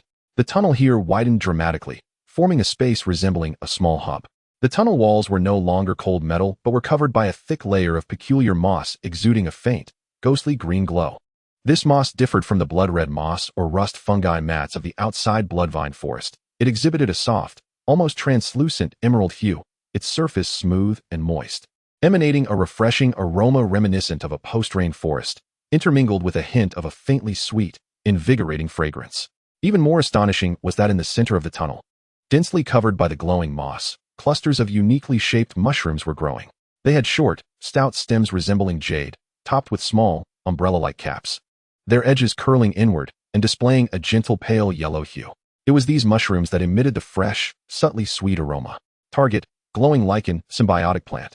Characteristics: bioluminescent symbiosis. Passive coexists with specific luminescent fungi, releasing a gentle glow and mild warmth. Environmental temperature increases by approximately 5 to 8 degrees. Air purification. Passive efficiently absorbs carbon dioxide and harmful gases, releasing oxygen and weak life energy. Edible. Trace rich in moisture and basic energy, with a refreshing and slightly sweet taste. Target: warm jade mushroom, symbiotic organism. Characteristics: mild core. Passive. The core of the mushroom stem contains gentle thermal energy, providing a warm sensation upon touch. Efficient energy storage. Passive absorbing and concentrating the energy transformed from fluorescent lichen for storage. Edible. Efficient, rich in bioenergy and gentle life force, capable of swiftly replenishing stamina and slightly aiding in wound healing. Food. Calories. Air purification. This is truly an oasis in a dire situation. There is sustenance. It is warm. Tang Xiaofei's voice brimmed with incredulous ecstasy, and even Lin Xiaoyu, resting on his back, seemed to sense the change in their environment, emitting a faint groan. Zhuang Xiaoman rushed to a cluster of warm jade mushrooms, carefully plucking one. It felt warm and indeed radiated a comforting heat. He broke off a small piece of the pearlescent stem, revealing a pale yellow flesh akin to congealed fat, exuding an even more intense sweet aroma. Without hesitation, he popped it into his mouth. A wave of cool, sweet juice instantly spread throughout his mouth, accompanied by a peculiar and invigorating fragrance. The flesh was tender and almost melted upon contact. A gentle warmth cascaded down his esophagus, swiftly dispelling the cold and cramping in his stomach. Although the energy replenishment was limited, the long-lost sensation of sustenance and warmth was like a refreshing rain nurturing parched earth. Their food. Quickly, Zhuang Xiaoman shared the mushrooms with Tang Xiaofei. Tang Xiaofei, too caught up in the moment, devoured several mushrooms ravenously and stuffed a smaller one into Lin Xiaoyu's mouth. The girl instinctively chewed and swallowed in her unconscious state. As warmth flowed into her abdomen, a faint hint of color seemed to return to her pallid complexion. The colossal shield also moved into this fluorescent area. Its massive form basked in the soft, greenish glow, and even its cold crystalline shell appeared to absorb a modicum of warmth. Tang Xiaofei crushed several warm jade mushrooms and carefully fed them to the shield's slightly ajar mandibles. The shield barely twitched its mandibles, laboriously swallowing the morsel. Though this scant food was but a drop in the bucket for its enormous body, the infusion of warmth and energy seemed to stabilize its faint buzzing slightly. The greatest surprise came from the fluffy orb nestled in Lin Xiaoyu's arms. As Lin Xiaoyu chewed the warm jade mushroom, a gentle life energy flowed through the bond they shared. The tiny orb, previously as cold as a stone, stirred ever so slightly under the gentle luminescence of the fluorescent lichen and the nourishing energy of the warm jade mushroom. The pale pink fuzz covering it began to regain a faint luster, akin to withered grass experiencing a long-awaited rain. A pulsation, reminiscent of plant roots absorbing nutrients, distinctly transmitted to Lin Xiaoyu's fingertips. Fluffy, Lin Xiaoyu, rejuvenated by the warmth and life energy, sensed the change in her embrace, and tears welled up in her eyes instantaneously. She carefully placed the fluffy orb onto a patch of the thickest, most vibrant green lichen glowing with fluorescence. Its diminutive body adhered tightly to the moist and warm lichen. Its pale pink tendrils, like awakening roots, slowly and greedily penetrated into the lichen. Visible to the naked eye, wisps of the faint green luminous energy were drawn into its tiny body through those tendrils. The dull sheen on its surface gradually restored, albeit at an imperceptibly slow pace. Fluffy orb. Status: deep sleep, weak recovery, absorbing energy from fluorescent lichen. Trait: natural affinity, passive, triggered. Absorption efficiency enhanced, though still feeble and far from regaining its healing capabilities. This undoubtedly represented the greatest hope in their desperate situation. Given time and sufficient energy from the fluorescent lichen and warm jade mushrooms, it could recover. Once restored, it would be able to heal the shield's critical wounds. Splendid, splendid. Tang Xiaofei watched the transformation of the fluffy orb, then glanced at the shield. His voice choked with emotion. Leaning against the warm wall of the fluorescent tube, he felt a long-lost, albeit faint, warmth. And the nerves that had been stretched to their limits finally began to relax. The wounds on his back, under the influence of warmth and the gentle life force of the warm jade mushrooms, seemed to alleviate slightly. Zhuang Xiaoman also leaned against the softly glowing and warm wall, gradually sliding down to sit. His cold body greedily absorbed this hard-won warmth. He took out his water pouch and carefully collected the pure, dew-like droplets condensed on the fluorescent lichen, glimmering faintly. Hunger was temporarily alleviated, and the cold was partially dispelled, reigniting hope. He looked towards the small, life-emanating mushroom cluster, and then into the still unknown darkness deeper within the pipeline. This was not the end, but rather a vital respite in their dire circumstances.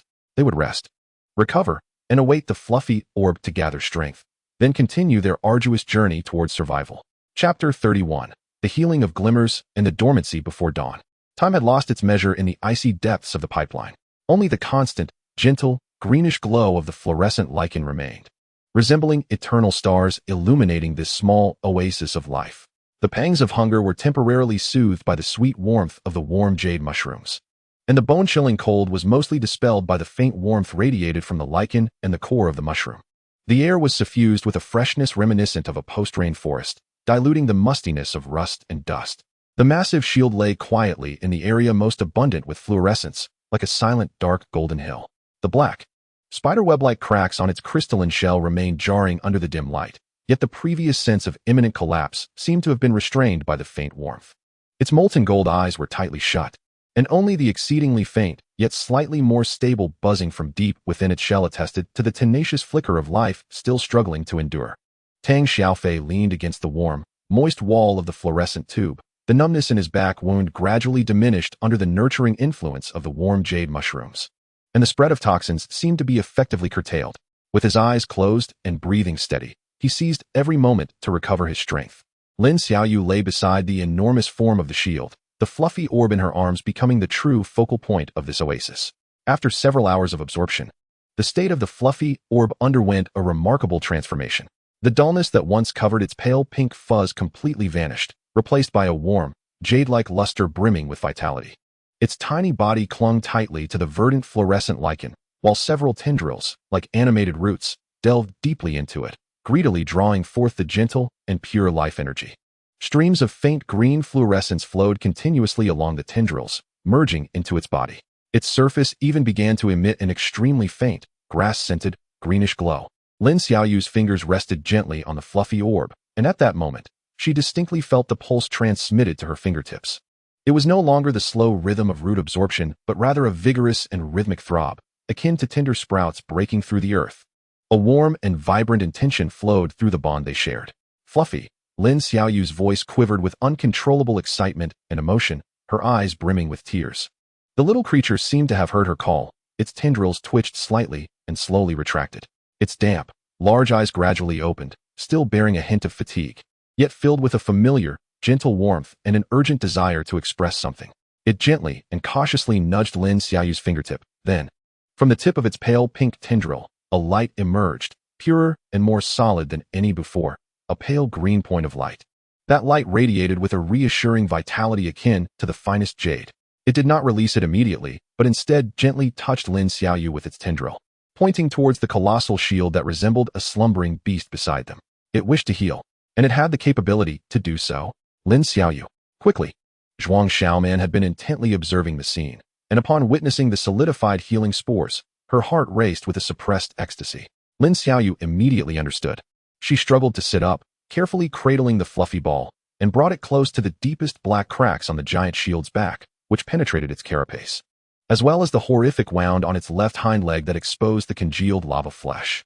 Fluffy, first, stabilize the most perilous injury, Lin Xiaoyu urged softly.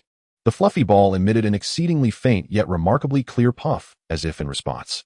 Its solidified emerald-hued spores gently cascaded down, precisely covering the edge of the largest crack on the giant shield's back and the base of the wound on its left hind leg. With a soft puff.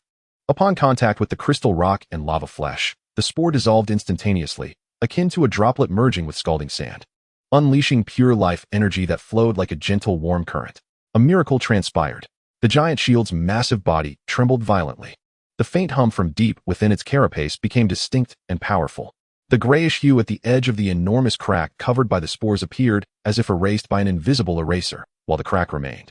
Its edges quickly smoothed and stabilized, halting any signs of disintegration. A weak yet tangible warmth emanated from the fissure. At the base of the exposed lava flesh wound on its left hind leg, the solidified dark gold substance began to grow a thin, almost imperceptible layer of vibrant green membrane, reminiscent of newly sprouted moss, temporarily covering the exposed wound and providing protection.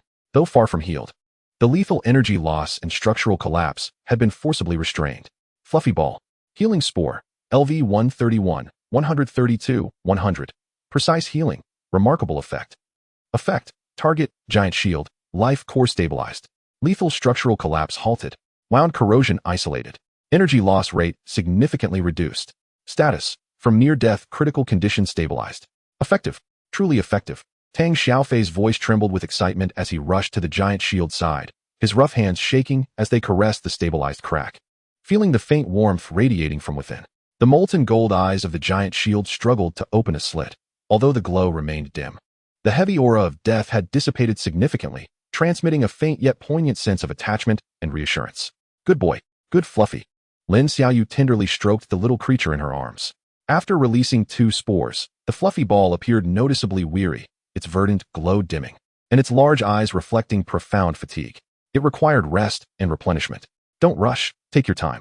Zhuang Xiaoman promptly selected the plumpest warm jade mushrooms, crushed them, and fed them to the fluffy ball. The little creature eagerly absorbed the nutrients, its pale pink tentacles joyfully swaying. Next, the fluffy ball released several slightly smaller, yet still pure healing spores, which landed on Tang Xiaofei's darkened wound on his back and Lin Xiaoyu's purple-tinged, rigid frostbite on her calf. As the spores integrated, the numbness in Tang Xiaofei's back wound was replaced by a cooling comfort. The swelling began to subside, and the toxins were further neutralized. The frostbite on Lin Xiaoyu's leg also showed signs of fading, with the rigidity alleviated. While immediate healing was unattainable, the lethal threat had essentially been nullified. The conditions of everyone had significantly improved. At that moment, the jade butterfly, which had been vigilantly hovering at the front of the passage, suddenly fluttered back gracefully, landing on Zhuang Xiaoman's shoulder. Its wings gently fluttered, transmitting a faint yet clear signal of light variation. Following the jade butterfly's guidance, Zhuang Xiaoman looked up towards the upward slant of the passage, where a previously concealed and narrow gap, thick with dust and rust, now revealed itself. At this moment, the light seeping through the gap was no longer the ghostly green of luminescent lichen, but an exceedingly thin, cold, gray-blue hue. Daylight. Outside had it turned dark? Though the gray-blue glow was faint, it distinctly proclaimed the transition from day to night outside. They had been trapped in this frigid passage for an indeterminate duration, enduring from daylight to dusk, or perhaps even into the night.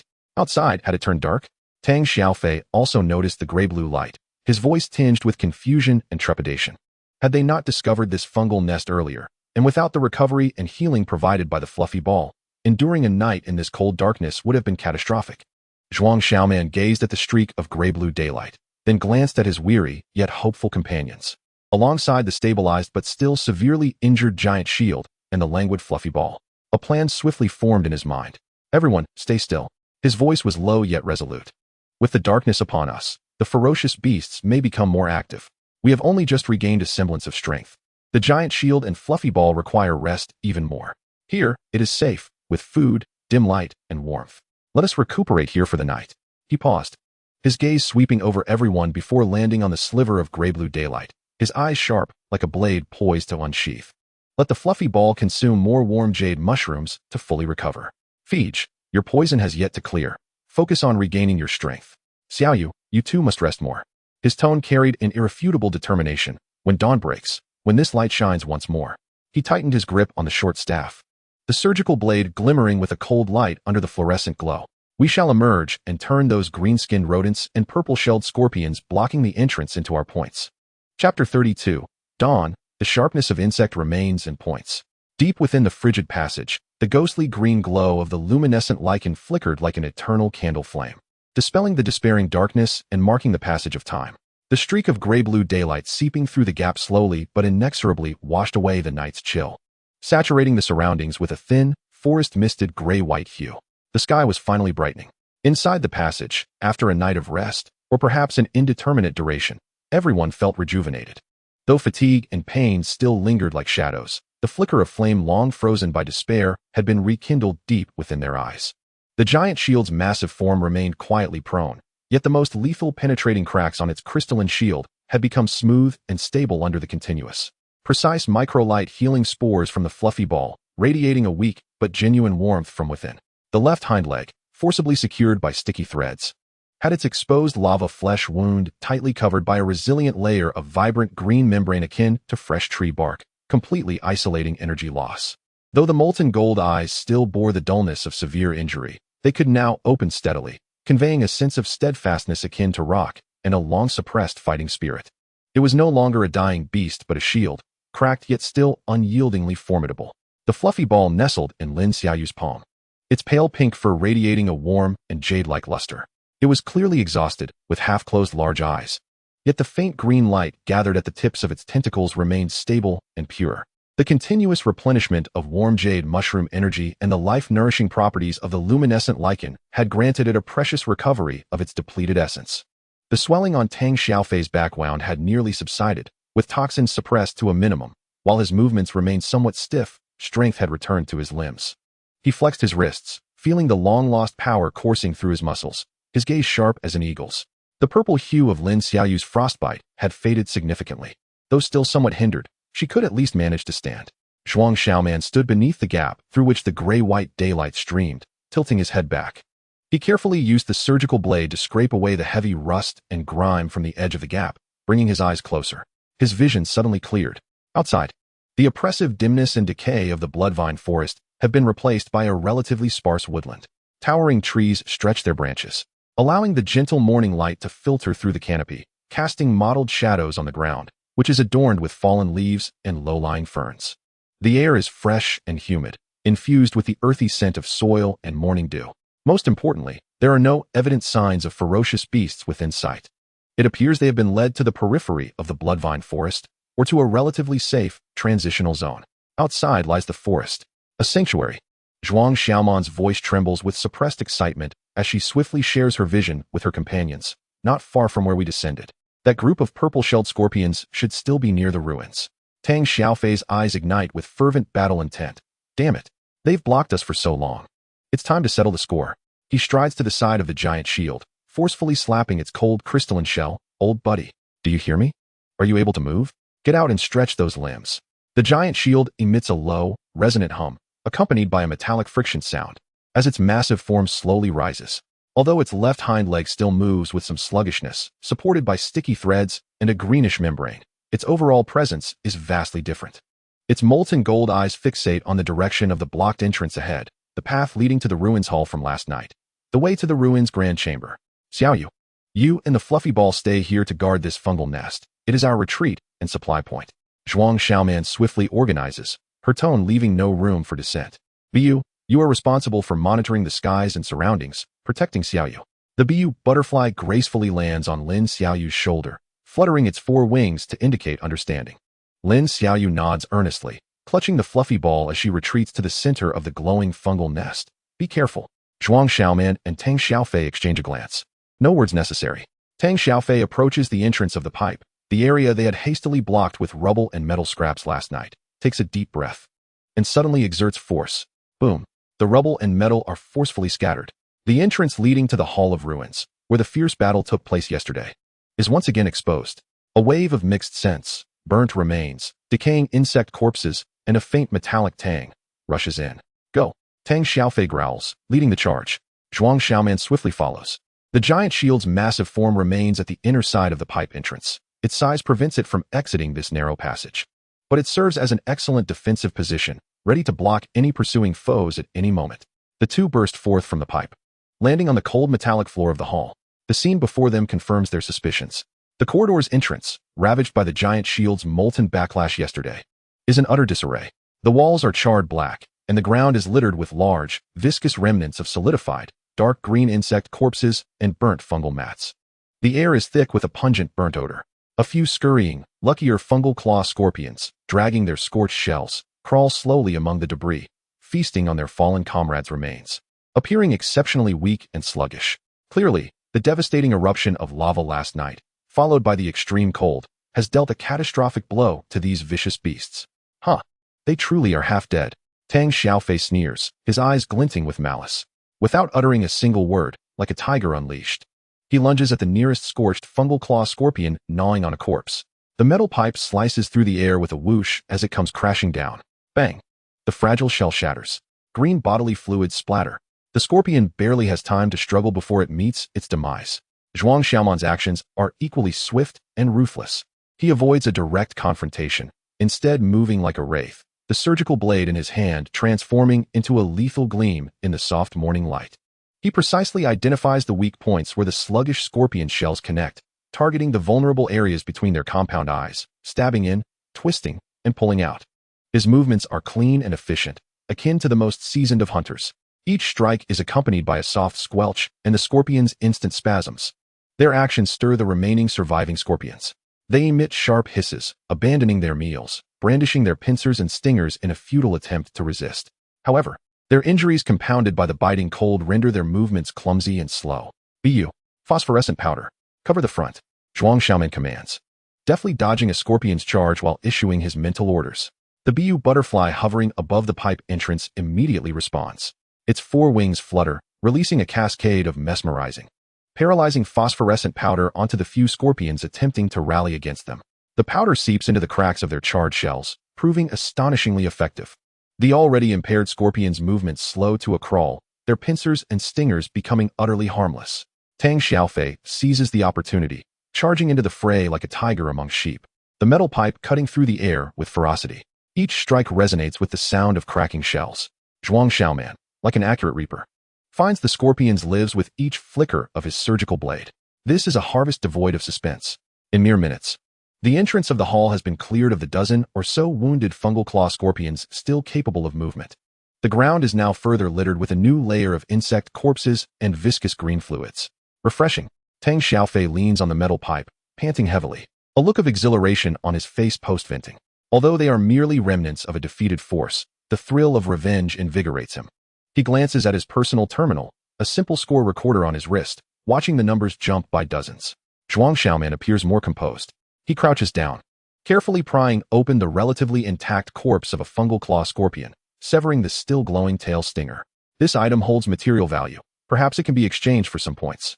He stows the stinger away. Just then, hisses.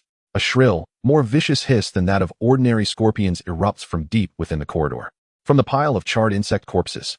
Following that, a scorpion, noticeably larger than the others, its shell a deep purple nearing black, with only a few charred spots on its back, violently heaves aside a scorched corpse and stands tall. One of its pincers seems to have been slightly deformed by molten lava, while the other remains intact, its massive tail hook raised high, shimmering with a ghostly blue cold light, locking its compound eyes firmly onto Zhuang Xiaoman and Tang Xiaofei. An aura of ferocity far surpassing that of ordinary scorpions radiates forth. Target, corroded iron fungal claw scorpion, elite level 2, scorpion swarm leader, condition, lightly injured. Traits, omitted, basic abilities significantly enhanced. Skills, omitted. Threat assessment, high single target threat. Attack power, defense, and speed far exceed ordinary individuals. Tail stinger toxin is more potent. Damn it, there's a big one. Tang Xiaofei's pupils constrict, gripping the metal pipe tightly. Zhuang Xiaoman's expression turns grave as he quickly steps back to create distance, positioning the surgical blade in front of him. Fei Gu, don't engage directly. It's faster than the others. Lure it toward the giant shield. Chapter 33. The Symphony of Phosphorescent Powder, Sticky Threads, and Lava. The elite Scorpion King's compound eyes fixate on the two, its furious hisses echoing throughout the charred hall, stirring piercing reverberations. Damn, it stings. Tang Xiaofei's pupils dilate. Instinctively tightening his grip on the blood-soaked metal pipe, his muscles tensing instantaneously. The oppressive aura it exudes far exceeds that of the previously half-dead remnants. Retreat. According to plan. Zhuang Xiaoman's voice pierces through, abruptly snapping Tang Xiaofei out of his battle-induced haze. He retreats without hesitation, moving as swiftly as a wraith. The surgical blade held defiantly in front, his gaze sharply scanning the direction of the giant shield's position. The elite Scorpion King is evidently enraged by their contempt. The slender appendages propelled forcefully against the charred metallic floor, the creature's body, shrouded in a deep purple exoskeleton, shot forward like a venomous bolt from a crossbow. Emitting a piercing shriek that rent the air, directly targeting the slightly slower-moving Tang Xiaofei. Its speed was astonishing, far surpassing that of the ordinary scorpions encountered earlier, leaving only a lingering deep purple afterimage upon the retina. Feech, roll left. Zhuang Xiaoman warned sharply, her thoughts like lightning. Bu. Phosphorescent paralysis. Targeting the area ahead in a fan shape. Maximum range. Disrupted. Hovering above the pipe's entrance, the Bu butterfly's four wings vibrated at a high frequency. Buzz. A vast cloud of phosphorescent powder, shimmering with a myriad of colors, was unleashed like neon sand scattered by a tempest, accurately splattering across the path of the charging Scorpion King. The area covered was broader than any previous attempt, and the activation speed had increased slightly. The deep purple shadow of the insect plunged headlong into the phosphorescent zone. The Scorpion King's momentum was abruptly halted, as if a speeding war chariot had crashed into a viscous mire. The gaps in its thick chitinous shell were instantly filled with a prismatic haze, its compound eyes clouded by a veil of confusion, and its trajectory skewed noticeably, the massive pincers flailing wildly, losing their precision. Although the paralysis effect was insufficient to completely immobilize this behemoth, even a moment's delay was a chasm in the balance between life and death. Tang Xiaofei reacted with remarkable swiftness. The instant Zhuang Xiaoman called out, his body rolled to the left like a tumbling gourd. The Scorpion King's colossal pincers, narrowly missing his scalp, crashed down violently onto the very ground where he had just stood. Boom. The hard metallic floor was dented shallowly. Debris and remnants of desiccated insects scattered. The wind pressure from the pincers stung Tang Xiaofei's cheeks painfully. That was close. A cold sweat broke out on Tang Xiaofei as he leveraged his roll to rise swiftly, creating distance. The Scorpion King shook its head, the confusion in its eyes swiftly replaced by an even deeper rage. Its resistance to the phosphorescent powder was evidently stronger. The shriek became sharper, its tail hook, like a viper, locked onto the unsteady Tang Xiaofei. The azure venomous stinger instantly taut, ready to launch. Not a chance. Bu. Radiant blinding.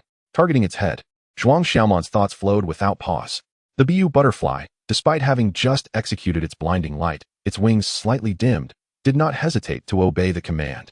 Its abdomen contracted, and with a series of soft puffs, several exquisitely condensed strands of glistening jade-green silk shot forth, like serpents come to life, precisely wrapping around the Scorpion King's left hind leg joint, now covered in a green membrane, the underlying lava energy still somewhat turbulent. Upon contact with the cold crystalline rock and the warm lava membrane, the silk tightened and solidified.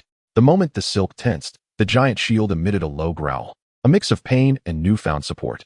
That injured leg, under the powerful binding force of the silk and the distributed pressure, found its stability suddenly enhanced. Although it could not launch a fierce charge, its supporting and turning flexibility had greatly improved.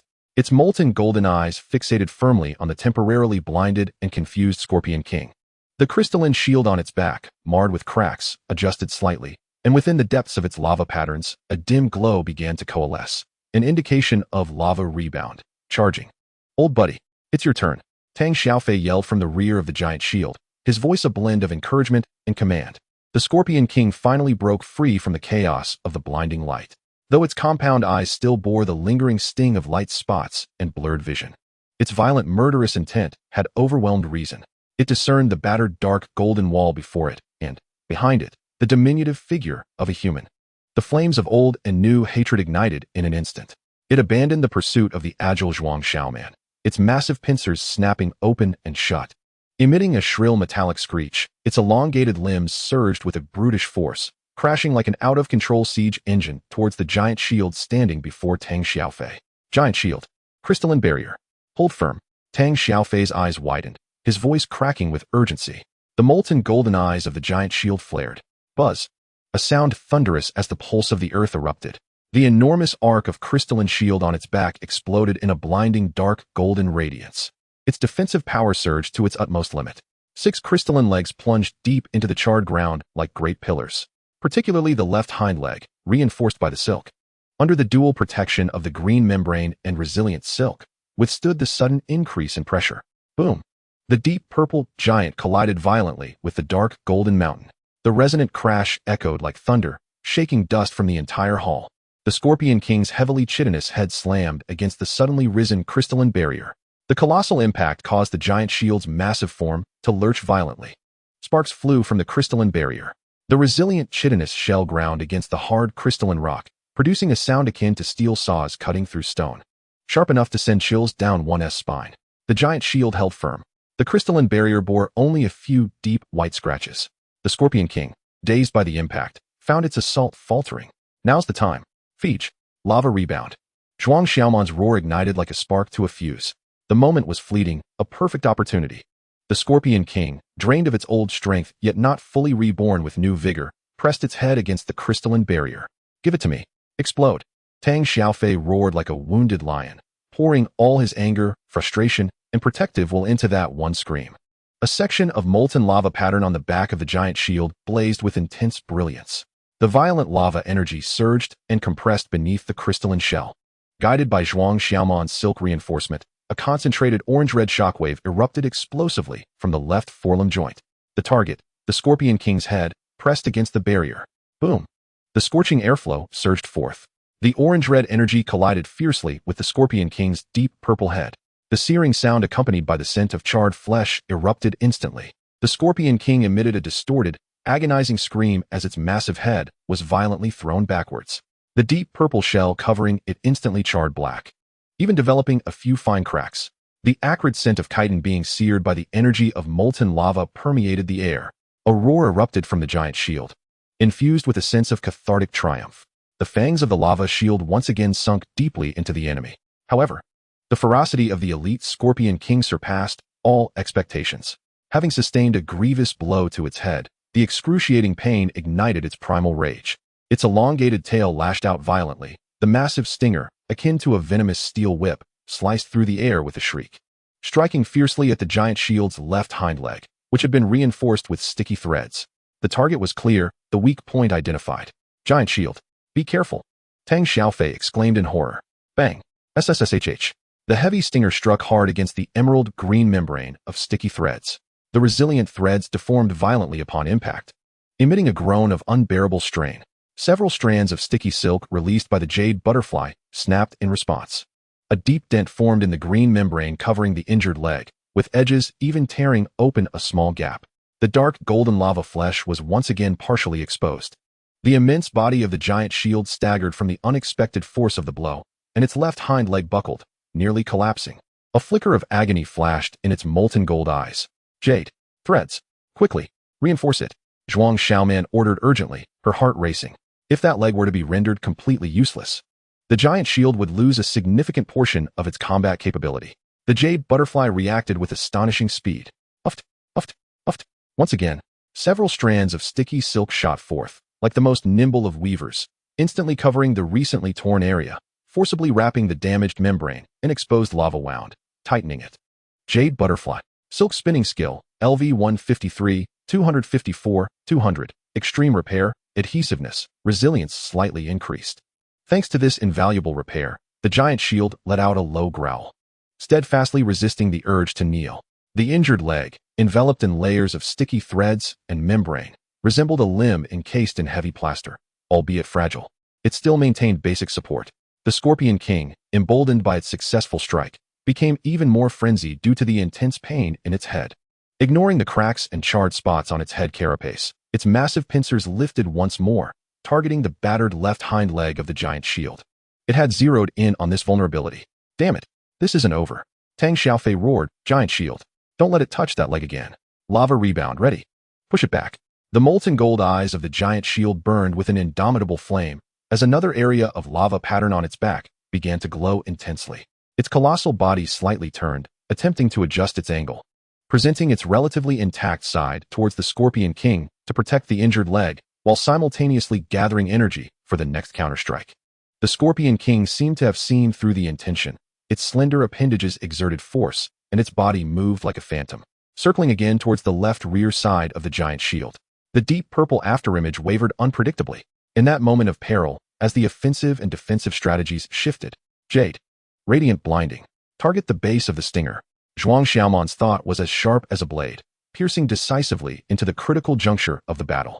As the Scorpion King maneuvered to evade, its massive stinger, raised high to maintain balance and gather strength, was now fully exposed at the relatively slender joint connecting it to its body, illuminated by the eerie blue glow of its venomous stinger.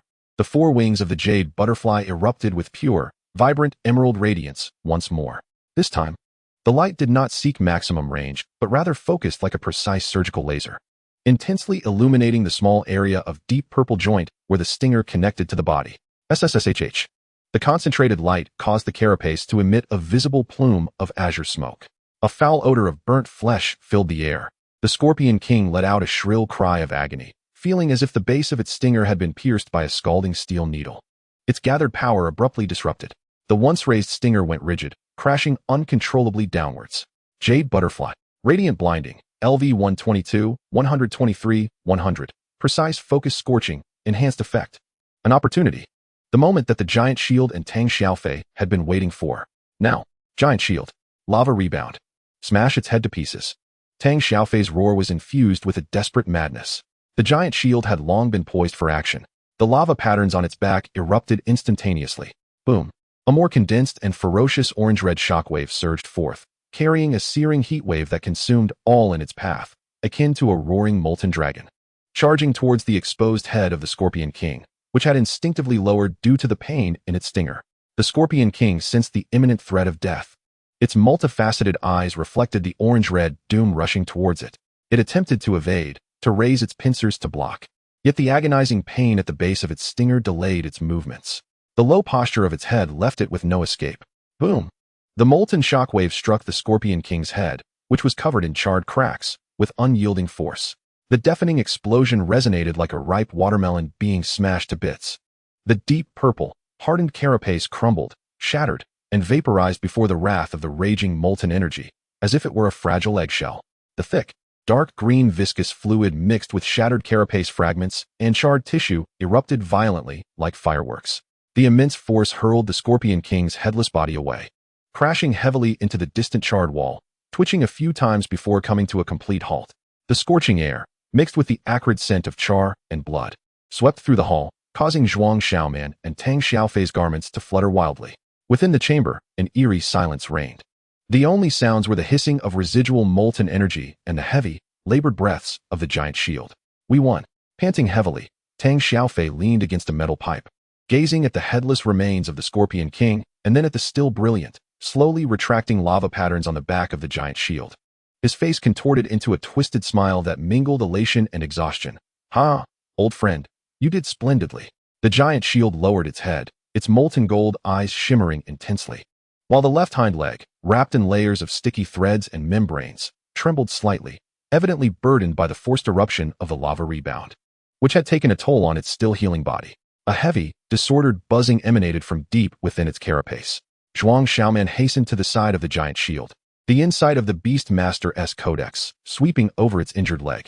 Beneath the membrane, the lava blood and flesh appeared somewhat agitated under the energy shock. Yet the reinforcements of the sticky threads and membrane remained steadfast, showing no signs of rupture. A sigh of relief escaped him as he turned his gaze to the jade butterfly. The little creature hovered in midair, its four wings drooping. Its glow dimmed to the utmost, clearly exhausted from the continuous high-intensity skill releases. Feej, quickly gather the spoils. The Scorpion King's stinger and venom sac are priorities. Zhuang Xiaoman commanded swiftly, his eyes scanning the surrounding charred ruins and the shadowy corridors with vigilance. The Scorpion King's shrieks and the immense commotion of the battle could very well attract other creatures. Tang Xiaofei immediately understood. Forcing his weary body to rush to the remains of the Scorpion King, he carefully struck the still glimmering thick stinger with the metal pipe. Then, With the surgical blade passed to him by Zhuang Xiaoman, meticulously sliced open the relatively intact carapace at the junction of the Scorpion King's chest and abdomen, extracting a fist-sized, bulging deep purple venom sac that exuded a rich, sweet odor. All set, Tang Xiaofei stuffed the stinger and venom sac into his backpack, his face finally breaking into a hint of excited triumph. Just then, Zhuang Xiaoman's ears caught an extremely faint yet spine-chilling sound, not the chirping of insects, but the rustling of countless tiny appendages swiftly crawling along the metal pipe's interior. The source of the sound was deep within the ventilation duct where they had previously hidden. Inside, Zhuang Xiaoman's expression changed dramatically as he suddenly pointed toward the duct entrance. Something is approaching the fungal nest. Xiaoyu. Chapter 34. The Fungal Nest, Venom Sac. And the Silent Guardian. Inside, Zhuang Xiaoman's scream pierced through the fleeting moment of victory like an ice pick. He pointed towards the dark, gaping mouth of the pipeline behind the massive shield, his expression shifting drastically. Something was approaching the fungal nest. Xiaoyu. The sound was fine and urgent, akin to countless tiny metal files scraping frantically against the cold metal walls of the pipeline. It was not a singular shriek, but rather a cacophony of hundreds, if not thousands, of arthropods moving in unison, creating a rustling tide. The source of the sound was precisely the direction from which they had just departed, where Lin Xiaoyu and the plush ball were located. Furthermore, this sound was advancing towards the pipeline's entrance at an alarming speed. Damn it! Tang Xiaofei's excitement instantly froze, transforming into a ghastly pallor. He practically lunged towards the mouth of the pipeline, pressing his ear firmly against the icy metallic surface. The rustling grew clearer. It was like a black tide surging from the depths of the pipeline, imbued with a suffocating aura of greed and destruction. He could even hear the faint sounds of tiny mandibles opening and closing, the delicate scraping of pincers. It was a swarm, and one far larger than the remnants they had previously encountered. They had been drawn in by the scent of blood, energy fluctuations, or the dying screeches of the Scorpion King. Xiaoyu, get out now. There are bugs. A massive horde. Tang Xiaofei roared into the depths of the pipeline, his voice laced with unprecedented terror. The nest was confined. If it were overwhelmed by the swarm, there would be no escape for Xiaoyu and the plush ball. Deep within the pipeline, in the luminous fungal nest, Lin Xiaoyu was cautiously feeding a newly formed warm jade mushroom to the plush ball nestled in her palm. The little creature had improved significantly, its pale pink tentacles joyfully curling around the mushroom as it nibbled, emitting satisfied purring sounds. A jade butterfly hovered gracefully upon her shoulder, its wings radiating a gentle, soothing glow. Suddenly, Tang Xiaofei's roar thundered through the pipeline like a lightning bolt, infused with unmistakable, raw fear. Lin Xiaoyu's body stiffened abruptly. The plush ball in her arms ceased its feeding, its moist, large eyes widening in alarm, several tentacles standing erect. The jade butterfly's luminescence abruptly sharpened, becoming as piercing as needles. The rustling sound, reminiscent of a chilling, venomous serpent, ensnared her in an instant. It was so palpable it felt as if it were right beside her. A noxious stench, a vile amalgamation of insect musk, rust, and decaying fungal mats surged forth from the depths of the pipeline, instantly overpowering the fresh sweetness of the nest. The shadow of death descended without warning. Ah! Lin Xiaoyu let out a short, sharp cry, instinctively clutching the plush ball tighter, her body involuntarily shrinking back, pressing against the softly glowing wall of the fluorescent tube. Her heart raced as if it would burst from her chest. The relief from just escaping danger evaporated, leaving only a frigid despair. What to do? Where to flee? Outside was the battlefield. Inside was the oncoming wave of insects. The fungal nest was a dead end. The plush ball emitted a previously unheard, sharp cry of extreme panic and warning. Its tiny body trembled violently, its pink fur bristling. Several tentacles desperately pointed towards the source of the sound deep within the pipeline, their tips igniting with a blinding emerald glow. It sensed it, the malicious intent and sheer numbers surging forth. The jade butterfly reacted the fastest. It flapped its four wings with all its might, unleashing a pure emerald radiance instantly. Dazzling glow, targeting the area where the sound was densest within the pipeline. The brilliance pierced the darkness like a sword, attempting to slow the advance of the insect tide. Buzz. The intense light illuminated the depths of the pipeline for several meters. Lin Xiaoyu, taking advantage of this fleeting brightness, beheld a sight that nearly froze her blood, a mass of black. It resembled a swelling tide of dark purple oil. Countless chitinous fungal clawed scorpions, layered upon one another, filled the entire cross-section of the pipeline. Their cold compound eyes reflected a myriad of ghostly lights under the bright glow. Pincers opening and closing, venomous stingers poised. The sheer number exceeded all imagination. The jade butterfly's dazzling glow merely caused the foremost scorpions to hesitate momentarily. But they were quickly engulfed by the surging tide behind them, pushing forward relentlessly. There were less than 20 meters to the entrance of the fungal nest. Don't come any closer. Lin Xiaoyu felt her soul leave her body in terror, clutching the plush ball tightly as she scrambled towards the innermost part of the nest. Her back pressed firmly against the cold, metallic wall, with nowhere left to retreat. Desperate tears blurred her vision instantly. Outside the pipeline entrance, there was no time left. Giant shield. Block it. Seal that opening now. Tang Xiaofei's voice was frantic, filled with a madness that threatened to shatter. He understood the scale of the insect tide better than Lin Xiaoyu. She and the others would never escape. The only glimmer of hope lay in defending this sole entrance. Using the giant shield as the last bastion, they must keep the swarm confined within the pipeline. The molten gold eyes of the giant shield erupted with a final, resolute brilliance. It required no detailed command from Tang Xiaofei. The instinct to protect its contractor overpowered its grievous injuries. It emitted a roar that was a mixture of pain and overwhelming will. Its colossal form surged forward, dragging its left hind leg, ensnared in layers of sticky strands and green film, like an uncontrollable behemoth, crashing violently against the inner side of the pipeline entrance. Boom! The entire entrance trembled violently. The giant shield's cracked crystalline armor served as the most robust of barriers, sealing the opening tightly. The force of the impact caused cracks on its back to spread further, yet it paid no heed. Its molten gold gaze remained fixed on the encroaching darkness within the pipeline. 6 crystalline legs anchored themselves like colossal pillars deeply embedded in the scorched metallic ground. The defensive stance was instantly heightened to its maximum. Sticky strands. Jade. Maximum strength. Reinforced the giant shield entirely, especially the injured leg and the cracks on its back. Zhuang Xiaoman's command surged like a violent current. He dashed to the side of the giant shield, the surgical blade held before him. His gaze locked onto the narrow gap at the pipeline entrance that the giant shield's massive form had secured. He could feel the thunderous impacts resonating from behind the heavy crystalline armor, as if a drum was being pounded. Rustle. Bang. Bang. Bang. The insect tide collided. Countless tiny, chitin-covered bodies crashed and scraped against the giant shield's crystalline armor. The noise was reminiscent of innumerable metal files grinding against rock, sending shivers down one's spine. The entire massive body of the giant shield trembled slightly under the relentless attack. The molten glow seeping through the cracks flickered violently. The jade butterfly hovered above the giant shield's back, its 4 wings flapping at maximum capacity. Poo poo poo poo. Countless concentrated emerald strands shot forth like a torrential downpour. They frantically coiled around and covered every crack on the giant shield's back, enveloping its injured leg, and even extending to the edges of the massive crystalline armor that sealed the opening. The moment the strands encountered the cold crystalline surface and the searing molten energy, they tightened and solidified, forming layer upon layer of resilient biological armor. Jade butterfly. Silk spinning skill. LV254, 256, 200. Overload extreme reinforcement, enhanced stickiness, toughness, and solidification speed significantly increased, approaching breakthrough threshold. As the strands reinforced layer upon layer, the giant shield emitted a deep roar, a blend of immense pressure and a hint of support.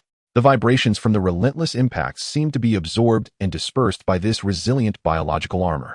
Its cracked body, forcefully stitched together by the strands, withstood the initial wave of the insect tide. The stance blocking the entrance remained as steadfast as a mountain. Hold on, old friend. Hold on. Tang Xiaofei rushed to the other side of the giant shield, pressing his shoulder firmly against its cold shell, as if attempting to transfer his own strength.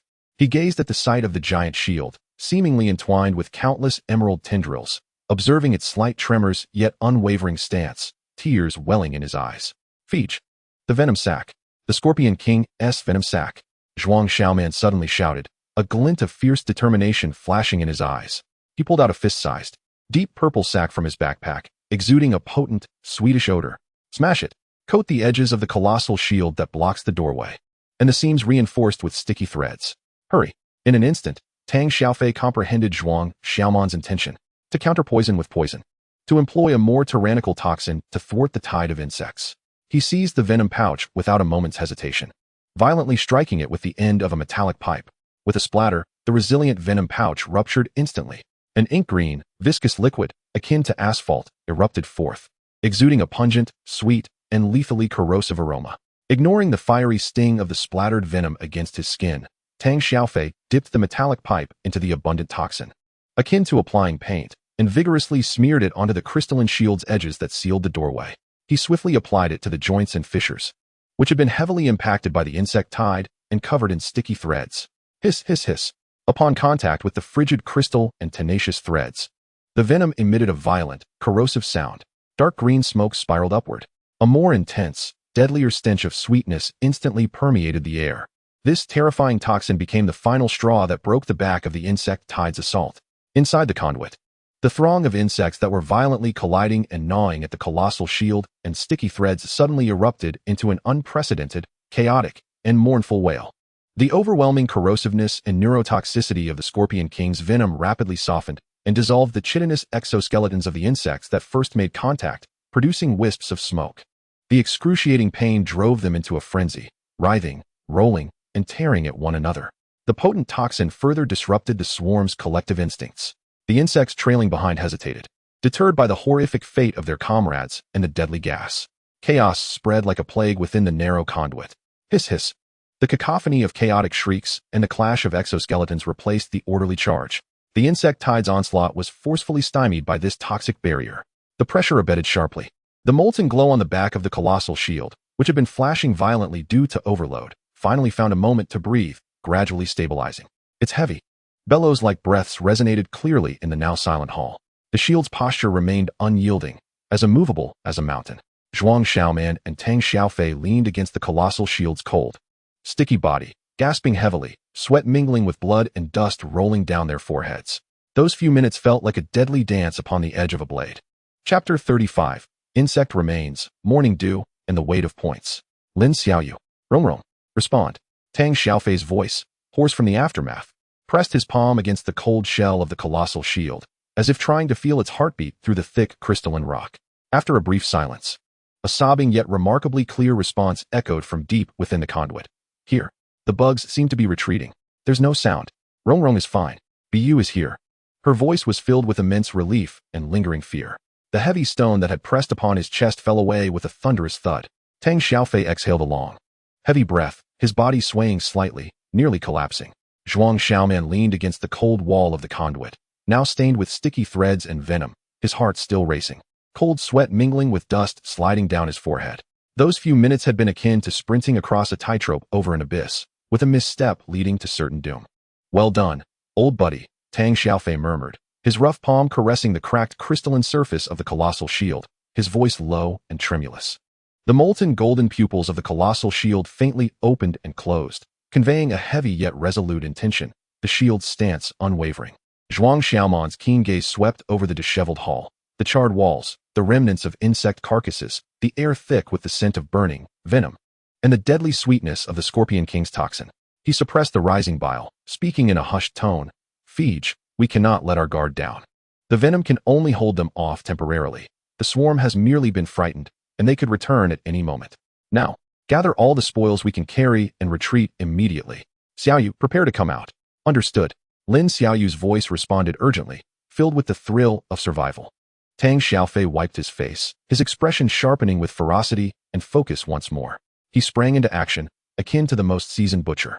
He picked up the metallic pipe and approached the scattered remains of the ordinary scorpion claws on the charred ground. His movements were swift and precise, the end of the metallic pipe crashing down on the relatively intact base of a scorpion's stinger, severing it cleanly. Meanwhile, Zhuang Xiaoman took charge of the massive, headless remains of the Scorpion King. The surgical blade, as precise as the finest instrument, carefully avoided the charred areas seared by molten energy, accurately slicing off the robust, still glimmering tail stinger, and wrapping the remnants of the deep purple venom pouch, which was mostly shattered but still held its core, in thick moss leaves, binding it tightly. Each motion exuded a thirst for points and a wariness of danger.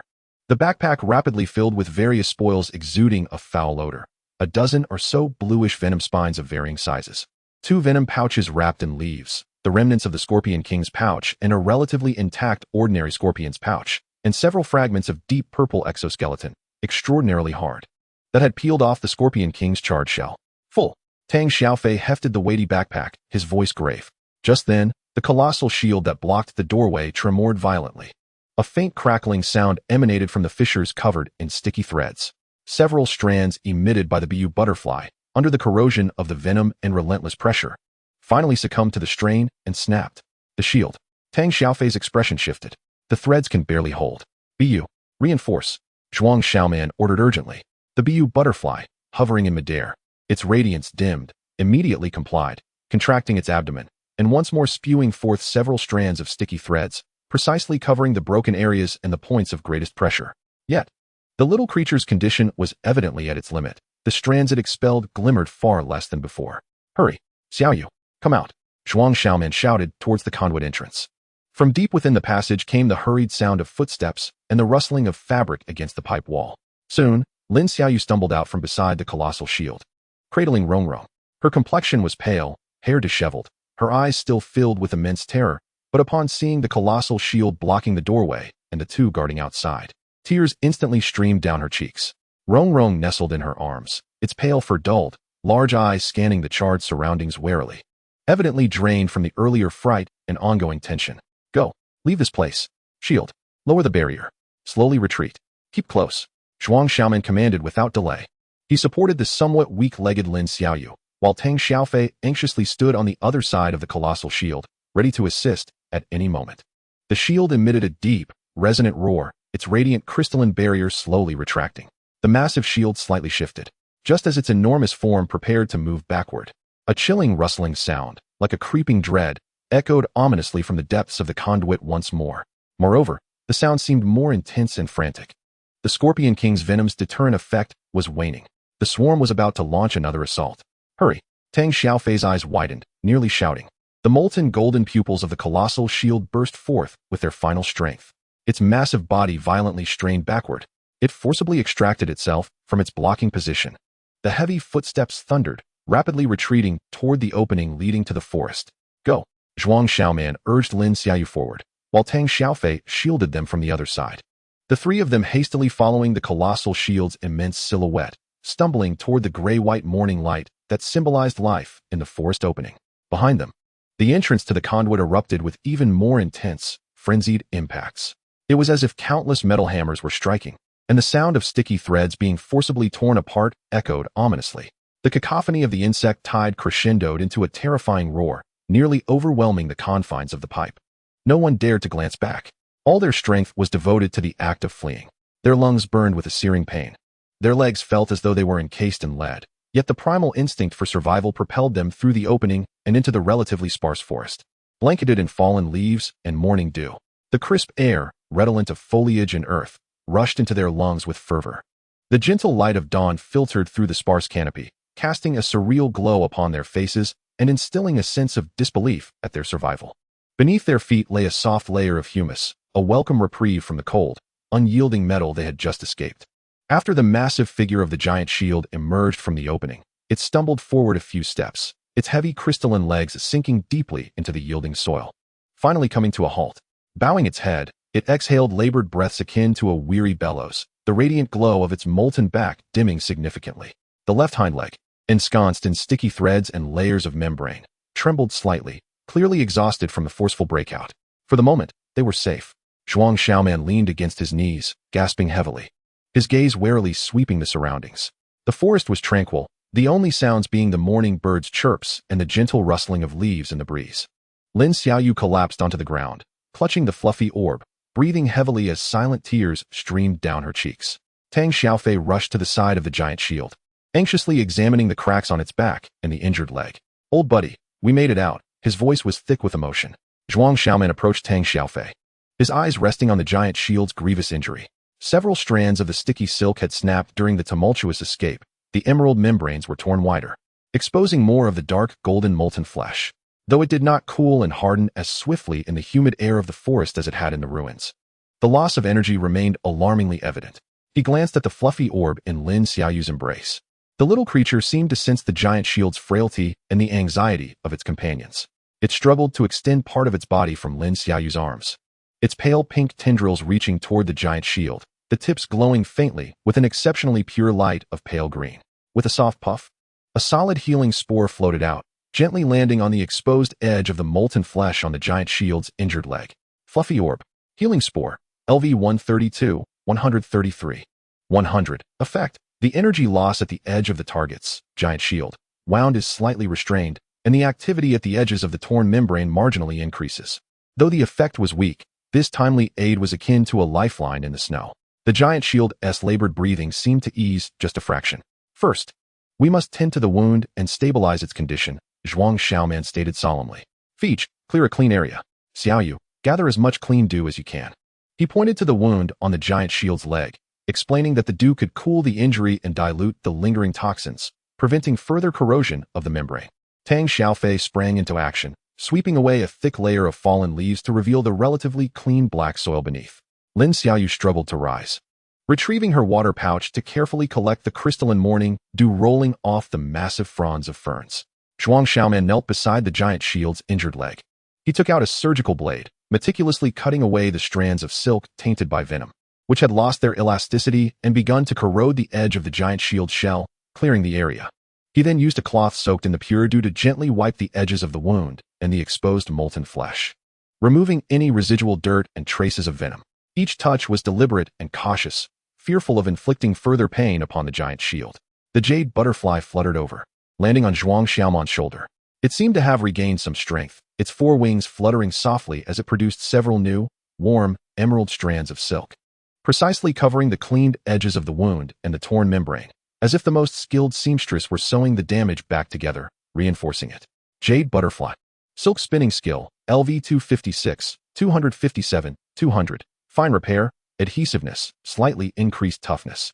Under the cooling embrace of the dew, nourished by the fluffy orb's feeble life energy, and through the meticulous repair of the jade butterfly, the deterioration of the giant shield's injured leg was finally halted. Though healing remained a distant prospect, at least its condition was stabilized. Its heavy breaths gradually grew steadier. The molten gold of its eyes, though still dim, no longer bore the frailness of impending extinguishment. Chapter 36. Flint, Phosphor, and the Whisper of the Black Wind. Tang Xiaofei sat on the ground, leaning against the cold armor of the giant shield. A relatively clean patch of moss spread out before him. He was meticulously counting the spoils from his backpack, which exuded a foul odor. A dozen ghostly blue scorpion stingers, 2 tightly wrapped venom sacs, the remains of the Scorpion King, and a relatively intact ordinary scorpion venom sac, and several shards of deep purple, exceptionally hard Scorpion King carapace. Each item was steeped in the blood and chill of the previous night's battle. Man, this one, Tang Xiaofei remarked, lifting the thickest, shimmering with ghostly blue light scorpion tail hook, weighing it in his hand. And this venom sac should be enough to trade for several fine pieces of volcanic flint and black steel sand for the giant shield, right?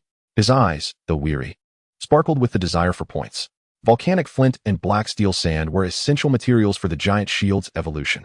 Zhuang Xiaoman squatted beside the giant shield's injured leg, gently wiping the edges of the sticky silk with a cloth soaked in clear dew to remove traces of dirt and venom. He did not lift his gaze. His voice low, the materials from the Scorpion King should be worth a fair amount, but the exact value will depend on how the assessment officer evaluates their practical worth.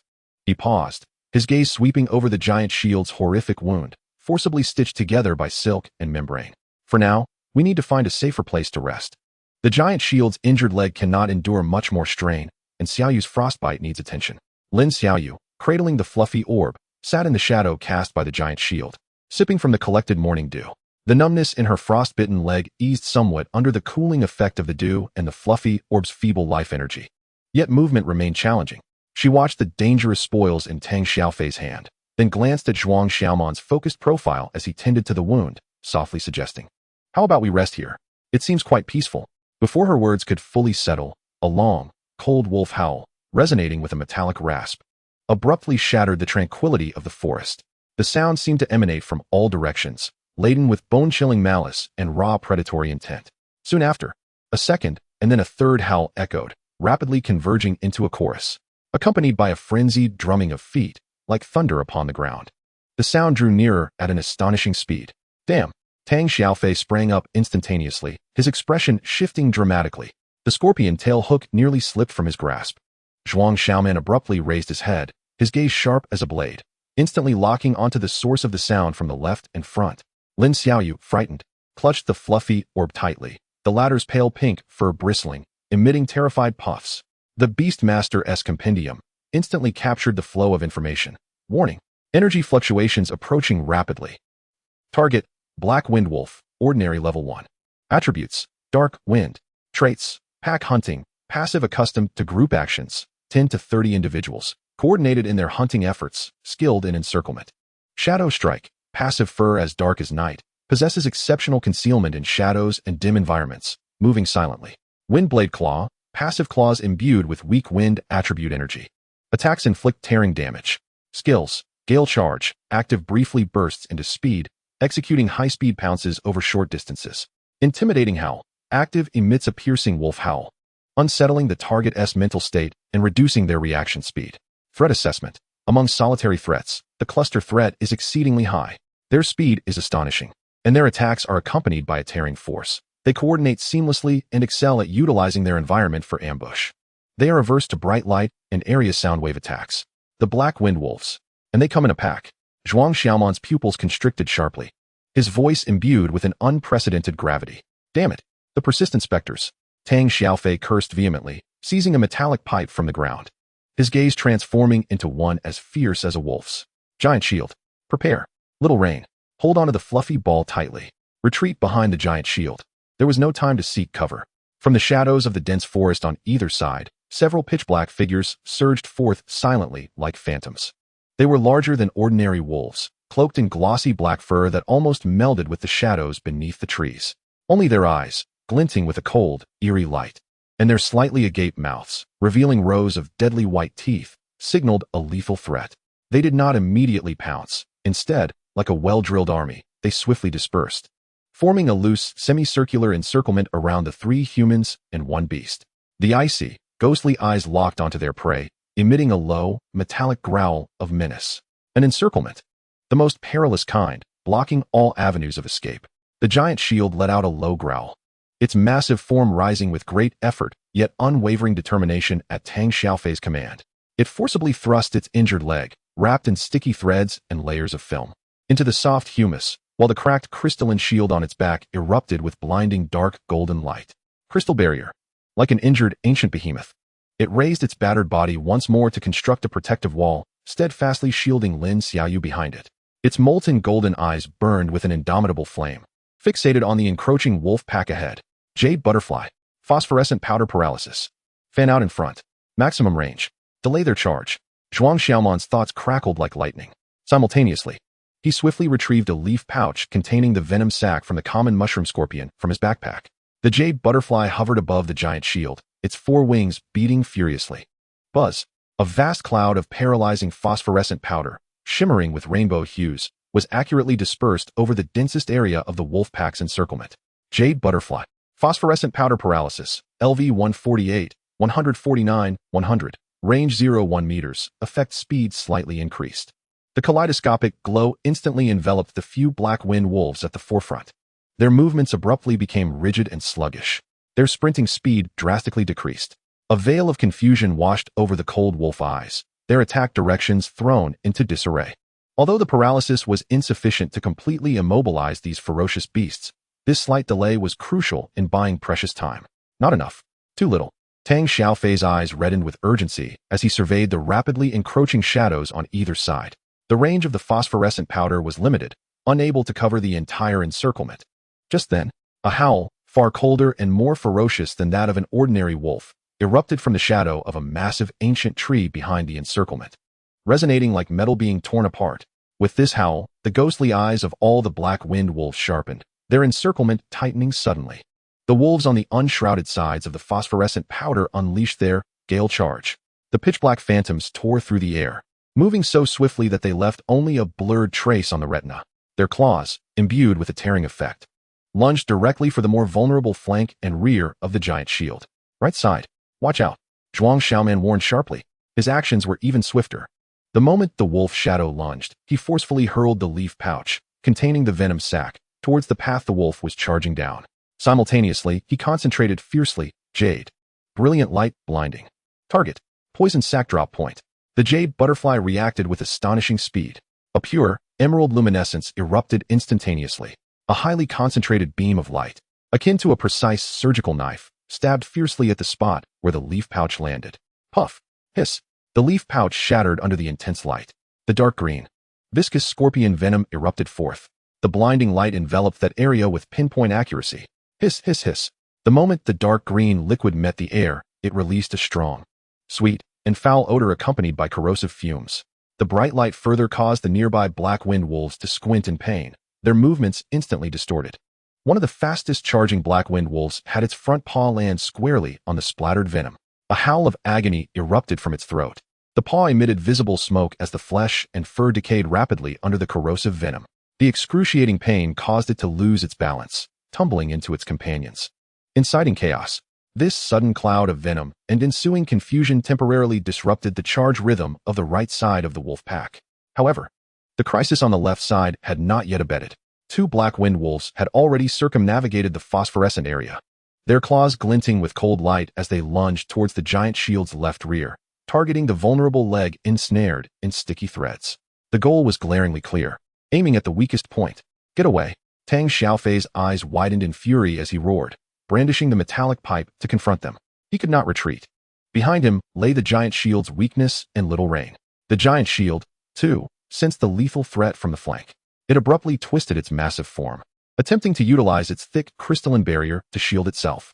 Yet, under its severe injuries, its movements were a beat too slow. The black wind wolf on the left, in its gale charge, was already upon them. Its cold eyes glinted with a cruel light as it lashed out with its windblade claws, targeting the weak point of the giant shield's left rear leg that was ensnared in threads. In a critical moment, a piercing cry filled with rage and the will to protect erupted fiercely from Lin Xiaoyu's embrace. The small, fluffy ball seemed to ignite in that instant. Its pinkish-white fur bristled with energy. Several of its tendrils radiated an unprecedented, dazzling emerald light. With all its might, it unleashed a cloud of spores, rich and thick like tangible green mist, towards the black wind wolf lunging at the giant shield's injured leg. This time, it was no longer a healing attempt. The green mist contained pure life energy, a frenzied repulsion against intruders. It was an instinctive counterattack in defense of its protector. Puff, puff. The dense green spore cloud instantly enveloped the head and forepaws of that black wind wolf, like strong acid splattering upon it. The black wind wolf emitted a shriek of torment. The black fur covering its head withered and charred instantly. The feeble energy on its windblade claws was immediately dispelled and neutralized. The excruciating pain and disorientation caused its attack to falter, its claws merely grazing the crystalline leg armor of the giant shield, leaving only faint white scratches. Fluffy ball. Treatment spores. LV-133, 134, 100. Effect. Inflicts severe repulsive burning on non-friendly targets, black wind wolves. Deals significant light attribute damage. Disrupts their energy flow. This critical disruption granted the giant shield a precious half-second. It let out a low growl, its heavy crystalline legs swiftly lifting and crashing down onto the ground. Boom. A violent tremor and shockwave radiated outward. The black wind wolf, scorched by the spores and writhing in agony, and another approaching companion were jolted back, staggering in retreat. The crisis was temporarily averted. Yet the chilling, violent howl of the wolf pack's leader rang out once more. Under its command, the chaotic wolves quickly reformed, their ghostly eyes gleaming with a more ruthless light as the encirclement tightened again. The low, ominous growling echoed like the tolling of a death knell. In this dire moment, Feech, the flint, the volcanic flint in your bag. Zhuang Xiaoman's shout resounded like thunder. He pointed at Tang Xiaofei's backpack, discarded on the ground. A few rough stones, dark red and riddled with pores, tumbled from the opening of the backpack. These were the volcanic flints that Tang Xiaofei had cherished as treasures, intending to use them for the evolution of the Great Shield. Tang Xiaofei was momentarily taken aback, but in an instant, he grasped Zhuang Xiaoman's intention. Without a trace of hesitation, he seized the backpack with the ferocity of a hungry tiger pouncing on its prey, extracting the largest piece of dark red flint from within. Emerald. Enveloped the front with the maximum range of phosphorescent powder. Zhuang Xiaoman's will resonated with a sense of irrevocable determination. The wings of the emerald butterfly shimmered with a resplendent array of colors. The paralyzing phosphorescent powder, denser than ever before, cascaded down like a torrential downpour, instantly saturating the most concentrated area of the wolf pack. The vibrant halo nearly formed a viscous wall of mist. Simultaneously, Tang Xiaofei summoned every ounce of strength to hurl the hefty volcanic flint forcefully onto the ground before the phosphorescent mist wall. The target was a hard black stone, exposed outside the humus layer. Bang! The heavy flint collided violently with the sturdy black stone. Dazzling sparks erupted like fireworks amidst the swirling phosphorescent powder. As the sparks made contact with the high concentration of phosphorescent powder, it ignited like a dry powder keg. A spectacular explosion of colorful flames erupted, accompanied by a sound that was not overly loud, yet extraordinarily piercing. The searing shockwave and acrid scent of phosphorescent fire swept over the wolf pack in an instant. A woo. Ugh. The black-winged wolves, singed by the phosphorescent flames, emitted a wretched and anguished howl. The blinding light and searing pain plunged them into further chaos. The front of the encirclement crumbled in an instant. Now, charge out. To the left, Zhuang Xiaoman shouted hoarsely, pulling the still-dazed Lin Xiaoyu along. Tang Xiaofei dashed to the side of the great shield, slapping its cold shell with conviction. Old buddy, stay close. The great shield let out a low rumble, dragging its injured leg, but taking heavy yet resolute steps. The three of them, like arrows released from a bow, seized the precious opportunity amidst the chaos of the wolf pack to rush towards the only gap torn open by the phosphorescent fire. Escaping the frenzied howls of the wolves and the furious roars of their leader, the forest blurred beneath their feet as they sprinted. They ran for an indeterminate duration until the sounds from behind had completely faded, until their lungs burned painfully, and their legs felt as heavy as lead. They finally halted in a relatively open area filled with enormous ferns. The great shield's massive form collapsed onto the ground, its heavy panting resembling that of a worn-out bellows. The emerald butterfly settled on Zhuang Xiaoman's shoulder, its wings dimmed to the utmost. The fluffy ball curled up in Lin Xiaoyu's embrace, utterly spent. Chapter 37. The Dark River. Claw marks and heavy hopes. I can't run anymore. Tang Xiaofei sprawled on the thick layer of fallen leaves, his chest heaving violently. Sweat soaking through his blood-stained and dusty clothes, clinging tightly to his body. Each breath felt as though his lungs were being torn apart. The wound on his back throbbed painfully after the intense sprint, and the numbness brought on by the toxin seemed to intensify. Lin Xiaoyu leaned against the cold leg armor of the great shield, her complexion pale, cradling the equally exhausted fluffy ball, taking small, labored breaths. Her leg injury was aggravated by the running, and the frostbite ached with sharp pangs. The once pink fur of the fluffy ball had lost its luster, its tendrils hanging limply. The earlier crucial burst of energy had evidently drained its already limited reserves. Zhuang Xiaoman knelt on one knee, facing away from them, vigilantly scanning the gaps in the ferns and the canopy above. Sweat dripped from his forehead, stinging his eyes. He did not have the luxury to wipe it away. The inside of the Beastmaster Codex extended to its limits like an invisible radar. The frantic dash had veered far from their intended path, and now their location was utterly unknown. The silence of the fern forest bore an intangible pressure. The condition of the great shield was the most concerning. Its massive form lay half on the ground, the dark golden glow on its crystalline shell extinguished, leaving only charred lava patterns and spiderweb-like cracks. The left hind leg, enveloped in emerald threads and membranes, had suffered severe damage after the frantic run and forced exertion. The threads had snapped in several places, and the edges of the membrane were torn, exposing dark golden lava flesh that slowly oozed in the humid air of the forest, solidifying with each feeble pulse of energy accompanied by a heavy hum and tremor. Its molten golden eyes were half closed, dimmed to the utmost, resembling a flickering candle in the wind. Old buddy, Tang Xiaofei struggled to rise and shuffled over to the great shield's head, his rough hand trembling as it caressed its cold, dull shell. Hold on, he rasped, rummaging through his backpack and pulling out a few pieces of dark red, porous volcanic flint. Here, eat some, your favorite. He offered the flint near the great shield's slightly parted mandibles. The great shield seemed to sense the familiar scent and weakly twitched its mandibles, laboriously pulling a smaller piece of flint deep into its shell. As the dark red stone made contact with the core lava energy, it emitted a feeble, sizzling sound, and a barely visible dark red glow flickered momentarily in the cracks of its shell. It was akin to a drop of water falling into a parched riverbed, insignificant, yet bringing a glimmer of warmth and life. The heavy hum seemed to stabilize slightly. Rock crystal shield and great shield. Status: core energy depleted, weak replenishment from volcanic flint, shell structure severely damaged, crack stabilized, left hind leg heavily injured, threads partially snapped, membrane torn, lava flesh exposed, energy continuously leaking. Xiaoyu, how's Fluffy Ball? Zhuang Xiaoman inquired without turning back, his voice low. Lin Xiaoyu gently stroked the little creature in her arms, her voice tinged with concern. It's exhausted, needs to rest. It seems to have used up all its energy. She took out a water pouch and carefully fed Fluffy Ball a few drops of morning dew. The little creature extended its pale pink tongue, weakly licking, producing faint purring sounds. Let it rest. Refrain from using any healing abilities for now.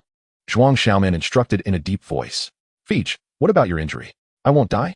Tang Xiaofei gritted his teeth, rummaging through his backpack for the last remnants of the previously collected, faintly glowing moss, the deep rock moss from the earlier mushroom nest, chewing a few bites and swallowing.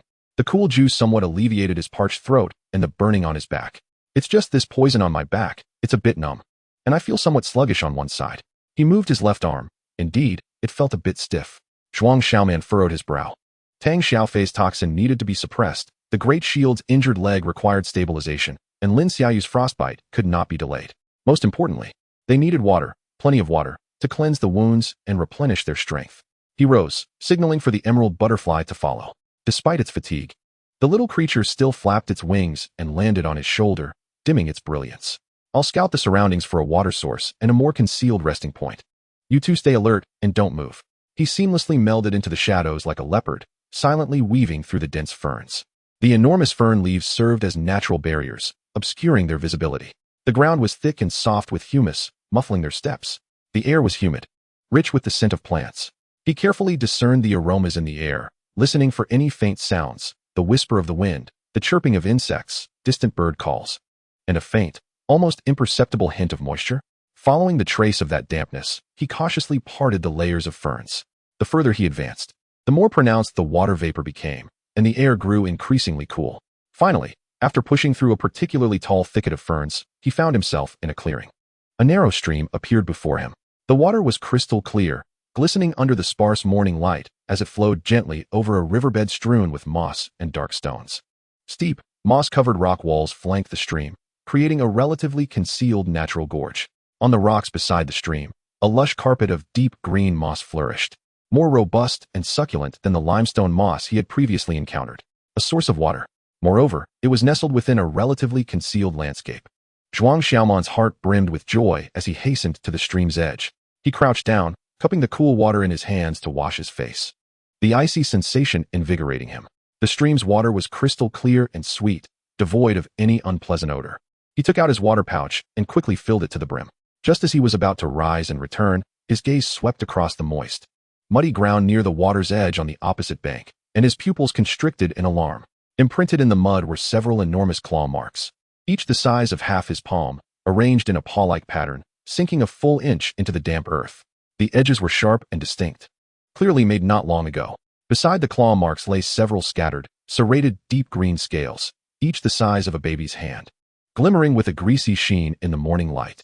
Target: unknown large predatory beast claw marks. Shape: paw-like, 3 toes with sharp claws, enormous size, estimated body length 3 meters. Depth: recent, within hours, immense power. Target: unknown scales, deep green. Characteristics: tough, serrated edges, surface covered with slippery mucus residue, emitting a faint fishy odor. Threat assessment: high, massive size, great strength, residing near water, high probability of being amphibious or aquatic. Danger: a top predator lurking near the water source. A chill immediately coursed from Zhuang Xiaoman's tailbone to the crown of his head.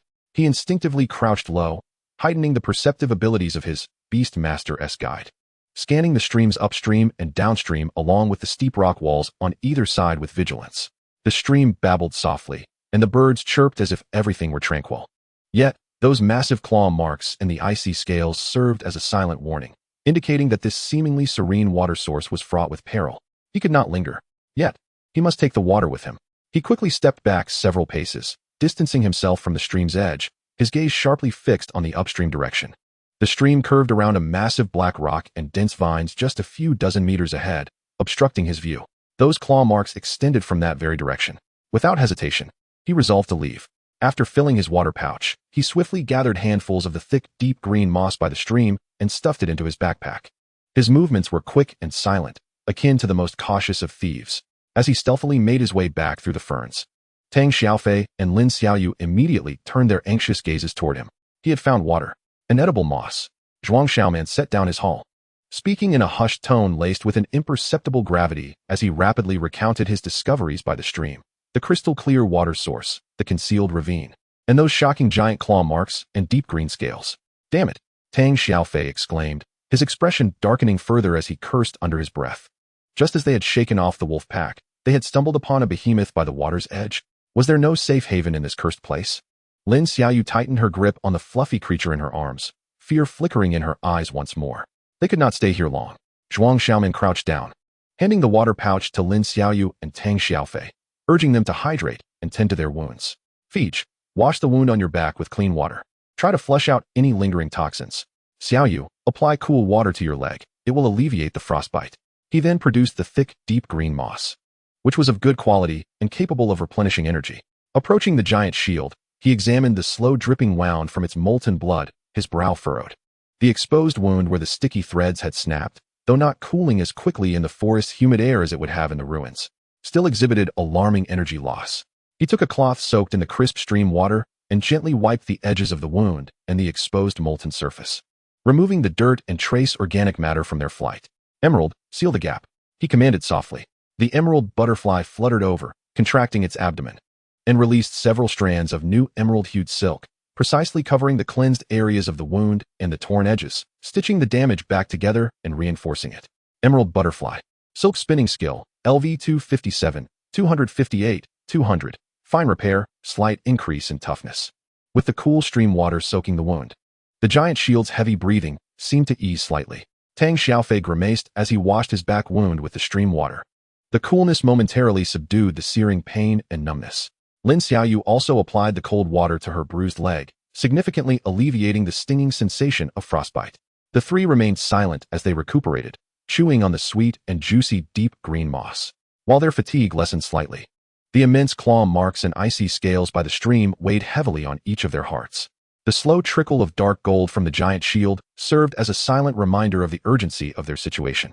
Man, the creature's den is likely just beyond that bend upstream, Tang Xiaofei said, swallowing the last morsel of moss, wiping his mouth. His eyes glinted with determination. Should we go around? Or? He weighed the metal pipe in his hand and glanced at the giant shield. Zhuang Xiaoman's gaze swept over his weary companions and the severely injured giant shield, then back to the bend in the stream obscured by massive rocks and vines. Take the long way. The forest was rife with danger, and unknown areas could be even more perilous. Charge through, given their current state. Confronting the lurking unknown beast by the water would be tantamount to seeking death. Wait. Zhuang Xiaoman's voice was low and resolute, imbued with a hunter's patience. We shall wait for the giant shield to absorb a few more flint stones and regain some strength. We shall wait for the fluffy to gather some energy. He glanced at the creature nestled in Lin Xiaoyu's arms, slowly absorbing moisture from the moss, its tentacles gently swaying. Or, we shall wait for that thing to leave the water source, or reveal a weakness. He leaned against the cold fern roots, closing his eyes, akin to a coiled beast, channeling his last vestiges of strength into recovery and perception. Before it discovers us, we need an opportunity. Or, we shall create one. Chapter 38, Moss Tracks, Claw Marks, and Silent Harvests. Fatigue weighed heavily upon them like a drenched blanket. Zhuang Xiaoman leaned against a robust fern root, eyes closed, his chest rising and falling slightly. Each breath bore the searing pain from deep within his lungs, yet the perception of the beastmaster's guide functioned like invisible tendrils, maintaining an exhaustive scan of the surroundings, the rustling of fern leaves, the distant, indistinct chirping of birds, and, 30 meters away, the continuous, subtle babbling of the stream.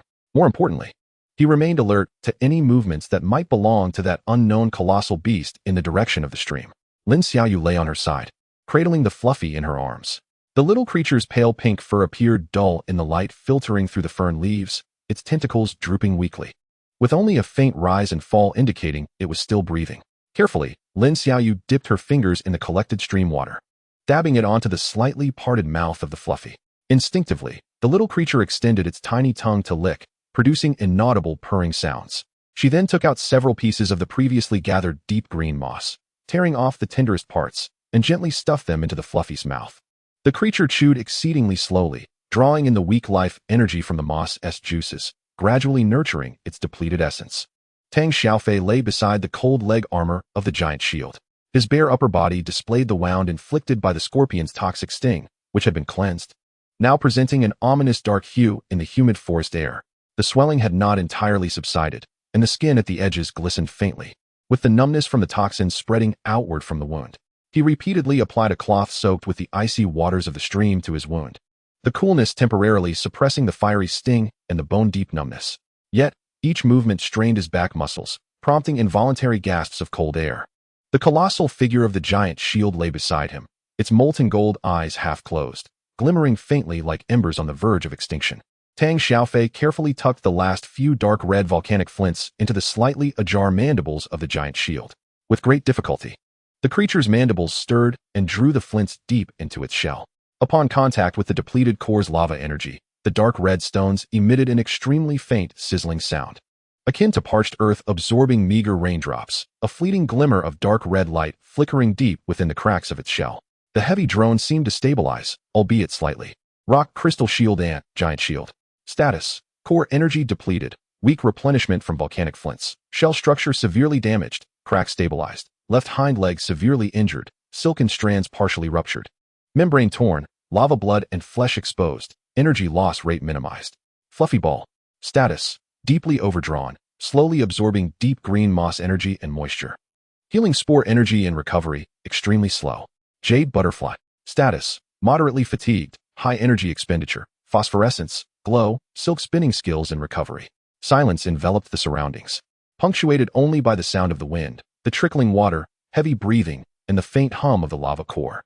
Zhuang Xiaoman's tightly shut eyes suddenly snapped open, his sharp gaze penetrating through the gaps in the ferns, locking onto the direction of the stream. His ears detected an exceedingly subtle, yet alarmingly clear disturbance, not the sound of water, but rather the slow dragging of some heavy object. The rustling and scraping against moist rocks and soil. The source of the sound lay upstream, around a bend obscured by enormous black rocks and vines. It was coming. The unknown behemoth that had left tremendous claw prints. Zhuang Xiaoman's body tensed instantaneously, akin to a bowstring drawn taut. He silently gestured.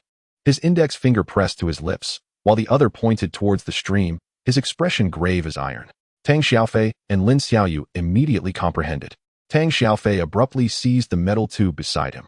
The movement pulled at his back injury, causing his brow to furrow, yet he gritted his teeth and suppressed a groan. Lowering his body further, Lin Xiaoyu tightly cradled the fluffy ball, her other hand covering her mouth, her eyes filled with terror, her body trembling slightly.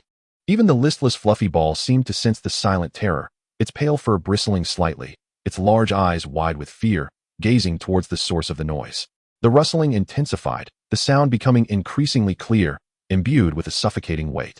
Through the gaps in the ferns, a shadow cast by the immense black rock could be faintly discerned, swaying as if some colossal entity was moving behind it. A more potent odor, mingling the scent of water, mud, and a unique fishy aroma characteristic of cold-blooded creatures, wafted in with the gentle breeze. Time appeared to freeze. Each second stretched out like a century. His heart pounded violently in his chest, colliding with his ribcage. The giant shield also seemed to sense the impending threat, its deep hum dwindling to an almost imperceptible whisper, as if it were holding its breath. The heavy dragging sound lingered near the bend of the stream, scraping for about 10 seconds, seemingly drinking or pausing briefly on the shore.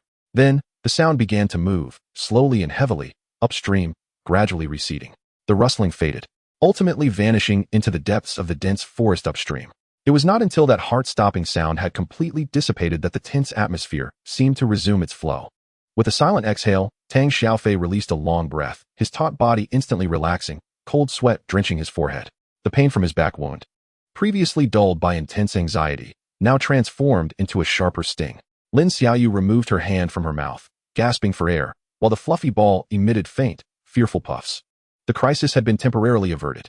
It had left, retreating upstream. Zhuang Xiaoman's voice carried a barely perceptible dryness. He gazed towards the stream, his sharp gaze unwavering yet imbued with a newfound determination. An opportunity. It had just departed.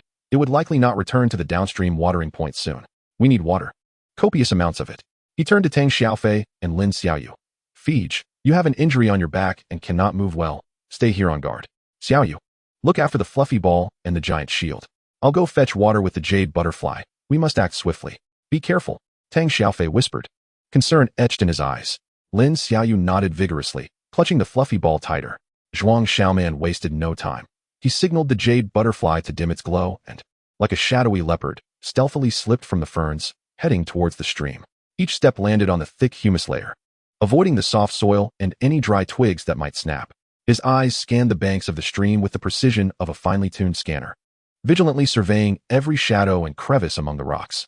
Soon, he reached the stream's edge once more. The clear waters continued to flow gently, shimmering under the morning light. His gaze immediately fell upon the moist mud on the opposite bank. Indeed, in addition to the enormous claw prints previously discovered, there was now a fresh and clearer set of enormous paw prints resembling plum blossoms. The tracks were deeply embedded in the mud, their edges slick with water, extending upstream and vanishing around the bend. Scattered nearby were several fresher, serrated deep green scales, their slime not yet fully dried, exuding a pungent odor. That creature had lingered here not long ago. Moreover, its size was absolutely colossal. Zhuang Xiaoman felt a jolt of apprehension, compelling him to exercise greater caution. He did not immediately collect water. Instead, his keen eyes scanned the rocks and moss along the stream's edge. Beneath several smooth black stones polished by the flowing water, he discovered his target, vast patches of lush, deep green moss. This moss was thicker and darker than what he had previously gathered. With leaves so plump they seemed ready to drip with water, firmly adhering to the damp crevices of the rocks. This was the very type that had provided the fluffy ball and the giant shield with meager sustenance before. Target: deep rock moss, water source specialization. Characteristics: non-toxic, rich in moisture, minerals, and slight life activity, with a subtly sweet yet slightly astringent taste. Effectively replenishes moisture and trace energy, promotes wound healing for external application. Growth environment: high-quality moss found in rock crevices near clean, flowing water sources. A valuable find. This was precisely what they needed at this moment. Zhuang Xiaoman sprang into action. He quickly filled 3 empty water bags with the cool stream water. Then, like a seasoned harvester, his hands moved like lightning, carefully selecting only the most abundant and lush deep rock moss leaves, striving not to disturb the root systems. His movements were precise and silent.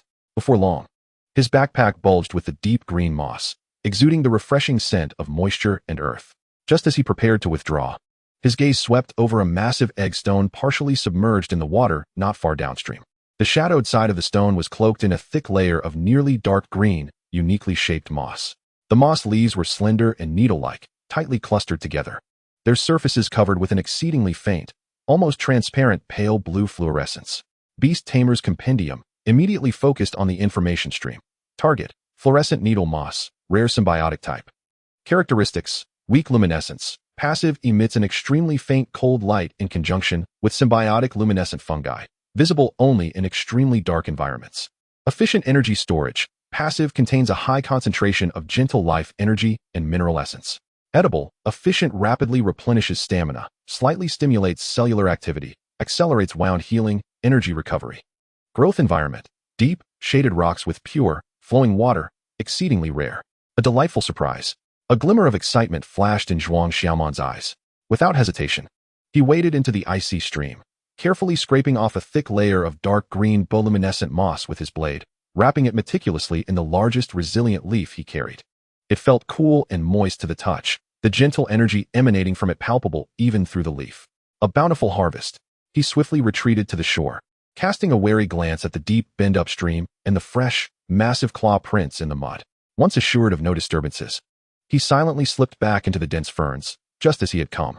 Seeing Zhuang Xiaoman return safely with a swollen water pouch and a moss-filled backpack, Tang Xiaofei and Lin Xiaoyu sighed in relief. Quick, divide the water, divide the moss. Zhuang Xiaoman set down the water pouch and backpack, his voice tinged with barely perceptible urgency. He carefully placed the leaf-wrapped bioluminescent moss aside. The clear, sweet stream water quenched his parched throat like a long-awaited rain. Tang Xiaofei rinsed his back wound with the cold stream water, the sharp stinging sensation temporarily subdued by the refreshing coolness. Lin Xiaoyu applied the icy water to her frostbitten leg, the numbness alleviating significantly. She tore off thick leaves of deep rock moss, cautiously feeding them to the fluffy ball in her arms. The little creature greedily sucked the sweet juice, its pale pink tentacles swaying joyfully, the dull sheen of its coat seemingly regaining some luster. The giant shield also received ample hydration, its heavy buzzing sound appearing to flow more smoothly. Zhuang Xiaoman then extracted the leaf-wrapped bioluminescent moss, carefully unwrapping it. Under the dim light of the ferns, the dark green, needle-like moss indeed shimmered with an exceedingly faint, nearly transparent blue fluorescence, akin to scattered stardust. A remarkable find. He divided the moss into 3 portions, handing the largest to Tang Xiaofei. Feach. Your poison wound is the most severe. This will be the most effective. Chewing it will also aid in external application. He then offered a portion to Lin Xiaoyu. Xiaoyu. This should help with your frostbite recovery. The final portion he crumbled, cautiously feeding it to the slightly open mandibles of the giant shield. Tang Xiaofei unhesitatingly placed the faintly glowing dark green moss into his mouth, chewing vigorously. An indescribable cool sweetness immediately enveloped his mouth, accompanied by an extraordinary, invigorating fragrance. The moss dissolved instantly, a gentle yet powerful warmth swiftly coursing into his stomach, instantly dispelling the cold and heaviness from his body. A wave of refreshing comfort washed over his back wound, the fiery sting and numbness receding like a tide. He could even sense the swelling at the wound's edge slightly diminishing. What a remarkable substance. Truly, an extraordinary find. Tang Xiaofei's eyes sparkled as he couldn't help but let out a low roar, feeling a significant portion of his lost strength returning. Lin Xiaoyu also chewed slowly, the cool warmth providing comfort to her frostbitten legs and weary body. She applied a small portion of the chewed moss to the bruised areas of her legs. A refreshing sensation penetrating deeply, noticeably reducing the stiffness. The giant shield struggled to swallow its portion of moss. The heavy buzzing sound emanating from its shell became significantly clearer and stronger. Deep within the charred lava patterns on its back, an exceedingly faint dark red glow stabilized, akin to the embers of a dying fire being gently rekindled. Although the terrifying injury on its hind leg remained, the overall sense of weakness and lethargy diminished by more than half. Bioluminescent needle moss, effectively potent. Target, Tang Xiaofei. Toxin is powerfully suppressed, stamina restored. Target, Lin Xiaoyu. Frostbite alleviated, stamina restored. Target, Giant Shield. Core energy effectively replenished, condition stabilized from severely injured to moderately injured. Chapter 39, Bioluminescence, Mushroom Umbrellas, and Heavy Drag Marks. The slanted midday sunlight dappled over the few huddled figures nestled deep within the ferns. The air was infused with the moist scent of earthy soil, the refreshing vapor of deep rock moss, and a faint, elusive aroma belonging to the bioluminescent needle moss. Time flowed swiftly amidst the heavy breaths and the giant shield steady. Engine-like hum. The sense of fatigue lingered, akin to a persistent parasite. Yet the gentle and surging warmth brought by the bioluminescent needle moss flowed like a fresh spring into the depths of a parched riverbed, dispelling some of the bone-chilling cold and profound exhaustion. Tang Xiaofei leaned against the cold leg armor of the giant shield, his bare upper body taut with muscle. The swelling of his back wound visibly reduced by more than half due to the dual effects of the bioluminescent needle moss taken internally and applied externally. The dark blue toxins receded to the core of the wound, the skin at the edges regaining its color. The deep-seated numbness was replaced by a strong coolness and a hint of clarity. Though still uncomfortable, it at least indicated that the nerves were regaining sensation. He moved his left arm. Although still somewhat stiff, he could wield the metal pipe with relative ease. Damn it, this blue light moss is miraculous. Tang Xiaofei muttered under his breath, a mixture of relief and fear flooding his expression. He cautiously tore off another small piece of the faintly glowing dark green moss, stuffing it into his mouth and chewing vigorously, feeling the cool sweetness burst forth, transforming into threads of warmth that permeated through his entire being.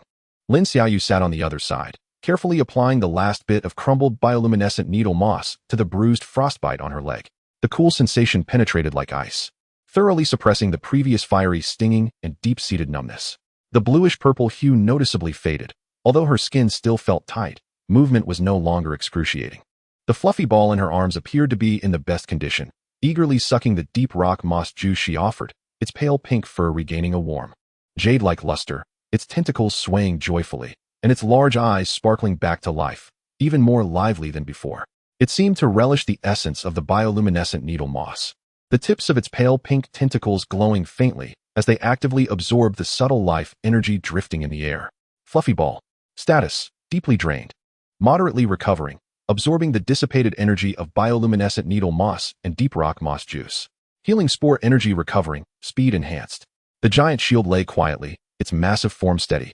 The heavy buzzing sound now more stable and powerful than before.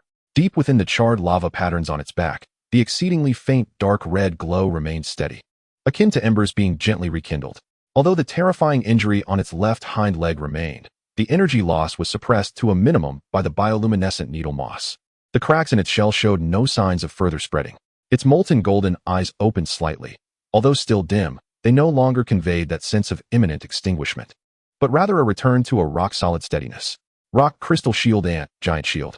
Status, core energy depleted, weak but stable, effectively supplemented by bioluminescent needle moss.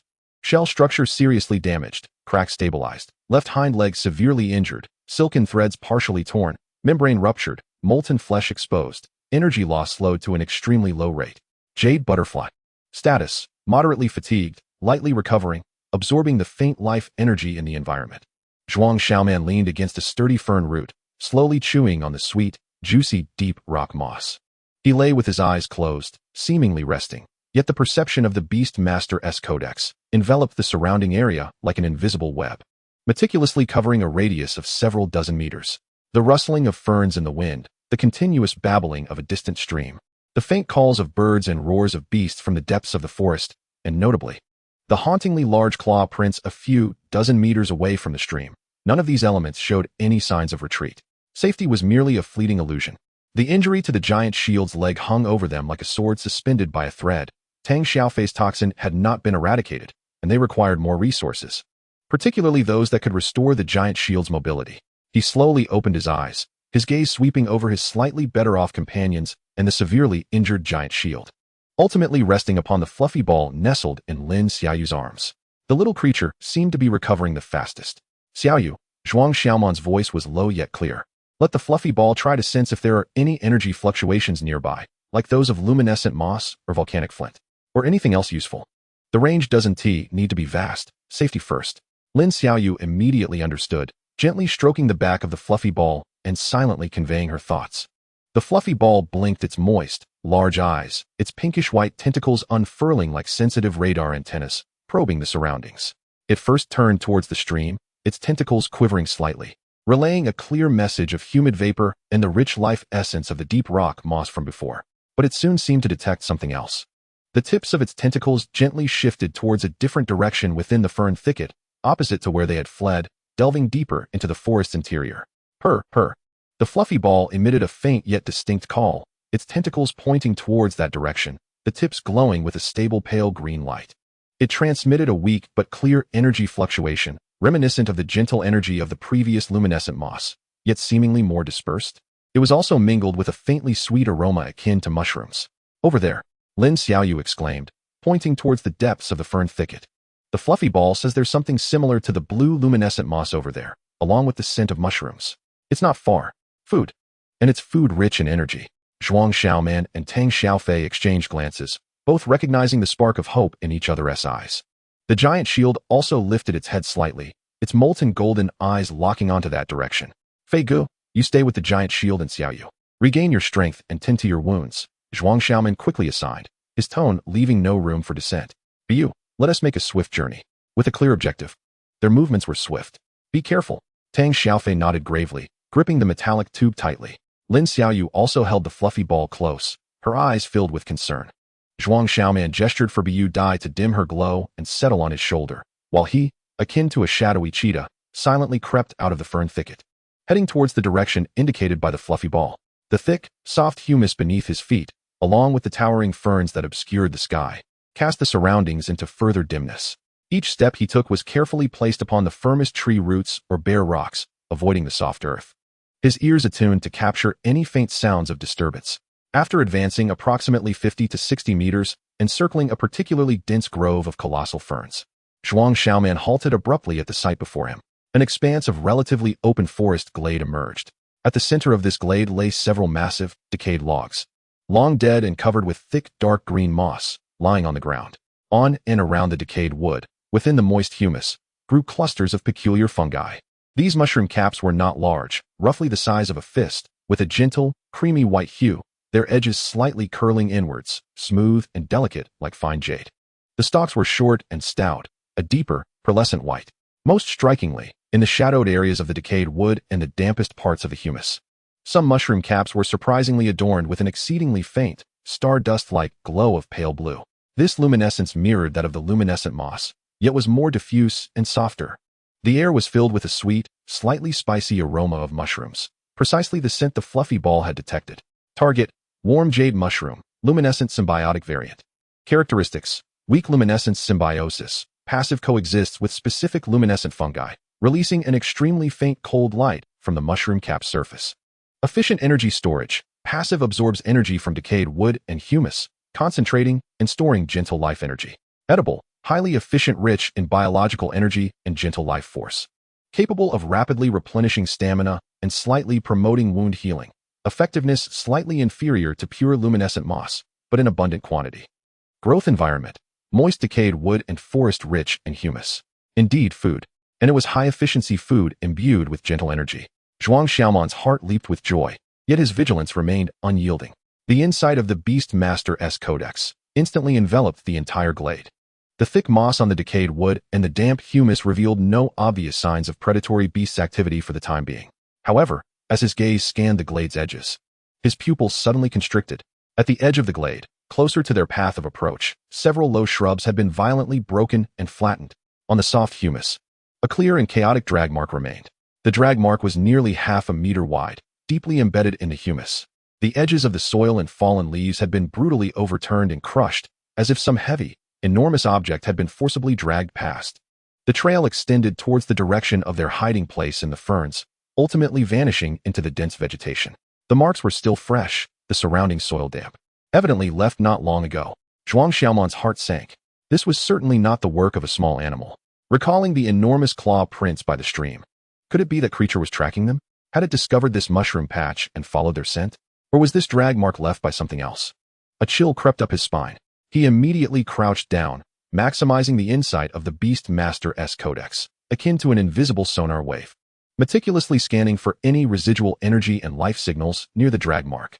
Aside from the fresh scents of humus and fungi, there seemed to linger a trace of an extremely faint aroma of rust and blood. It was very subtle, nearly overshadowed by the forest's essence. This was not the scent of the stream's colossal beast. The stream beast's scent leaned towards the fishy and cold-blooded. The lingering aroma of this drag mark felt drier, rougher, imbued with a metallic chill. Moreover, the shape of the drag mark did not resemble claw prints. It appeared more like the trace of some heavy object being forcibly dragged and scraped along. Beastmaster Codex, information stream flickered. Target, unknown heavy object drag marks. Form, approximately 0.5 meters wide, deeply embedded in the humus, edges of the soil overturned, marks chaotic. Residual aroma, faint rust odor, extremely subtle scent of blood, aged, humus. Time, recent, within hours. Threat assessment, medium, indications of unknown large forces at play, intentions unclear. An unknown threat, not the stream beast, but equally perilous. And this mark pointed directly towards their hiding place. Zhuang Xiaoman's expression turned gravely serious in an instant. He swiftly surveyed his surroundings, confirming there were no other disturbances. The pressing priority was food. No longer hesitating, he darted into the glade like a specter. His target was clear, those warm jade mushrooms emitting a faint blue glow. With lightning speed, he harvested only the fullest caps with the most vibrant luminescence, his movements precise and silent. The remaining deep rock moss in his backpack was swiftly cleared away, replaced by mushrooms as smooth and warm as jade, exuding a sweet aroma. Soon, his backpack was once again bulging and heavy. A bountiful harvest. He felt no attachment, not even glancing at the ordinary warm jade mushrooms devoid of glow. Quickly retreating back to the edge of the dense fern thicket. At last, he cast a lingering glance at the unsettling drag marks that vanished into the ferns, burying his vigilance deep within his heart before silently retreating to join his companions. Chapter 40. The Dark River, Breakthrough of the Azure Light and Adhesive Threads. Upon seeing Zhuang Xiaoman return with a fully laden backpack, Tang Xiaofei and Lin Xiaoyu both displayed expressions of delight. Especially when the sweet yet slightly spicy aroma of mushrooms wafted through the air, their weary bodies seemed to awaken an appetite. Man, Tang Xiaofei whispered excitedly, his eyes sparkling as they fixated on the bulging backpack. Lin Xiaoyu also exhaled in relief, as the fluffy creature in her arms eagerly extended its pale pink tendrils toward the backpack, swaying joyfully. Zhuang Xiaoman swiftly set down the backpack, deftly extracting the warm jade mushrooms that shimmered with a faint blue glow. Eat quickly, replenish your strength, he said tersely, handing the largest and most succulent specimens to Tang Xiaofei. Fei Gu, you've expended the most energy, you need to recover. Tang Xiaofei did not hesitate. Seizing a mushroom the size of his fist and biting into it fiercely, the delicate flesh burst with sweet juice in his mouth, instantly transforming into a gentle yet distinct warmth that coursed down his throat, swiftly dispelling the heaviness and chill that had settled in his limbs. The warmth enveloped the wound on his back, seemingly subduing the fiery sting and numbness, allowing a refreshing comfort to prevail. What a remarkable find, he mumbled, devouring the mushroom ravenously. Lin Xiaoyu nibbled delicately, the sweet aroma bringing a hint of color back to her pale visage. She carefully fed the torn mushroom flesh to the fluffy creature, which clutched the mushroom cap, its pink tendrils joyfully curling as it munched away, producing soft sounds. Its sheen visibly more lustrous. Zhuang Xiaoman quickly chewed a few bites for himself before redirecting his attention to the giant shield. He squatted beside its injured leg, where the broken adhesive threads revealed dark golden lava flesh, slowly oozing and congealing in the humid forest air, the loss of energy akin to a silent drip. He retrieved his water pouch and cautiously poured the clear stream water over the wound's edge, washing away the dust collected during their recent dash. As the water met the searing lava surface, it emitted a faint sizzling sound, releasing wisps of steam. Jade, adhesive threads. Reinforce the broken section and the edges of the membrane, Zhuang Xiaoman murmured. The jade butterfly gracefully alighted on the giant shield's armor, its four wings fluttering gently, abdomen contracting. With precision, several streams of concentrated emerald adhesive threads shot forth, akin to the deft movements of a skilled seamstress threading a needle, quickly covering the clean wound and the torn edges of the membrane. The new adhesive threads, upon contact with the searing lava energy and resilient membrane, tightened and solidified rapidly, stitching the damaged area back together, even stronger than before. Jade Butterfly. Silk Spinning Skill, LV258, 259, 200. Fine repair, adhesiveness, slight increase in toughness. The heavy hum of the giant shield seemed to ease slightly, its molten golden eyes opening and closing gently, conveying a sense of reassurance that it had been tended to properly. Having completed this, Zhuang Xiaoman picked up a warm jade mushroom and savored it slowly, his gaze sharply scanning Tang Xiaofei and Lin Xiaoyu, finally settling on the wound on Tang Xiaofei's back, which, while reduced and swelling, still glimmered with an ominous dark hue in the core area. Fei Gu, how is the injury? Tang Xiaofei swallowed the last bite of mushroom and moved his left shoulder, his brow furrowing habitually. The numbness has subsided significantly. I can move it now, but there's still a lingering stiffness, and pulling it with force is painful. He reached back to touch the wound's edge. The swelling had diminished, yet the root of the poison seemed to remain. Zhuang Xiaoman nodded, confirming his observations. The scorpion venom was troublesome, especially when mixed with humic toxins. The fluorescent moss could effectively suppress and dispel most of it. Yet the stubborn root that had penetrated deep into the tissue required more targeted remedies or time to gradually extract. Xiaoyu, Zhuang Xiaoman turned to Lin Xiaoyu. Lowering his voice, let the fluffy creature sense again. Limit the range to within 100 meters, focusing on any unusual energy fluctuations, or similar to the trail we just encountered. He did not explicitly mention tracking, yet the implication was clear. The deep drag marks and the residual unknown aura were like icy thorns pricking at their hearts. They needed to ascertain the direction of any potential threat first. Lin Xiaoyu immediately understood, gently stroking the fluffy creature's back, transmitting her thoughts quietly. The little one had just feasted on energy-rich fluorescent mushrooms and was in prime condition. Its large, glistening eyes blinked, and its pink tendrils unfurled like the most precise radar antennas, gradually expanding in all directions, their tips glowing with a soft, pale green halo. Silence enveloped the ferns, broken only by the rustling of the wind through the enormous leaves and the deep, steady hum of the giant shield. After a moment, the fluffy creature turned its body slightly away from the streams upstream, deeper into the forest's heart. The glow at the tips of its tendrils brightened noticeably, relaying a clear yet complex perception. Fluffy creature perception, direction, northwest, approximately 70 to 80 meters deeper into the interior. Energy characteristics, dense moisture, intense life energy, faint metallic rust scent, stale, mixed with humid moisture. No recent large living creature life fluctuations, safe. Purr. The fluffy creature emitted a definitive sound, its tendrils pointing northwest, conveying a mixed message of water, energy, and safety. An underground water source? An energy-rich moss? Lin Xiaoyu exclaimed with delight, then added. The fluffy creature says there are no large creatures nearby. An underground water source. This was music to their ears, as they needed ample clean water to wash wounds, replenish fluids, and even cool the giant shield's injured leg. Moreover, the presence of energy-rich moss was an added boon. Zhuang Xiaoman and Tang Xiaofei exchanged glances, each reflecting the urgency in the other's eyes. The giant shield also slightly raised its head, its molten golden eyes locking onto the northwest direction. Let us go. Zhuang Xiaoman decisively stood up, securing the floating water pouch on his back.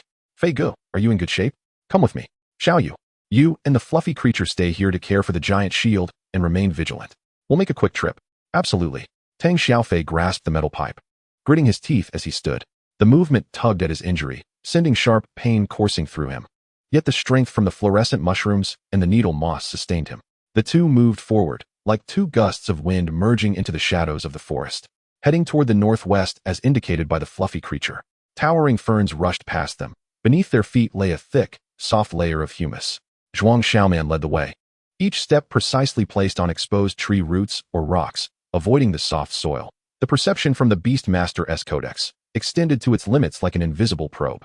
After advancing approximately 70 to 80 meters, they encountered an ancient banyan grove, encircled by numerous stout aerial roots, resembling a colossal green barrier.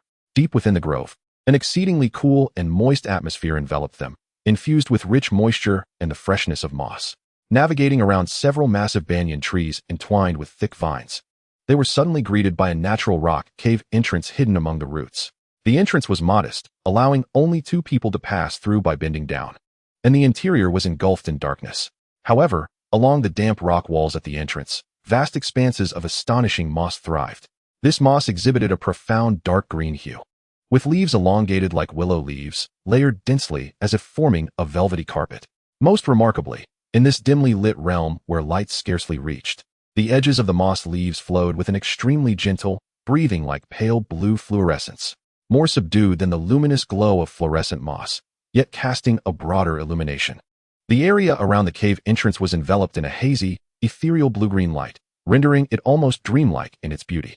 Target: azure luminous moss, a species associated with subterranean rivers.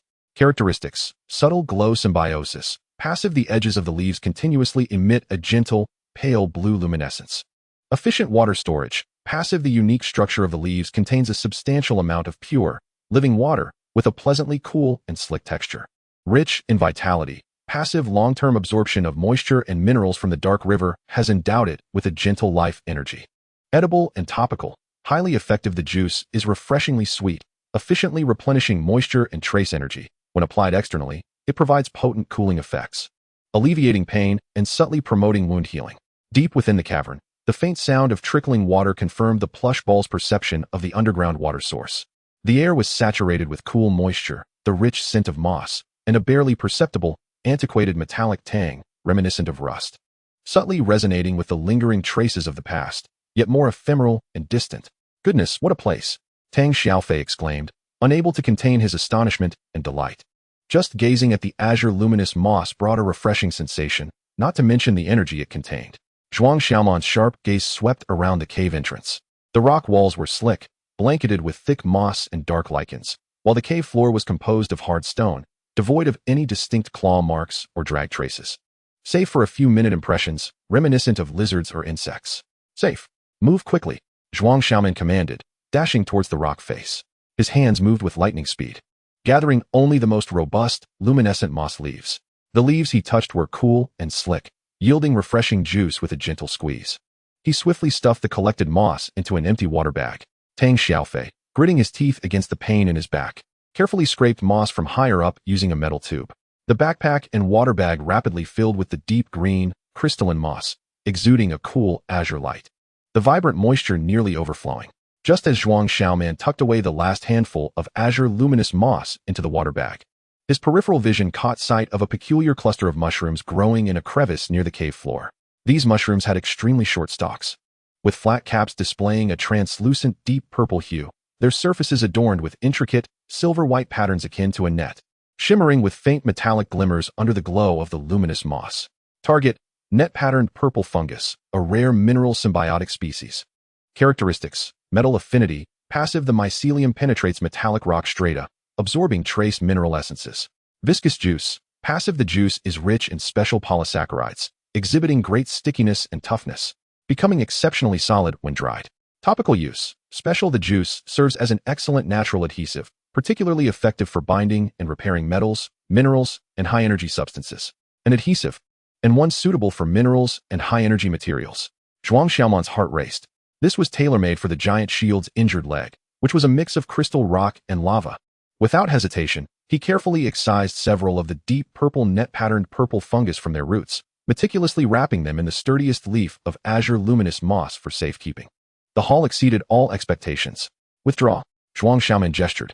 The two no longer lingered, clutching their bulging water bags and backpacks, and swiftly and silently retreated from the enchanting, azure-hued cave entrance, their forms disappearing into the dense fern forest once more.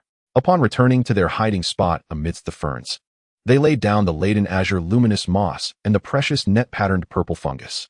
Tang Xiaofei immediately snatched a handful of the cool, slick moss and eagerly devoured it. The refreshing, sweet juice flooded his mouth, imparting an invigorating, icy sensation that slid down his throat, akin to the purest spring water washing away fatigue and heat. The coolness seeped into the wound on his back, swiftly dissipating the lingering sting and numbness, leaving only a clear, soothing chill. Refreshing, so invigorating. Tang Xiaofei couldn't help but let out a triumphant roar, feeling the shackles on his back loosen completely. Lin Xiaoyu joyfully used the juice from the azure luminous moss to cleanse her frostbitten legs, The coolness penetrated her skin, reducing the bluish discoloration, and her complexion began to regain its normal elasticity and color. The plush ball, too, clutched several thick moss leaves, greedily sucking on the juice, its pale fur appearing as if washed by a crystal-clear spring, radiating a shimmering glow. Zhuang Xiaoman then approached the giant shield. He produced the package wrapped in azure luminous moss containing the net-patterned purple fungus, carefully peeling it open. The deep purple cap revealed itself, and the grid-like silver patterns glimmered under the light. He delicately pierced the edge of the cap with the tip of his knife. With a soft hiss, a thick, deep violet, almost stringy juice began to ooze out, releasing a faint, cold mineral scent. Jade butterfly, pay close attention, Zhuang Xiaoman whispered, directing his thoughts towards the jade butterfly. He dipped his finger into the viscous violet juice, evenly applying it to the new silk the jade butterfly was about to produce.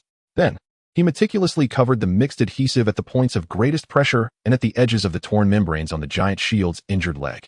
A wondrous phenomenon ensued. The mixed green adhesive, upon contact with the giant shield's cold crystalline leg armor and the searing lava membranes, not only tightened and solidified instantly, but also transformed in hue to an unusual metallic luster, a fusion of dark gold and emerald green. The strength, toughness, and resistance to energy erosion at the bonding site seemed to undergo a qualitative leap. It was now several times more stable than the previously pure energy adhesive. Jade butterfly, silk spinning skill, LV 259, 260, 200. Success! Tang Xiaofei exclaimed, excitement coursing through him as he slapped his thigh. Zhuang Xiaoman exhaled in relief, a rare moment of relaxation gracing his face. Water, food, the formidable reinforcement of the giant shield's injured leg, and the removal of Tang Xiaofei's toxins. The most urgent needs were unexpectedly addressed in this concealed fern thicket. The taut nerves that had endured for what felt like an eternity finally found a moment of respite. However, just as this fleeting tranquility descended, a piercing, terrified bird call erupted from above, akin to a strangled scream, echoing from the towering tree canopy. Following that, the frantic fluttering of countless wings crashing against the branches filled the air as a large flock of birds perched in the treetops erupted into chaos, screeching in panic as they fled towards some hidden depth of the forest. An indescribable aura, mingling with bloodshed, fury, and a heavy sense of oppression, swept through the area like an invisible shockwave. Chapter 41. Heavy armor, earth tremors, and silent retreat. Bloodshed, fury, heaviness. A primal force capable of crushing everything. This presence did not target them specifically, but rather, like an explosive shockwave, indiscriminately engulfed the entire area. The fronds of the ferns trembled under this invisible pressure, and the air seemed to thicken, laden with the acrid scent of rust and sulfur. Zhuang Xiaoman, Tang Xiaofei, Lin Xiaoyu, and even the severely injured giant shield and the sluggish plush ball froze in that instant. Their hearts felt as though gripped by an invisible hand, blood nearly congealing in their veins. The warning from the Beastmaster Codex flashed like a crimson alarm in Zhuang Xiaoman's mind. Warning: ultra-high energy life wave detected. Target: Earthshatter Heavy Armored Beast, Lord level, Tier 3, status: Berserk, Territory Patrol. Attributes: Earth, Steel. Form: over 10 meters in length. Its body is encased in a thick, armor-like dark brown chitinous shell, the surface adorned with sharp spikes and a metallic sheen. Its limbs are as robust as colossal pillars, ending in massive claws covered in metallic keratin, resembling siege hammers. The head is relatively small, shrouded in heavy armor, revealing only 2 pairs of glaring crimson compound eyes and a pair of terrifying jaws that open and close like hydraulic pincers. Its back is arched, with several enormous dark red energy conduits faintly visible. Characteristics: Earth resonance. Passive when its feet touch the ground. It can sense vibrations from great distances, with defense and strength increasing with contact area. Heavy armor domain. Passive, its thick shell forms a natural force field, significantly diminishing physical and energy impacts. Berserk aura. Passive, the aura it unconsciously emits is sufficient to intimidate weaker life forms, inciting panic. Skills: Earthshatter Stomp. Active, gathers power in its claws to deliver a heavy strike to the ground, generating localized seismic waves that tear the earth apart, accompanied by stunning and knockback effects. Earth Pulse Impact. Active, briefly connects to the ley lines of the earth, ejecting high-pressure shards of rock or scorching geothermal energy from the gaps in its shell. Steel Rock Barrier. Active, instantly hardens the surface of its shell, elevating its defense to the maximum. Threat Assessment. Extremely high. Defense is nearly insurmountable. Power is terrifying. Area attacks are exceptionally strong. Sensitivity is acute. Earth vibrations. Weaknesses: relatively cumbersome, non-charging state, poor mobility, fearful of high-frequency shock attacks and potent acid corrosion, requires breaching heavy armor. An adversary not to be trifled with. Lord level. Tier 3. In a berserk state. The son of the earth who perceives vibrations. Zhuang Xiaoman felt a chill run down his spine. Every hair on his body standing on end as an icy dread surged from the soles of his feet to the crown of his head. He abruptly turned his head, peering through the gaps of the massive fern leaves toward the source of the ominous presence. In the distance, approximately 300 meters away, an intimidating figure resembling a moving mountain was slowly rising from the wreckage of violently toppled giant trees in a relatively sparse clearing. The dark brown, heavy shell glimmered with a cold metallic sheen under the scant light filtering through the tree canopy, the spikes menacingly protruding. Each time its pillar-like limbs struck the ground, a dull tremor reverberated through the earth. Those crimson compound eyes, akin to searchlights from hell, coldly scanned the surrounding area where birds had been startled into flight by its presence, radiating an air of disturbed ferocity and impatience. Its immense jaws opened and closed, producing a sound akin to rolling thunder, accompanied by viscous, sulfur-scented saliva dripping from the corners of its mouth, corroding the vegetation below. The target was not them. It was merely patrolling its territory, perhaps briefly distracted by the commotion of the birds. But at this distance, it was far too close. Once it initiated the earth-shatter stomp or began its area sensing, the ferns they were hiding in would be as fragile as paper before it. The great shield was still injured and could not withstand the seismic waves. Tang Xiaofei had just recovered from the toxins, and Lin Xiaoyu and the fluffy ball were utterly defenseless. A direct confrontation would spell certain death. Do not move. Everyone, remain absolutely still. Zhuang Xiaoman's voice dropped to an almost whisper, like the chilling wind seeping through clenched teeth, carrying an undeniable command of life and death. His body was as still as a stone statue, suppressing even the slightest breath to an imperceptible level. His gaze was sharp as a blade, fixated on the distant, terrifying dark brown figure. Tang Xiaofei's face drained of color in an instant, his jaw clenched tightly, veins bulging on his forehead as he forcibly suppressed the muscle spasms that nearly erupted from fear. He maintained a half-crouch position, one hand pressing firmly against the cold, decaying layer of earth, feeling the subtle vibrations transmitted through the ground with each heavy step of the colossal beast, his body rigid as iron. The wounds on his back throbbed with sharp pain, yet he didn't dare to furrow a brow. Lin Xiaoyu clamped her hand over her mouth, her body trembling with sheer terror, silent tears streaming from her eyes. She held the fluffy ball tightly to her chest, its soft, pale fur bristling. Its large eyes filled with unprecedented fear, yet it didn't dare emit even the faintest sound, its small body rigid as stone in her embrace. The great shield reacted most violently. Its molten golden eyes ignited with unyielding ferocity, its massive form instinctively rising to defend. Yet Zhuang Xiaoman's icy mental command and the terrifying pressure emanating from the distance forcibly subdued its instinct. It crouched low, its heavy rumble suppressed deep within its shell. The leg injured and reinforced with the purple fungus's sap tensed, the crystal armor digging into the decaying earth, striving to contain all energy fluctuations and the vibrations of its weight. The dark red glow deep within the lava patterns extinguished completely, resembling a dormant volcano.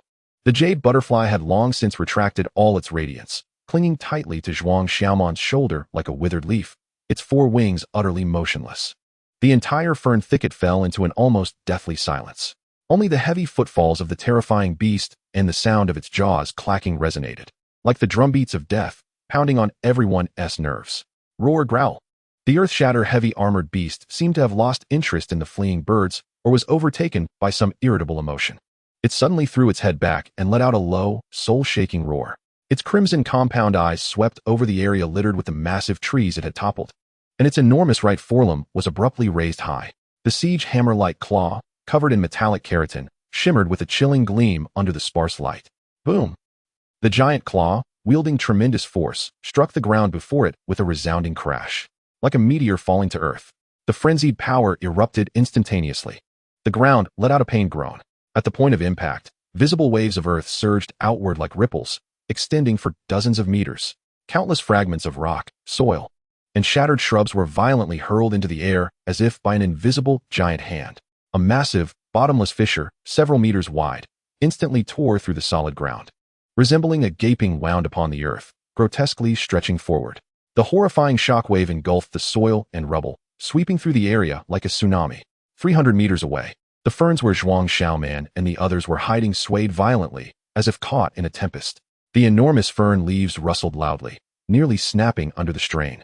Tiny fragments of soil and grass fell like rain. Ugh! Tang Xiaofei grunted, pushed off balance by the shockwave's blast, nearly losing his footing. He clung desperately to the ground, his knuckles turning white. Lin Xiaoyu and the fluffy ball were tossed about, but luckily, the Great Shield's massive body shielded them from most of the impact.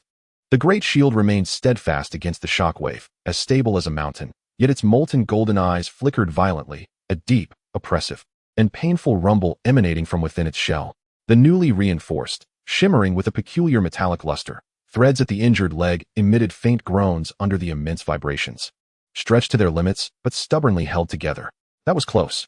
If the threads hadn't been reinforced with the purple fungus earlier, the Great Shield's leg would have surely the Earth's tumult subsided, and smoke billowed. The distant Earth-shatter heavy armored beast seemed to have vented some of its fury. Its crimson compound eyes scanning the torn earth it had created, emitting satisfied low growls reminiscent of metal grinding. Its colossal form slowly turned, its massive head pivoting away from their hiding place and toward the depths of the fallen trees, seemingly intending to continue its patrol. An opportunity. It was leaving, and its attention had shifted. Retreat. Zhuang Xiaoman's voice resonated like a bowstring taut to its limit, suddenly released, imbued with an undeniable urgency, targeting the downstream of the stream. Move lightly. Absolutely. Without a doubt. No vibrations or sounds must escape. Bu. Prepare to weave silk to muffle our footsteps. He rose first, his movements reminiscent of a slow-motion film, each joint meticulously controlled, his toes gently lifting from the ground before softly descending, every step placed upon the thickest, least sound-producing layer of humus or the exposed sturdy roots of trees. Fij, support Xiaoyu. He commanded. Jushield, stay close to me. Stabilize your center of gravity. Tread lightly on the injured leg. Zhuang Xiaoman's intent was like a precise command, instantaneously transmitted to every individual and beast. Tang Xiaofei immediately understood, enduring the dizziness caused by the shockwave and the sharp pain in his back, moving with the clumsy yet cautious grace of a sloth as he slowly helped the slightly trembling Lin Xiaoyu. Lin Xiaoyu clutched the fuzzy ball tightly, gritting her teeth, striving to maintain her balance. Jushield's molten gold eyes locked onto Zhuang Xiaoman's trajectory. Its massive body struggled laboriously to rise. The injured leg, enveloped in reinforced silk, lifted cautiously like a precision mechanical arm, each descent barely whispering against the ground, distributing weight and impact to the utmost. The heavy drone was compressed deep within its shell. The Bu butterfly ascended silently, its forewings vibrating at a high frequency, yet without stirring a whisper of wind. It hovered at the rear of the group, its abdomen contracting, releasing several finely condensed, nearly transparent strands of jade-green silk, akin to a living web, precisely spraying over the shallow footprints left by Jushield's crystalline leg armor, as well as those of Tang Xiaofei and Lin Xiaoyu. Upon contact with the soft humus, the silk instantly permeated and solidified, not only perfectly concealing the footprints, but also forming an exceedingly thin yet remarkably resilient elastic buffer, thoroughly absorbing any potential subsequent vibrations. The squad moved like three phantoms merging into the forest shadows, retreating silently and slowly towards the downstream of the stream, away from the direction of the rift earth-heavy armored beast, each step akin to dancing on the edge of a blade. Every breath laced with reverence for the specter of death. In the distance, that dark brown, terrifying hill shifted slowly in the shadows of the giant trees, its heavy footsteps echoing like distant thunder, gradually fading away. Cold sweat soaked Zhuang Xiaoman's back, all his senses heightened to their limits. The Beastmaster's codex functioning like an invisible sonar, meticulously monitoring the receding, terrifying aura and the feedback from every inch of ground beneath them. 300 meters, 250 meters, 200 meters. The distance to the stream grew closer, the gentle sound of water faintly audible. The footsteps and the frenzied aura behind them finally vanished into the depths of the forest. Only when he confirmed that the rift earth-heavy armored beast had completely exited the range of perception did Zhuang Xiaoman slowly come to a halt, leaning against a massive, moss-covered rock by the stream, exhaling a long, silent breath of near-asphyxiating exhaustion. The tension that had been stretched to its limit suddenly relaxed, ushering in a wave of dizzying fatigue. Chapter 42. Stream, Phosphorescence, and Heavy Footprints. What the hell was that? Tang Xiaofei slumped onto a smooth stone, polished by the flowing water, the metallic pipe clattering to the ground beside him. He gasped for breath, his bare torso's muscles twitching slightly, the wound on his back stinging painfully as sweat seeped into it. The post-survival exhaustion mingled with the pain from his injury, causing him to grimace involuntarily. He grabbed a handful of the cool, luminous moss submerged in the stream, pressing it firmly against his back, the icy slickness bringing an instant wave of relief. Lin Xiaoyu. clutching the fuzzy ball, found her legs give way and collapsed onto the damp gravel bank. Ignoring the chill of the ground, she buried her face in the soft fur of the fuzzy ball, her shoulders trembling silently. The extreme fear they had just experienced receded like a cold tide, leaving behind a shivering aftershock and an overwhelming rush of tears. The fuzzy ball seemed to sense her emotions, its pinkish-white tendrils gently brushing against her cheek, emitting faint, comforting purrs, its large eyes still holding a trace of fear, though its radiance had stabilized. Jushield's immense body slowly settled beside the shallow water's edge on the dry gravel. Its heavy drone resonated with an unprecedented fatigue, akin to an old engine gasping for breath. Its molten gold eyes were half closed, their brilliance dimmed to the utmost. The injured leg, reinforced with the juice of the patterned purple fungus, was cautiously placed on the bank, dark golden lava-like flesh exposed. Slowly oozing and solidifying in the humid air of the forest, the newly fortified silk glimmering with an unusual metallic sheen under the sunlight. Each labored breath triggered a slight rise and fall in its massive body, the cracks in its crystalline shell silently narrating the immense pressure it had just endured. The fuzzy ball finally emerged from Lin Xiaoyu's embrace, its pinkish-white tendrils rotating like a compass, first pointing towards the northeast where the Rift Earth heavy armored beast had vanished, conveying the thought of retreating, then sweeping around before finally settling on the gently flowing stream, emitting a sound that signaled safety and the confirmation of a water source. The crisis was temporarily averted, yet a heavy shadow lingered over each heart. Zhuang Xiaoman opened his eyes, his gaze regaining its customary sharpness and calm. He stood and approached the stream, crouching to splash the icy water onto his face. The biting cold invigorated him thoroughly. He turned his gaze upstream, towards the direction from which the terrifying beast had disappeared. The water flowed from there, reflecting the shattered sky and forest shadows, seemingly tranquil. "We cannot go upstream." Zhuang Xiaoman's voice was low and clear, carrying an undeniable judgment. That creature possesses an exceptionally strong territorial instinct, volatile and irritable. To return would be a death sentence. His gaze shifted downstream. The stream bent into a denser wetland, rich with towering water firs and drooping willows just a few dozen meters away, the mist swirling. The light dim. Downstream, following the water, we shall surely find an exit or a safer resting point. "Listening to you, brother man." Tang Xiaofei struggled to stand, retrieving the metallic pipe from the ground, the sting in his back causing him to inhale sharply, yet his eyes rekindled with determination. He approached Jushield, patting its cold leg armor firmly. "Old buddy, can you still move? Let's south find another place to rest." Jushield's molten gold eyes opened slightly, conveying a heavy yet resolute thought. It let out a low growl, its massive body laboriously rising. The injured leg was carefully managed, each lift and descent executed with utmost caution, minimizing vibrations and sounds. The silk-reinforced joints emitted a slight, grating sound under the weight, yet they persevered valiantly. "Xiaoyu, stay close to me." Zhuang Xiaoman signaled for Lin Xiaoyu to rise. "Bu. Scout ahead, keep an eye on the water surface and the banks." The Bu butterfly took off silently from Zhuang Xiaoman's shoulder, its four wings retracting their brilliance, resembling an inconspicuous gray as it skimmed low over the stream. Its delicate antennae vibrated at a high frequency, attuned to any abnormal fluctuations in the air. The squad resumed their journey, drifting downstream along the stream, slowly advancing through the dim corridor formed by colossal water firs and hanging vines. Beneath their feet lay slippery pebbles and soft silt, each step requiring utmost caution. The water deepened here, flowing gently, with scattered decaying leaves and algae floating on the surface, reflecting the twisted branches above, casting dappled light. After traversing approximately 100 meters, the Bu butterfly suddenly halted above a massive black reef partially submerged in the water, its four wings vibrating rapidly, signaling a warning. Zhuang Xiaoman immediately raised his hand, signaling the squad to stop. He squinted, his sharp gaze piercing through the mist that enveloped the area ahead. At the shallow shoal where the stream bends, nestled in the mud near the left bank, lay several colossal remains, adorned with dark purple chitinous exoskeletons. They were the remnants of the iron-eating scorpion, and there was more than one among them. One carcass was particularly immense, its shell exhibiting a deep purple bordering on black, its enormous pincers grotesquely twisted, and its cephalothorax utterly pulverized by some dreadful force, collapsed inward.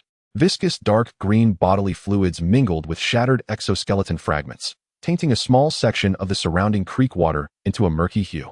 Scattered nearby were the fragmented limbs of ordinary scorpions, the remnants of the colony that had been severely battered by the recoil of the giant shield and subsequently repelled by the Scorpion King's venom. The elite Scorpion King was evidently among them, and its demise was gruesome. However, it was not the corpses of the scorpions that captivated Zhuang Xiaoman's attention. but rather some peculiar substances covering the remains and mingling with the moist mud around them. A thick layer of dark gray powder, resembling ashes from a fire, blanketed the shattered exoskeletons and the surrounding earth. In the dim light, the surface of this powder flickered with ephemeral bursts of iridescent phosphorescence. The air was thick with a faint, acrid aroma, an unsettling blend of char, the pungent odor of insects, and a peculiar spiciness reminiscent of sulfur, yet more acrid. Target: unknown phosphorescent residue, highly inert. Properties: weak, paralyzing, and intense light burning energy, depleted, physically stable, insoluble in water, and may trigger weak explosions upon severe vibrations. Residual properties: odor: charred, insectoid, faintly spicy sulfur-like scent. These were remnants of the jade butterfly phosphor and traces of the blinding glow ability.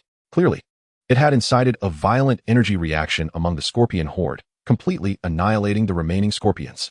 Yes, Lin Xiaoyu had seen this as well. Her voice tinged with a hint of fear and astonishment. Zhuang Xiaoman nodded gravely. The phosphor from the jade butterfly, mixed with the energy of the scorpions themselves, especially the toxic substances from the Scorpion King's venom sac, and the creek's environment, had produced such an intense subsequent effect, far exceeding expectations. At that moment, the jade butterfly relayed an even more crucial piece of information. Its focus zeroed in on the remains of the Scorpion King, where, amidst the mud, in addition to the dark gray phosphor residue, were several extraordinarily clear, gigantic footprints, star-shaped.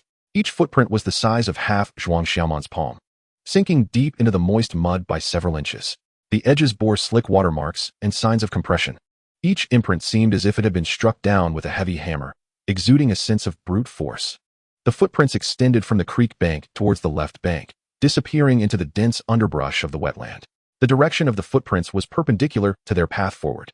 Target: unknown large predatory beast's claw marks, same source as the footprints found upstream. Shape: star-shaped, three-toed with sharp claws, immense in size.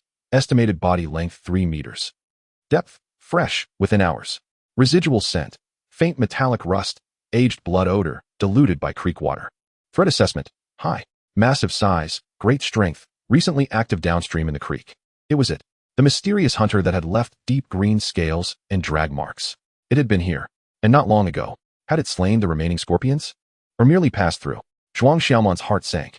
With the terrifying shadow of the fissured armored beast ahead and the fresh tracks of this mysterious giant behind, they seemed caught in the midst of two titanic beast territories. They could neither linger nor cross the river. Zhuang Xiaoman decisively directed his voice lower. Gesturing towards a relatively dry area on the right bank with sparser trees, let us head over there, away from the direction of the footprints, seeking higher ground with a clearer view to rest and allow everyone to recover. He looked at the jade butterfly, communicating his thoughts. Jade, maximize the range of phosphor paralysis, covering the path we just traversed, especially the footprints and scents. Create a disruption zone. The jade butterfly's 4 wings vibrated at a high frequency in an instant. Buzz. A vast expanse of phosphorescent paralysis powder, imbued with a rainbow halo, was swept up as if by an invisible wind, precisely spraying over the pebbles, mud, and grass they had just traversed. The colorful halo quickly blended into the environment, thoroughly obscuring their footprints and residual scents, creating confusion. A layer of dark gray, inert powder silently settled down. Jade butterfly. Phosphor paralysis. LV 149, 150, 100. Range 0-1 meters. Residual inert powder properties enhanced. Effect: creates a strong scent, footprint disruption zone. After completing this, the jade butterfly's luminescence noticeably dimmed, clearly indicating significant energy expenditure. The team swiftly changed direction, wading through a shallow stretch of water, ascending to a relatively dry slope on the right bank. Here, low oak trees and enormous ferns grew, providing a more open view, allowing them to observe portions of the creek both upstream and downstream, as well as parts of the left bank. The massive form of the giant shield lay beneath a relatively flat patch of shade, low to the ground, emitting a heavy hum laced with profound fatigue, evidently. The previous trek and fright had drained its last reserves of strength, and its molten golden eyes had fully closed, slipping into a deep restorative state akin to hibernation. Chapter 43, Flint, Moonlight, and the Calm Before the Storm. Zhuang Xiaoman leaned against the rough trunk of an oak tree, the tension from fleeing the colossal beast still lingering in the muscles of his back. His gaze was sharp, like 2 finely honed daggers, slowly sweeping across every inch of visible terrain. The dark, damp underbrush across the stream that swallowed the massive claw prints. The direction where the terrifying presence of the fissured armored beast upstream had dissipated, and the downstream area shrouded in mist, where the light grew ever dimmer. Sweat had long since dried in the cool breeze of the forest, leaving a taut sensation of salt on his skin. Temporarily safe. But this safety felt as fragile as a veneer of ice. He withdrew his gaze, resting it on his weary companions nearby. Tang Xiaofei sat cross-legged on the ground. His bare back muscles knotted. The wound on his back, continually drenched in the chilling juice of the blue luminescent moss, had nearly entirely subsided, leaving only a deep bruise at the core and clearly defined jagged scabs at the edges. The numbness had completely vanished, replaced by the unique itch and sharp sting characteristic of healing wounds. He was diligently scraping a piece of dark red volcanic flint, about the size of a baby's fist and riddled with honeycomb-like pores, with the end of a metal tube. Dark red powder fell like dust, which he carefully collected on a relatively clean moss leaf. After finishing with one piece, he picked up a larger piece of flint, repeating the action with focused determination. "Old buddy, sleep well, so you'll have plenty of strength to fight when you wake up," he murmured softly, carefully piling the warm dark red powder, emitting a faint heat, beside the slightly ajar pincers of the sleeping giant shield.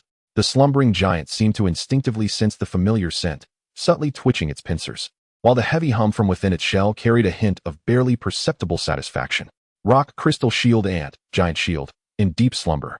Volcanic flint powder, refined, continuously provides a trace of energy to the lava core, accelerating the recovery process. Estimated recovery time reduced by 15. Lin Xiaoyu cuddled a fluffy ball, seated on a relatively flat stone.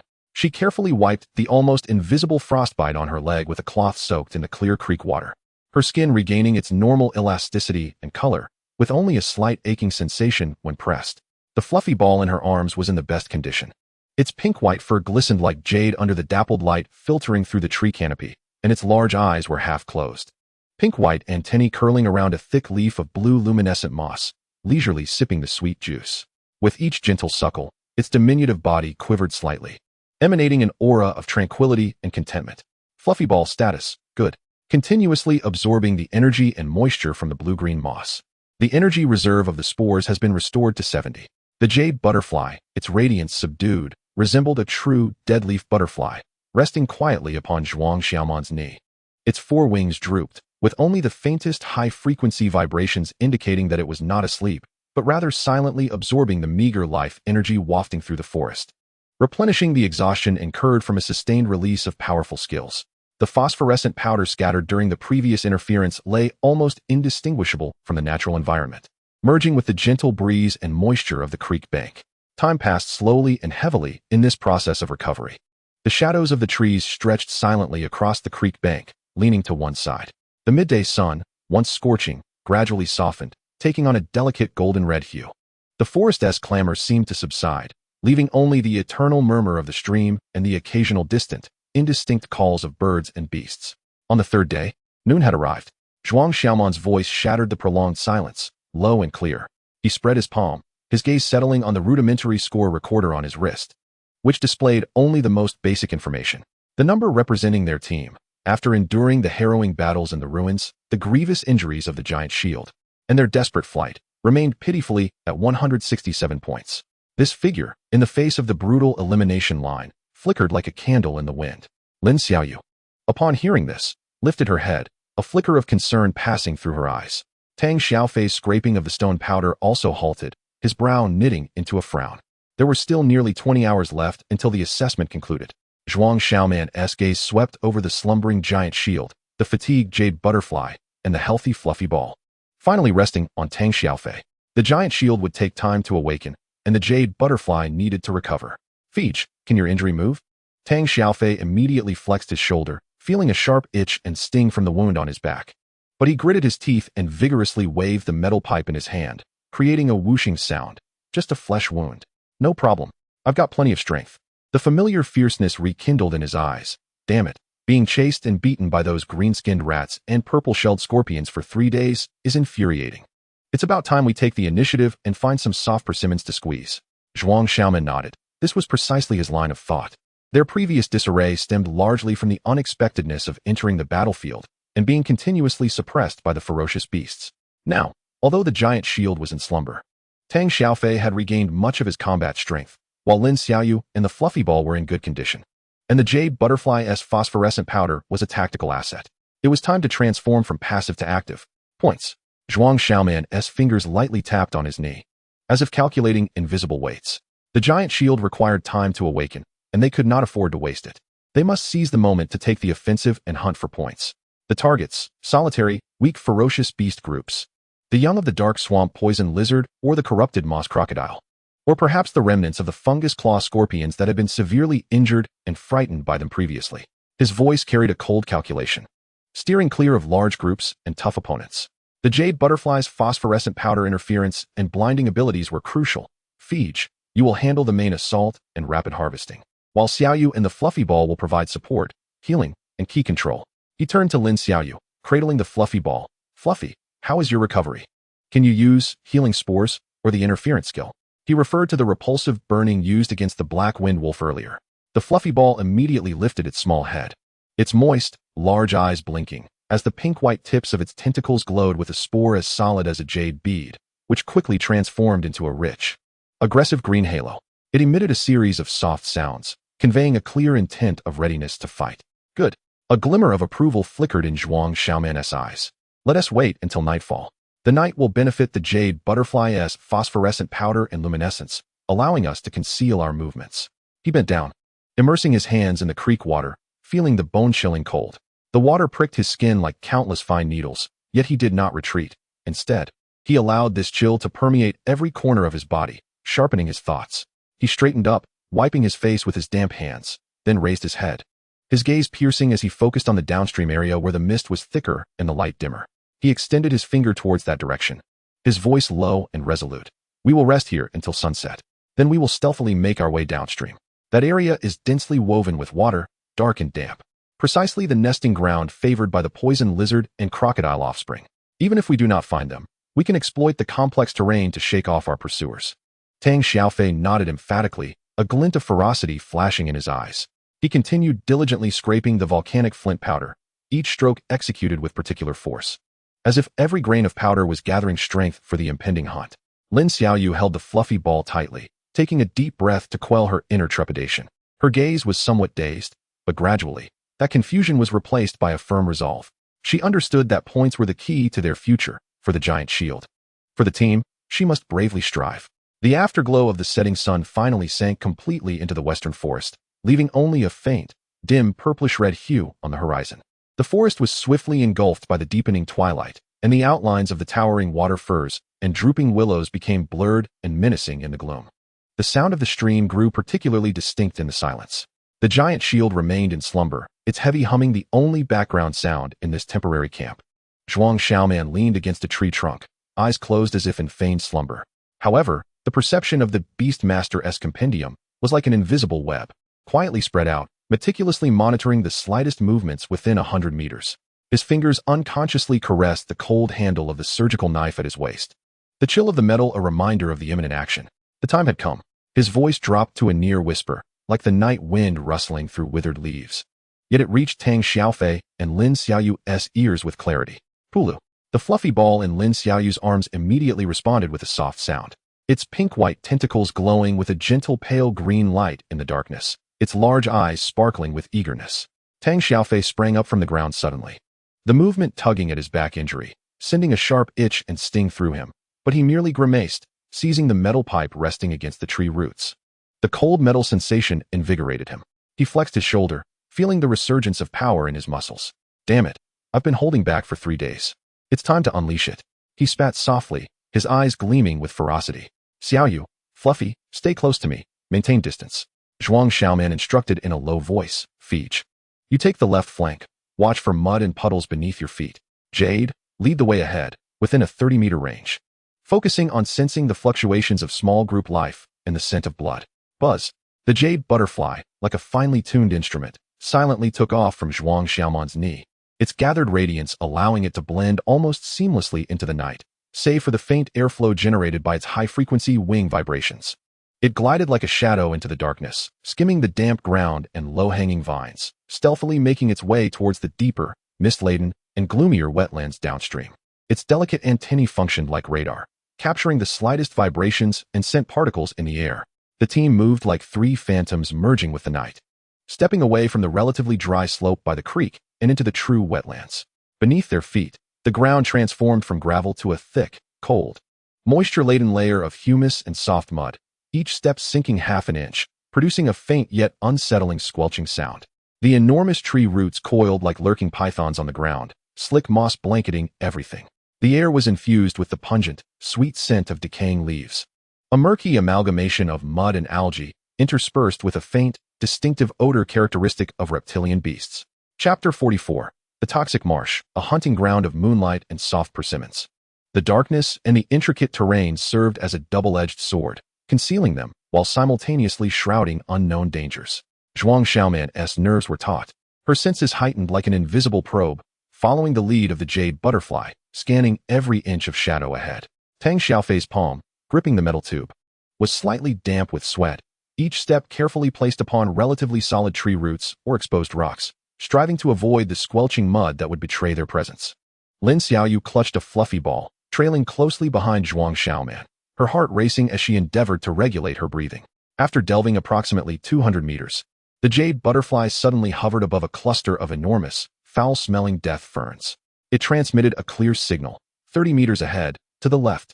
A dense wave of faint life fluctuations. The count exceeded 10. Energy levels were low. Simultaneously, a potent scent of blood. They had found it. Zhuang Xiaoman immediately raised her fist, signaling for them to halt. The trio quickly crouched low, taking cover behind a fallen, decaying tree and a dense cluster of umbrella fungi. Zhuang Xiaoman cautiously parted several large fern leaves, her sharp gaze penetrating the heavy darkness and humidity ahead. Before them lay a shallow marsh encircled by massive decayed wood and dense aquatic vegetation. The murky water surface was strewn with thick layers of duckweed and rotting leaves. Utilizing the night vision and mist-penetrating enhancement from the Beastmaster's compendium, the scene at the marsh's edge came into sharp focus. A group of dark marsh poison lizards. There were at least a dozen.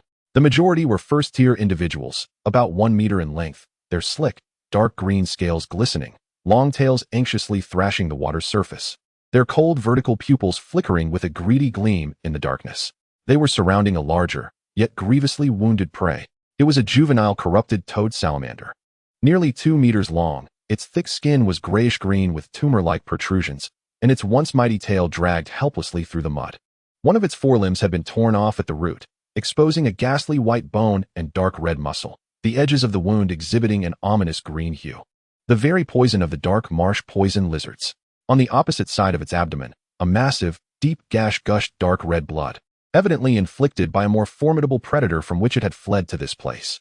Its enormous mouth gaped weakly, revealing ivory teeth, emitting low, anguished gurgles. Each struggle tugging at its wounds, inciting the surrounding poison lizards into a frenzy, hissing threateningly. The scent of blood wafted from its body. It was at the end of its tether, relying solely on its massive size and residual ferocity to deter the poison lizards from launching a lethal attack. They were waiting for this injured beast to bleed out completely or to succumb to the toxins. A perfect soft persimmon. One of the outer poison lizards seemed unable to restrain itself, lunging forward with a ferocious snap of its tooth-filled jaws toward the injured leg of the salamander. A pained and furious roar erupted from the salamander, its remaining forelimbs swinging out with tremendous force, striking the poison lizard with a resounding thud. Crash! The unfortunate poison lizard was sent flying like a ruptured sack, its hard scales shattering, green bodily fluids mingling with internal fragments splattering everywhere.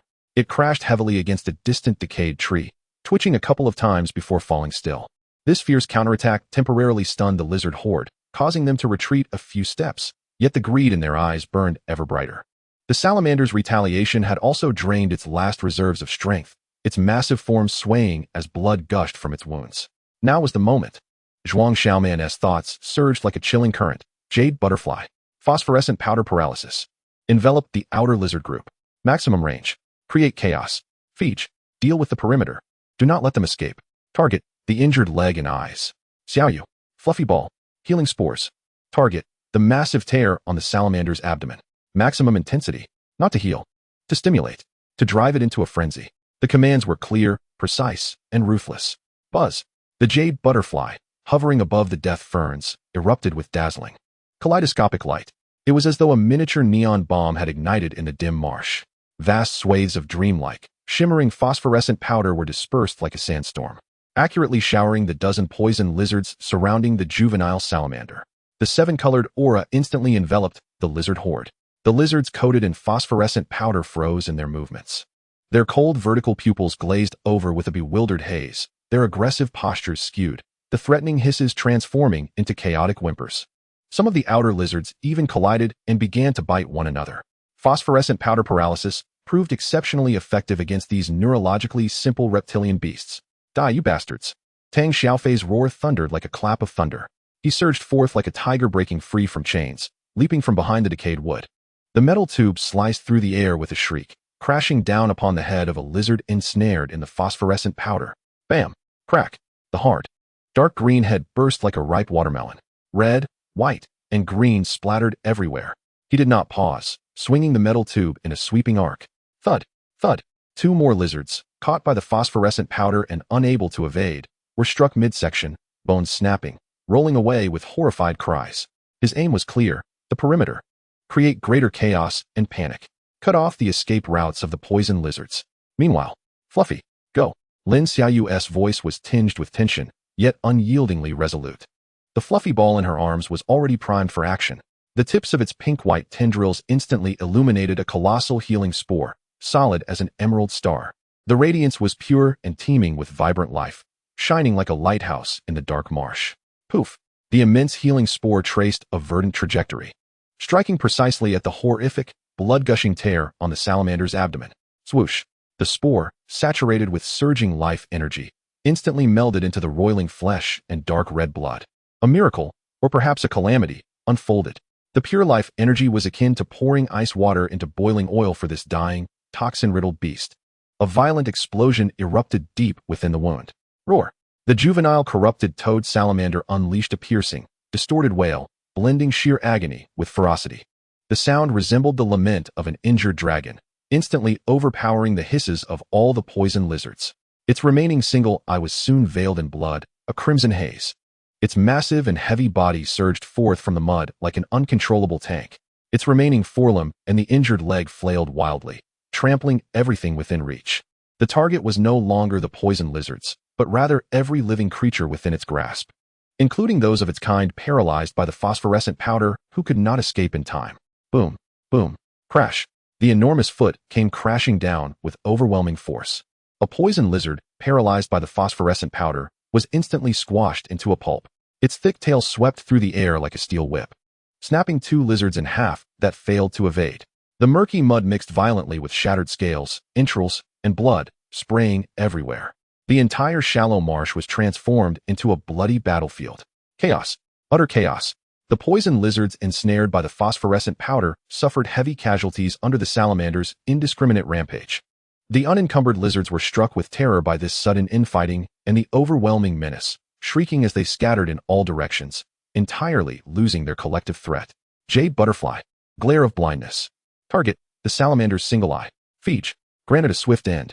Zhuang Xiaoman's icy voice resonated like the decree of death, cutting through the tumultuous roars and anguished screams with crystalline clarity.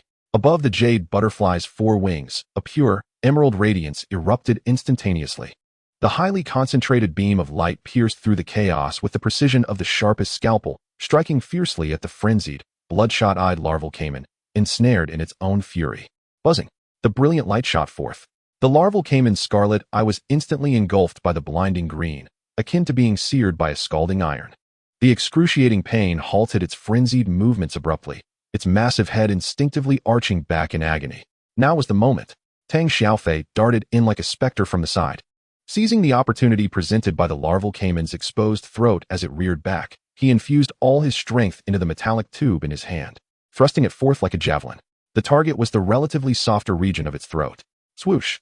The sharp flint shards at the end of the metallic tube, propelled by Tang Xiaofei's ferocious might, effortlessly penetrated the resilient gray-green hide, embedding deeply into the larval caiman's throat. Roar! The immense body of the larval caiman stiffened abruptly, its wild roar devolving into a pitiful, wheezing whimper. The scarlet eye lost its focus in an instant, and the gargantuan form swayed a few times, collapsing like a colossal mountain stripped of its bones, crashing into the murky, blood-soaked mire, and sending filth flying in all directions. The remaining limbs twitched a few times before falling utterly still. At the marsh's edge, only a few fortunate poison lizards that had narrowly escaped the carnage remained, shrieking in terror as they vanished into the depths of the dark wetlands without a backward glance. The ground lay in disarray, with the shattered bodies of poison lizards and the colossal larval caiman soaking in the blood-tinted sludge, a potent stench of blood rising to the heavens. Silence. A deathly stillness enveloped the shallow marsh that had just witnessed a bloody massacre. Only the faint sound of bubbles bursting in the mire and the distant flapping of startled waterfowl could be heard. Tang Xiaofei leaned against the blood-smeared metallic tube, standing beside the immense carcass of the larval caiman, his chest heaving violently. The wounds on his back aflame with a stinging pain, a consequence of tearing at the scabs with excessive force.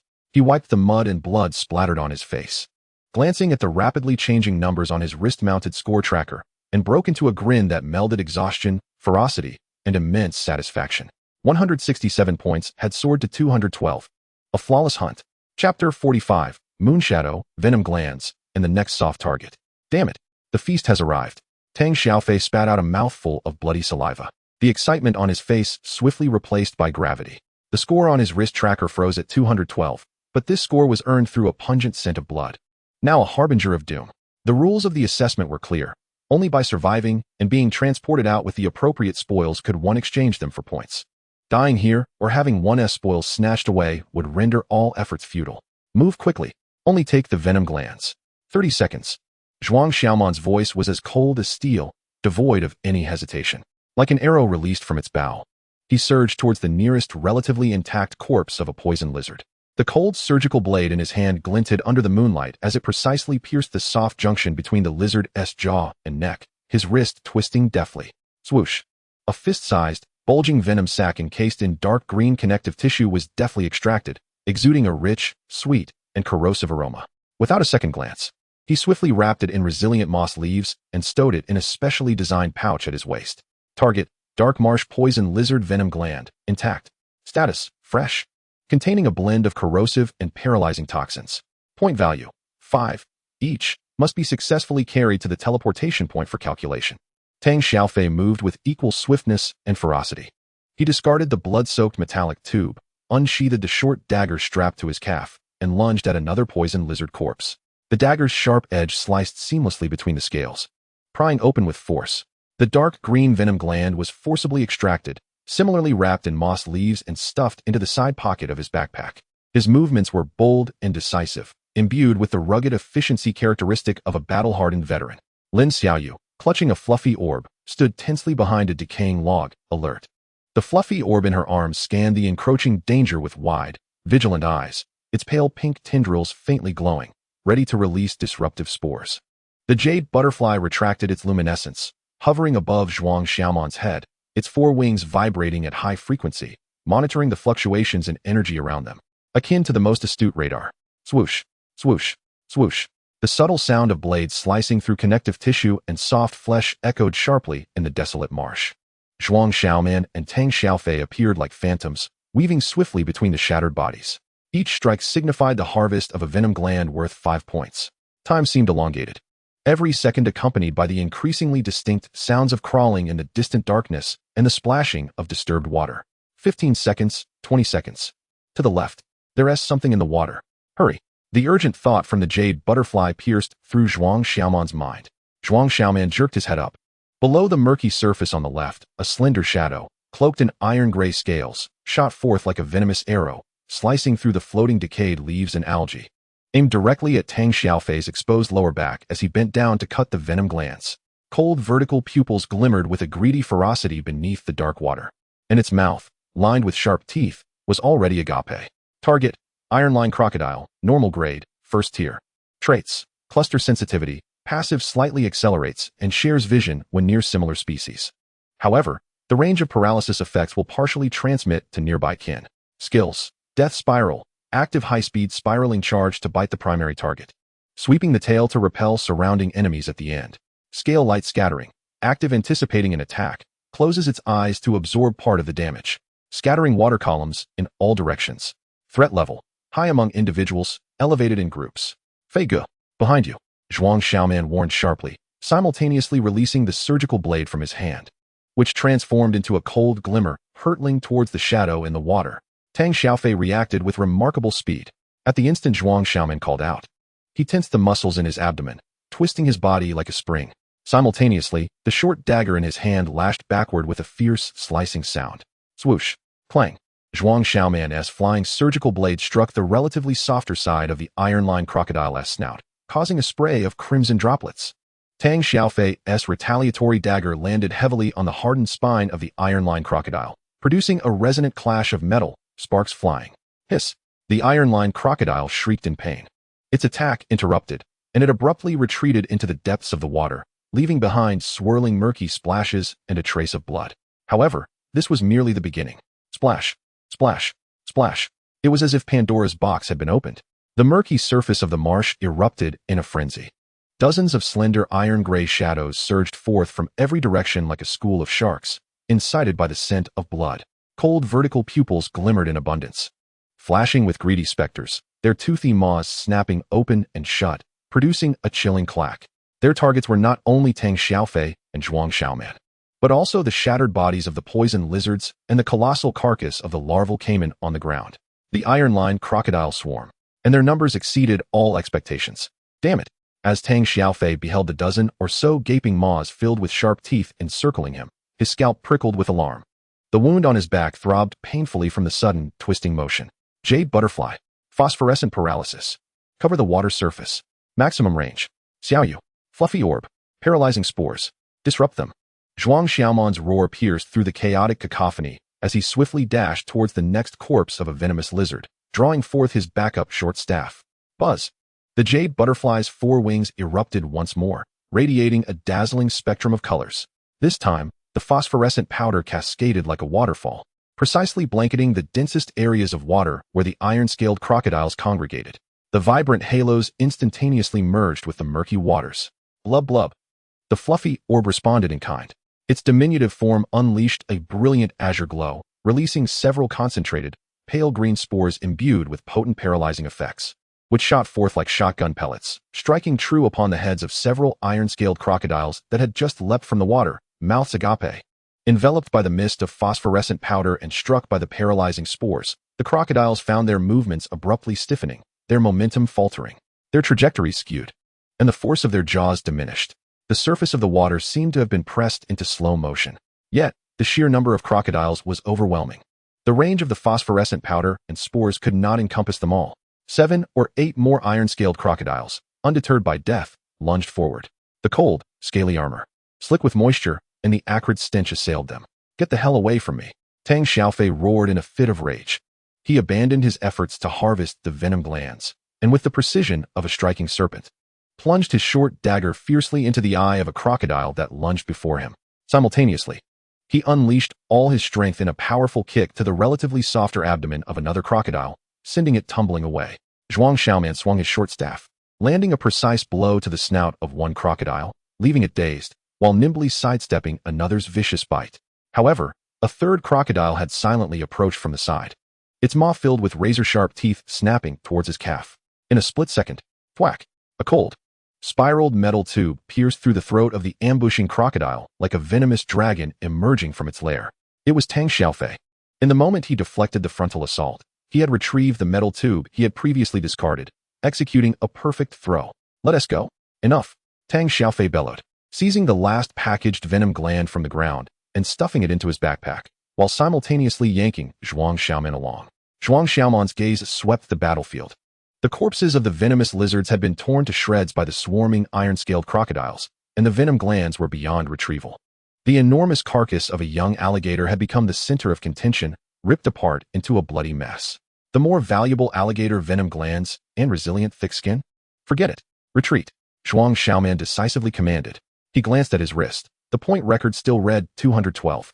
But the leather pouch at his waist and Tang Xiaofei's backpack were heavily laden with 6 packaged venom glands. 30 points. This was hard currency they had fought tooth and nail to obtain. Jade. Sticky threads. Tripwires. Barriers. Zhuang Xiaoman's thoughts raced. The brilliance of the jade butterfly surged forth. Pop, pop, pop, pop.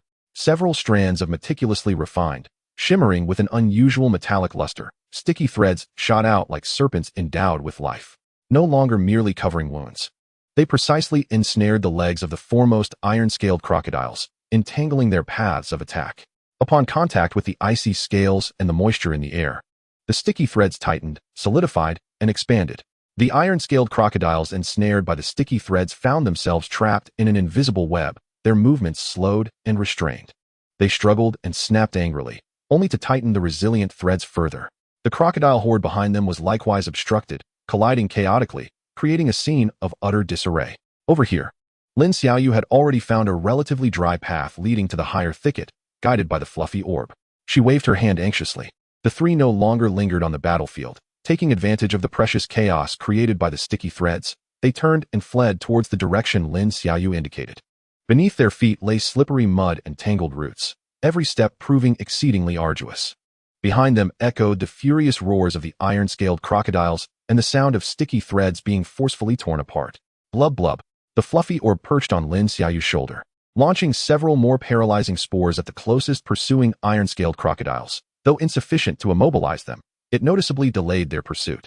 After fleeing nearly 100 meters, they finally broke free from the suffocating swamp, ascending to a relatively dry highland covered with low hardwoods and ferns. The cacophony of roars and splashes behind them was finally muffled by the dense vegetation, gradually fading away. The three leaned against a massive weathered rock, panting heavily. Sweat mingled with mud and blood trickled down their foreheads. Tang Xiaofei's back wound throbbed painfully. The fierce struggle and frantic escape had caused the scab to split open once more, oozing droplets of blood. Lin Xiaoyu's face was pale as she clutched the equally breathless fluffy orb. Zhuang Xiaoman's chest rose and fell sharply. The perception of the beastmaster's compendium, still vigilant as it scanned their rear, confirming there were no pursuers, the taut nerves began to relax slightly. Phew. Damn it. I almost became a crocodile snack. Tang Xiaofei wiped the mud from his face. A shiver of fear lingering as he glanced at the bulging backpack at his waist and the 6 venom glands wrapped in moss leaves within Zhuang Xiaoman's pouch. 6 venom glands, 30 points, enough to break even. Zhuang Xiaoman nodded, his gaze shifting towards the highland ahead. The moonlight here was somewhat brighter, filtering through the sparse treetops, casting dappled patches of light. The terrain ahead seemed to gently slope downwards, and in the distance, a broader, calmer river flowed. Across the riverbank, a vague silhouette of a stone structure, partially collapsed and shrouded in massive vines, loomed like a slumbering giant under the moonlight. Let us rest for 5 minutes and tend to our wounds. Zhuang Xiaoman's voice, though slightly hoarse, remained calm, before gesturing towards the silhouette of the ruins across the riverbank. A dark and damp place favored by the venomous lizards, iron-scaled crocodiles, and even the remnants of the fungal scorpions, which could also serve as a potential gathering spot for soft targets. Cross the river, and we'll crush one. The fierce glint in Tang Xiaofei's eyes reignited, as he licked his cracked lips, revealing a fierce grin. All right, let us smash them. He retrieved his water pouch, pouring the clear stream water over his back wound. The icy sensation made him wince, yet it invigorated him. Lin Xiaoyu also took out the green luminescent moss, carefully wiping the small cuts on her leg inflicted by thorns. The fluffy orb nestled on her knee, its pale pink tendrils swaying gently, absorbing the moonlight and the scant energy in the air, gathering strength for the next hunt. The jade butterfly retracted its brilliance, settling on Zhuang Xiaoman's shoulder, its 4 wings drooping, silently recuperating. Under the moonlight, the jade green hue flowing along its wing edges appeared even more refined and subdued. Chapter 46, Heavy Shield, Melting Path, and the Shadow of Ruins. 5 minutes elapsed, preparation time. Zhuang Xiaoman withdrew his gaze, turning to issue the command to cross the river. Suddenly, Tang Xiaofei abruptly lifted his head, the movement of his back freezing instantaneously. The habitual fierceness and fatigue on his face were replaced by an incredulous ecstasy. He trembled as though struck by an electric current. His gaze fixed intently towards the direction of their resting camp upstream of the creek, obscured by layers of trees, the linear distance exceeding a kilometer. Old buddy. He stammered, his lips quivering, his voice choked with emotion. It's awake. The giant shield has awakened. And it is calling for me. A faint yet unmistakably clear thought, as steady and profound as the pulse of the earth, surged through the connection of their contract, traversing space and flooding into Tang Xiaofei's mind. It was no longer the heavy hum of slumber, but rather a vibrant awakening, infused with urgency and a hint of a fiery, nascent power akin to flowing lava. Zhuang Xiaoman and Lin Xiaoyu turned their heads in unison, their gazes ablaze with intensity, fixed upon Tang Xiaofei. Really? Lin Xiaoyu gasped in delight. Quick, back. Zhuang Xiaoman exhibited no hesitation, her eyes igniting with a sharp brilliance. Jade. Scout the path. Target the camp. The quickest route. Xiaoyu, stay close. Hope. It was akin to suddenly illuminating a lantern amidst profound darkness. The trio promptly abandoned their river crossing plan, pivoting to retrace their steps, swiftly navigating through the sparse trees on the high ground. This time, it was not a frantic flight for survival, but rather a fervent rush homeward. Tang Xiaofei led the charge, seemingly unbothered by the wounds on his back, his steps remarkably light. Lin Xiaoyu, cradling the fluffy orb, followed closely behind. The jade butterfly dimmed its brilliance, like a gray shadow silently weaving through the treetops ahead, guiding them along the safest and swiftest path. Navigating the slippery edge of the mire, avoiding the waters previously ravaged by the ironclad crocodile, and maneuvering around the gnarled roots of colossal trees. They finally burst forth from the last dense thicket of ferns, returning to the familiar, relatively dry slope on the right bank of the creek. The sight before them rendered the trio breathless. The great shield, its massive form still reclined beneath the shade of the trees where it had rested before. But its demeanor had transformed completely. Its molten golden eyes were wide open, though the radiance still bore the dimness of a grievous wound. It no longer flickered like a dying candle in the wind. Instead, it resembled a dormant ember reigniting deep within cooled magma, steady, restrained, yet brimming with the resolve of unyielding rock. The crystalline armor on its back still bore haunting spiderweb-like cracks. Yet the edges shimmered with an unusual dark golden luster under the moonlight, appearing denser and more formidable. Most striking was its injured leg, forcibly stitched with a peculiar metallic thread. The exposed dark golden lava flesh appeared to have its flow of congealing blood suppressed by some force, covered with an exceedingly faint, ember-like dark red sheen. The newly fortified, metallic threaded seam, immersed in the dark red glow, seemed to resonate more profoundly with the underlying crystal and lava flesh. As resilient as a chain forged from fine gold, a steady and heavy presence emanated from its colossal form, akin to a mountain awakening, not the weight of impending death, but rather the steadfastness born from a fiery rebirth. Upon spotting Tang Xiaofei's figure, the molten golden eyes of the great shield burst forth with an indescribable brilliance. Its enormous head lifted slightly, emitting a low yet powerful hum. That sound resonated with the joy of reunion, the grievance of being protected, and an uncontrollable, fervent desire to once again fight side by side. Old comrade. Tang Xiaofei's eyes instantly glistened with tears as he rushed to the side of the great shield, his rough hand trembling as it caressed its cold, crack-riddled crystalline leg armor, feeling the pulsing lava energy within, 100-fold clearer and stronger than during its slumber. You scared the life out of me. In an extraordinarily affectionate manner, the great shield nuzzled Tang Xiaofei's body with its massive head, covered in dark golden crystal. Emitting a comforting rumble akin to distant thunder, it cautiously shifted its injured leg, the reinforcing thread emitting a faint taut sound, yet it steadfastly supported its weight. Crystal shield and great shield. Status awakened. Core energy restored to 30, volcanic flint powder and deep sleep effects. Shell structure severely damaged, crack stabilized, edges slightly molten and reinforced.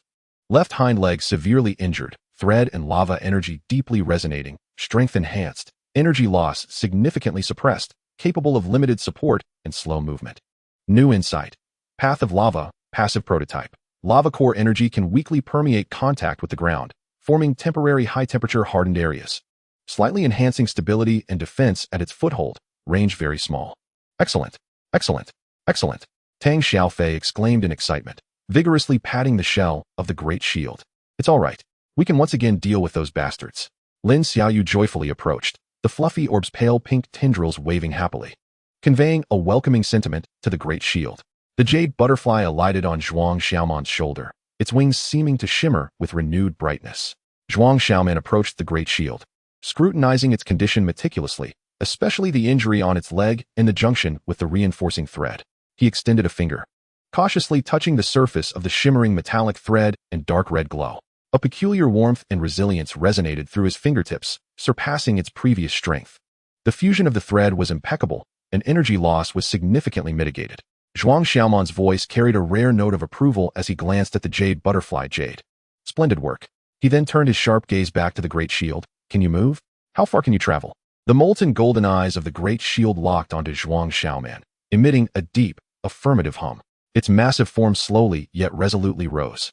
6 crystalline legs, including the injured one, anchored themselves firmly, standing tall like colossal pillars entrenched in the earth. It tentatively took a small step forward, the reinforcing thread on its injured leg tightening like a drawn bowstring, the dark red glow flickering slightly, as the organic layer beneath it was weakly infused with lava energy, instantly hardening a small area to provide additional support. Though its movements remained slow and heavy, accompanied by subtle metallic friction and crystalline groans. The stability invigorated everyone. It can move, and steadier than anticipated. Excellent. A spark ignited in Zhuang Xiaoman's eyes. The slight regret of having to abandon the river crossing was instantly replaced by a stronger plan. He pointed toward the silhouette of the ruins under the moonlight on the opposite bank, his voice imbued with a cold, lethal intent. The objective remains unchanged. That ruin. But now we have a shield. He glanced at Tang Xiaofei and the Great Shield, then at Lin Xiaoyu and the Fluffy Orb, as well as the Jade Butterfly. Swiftly deploying, the Great Shield will lead the way. Move slowly forward, utilizing Path of Lava to stabilize footholds, drawing potential ranged attacks, and probing. Fei, guard the Great Shield's right flank, clearing any nearby nuisances, and protect Xiaoyu's side. Xiaoyu, keep the Fluffy Orb centered, ready to heal and support the Great Shield's critical areas or Fei's injuries. Stay alert to the energy fluctuations within the ruins. Jade, maintain aerial vigilance, covering a range of 100 meters. Focus on detecting energy concentrations at high points and shadowy corners of the ruins. Upon discovering high-value targets or ambushes, immediately mark them with radiant blindness. I will manage the left flank and tactical command. We must squeeze the soft targets while remaining wary of hidden threats. Understood. Tang Xiaofei tightened his grip on the metal pipe, his eyes ablaze with ferocity, bolstered by the re-established barrier of the Great Shield. All right. Lin Xiaoyu nodded vigorously, clutching the Fluffy Orb tightly. The Great Shield let out a deep, thunderous roar, its molten golden eyes fixating intently on the ruins across the river. Brimming with battle fervor, the frigid river water lapped at their calves, bringing a chilling bite. The river's expanse was broader than anticipated, the flow gentle yet unfathomably deep. Moonlight shattered upon the ripples, resembling scattered silver coins. The Great Shield's massive form led the way, akin to a moving bridge pillar.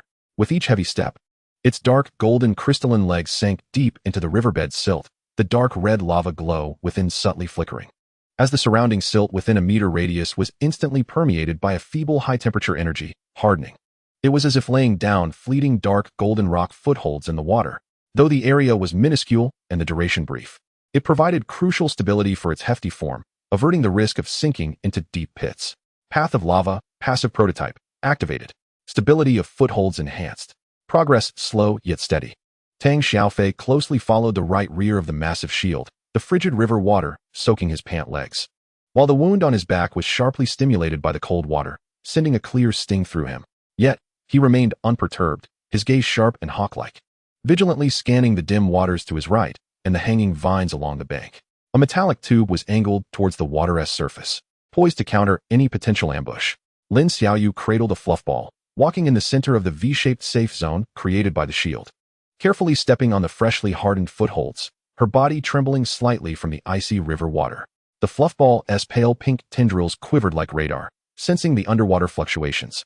The jade butterfly retracted all its radiance, akin to a true specter, silently hovering several meters above the team, its four wings vibrating at high frequency. Delicate antennae capturing the faintest ripples of energy and biological presence beneath the water's surface. Zhuang Xiaoman brought up the rear, tasked with the left flank. Leaning slightly forward, he treaded on the relatively solid pebbles of the riverbed, his keen eyes surveying the denser and darker wetlands along the left bank. A scalpel was gripped in reverse in his hand, the cold blade pressed against his forearm. The sounds of the flowing river, the heavy splashes of the shield, and the subtle friction of taut silk were magnified under the quiet moonlit night. 50 meters ahead, on the right bank's shallow area, energy fluctuations coalesced. A small gathering. Low energy levels. Their numbers exceed 15. The jade butterfly's thoughts, like icy threads, pierced Zhuang Xiaoman's mind in an instant, simultaneously transmitting a blurred image. A shallow area near the ruins, partially concealed by a massive decayed log, where several slender, iron-gray shadows lurked beneath the murky surface, their cold vertical pupils glimmering with a greedy light. A swarm of iron-lined crocodiles, and not a few. Maintain formation. Speed unchanged. Target unchanged. Zhuang Xiaoman's thoughts responded instantaneously, his voice low yet clear, echoing in everyone's ears. Jade, continue to watch the high ground. There may be lurking yellow sparrows in the shadows of the ruins. If they don't move, we won't move. Let those crocodiles act as our sentinels. The team maintained a slow yet heavy rhythm, like a massive boulder in the water, steadily advancing towards the opposite bank. As they drew closer to the shallow right bank, the iron-gray shadows beneath began to stir restlessly, their long tails stirring up murky water. Their cold vertical pupils fixated on the intruding team, especially the dark golden giant beast resembling a mobile fortress, instinctively sensing a threat, yet intimidated by its formidable presence. Refraining from launching an attack. At that moment, plop, the fluff ball suddenly emitted a sharp warning from Lin Xiaoyu's embrace. Its pale pink tendrils abruptly pointed towards the shadowy area deep within the ruins, where collapsed stone walls intertwined with gigantic vines. It conveyed a strong thought. In the shadows, many, cold-blooded, greedy, eyeing the crocodiles, almost simultaneously. Swish, swish, swish. Several slender, dark green arrows of water shot forth silently from the vast vine shadows at the base of the ruins. Their target was not Zhuang Xiaoman's team, but rather the most restless iron-line crocodiles at the edge of the shallow bank. PFF, PFF. The dark green arrows struck precisely at the relatively soft undersides and eyes of the iron-line crocodiles. Instantly, the hit crocodiles emitted piercing cries of agony. Their bodies thrashed violently.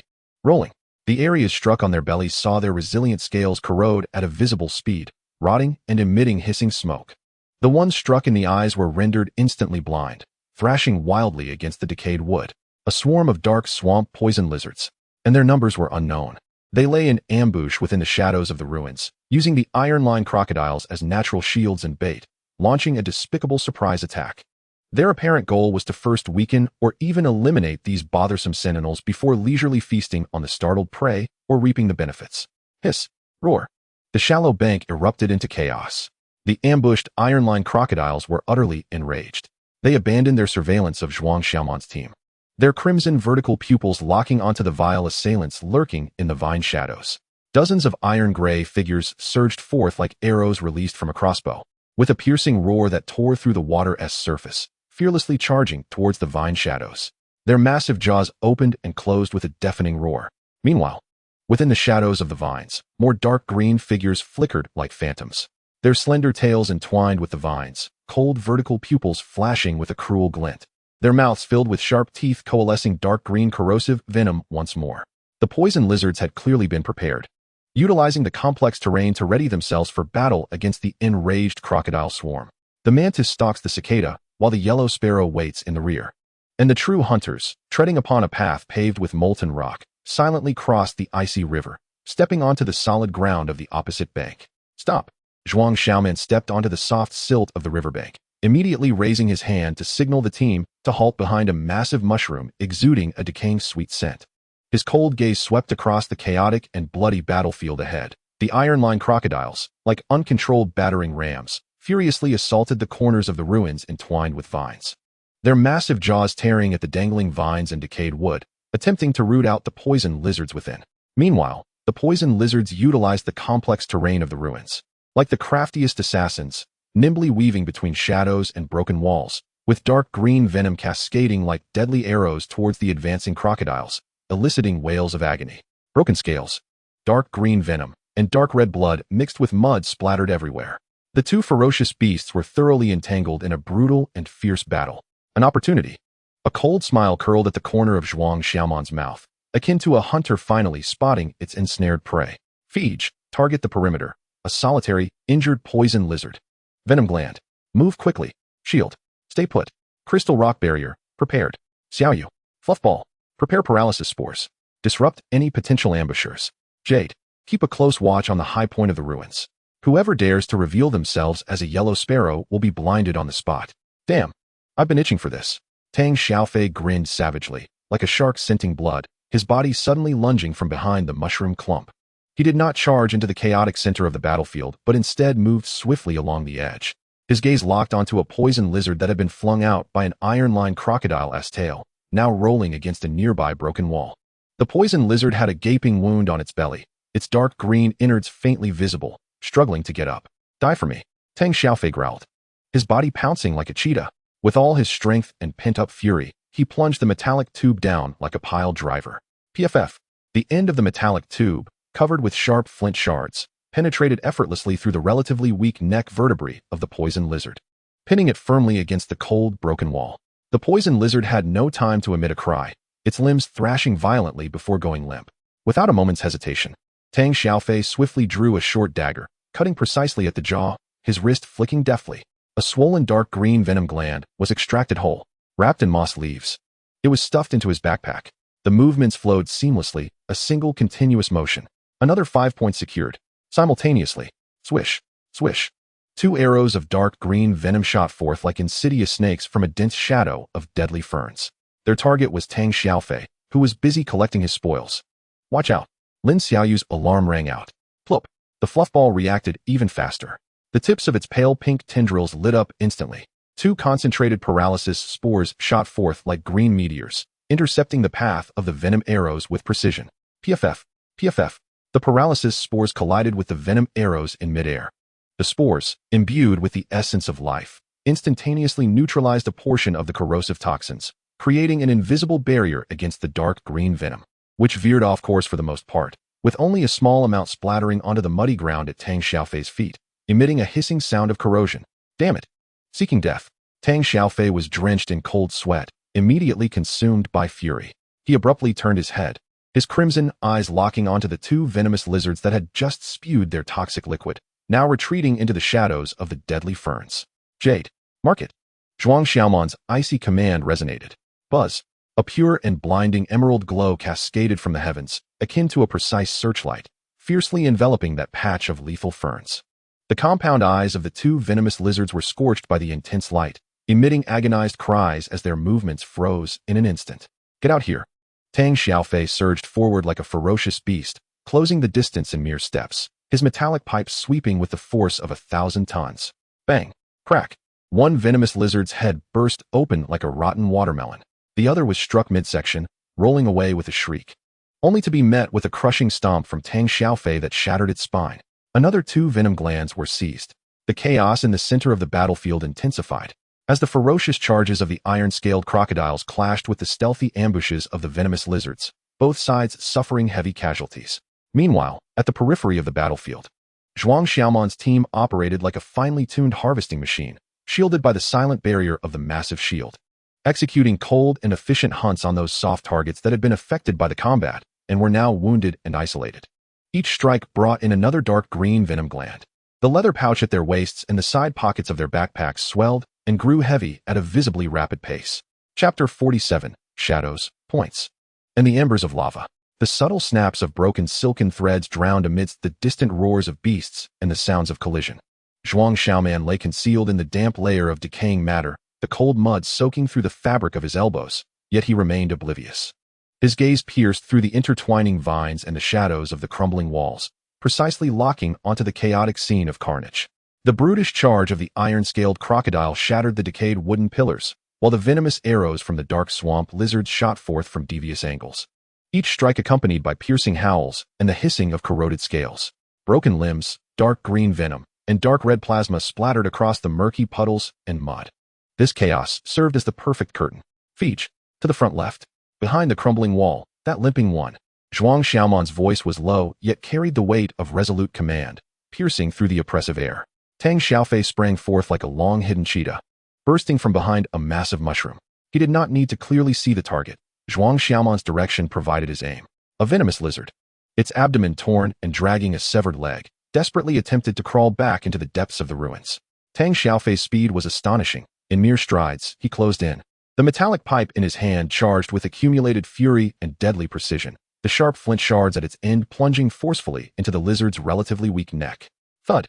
The muffled sound of penetration was drowned out by the roars at the center of the battlefield. The venomous lizard's struggles became futile as it succumbed instantaneously. Without a moment's hesitation, Tang Xiaofei drew forth a short dagger, its cold gleam flashing as it accurately sliced into the connection beneath the jaw, his wrist twisting and flicking, extracting a swollen dark green venom gland, swiftly wrapping it in resilient moss leaves and stowing it into the side pocket of his backpack. The entire process flowed seamlessly. A mere instant. Xiaoyu, 3 o'clock. On the vines. Zhuang Xiaoman's command was almost instantaneous. Lin Xiaoyu's heart raced, yet her movements were remarkably decisive. The fluffy ball in her arms seemed to resonate with her intent, its pale pink tendrils snapping taut, silently launching a solid emerald healing spore. But it was not for healing. The spore struck precisely against the head of a venomous lizard clinging to the drooping vines, poised to unleash its toxic breath into the fray below. The life-imbued spore clashed violently with the frigid energy of the lizard. Hiss! The lizard emitted a brief, painful cry, its movements abruptly stiffening, its compound eyes losing focus from the intense light, causing its venom to miss its target and splatter onto the ground beneath. In that moment of rigidity, a green figure flashed like a specter from the side. It was Zhuang Xiaoman. He did not charge at the venomous lizard but lunged towards the lizard beneath the vines, which was writhing in agony, its tail bitten off by the iron-scaled crocodile. The cold blade precisely swept across its throat, while his other hand delved into its jaw, claiming yet another dark green trophy. Jade. 9 o'clock in the sky. Mark it. Zhuang Xiaoman's intent crackled like electricity. Buzz. The pure and blinding emerald light suddenly cascaded from above, accurately enveloping the top of a partially collapsed tower amidst the ruins. A notably larger venomous lizard, its scales glinting with a metallic sheen, had just poked its head out. Its icy vertical pupils seemingly locking onto the fisherman at the edge of the battlefield. The intense light instantaneously scorched its eyes. It emitted an angry, startled cry, swiftly retreating back into the shadows, no longer daring to show itself. High above, the jade butterfly retracted its radiance, resembling a true withered leaf, silently hovering. Its four wings vibrated at high frequency, its delicate antennae continuously scanning the energy field of the entire ruin. Any lurking observers attempting to play the role of the unsuspecting prey would find themselves utterly exposed beneath its vigilant gaze. The massive shield stood like a silent rock, firmly anchored behind the cluster of mushrooms where the team concealed themselves. Its molten golden eyes burned with a cold battle intent, fixated on the chaotic battlefield. While the fissured crystalline shell on its back subtly adjusted its angle, the dark golden lava patterns within pulsating with a slow, yet steady flow of energy, gathering. It remained motionless, yet its immense presence alone served as the strongest deterrent and shield. The leg, stitched with strange metallic sheen, was subtly nourished by the lava energy, revealing a dark red glimmer at the junction of silk and crystalline rock, signifying an extraordinary resilience. Each heavy breath carried a furnace-like rumble, adding a somber undertone to this bloody hunting ground. The team operated as the most precise killing machine, efficiently functioning at the edges of shadows and chaos. Zhuang Xiaoman was the eyes and brain of the commander, each command precisely targeting the weakest links on the battlefield, those isolated, severely injured, or affected by their companions. Tang Xiaofei was the sharpest claw of the executor, each strike imbued with thunderous ferocity and efficiency. Lin Xiaoyu and the fluffy ball served as invisible barriers and sources of distraction, skillfully utilizing paralyzing spores and healing energy to repeatedly neutralize ambushes or create fatal openings at critical moments. The jade butterfly hovered above, both an overseer of the battlefield and a Damoclean sword hanging over any potential threats. Time flew swiftly amidst the bloody harvest. The moonlight quietly shifted, elongating the outlines of the ruins and deepening the shadows. The leather pouch at their waists and the side pockets of Tang Xiaofei's backpack had long since become swollen and heavy. Each venom gland wrapped in moss leaves represented 5 chilling points. At last, the roars at the center of the battlefield began to diminish. The iron-scaled crocodiles had paid a heavy price, leaving behind 7 or 8 shattered corpses, retreating reluctantly into the murky depths, burdened with poison and fear. The venomous lizards also suffered significant losses, their remaining figures ebbing like a tide into the deeper shadows and crumbling remnants of the ruins, leaving only a scene of devastation and an overwhelming scent of blood and decay. Gather. Retreat. Zhuang Xiaoman's voice, tinged with a barely perceptible hoarseness, decisively issued the command. His sharp gaze swept across the now silent scene of slaughter, confirming there were no risky stragglers left, while sensing the cold, greedy stares of the remaining venomous lizards lurking in the depths of the ruins. Yet they were evidently intimidated by the presence of the massive shield and the prior display of thunderous might, daring not to reveal themselves easily. The 3 swiftly withdrew, their movements still swift and silent. The colossal figure of the giant shield slowly and steadily adjusted its orientation, each descent of its legs, clad in dark golden crystal armor, caused the soft humus beneath to be faintly permeated by lava energy, briefly hardening a small area while emitting a soft sizzling sound and leaving behind faint scorch marks. It served as a moving bastion, shielding the team as they retreated deeper into a natural shelter formed by massive weathered stones and dense maidenhair ferns along the riverbank. Upon entering the refuge, the heavy shadows and the scent of foliage instantaneously severed most of the sanguine odor.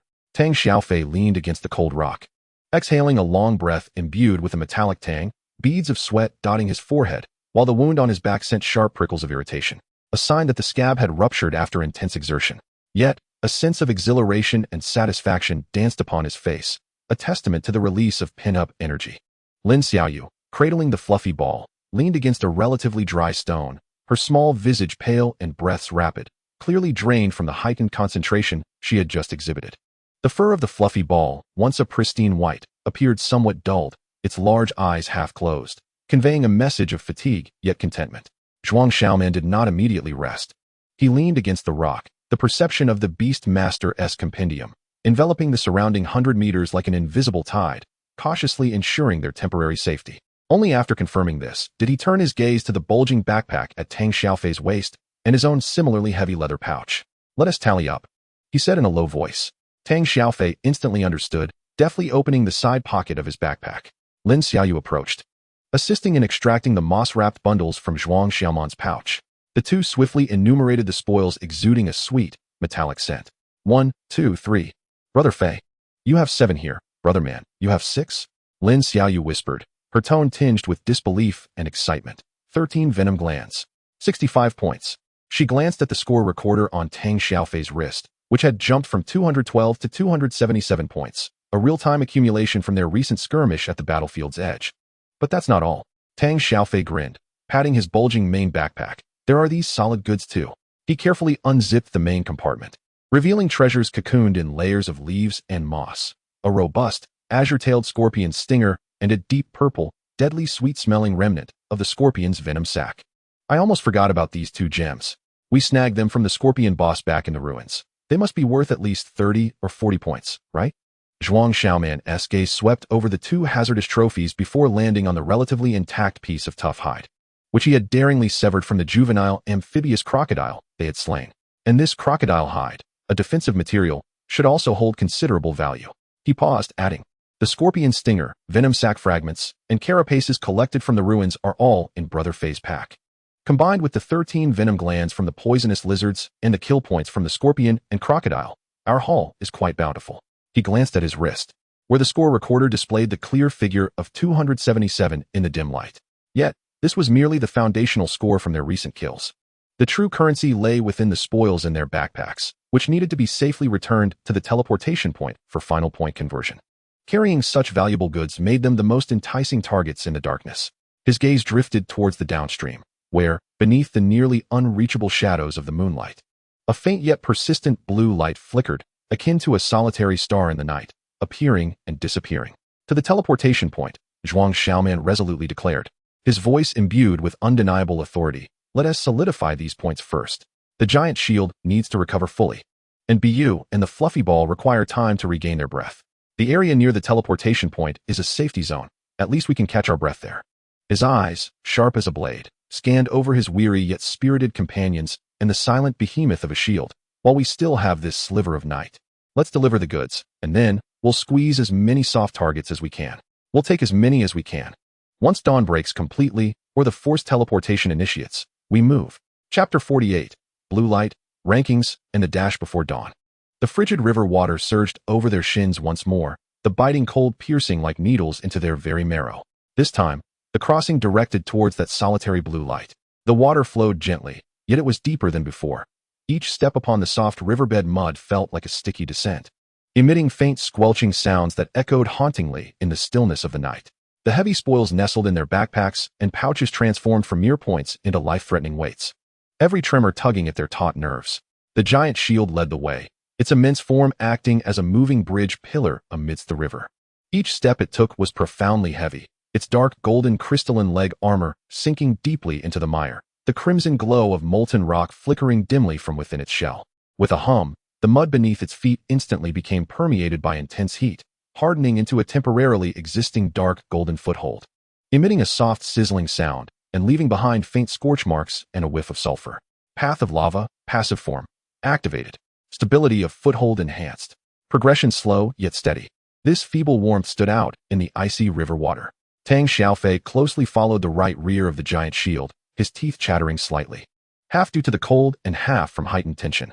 One hand clutched tightly at the bulging backpack around his waist, containing the scorpion's stinger and venom sac remnants, while the other grasped a metal rod, knuckles whitening from exertion, vigilantly scanning the dark water to the right and the ghostly tendrils hanging from the banks. Lin Xiaoyu, cradling the fluffy ball, stepped gingerly upon the recently hardened foothold of the giant shield. The icy river water numbed her calves, compelling her to hold the fluffy ball even tighter, as if it were her only source of warmth. The fluffy ball's pale tendrils swayed slightly, its large eyes scanning the surrounding darkness with vigilance, conveying a sense of tranquility and temporary safety. Zhuang Xiaoman brought up the rear, tasked with the left flank. He leaned slightly forward, each step deliberately taken upon the relatively firm cobblestones of the riverbed, minimizing sound to the utmost. The surgical blade was reversed in his grip, its cold edge pressed against his forearm, the metal's chill forcing him to maintain absolute composure. The perception of the Beastmaster's compendium enveloped their surroundings like an unseen sonar, meticulously covering a 100-meter radius, the murky undercurrents of the water, the slight rustling of the bushes along the bank, and the cold gaze from the distant ruins. Any anomalous fluctuation would not escape his scrutiny. The BU butterfly retracted all its luminescence, resembling a true withered leaf, silently hovering a dozen meters above the team. Its forewings vibrated at high frequencies, delicate antennae detecting the faintest ripples of energy and biological presence beneath the water's surface, forming an invisible net of vigilance. Any threat attempting to approach would be captured by this web at the first opportunity. The river appeared to have solidified, with only the heavy splashes of the team's footsteps and the faint sizzling of the giant shield's footholds resonating in the stillness. The distance to the opposite bank shrank, and the blue light of the teleportation point transitioned from a faint star to a gradually clearer outline, a circular platform embedded in a massive, ancient stone base, its surface engraved with intricate energy patterns, while a crystal, the size of a fist, floated at its center, emanating a constant gentle blue glow. Surrounding the platform lay a relatively open expanse of artificially cleared gravel, devoid of any vegetation, starkly contrasting with the surrounding damp, vibrant, perhaps lethal, environment. The safety zone.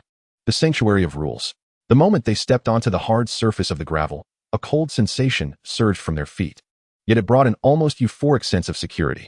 The taut nerves felt as though they had been abruptly severed, and Tang Xiaofei's legs weakened, nearly causing him to collapse. Supported only by the metal rod he clutched, Lin Xiaoyu, holding the fluffy ball, gasped for breath, her little face ashen. The colossal shield remained as silent as a mountain, its molten golden eyes scanning the desolate expanse surrounding the platform with vigilance. The crystalline armor on its back subtly adjusted its angle, as the energy flowed through the depths of the lava-like patterns, poised to unleash the crystal barrier at any moment. Zhuang Xiaoman did not lower his guard. His keen gaze swiftly swept across the platform, finding it utterly devoid of life. Only the constant blue light remained, resembling a cold eye, silently observing them. He hastened to the edge of the platform and, adhering to the rules instilled prior to the assessment, placed his hand upon a smooth sensory area on the side of the pedestal. A hum resonated, and the energy patterns on the pedestal instantly illuminated, resembling a flowing blue stream that swiftly converged upon the central blue crystal. A gentle yet distinct light screen projected from above the crystal, suspended in midair. At the top of the screen was a prominent countdown. 6:27:15.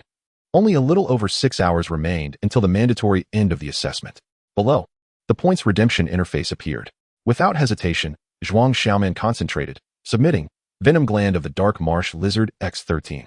The icon representing the venom glands flickered, its quantity reduced to 0. A line of small text emerged. Basic points, 65. The number on his wrist-mounted points recorder instantly jumped from 277 to 342. Submitting Scorpion King Tail Hook, Elite Level 2, X1.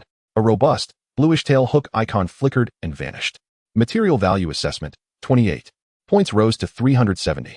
Submitting Remains of the Scorpion King's Venom Sac, Elite Level 2, X1. The deep purple Venom Sac icon disappeared. Material Value Assessment, damaged 18. Points climbed to 388. Submitting Tough Skin of the Young Corrupted Toad, X1. An icon of gray-green, thick skin vanished. Material Value Assessment, 15. Points reached 403. Submitting Iron-Eating Fungus Claw Scorpion Tail Hook, X7. Submitting Iron-Eating Fungus Claw Scorpion Venom Sac Fragments, X3. Submitting Iron-Eating Fungus Claw Scorpion Shell Fragments, X5. A flurry of icons rapidly flickered and disappeared on the light screen. These were remnants scavenged from the half-dead scorpions after a grueling battle in the ruins hall. Though individually of low value, their quantity was substantial. Cumulative Material Value, 32. The final points settled at 435. The cold digits hovered on the azure light screen, exuding a silent shock. 435. Tang Xiaofei leaned closer, his eyes wide with disbelief, his voice tinged with ecstatic incredulity. No way. Am I seeing things? He rubbed his eyes forcefully, then glanced at the synchronously pulsating number on his wrist, finally allowing himself to believe it. Lin Xiaoyu covered her mouth, her large eyes brimming with astonishment and joy. The fluffy ball seemed to sense their excitement, its pinkish-white tendrils joyfully swaying. A tumult of emotions surged within Zhuang Xiaoman. This number exceeded his prior estimations. The value of the Scorpion King materials and the toad skin, coupled with the accumulation of those scorpion fragments, contributed significantly. Yet, he maintained a calm facade, swiftly directing his gaze to another section of the light screen, the leaderboard. With a mental command, the leaderboard refreshed. Real-time points leaderboard for Beast Taming assessment in Jiangnan City. H. 17th District 7th Deployment Point. 47. Zhangming Squad. Points. 441. 48. Li Weiwei Squad. Points. 438. 49. Zhuang Xiaoman Squad. Points. 435. 50. Wang Hao Squad. Points. 432. 49th place. From a position possibly outside the top 10,000. They had surged directly into the top 50. Moreover, they were merely 3 points shy of the 48th place. Hope surged like molten lava, instantaneously dispelling fatigue and chill. Tang Xiaofei excitedly struck a fist against the cold leg armor of the colossal shield, producing a dull clang. Old buddy, did you see that? We made it into the top 50. Damn, well done. The giant shield seemed to sense its contractor's exhilaration, its molten golden eyes shimmering, emitting a low and satisfied rumble as its massive head affectionately nudged Tang Xiaofei. Lin Xiaoyu, clutching the fluffy ball, finally displayed a relieved smile, tears glistening in her eyes. Zhuang Xiaoman took a deep breath, suppressing the tumult within. The ranking was a pleasant surprise, yet the crisis had not abated. His sharp gaze swept over the countdown on the light screen. 6:22:48. Time remained. Don't celebrate too early. Zhuang Xiaoman's voice was as cold as ice, instantly calming his excited companions. Their ranking was still precarious. This slight point differential could easily be surpassed before dawn. He paused, casting his gaze towards the darkened expanse beyond the platform, fraught with peril, the forest, and ruins. We still possess our final capital. He patted the heavy leather pouch at his waist, containing the last 2 carefully wrapped dark marsh lizard venom glands. Worth 10 points. This was their reserved tactical ammunition. The giant shield was regaining its state, while the jade and fluffy ball also recovered somewhat. Zhuang Xiaoman's gaze traversed his companions, ultimately resting on the giant shield's leg. Still encased in reinforced sticky silk, yet the dark red glow was stabilizing. Taking advantage of the darkness before dawn, they would seize the last few soft targets. His voice was resolute, imbued with undeniable determination. Since there's a chance to enter the top 50, we must seize this final sprint. Understood. The fierce light in Tang Xiaofei's eyes reignited, his grip tightening around the metal tube. Lin Xiaoyu nodded vigorously, clutching the fluffy ball tightly. The giant shield let out a low growl, its molten golden eyes fixating on the darkened path from whence they came, its battle spirit rekindled. Let us go. Zhuang Xiaoman's voice bore the resolute edge of ice water, as he abruptly turned, his gaze akin to a searchlight piercing through the darkness.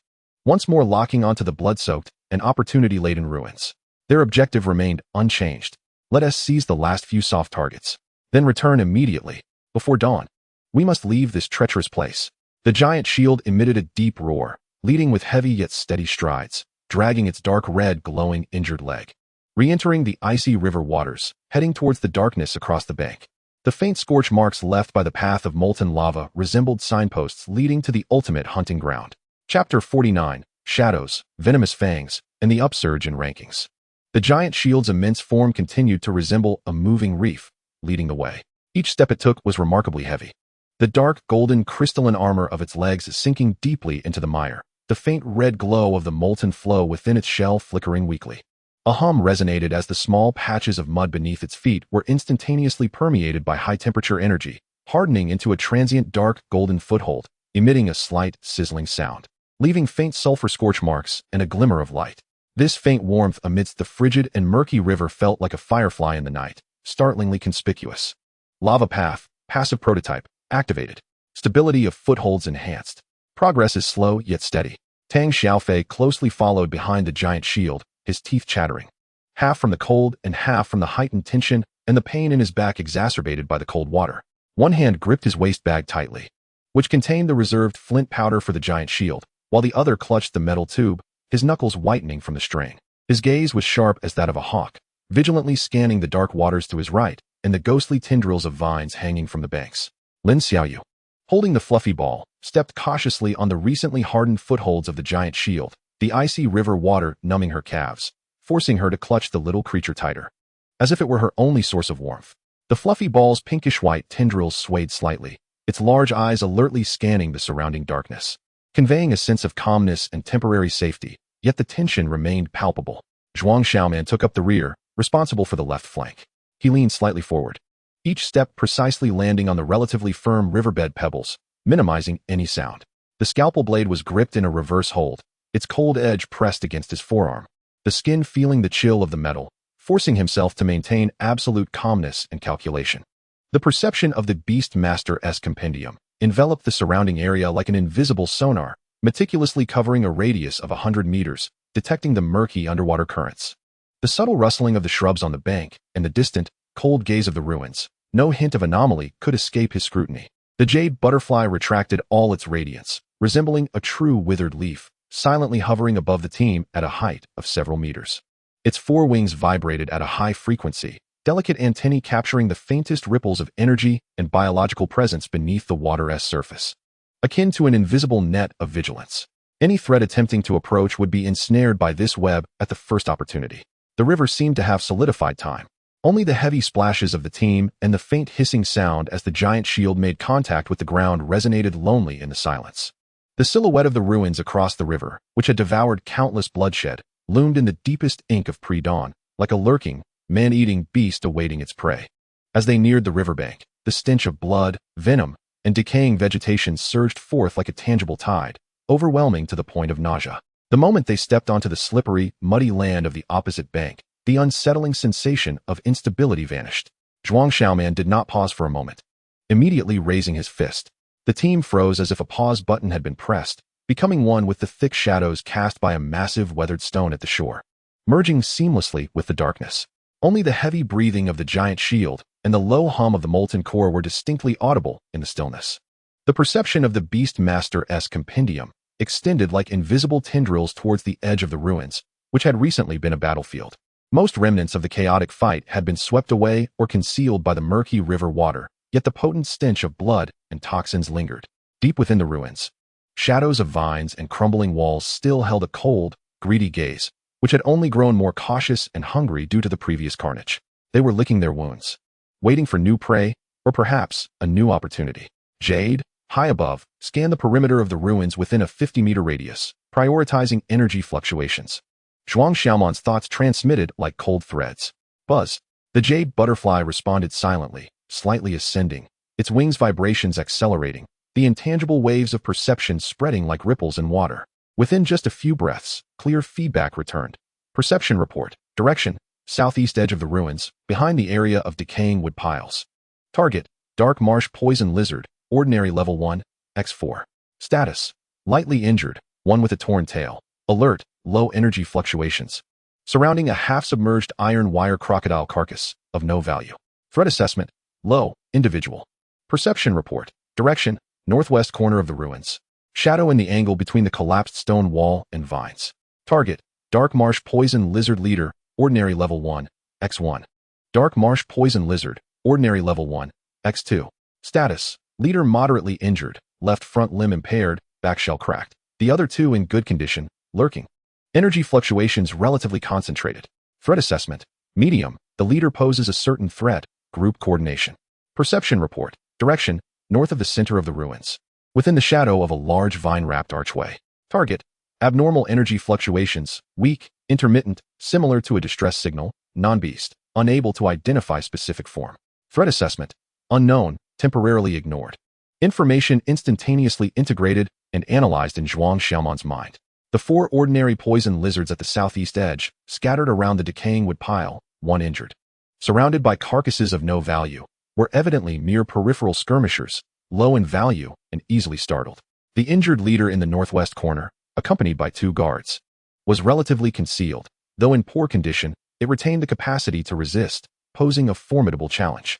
As for the unknown distress signal, at the critical juncture of scoring, any unexpected complication would be a fatal folly. Target locked. Target: southeast edge, beside the decaying wood pile, for skirmishers. Zhuang Xiaoman's voice was barely above a whisper. Like a cold wind passing through stone crevices, the usual protocol. The giant shield remained stationary, in a defensive posture. Intimidate the depths of the ruins. Feige, main assault, reap. Xiaoyu, fluffball, prepare paralysis spores. Target: the one with the injured tail. Jade, phosphorescent powder covers the battlefield's edges, blocking their retreat into the depths of the ruins. Create chaos. I'll support for the finishing blow. Understood. Tang Xiaofei's eyes flashed with ferocity, licking his cracked lips, the pain in his back seemingly numbed by the imminent score. He flexed his wrist, gripping the metal pipe.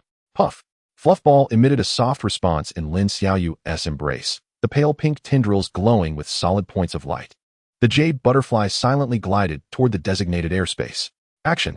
Tang Xiaofei, like a leopard blending into the shadows, took advantage of the massive ferns and weathered rocks at the bank for cover, crouching low, his steps astonishingly agile, swiftly making his way towards the massive decaying wood pile at the southeast edge.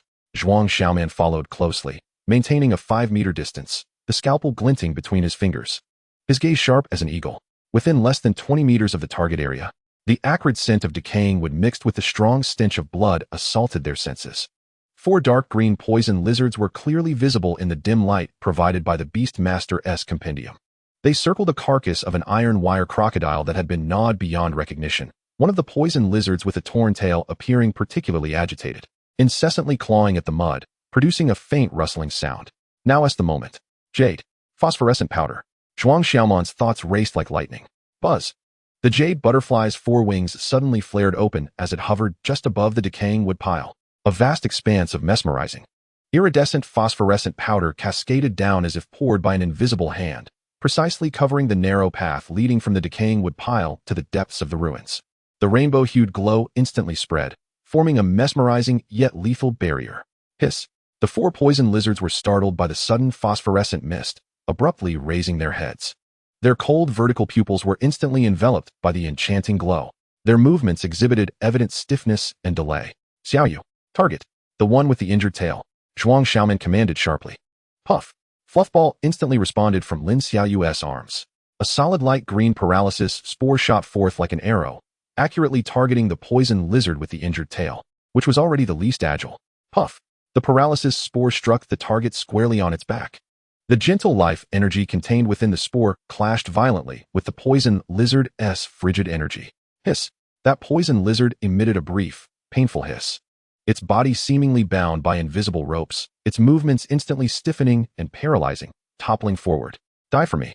Tang Xiaofei sprang forth like a tiger unleashed, erupting from the shadow of the wood pile amid the phosphorescent haze and the chaos of the poison lizards. He paid no heed to the unfortunate immobilized one, his focus fixed on another lizard that had just escaped the phosphorescent daze and was attempting to turn and flee. The metal pipe in his hand, charged with pent-up fury and the strength of his entire body, descended like a heavy hammer. Bang! Crack! The dark green head burst apart as if struck by a hammer on a watermelon, splattering a mix of red, white, and green fluids along with shattered scales. A fatal strike. Without a moment's pause, Tang Xiaofei twisted his wrist, sweeping the metal pipe horizontally. With a whoosh, it struck hard against the abdomen of another poison lizard that had just broken free from the phosphorescent confusion and was trying to flee. Puff! The sound of bones cracking was distinctly audible. The venomous lizard shrieked in agony as it was hurled away by a tremendous force, crashing heavily against the decaying timber, convulsing as it slid into the mire, with little hope of survival. The last unscathed venomous lizard was utterly paralyzed by fear, its icy vertical pupils reflecting sheer terror. It screamed and, disregarding all else, charged towards the path shrouded in phosphorescent dust, desperately attempting to escape deeper into the ruins. Trying to flee? Zhuang Xiaoman's chilling voice echoed. Like a wraith, he emerged from the side, not lunging at the venomous lizard, but instead forcefully hurling the short stick in his grasp. The stick cut through the air with a whoosh, striking precisely at the lizard's relatively fragile left hind leg. Crack! The sickening sound of a bone snapping. The lizard emitted a mournful wail, collapsing to the ground, its shattered leg twitching in agony. Tang Xiaofei had already arrived, showing no mercy as the metallic tube, embodying a cruel finality, plunged mercilessly into its spinal column. The battle concluded in the blink of an eye. From the eruption of phosphorescent dust to the demise of 3 venomous lizards, a mere 10 seconds had elapsed. Efficient, ruthless, like the most precise machine of slaughter. Venom gland, Zhuang Xiaoman commanded sharply, as he lunged towards the first venomous lizard he had incapacitated, which was still convulsing in the mud. The scalpel gleamed coldly, slicing cleanly into its jaw, his wrist flicking deftly. A swollen, dark green venom gland was secured. Wrapped in moss leaves, it was swiftly stashed into a leather pouch. The motion flowed seamlessly.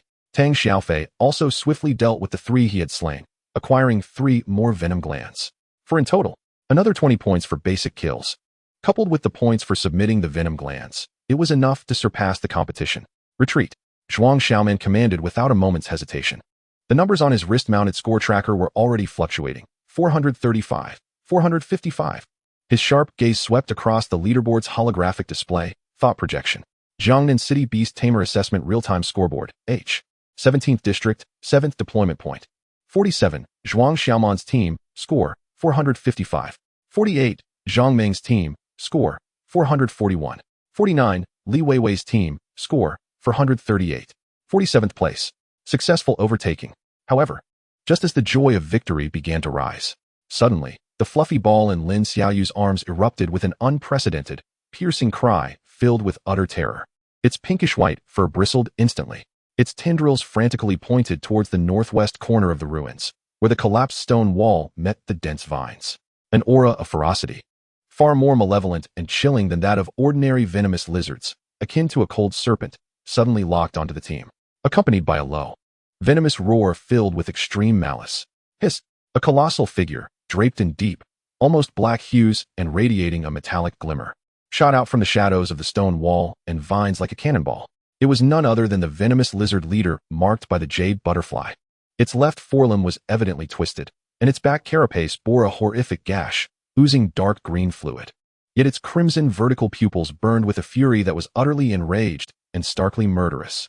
It did not charge towards the foremost Tang Xiaofei or Zhuang Xiaoman.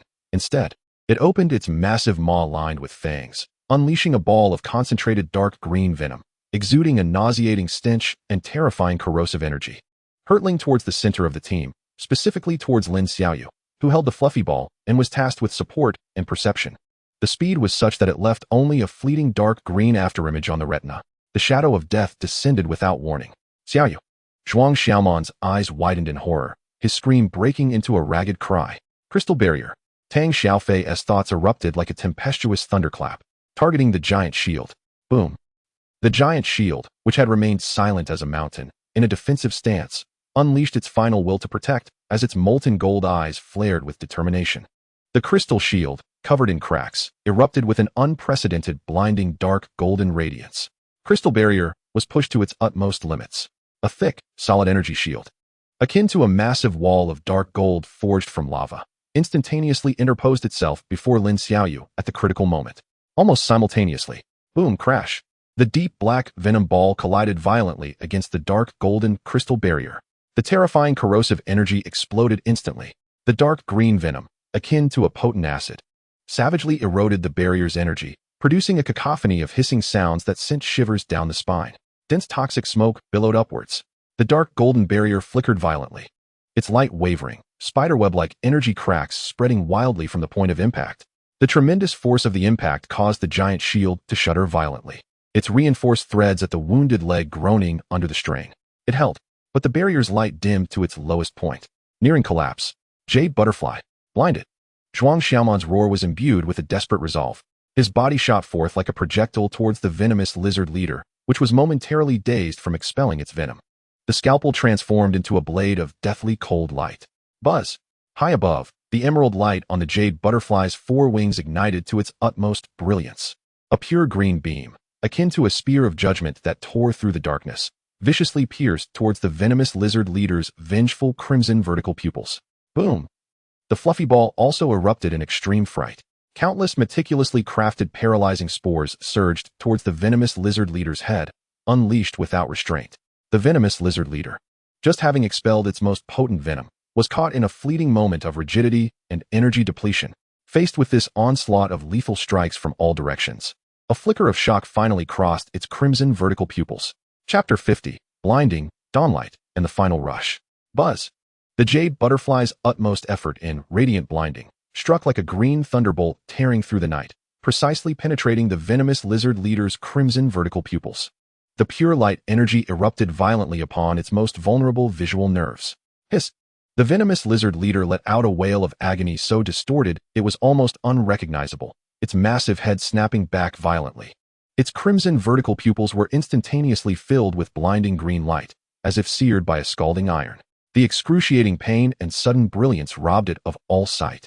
Following this, the spores, expelled with all the fluffy ball's might, pelted against its heavily scaled head and neck.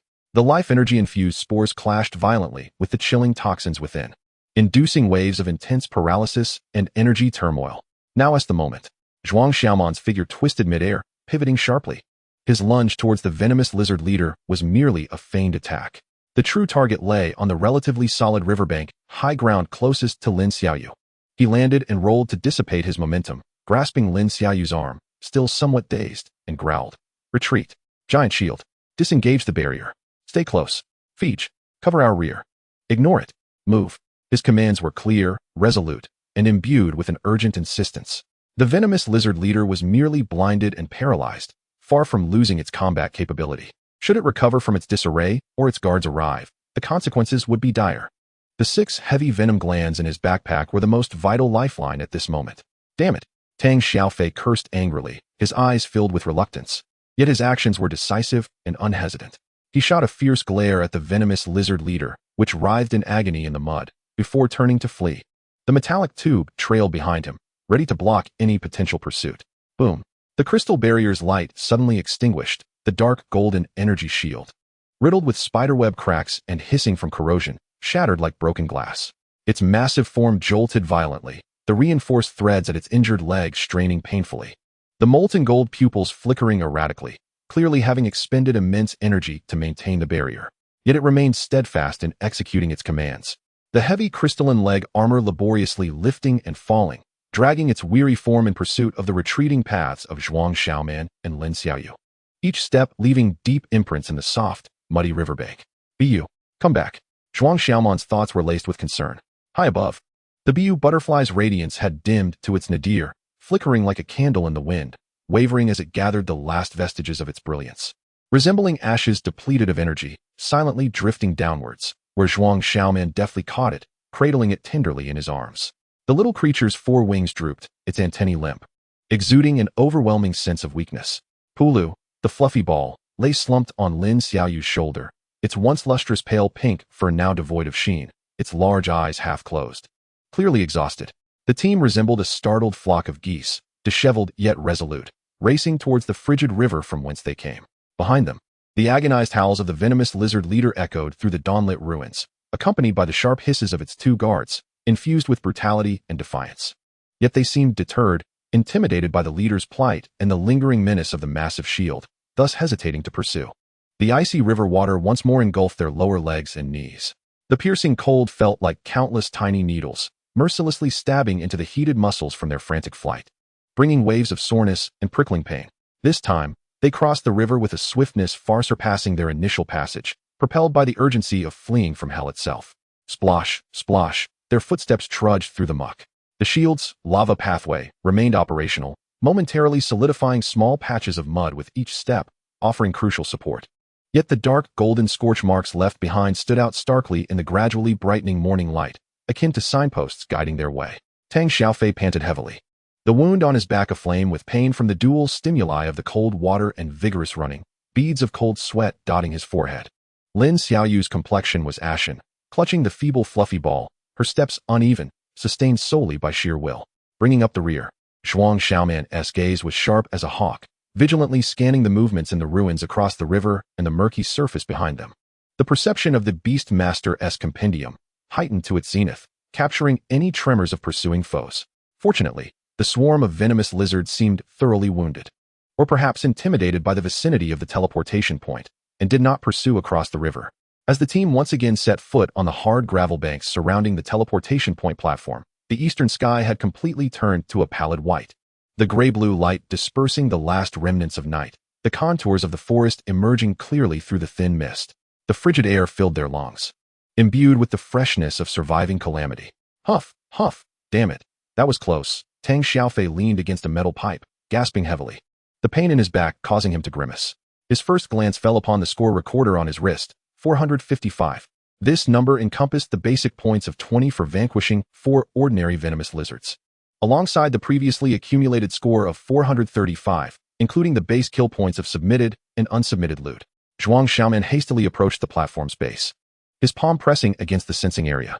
A hum resonated, and the azure light curtain illuminated once more. Remaining time for assessment, for 1833. Without hesitation, he mentally commanded, submit. Venom glands of dark swamp venomous lizards X4. The icon representing the venom glands flickered rapidly 6 times before resetting to 0. A line of small text appeared. Material value assessment, 20. The digits on the score recorder immediately shifted. 455, 475.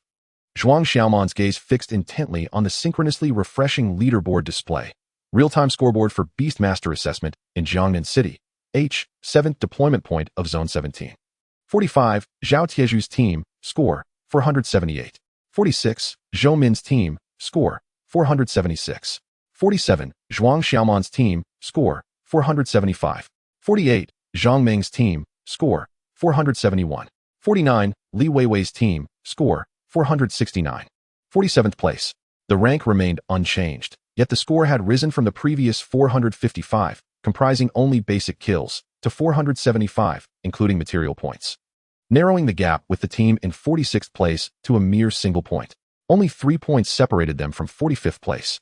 475. Well done. Tang Xiaofei couldn't help but exclaim, the pain in his back seeming to lessen slightly. The massive shield lay low at the edge of the platform, its heavy hum tinged with satisfaction, its molten gold eyes fixated on the light curtain. However, Zhuang Xiaoman's expression bore little joy. His keen eyes swept across the leaderboard, where the numbers of the top teams continued to pulse slowly, then turned to the diminishing countdown on the light curtain and the forest outside the platform. Awakening in the morning light, where danger had not yet dissipated. Do not celebrate too soon. His voice carried an icy calm, as though doused in cold water. The teams ahead were also in motion. Such a small margin, for hours, anything could transpire.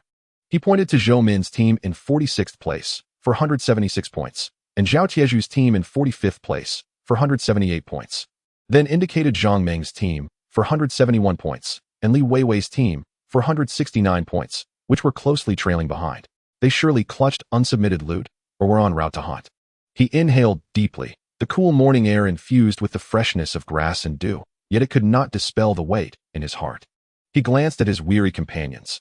Tang Xiaofei's back injury was evident, his movements stiff.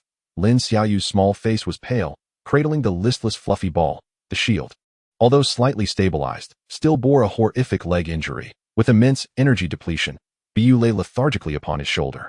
The relentless intensity of battle and flight had pushed both human and beast to their limits. We need to rest, but more importantly, we require a final safeguard. Zhuang Xiaoman's gaze swept over the bulging backpack at Tang Xiaofei's waist, containing the reserved volcanic flint powder for the shield, along with his last 2 venom glands from the lizards, valued at 10 points. This was their final maneuvering chip. The shield needed the flint powder to restore its core energy and stabilize its injuries. Biyu and the fluffy ball also required time to recuperate. Zhuang Xiaoman's voice held a decisive tone. We will rest here for 2 hours. The shield will absorb the flint powder. Xiaoyu will tend to Biyu and the fluffy ball, and Fij will attend to his back injury. He gestured towards a large weathered rock formation at the platform's edge, sheltered from the wind, suggesting they hide behind it to evade potential long-range scrutiny. His gaze shifted downstream to the wetlands. Shrouded in morning mist and increasingly dense with water networks, his expression sharp as a blade. 2 hours later, if our condition allows, we will make our way to the shallow waters downstream. That area, dark and damp, is favored by the venomous lizards, young iron-lined crocodiles, and even injured spore-clawed scorpions. Our targets will be the isolated and wounded. We shall seize the last few soft targets, acquire the venom glands or tail hooks, and return immediately for submission. He paused, his voice resolute. We will remain here, awaiting the forced teleportation. Maintain our rank. Understood. Tang Xiaofei nodded emphatically, a glint of determination flashing in his eyes. Though fatigued, the spirit for a final surge had been ignited. Lin Xiaoyu tightened her embrace around Biyu and the fluffy ball, her small face resolute. The massive shield emitted a low rumble, its molten gold eyes locking onto the rocky crevice. The team swiftly repositioned behind the enormous weathered stone, curling up in the relatively dry shadows.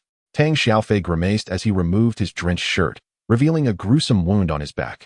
The edges of the scab having cracked slightly during the recent vigorous activity, seeping blood. He retrieved his water pouch and the last of the azure moss, rinsing the wound with the cold stream water, then applying the cool, slippery moss to temporarily suppress the searing pain. Lin Xiaoyu gently placed Biyu on a dry moss pad, then took out the collected clean dew, carefully feeding it to the fluffy ball. The small creature delicately licked and nibbled, emitting faint purring sounds as it gradually regained its strength. Meanwhile, Tang Xiaofei carefully unfurled the precious volcanic flint powder. meticulously placing it beside the slightly parted mandibles of the enormous shield. The molten golden eyes of the giant shield blinked slowly, savoring each moment as it drew the dark red powder deep into its exoskeleton.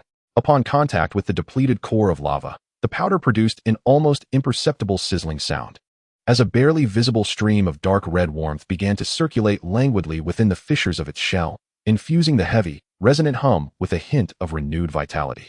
The cracks upon the exoskeleton and the reinforced adhesive threads on its injured leg appeared to stabilize slightly under the gentle caress of the meager lava energy.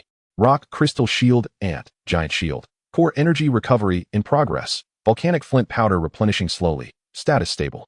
Jade butterfly deeply fatigued. Energy recovery exceedingly slow. Fluffy ball moderately fatigued. Energy recovery ongoing.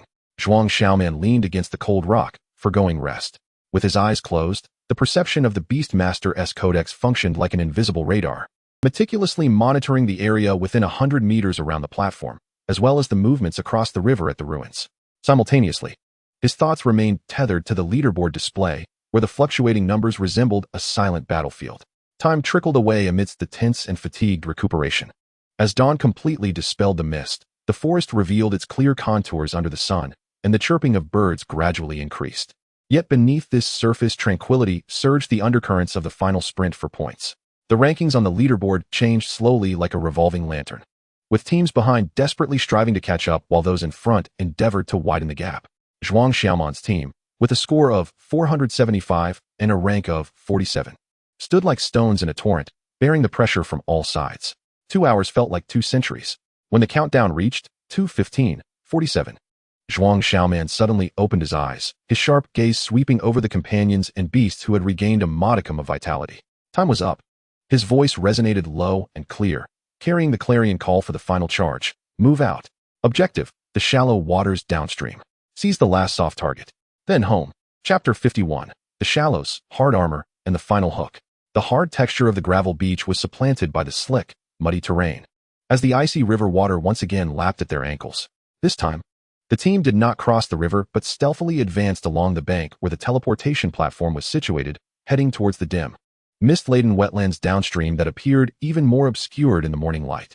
Each step sank into the thick, slippery layer of humus or the waterlogged meadows, emitting a soft yet disquieting squelch.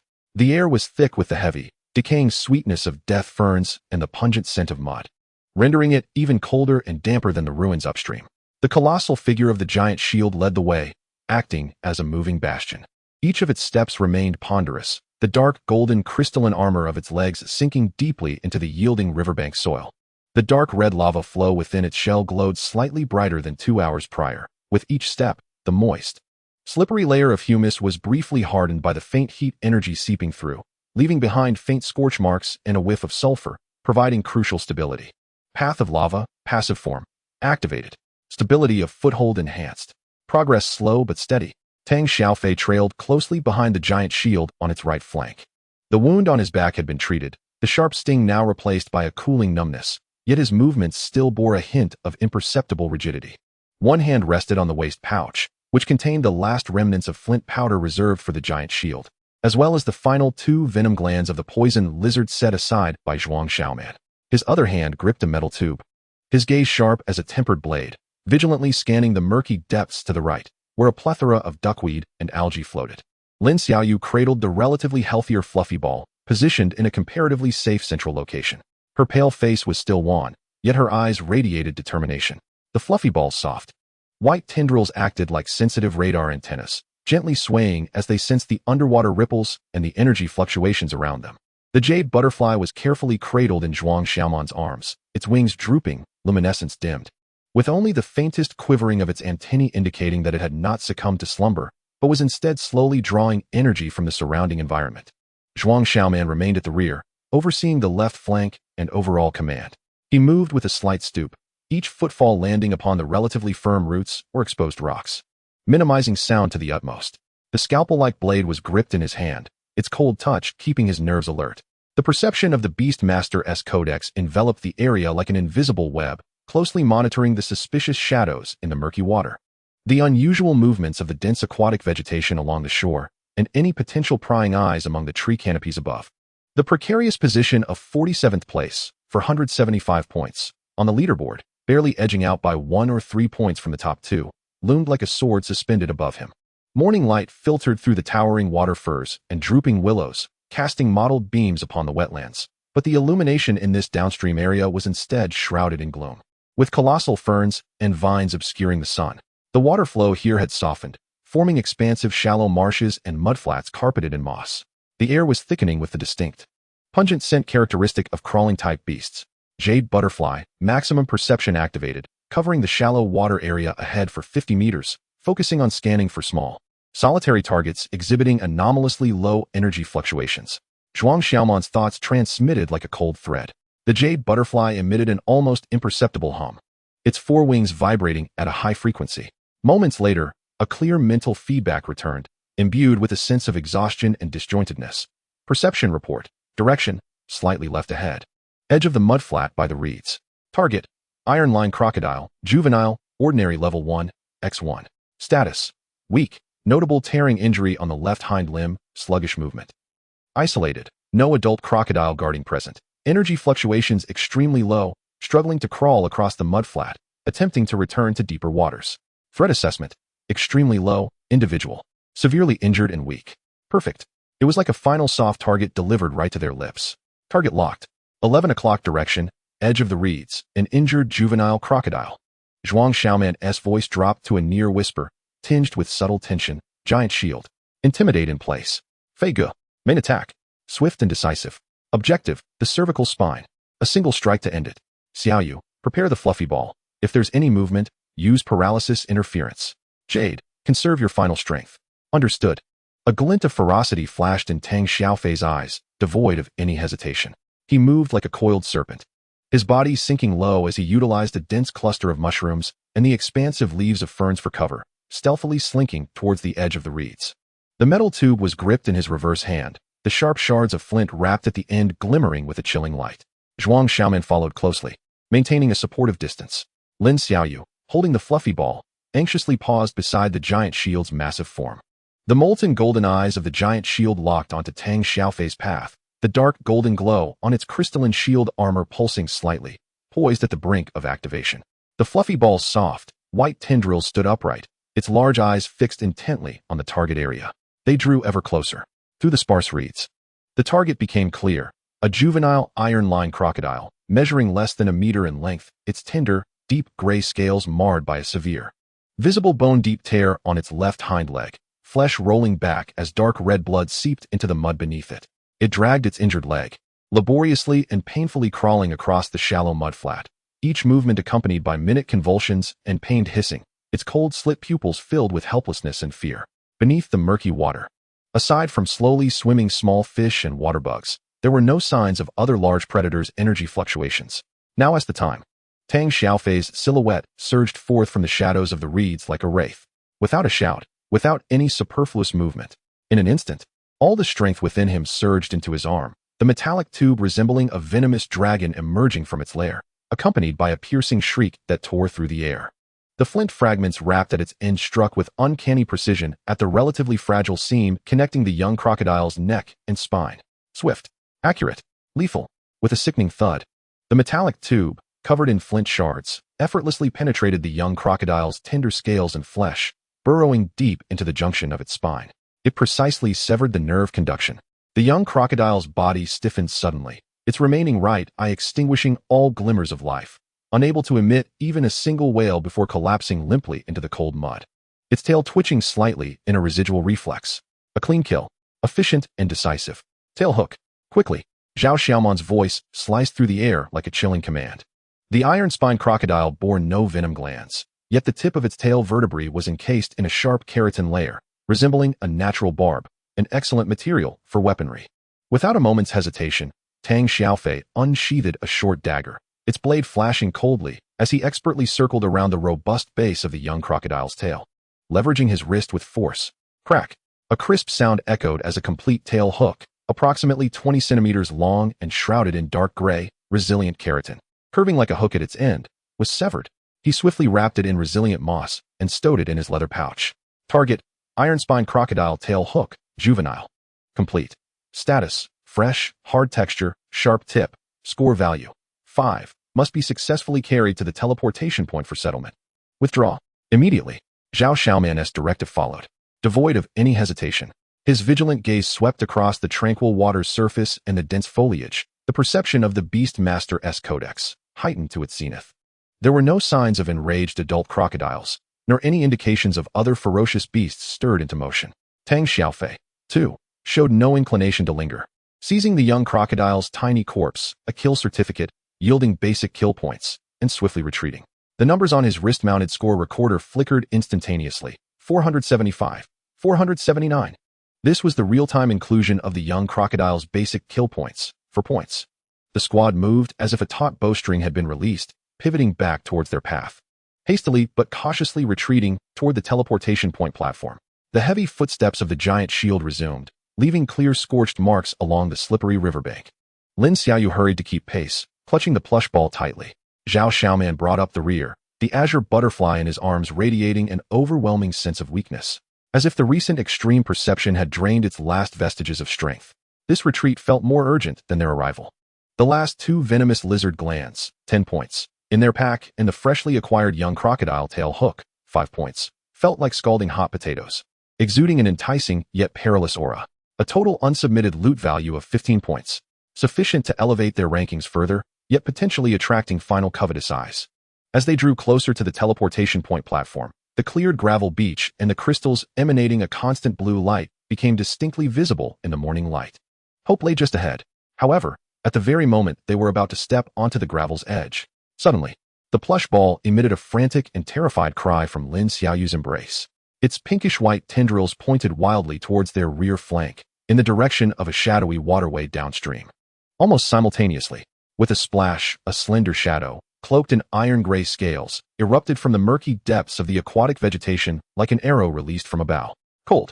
Slit pupils locked onto its target, Zhao Xiaoman, who was lagging behind. Its maw, lined with sharp teeth, opened wide, accompanied by the stench of blood and water vapor, initiating its death spin. The body spun at high speed, akin to a deadly drill, hurtling straight towards Zhao Xiaoman's lower back. Its velocity far surpassed that of the young crocodile. This was an adult, a first-tier ordinary iron-spined crocodile, lurking in ambush. It had evidently been drawn by the faint scent of blood from the dying cub or the act of Tang Xiaofei extracting the venom glands. A surprise attack. A lethal strike from beneath the water. Watch your back. Mangu. Tang Xiaofei's roar and Zhao Xiaoman's alert from the Beastmaster's Codex rang out almost in unison. Zhao Xiaoman reacted the instant the plush ball signaled. He did not attempt to turn and block the incredibly swift, spinning strike, but instead leapt forward in a fish-like dive. Simultaneously, the scalpel in his hand was hurled like a dart toward the churning water behind him, not seeking to harm, only to disrupt. Thud. Clang. The scalpel struck the iron-spined crocodile's rapidly rotating back, producing a resonant clang of metal against scales, ricocheting off the resilient armor, leaving only a white mark. Yet this minor disturbance caused the trajectory of the crocodile's death spin to deviate ever so slightly. Just this minute difference. Bang! The iron-spined crocodile's rapidly spinning body nearly grazed past Zhao Xiaoman's back as he dove. The sharp edge of its tail fin swept across his calf, igniting a searing pain and leaving a trail of blood. It crashed heavily into the mud just half a meter in front of Zhao Xiaoman, splattering a cloud of foul-smelling muck. The immense force disoriented it, halting its spinning motion, instinctively thrashing its tail and emitting a menacing hiss. Seeking death. Tang Xiaofei's eyes blazed with fury, his rage erupting. He disregarded the injury on his back, lunging back like a frenzied tiger. The metallic tube, fueled by all his accumulated wrath and ferocity, swung down like a mountain-splitting axe, striking fiercely at the relatively vulnerable flank of the iron-spined crocodile. Exposed after its spinning came to an end. Boom! The heavy metallic tube slammed into the crocodile's scaled flank with a resounding thud. The sound of cracking bones echoed clearly. The iron-spined crocodile let out a piercing, anguished screech, its massive form being flung aside by the tremendous force, dragging a long trail through the mud. Xiaoyu, plush ball, paralyze it. Don't let it return to the water. Zhao Xiaoman roared, enduring the pain in his calf as he climbed up from the muck. They absolutely could not allow it to escape back into the depths. With a gurgle, the plush ball responded instantly to Lin Xiaoyu's command.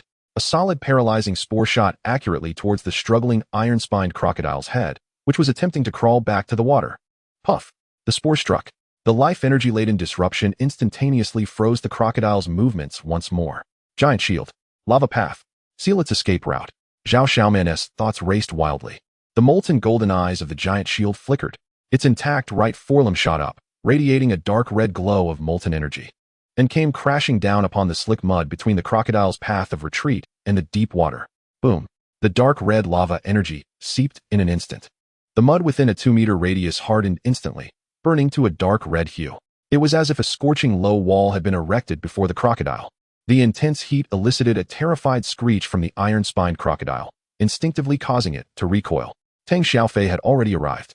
He uttered no words. His gaze filled solely with cold, murderous intent.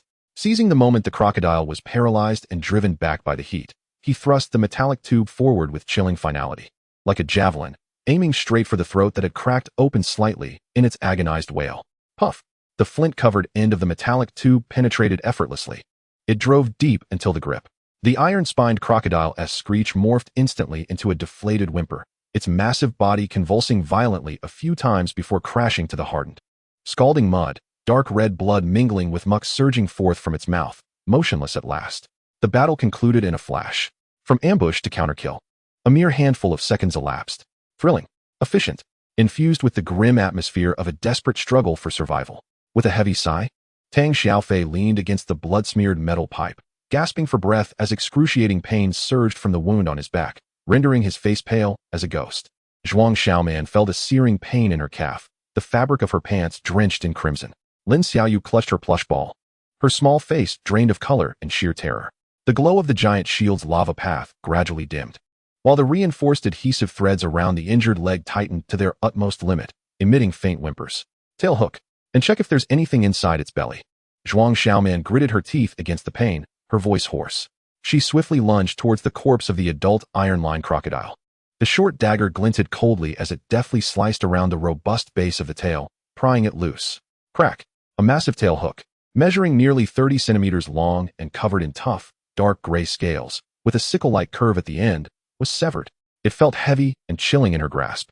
Wrapped in mossy leaves, it was stuffed into her satchel. Target, iron-lined crocodile tail hook, adult, intact. Status, fresh, hard texture, sharp tip. Point value, 8. Adding to the previous juvenile crocodile tail hook, 5 points, and the 2 reserved venom glands from the toxic lizards, 10 points. The unsubmitted spoils in her backpack amounted to a staggering 23 points, coupled with the base points from just slaying 2 iron-lined crocodiles, 4 points for the juvenile, 6 for the adult. The numbers on her wrist's point recorder surged instantaneously, 479, 485. Zhuang Xiaoman's gaze fixated on the leaderboard screen, which was synchronously refreshing. Real-time points leaderboard for Beast Tamer assessment in Jiangnan City. H, 7th deployment point. 45, Zhao Tieju's team, points, 478, 488. 46, Zhuang Xiaoman's team, points, 485. 47, Zhou Min's team, points, 476, 484. 48, Zhang Meng's team, points, 471, 479. 46th place. Points surpassed, leaping to 485 points, temporarily leading Zhang Meng's team by 6 points and Zhou Min's team by 1 point. However, before she could savor this moment of triumph, suddenly, the plush ball emitted a frantic and feeble cry, its pale pink tendrils pointing towards the depths of the nearby riverbank's thicket. A chaotic thought rushed back. People, many people, fighting, steal, run, almost simultaneously. Whoosh, crack, a bolt from an alloy crossbow, entwined with a faint wind attribute energy, screeched past and embedded itself half a meter in front of Zhuang Xiaoman on the hardened ground. The arrow's tail quivered violently. Moments later, indistinct shouts and the clang of weapons clashed from the thicket. A chaotic and hostile aura erupted from the woods, reminiscent of an agitated hornet's nest. There were people, and not just one team. It seemed a fray was underway.